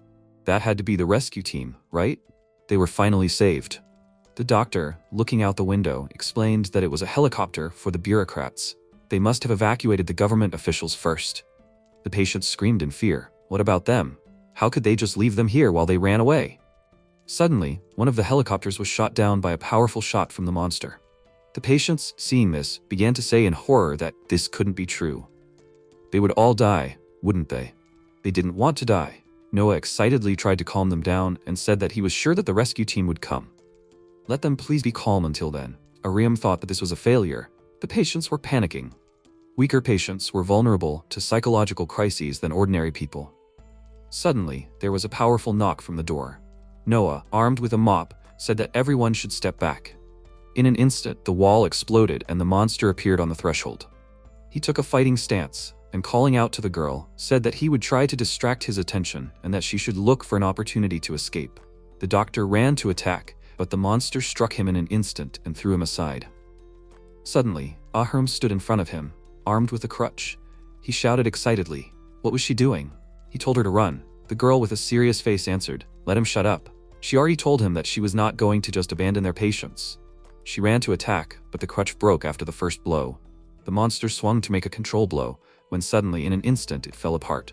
The protagonist appeared at the threshold and, holding a sword in his hands, asked if she was okay. Was she hurt anywhere? Ahrum immediately began to remember all the moments with him, and then called out to him in surprise. He calmly noted that he came to save her. The girl in shock asked how he did it. MC came up to her and answered that he would explain everything later. He called out to the doctor and asked if he was attacked by one of these monsters. Let him please use this. The protagonist took out a medium healing potion and handed it to him. Noah, taking the jar, asked if this was a medium healing potion. He agreed and added that he could drink it or use it as if he were in the game. If his wounds were caused by monsters, then this item would heal him. The protagonist called out to his sister and asked if this was everyone left in the hospital. Arum nervously replied that she was not sure. They had been locked in this room all this time. He said that he would quickly take a look around then. He had gotten rid of all the monsters nearby, so they should not worry. As he left, the girl remarked that she had no idea what was going on here. Noah replied that he did not either. They should follow him and see what he was doing here. The only hope of them getting out of this alive was to entrust their fates to Orum. He is the only one strong enough to fight these monsters. At this time, the protagonist, seeing another monster, made a quick dash and, using the skill Double Cut, destroyed the enemy in a matter of seconds. After that, he shouted out if there was anyone here, he is here to save them. Hearing nothing in response, MC thought that it was strange because he did not see anyone. Did everyone escape from here? Most of them are patients at the hospital, so it is unlikely. He should look around a little more. After some time, he arrived at another building and, seeing many traces of a battle, wondered if someone had fought the monster here. Were they able to fight back? There is no way they could have survived this. This means that there is another player here. Who could it be? The protagonist ran forward when suddenly Juri jumped out at him with a weapon. He sharply parried the attack and was very surprised. The girl recognized him and asked him in surprise that he was the player she met at the quest competition, right? She only saw the tip of his sword sticking out, so she thought he was a monster. The girl called out to Yunsung and noticed that the guy with the sword from the Waham quest was there. The guy walked up to them and exclaimed in surprise that it was really him. It must be fate, right? In any case, he was glad to see him again. He remembers them, right? The MC remained silent with an awkward smile. Yunsung shouted, "Does he really not remember them?" He chuckled and replied that he remembers, he was just teasing them. The guy asked in displeasure, was he always like this? So where is the girl who was on his team? The protagonist replied that she had something she needed to take care of. They were going to regroup later. In any case, did the two of them manage to defeat the monsters that were at the hospital? Giri agreed and added that she had a skill that showed her areas with large concentrations of monsters. This led them to the hospital, so they decided to do some hunting. The MC wondered what about the patients and other people who were there? Yunsung answered with a smile that they helped them escape. They created a blockade in the hallway and created a separate passage that the monsters could not enter, and then led everyone to safety. He happily noted that this was a good idea. He really is a builder. The girl added that she led everyone to the teleportation zone.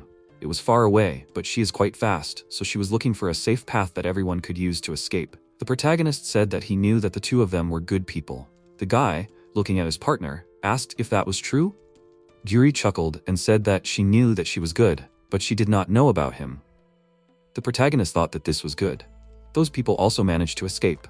If they just got rid of the remaining monsters nearby, it shouldn't be too hard to get to the teleportation zone. But he still needed a plan B. He asked if they wanted to make a deal. At this point, Ahuram bandaged the patient's leg and asked if that was better. She, sitting on the bed, agreed in fear. Suddenly, MC called out to her and told her that everyone else in the hospital had already escaped. There was only her and the people who needed to leave right now. The girl asked if he wanted them to leave, but the rescue team hadn't arrived yet. So where would they go? Noah asked if he wanted them to go to the teleportation zone, right? Aram, confused, asked what that was. He explained that the voice in the sky had said this before, saying that people who didn't want to participate could escape through the teleporter. The protagonist pointed out that the nearest teleporter wasn't close, but it wasn't very far either. He would show the way, so it was time for them to go. The girl with a serious face replied that she didn't agree. Some of these patients have trouble walking, and there are strange monsters outside, so it's too dangerous. The protagonist excitedly said that she shouldn't worry. He will fight the monsters and protect them, so they will be safe. Ahuram hysterically interrupted him and said that what she was really worried about was him. She didn't know what kind of power he had, or how he fought those monsters, but she was worried that he would get hurt. They just had to wait here for the rescue team. Let him not leave here and fight those monsters, okay? The MC replied that she also fought every day. She could act like it was no big deal and pretend that she was okay. But she fought to keep herself together even when she felt like she was falling apart. Right now, he was just struggling like she did every day. He also had a side to him that she didn't know about. He was also afraid of getting hurt. They might get into trouble if they left, but when he came home, he would act like it was no big deal, just like she always did. Aram thought in shock that it was weird. In her eyes, Aram had always been a little child. She began to wipe away her tears and agreed, saying that if they left, they should stick together until they were safe. Did he understand that? MC replied with a smile that he promised her that. The girl sighed and said with a smile that it was time for them to get out of here. He took out a map and called out to the doctor and asked if he wanted to see the route. He took care of all the monsters in the area, so he thought they should leave as soon as possible. It would take 10 minutes to get to the teleportation zone on foot, so they should hurry. Noah asked thoughtfully, "They need 10 minutes, right? These patients might need to stop and rest along the way." The protagonist replied that he thought about it for a while. Suddenly, a system warning popped up saying that the monsters would respawn in 10 minutes. Stronger monsters would appear. MC was scared. They would respawn in 10 minutes? So what should they do? There was no way to get to the teleportation zone with these patients in 10 minutes. Ahuram was confused, wondering what was wrong with the two of them. What did respawn mean? The doctor explained that the monsters they had just defeated would return. Basically, their path to the teleportation zone was blocked. The protagonist nervously wondered what they should do. Maybe the patients could share the traitor's cloak? No, something bad might happen if they were caught by monsters that used the detection skill. What if he tried to kill all the monsters before they left? No, that was too long. Damn it, what should they do? There was nothing like that in this game, so he had no plan. Suddenly, Noah put his hand on his shoulder and pointed out that there were only 7 patients here, and 4 of them couldn't walk. There were only 3 medical staff here, including him. They had enough wheelchairs, he could prepare everything. Let him think about it very carefully. There had to be a way. The protagonist agreed and, opening his inventory, thought that they should think about it again. Who knows, maybe there would be a good item in there that he hadn't used for a long time. After all, he only used items for single-player games. He found the item and called out to the medics, asking if they could do him a favor. He wished they would all join the game. At this time, Gyuri and Yungsun came out. The girl exclaimed in annoyance that they had agreed to meet halfway. Why isn't he coming? It seems like he refused their deal, right? The guy looked at his watch and thought that there was only 1 minute left until the monster spawned. He replied that he didn't think he could reach the teleportation zone even if he went there now. She said furiously that she knew it. So what was he doing? Suddenly, Juri saw a light and turned to the side, confused, asking what it was. Yungsun, seeing the protagonist, said that it couldn't be. This Avenger used a speed buff on those people, and then brought them here? The MC, moving towards them, held the item Raid Leader's Torch in his hands, which equalizes the movement speed of other players, bringing their speed closer to the players for 25 seconds. The item can also be used twice. The girl asked in shock how a speed buff could work on normal people. He replied with a smile that he thought other people were players now too. Even level 1 players could temporarily run as fast as an Avenger if they used the Raid Leader's Torch. Maybe they chose a class that would be easy to adapt to. For example, a merchant class, since the tutorial quest was just walking around. Juri sighed and smiled that it reminded her of how he fought Wahan. He was damn smart, that's for sure. The protagonist approached them, called out to the girl and held out the torch, shouting for her to take it and run to the teleportation zone. She asked with a smile, was he passing the baton to her? Okay, they should run at full speed, right? The MC agreed and handed her the item. Gyuri, using the skill Running Wind, ran very fast and shouted for them to follow her and not get distracted. She became much faster than before.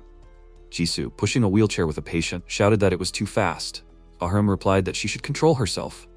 Yungsun, watching this, noted with a smile that Juri was getting too carried away again. She gets furious when she can show what she is special at. Suddenly, the timer on his bracelet sounded and he said that 10 minutes had already passed. In an instant, a huge monster swamp lord appeared behind him, which creates landslides wherever it appears. The guy said with a smile that according to their plan, he must block the monster's path from the rear. He took out the item, Invincible Grain, with a smile, which doubles the duration of the next skill, and shouted for him to come here. He will not let him pass by him. After these words, a fight broke out between them. At this time, Juri, paving the way for the civilians, shouted that they were almost there. They should not give up. The protagonist called out to her with a serious face and warned that there was a monster here. The girl saw it and said, how inconvenient. It was not here before. A monster blue crystal spirit appeared in front of them, which required 36 hits to destroy, regardless of critical damage. Juri, armed, asked that with the two of them, it should not be a problem, right? MC agreed and added that it would only take them 10 seconds. He called out to his sister and indicated that she should wait a minute with everyone else. The protagonist ran to attack and, using the skill Grievance Flower, dealt several hits to the monster. Ahram, watching this, was very surprised and remembered how he saved her. At this time, Gyuri took the initiative and, using the skill Dagger of the Whirlwind, made a control blow and destroyed the monster, and then with a smile noted that this time she dealt the final blow. The protagonist replied with a smile that he had more blows, but however, that's true. He turned to the others and shouted that everything is fine, it's safe now. They continue moving. This park is a teleportation zone. Noah said with a smile that he was glad that he had a chance to watch his fight today.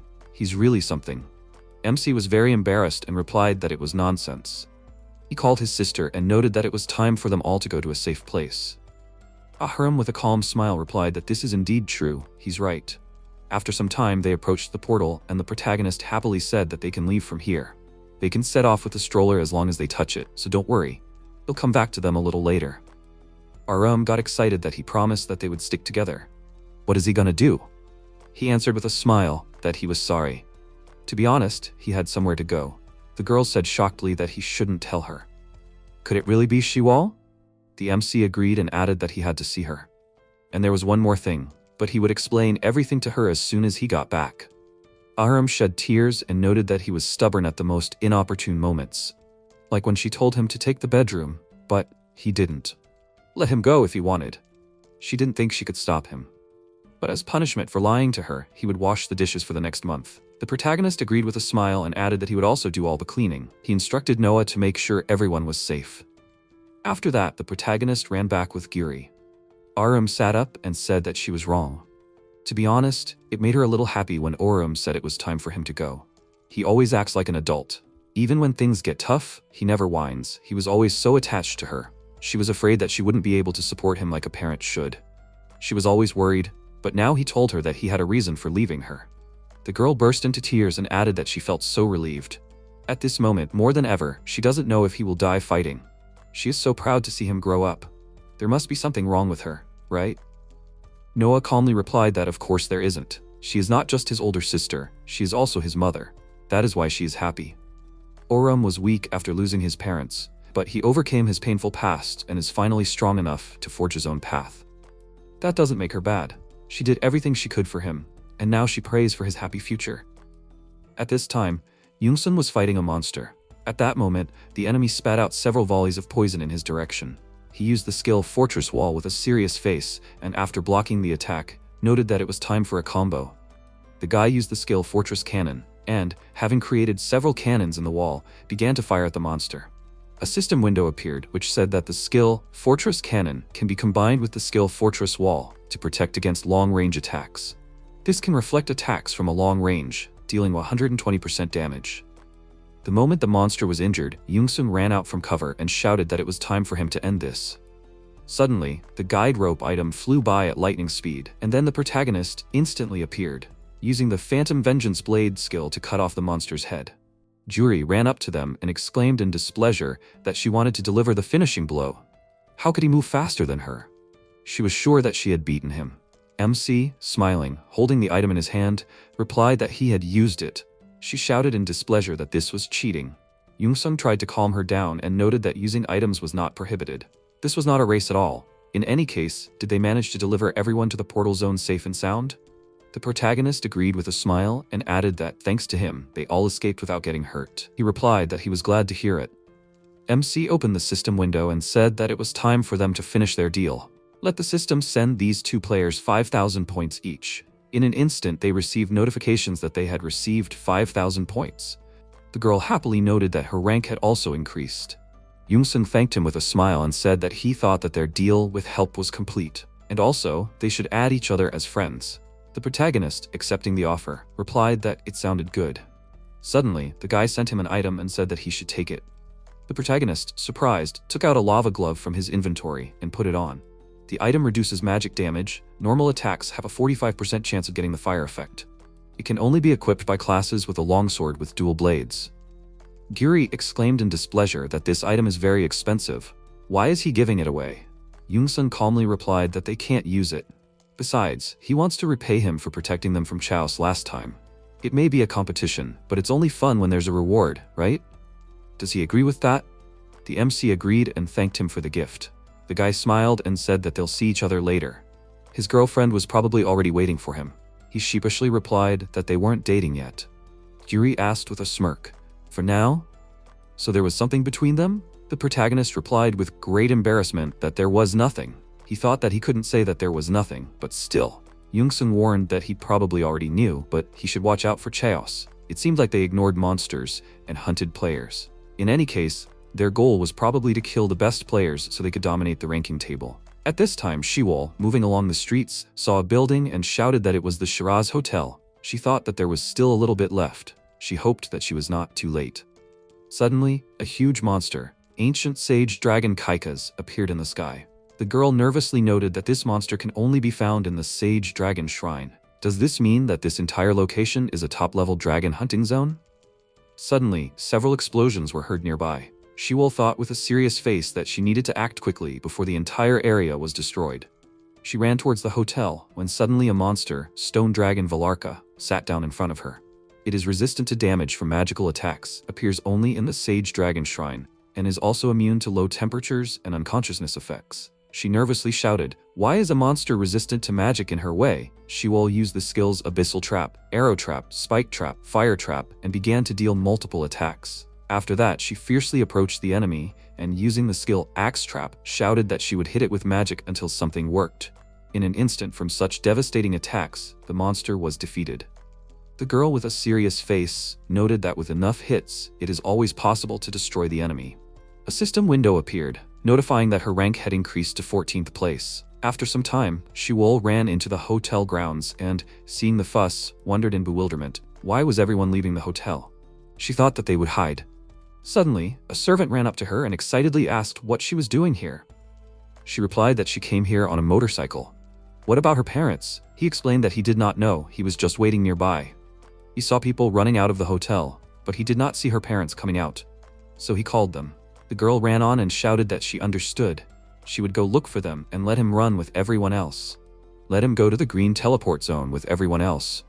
After a while, she went inside and thought that the hotel was a complete mess. Could it be that monsters had gotten in here too? She found it strange.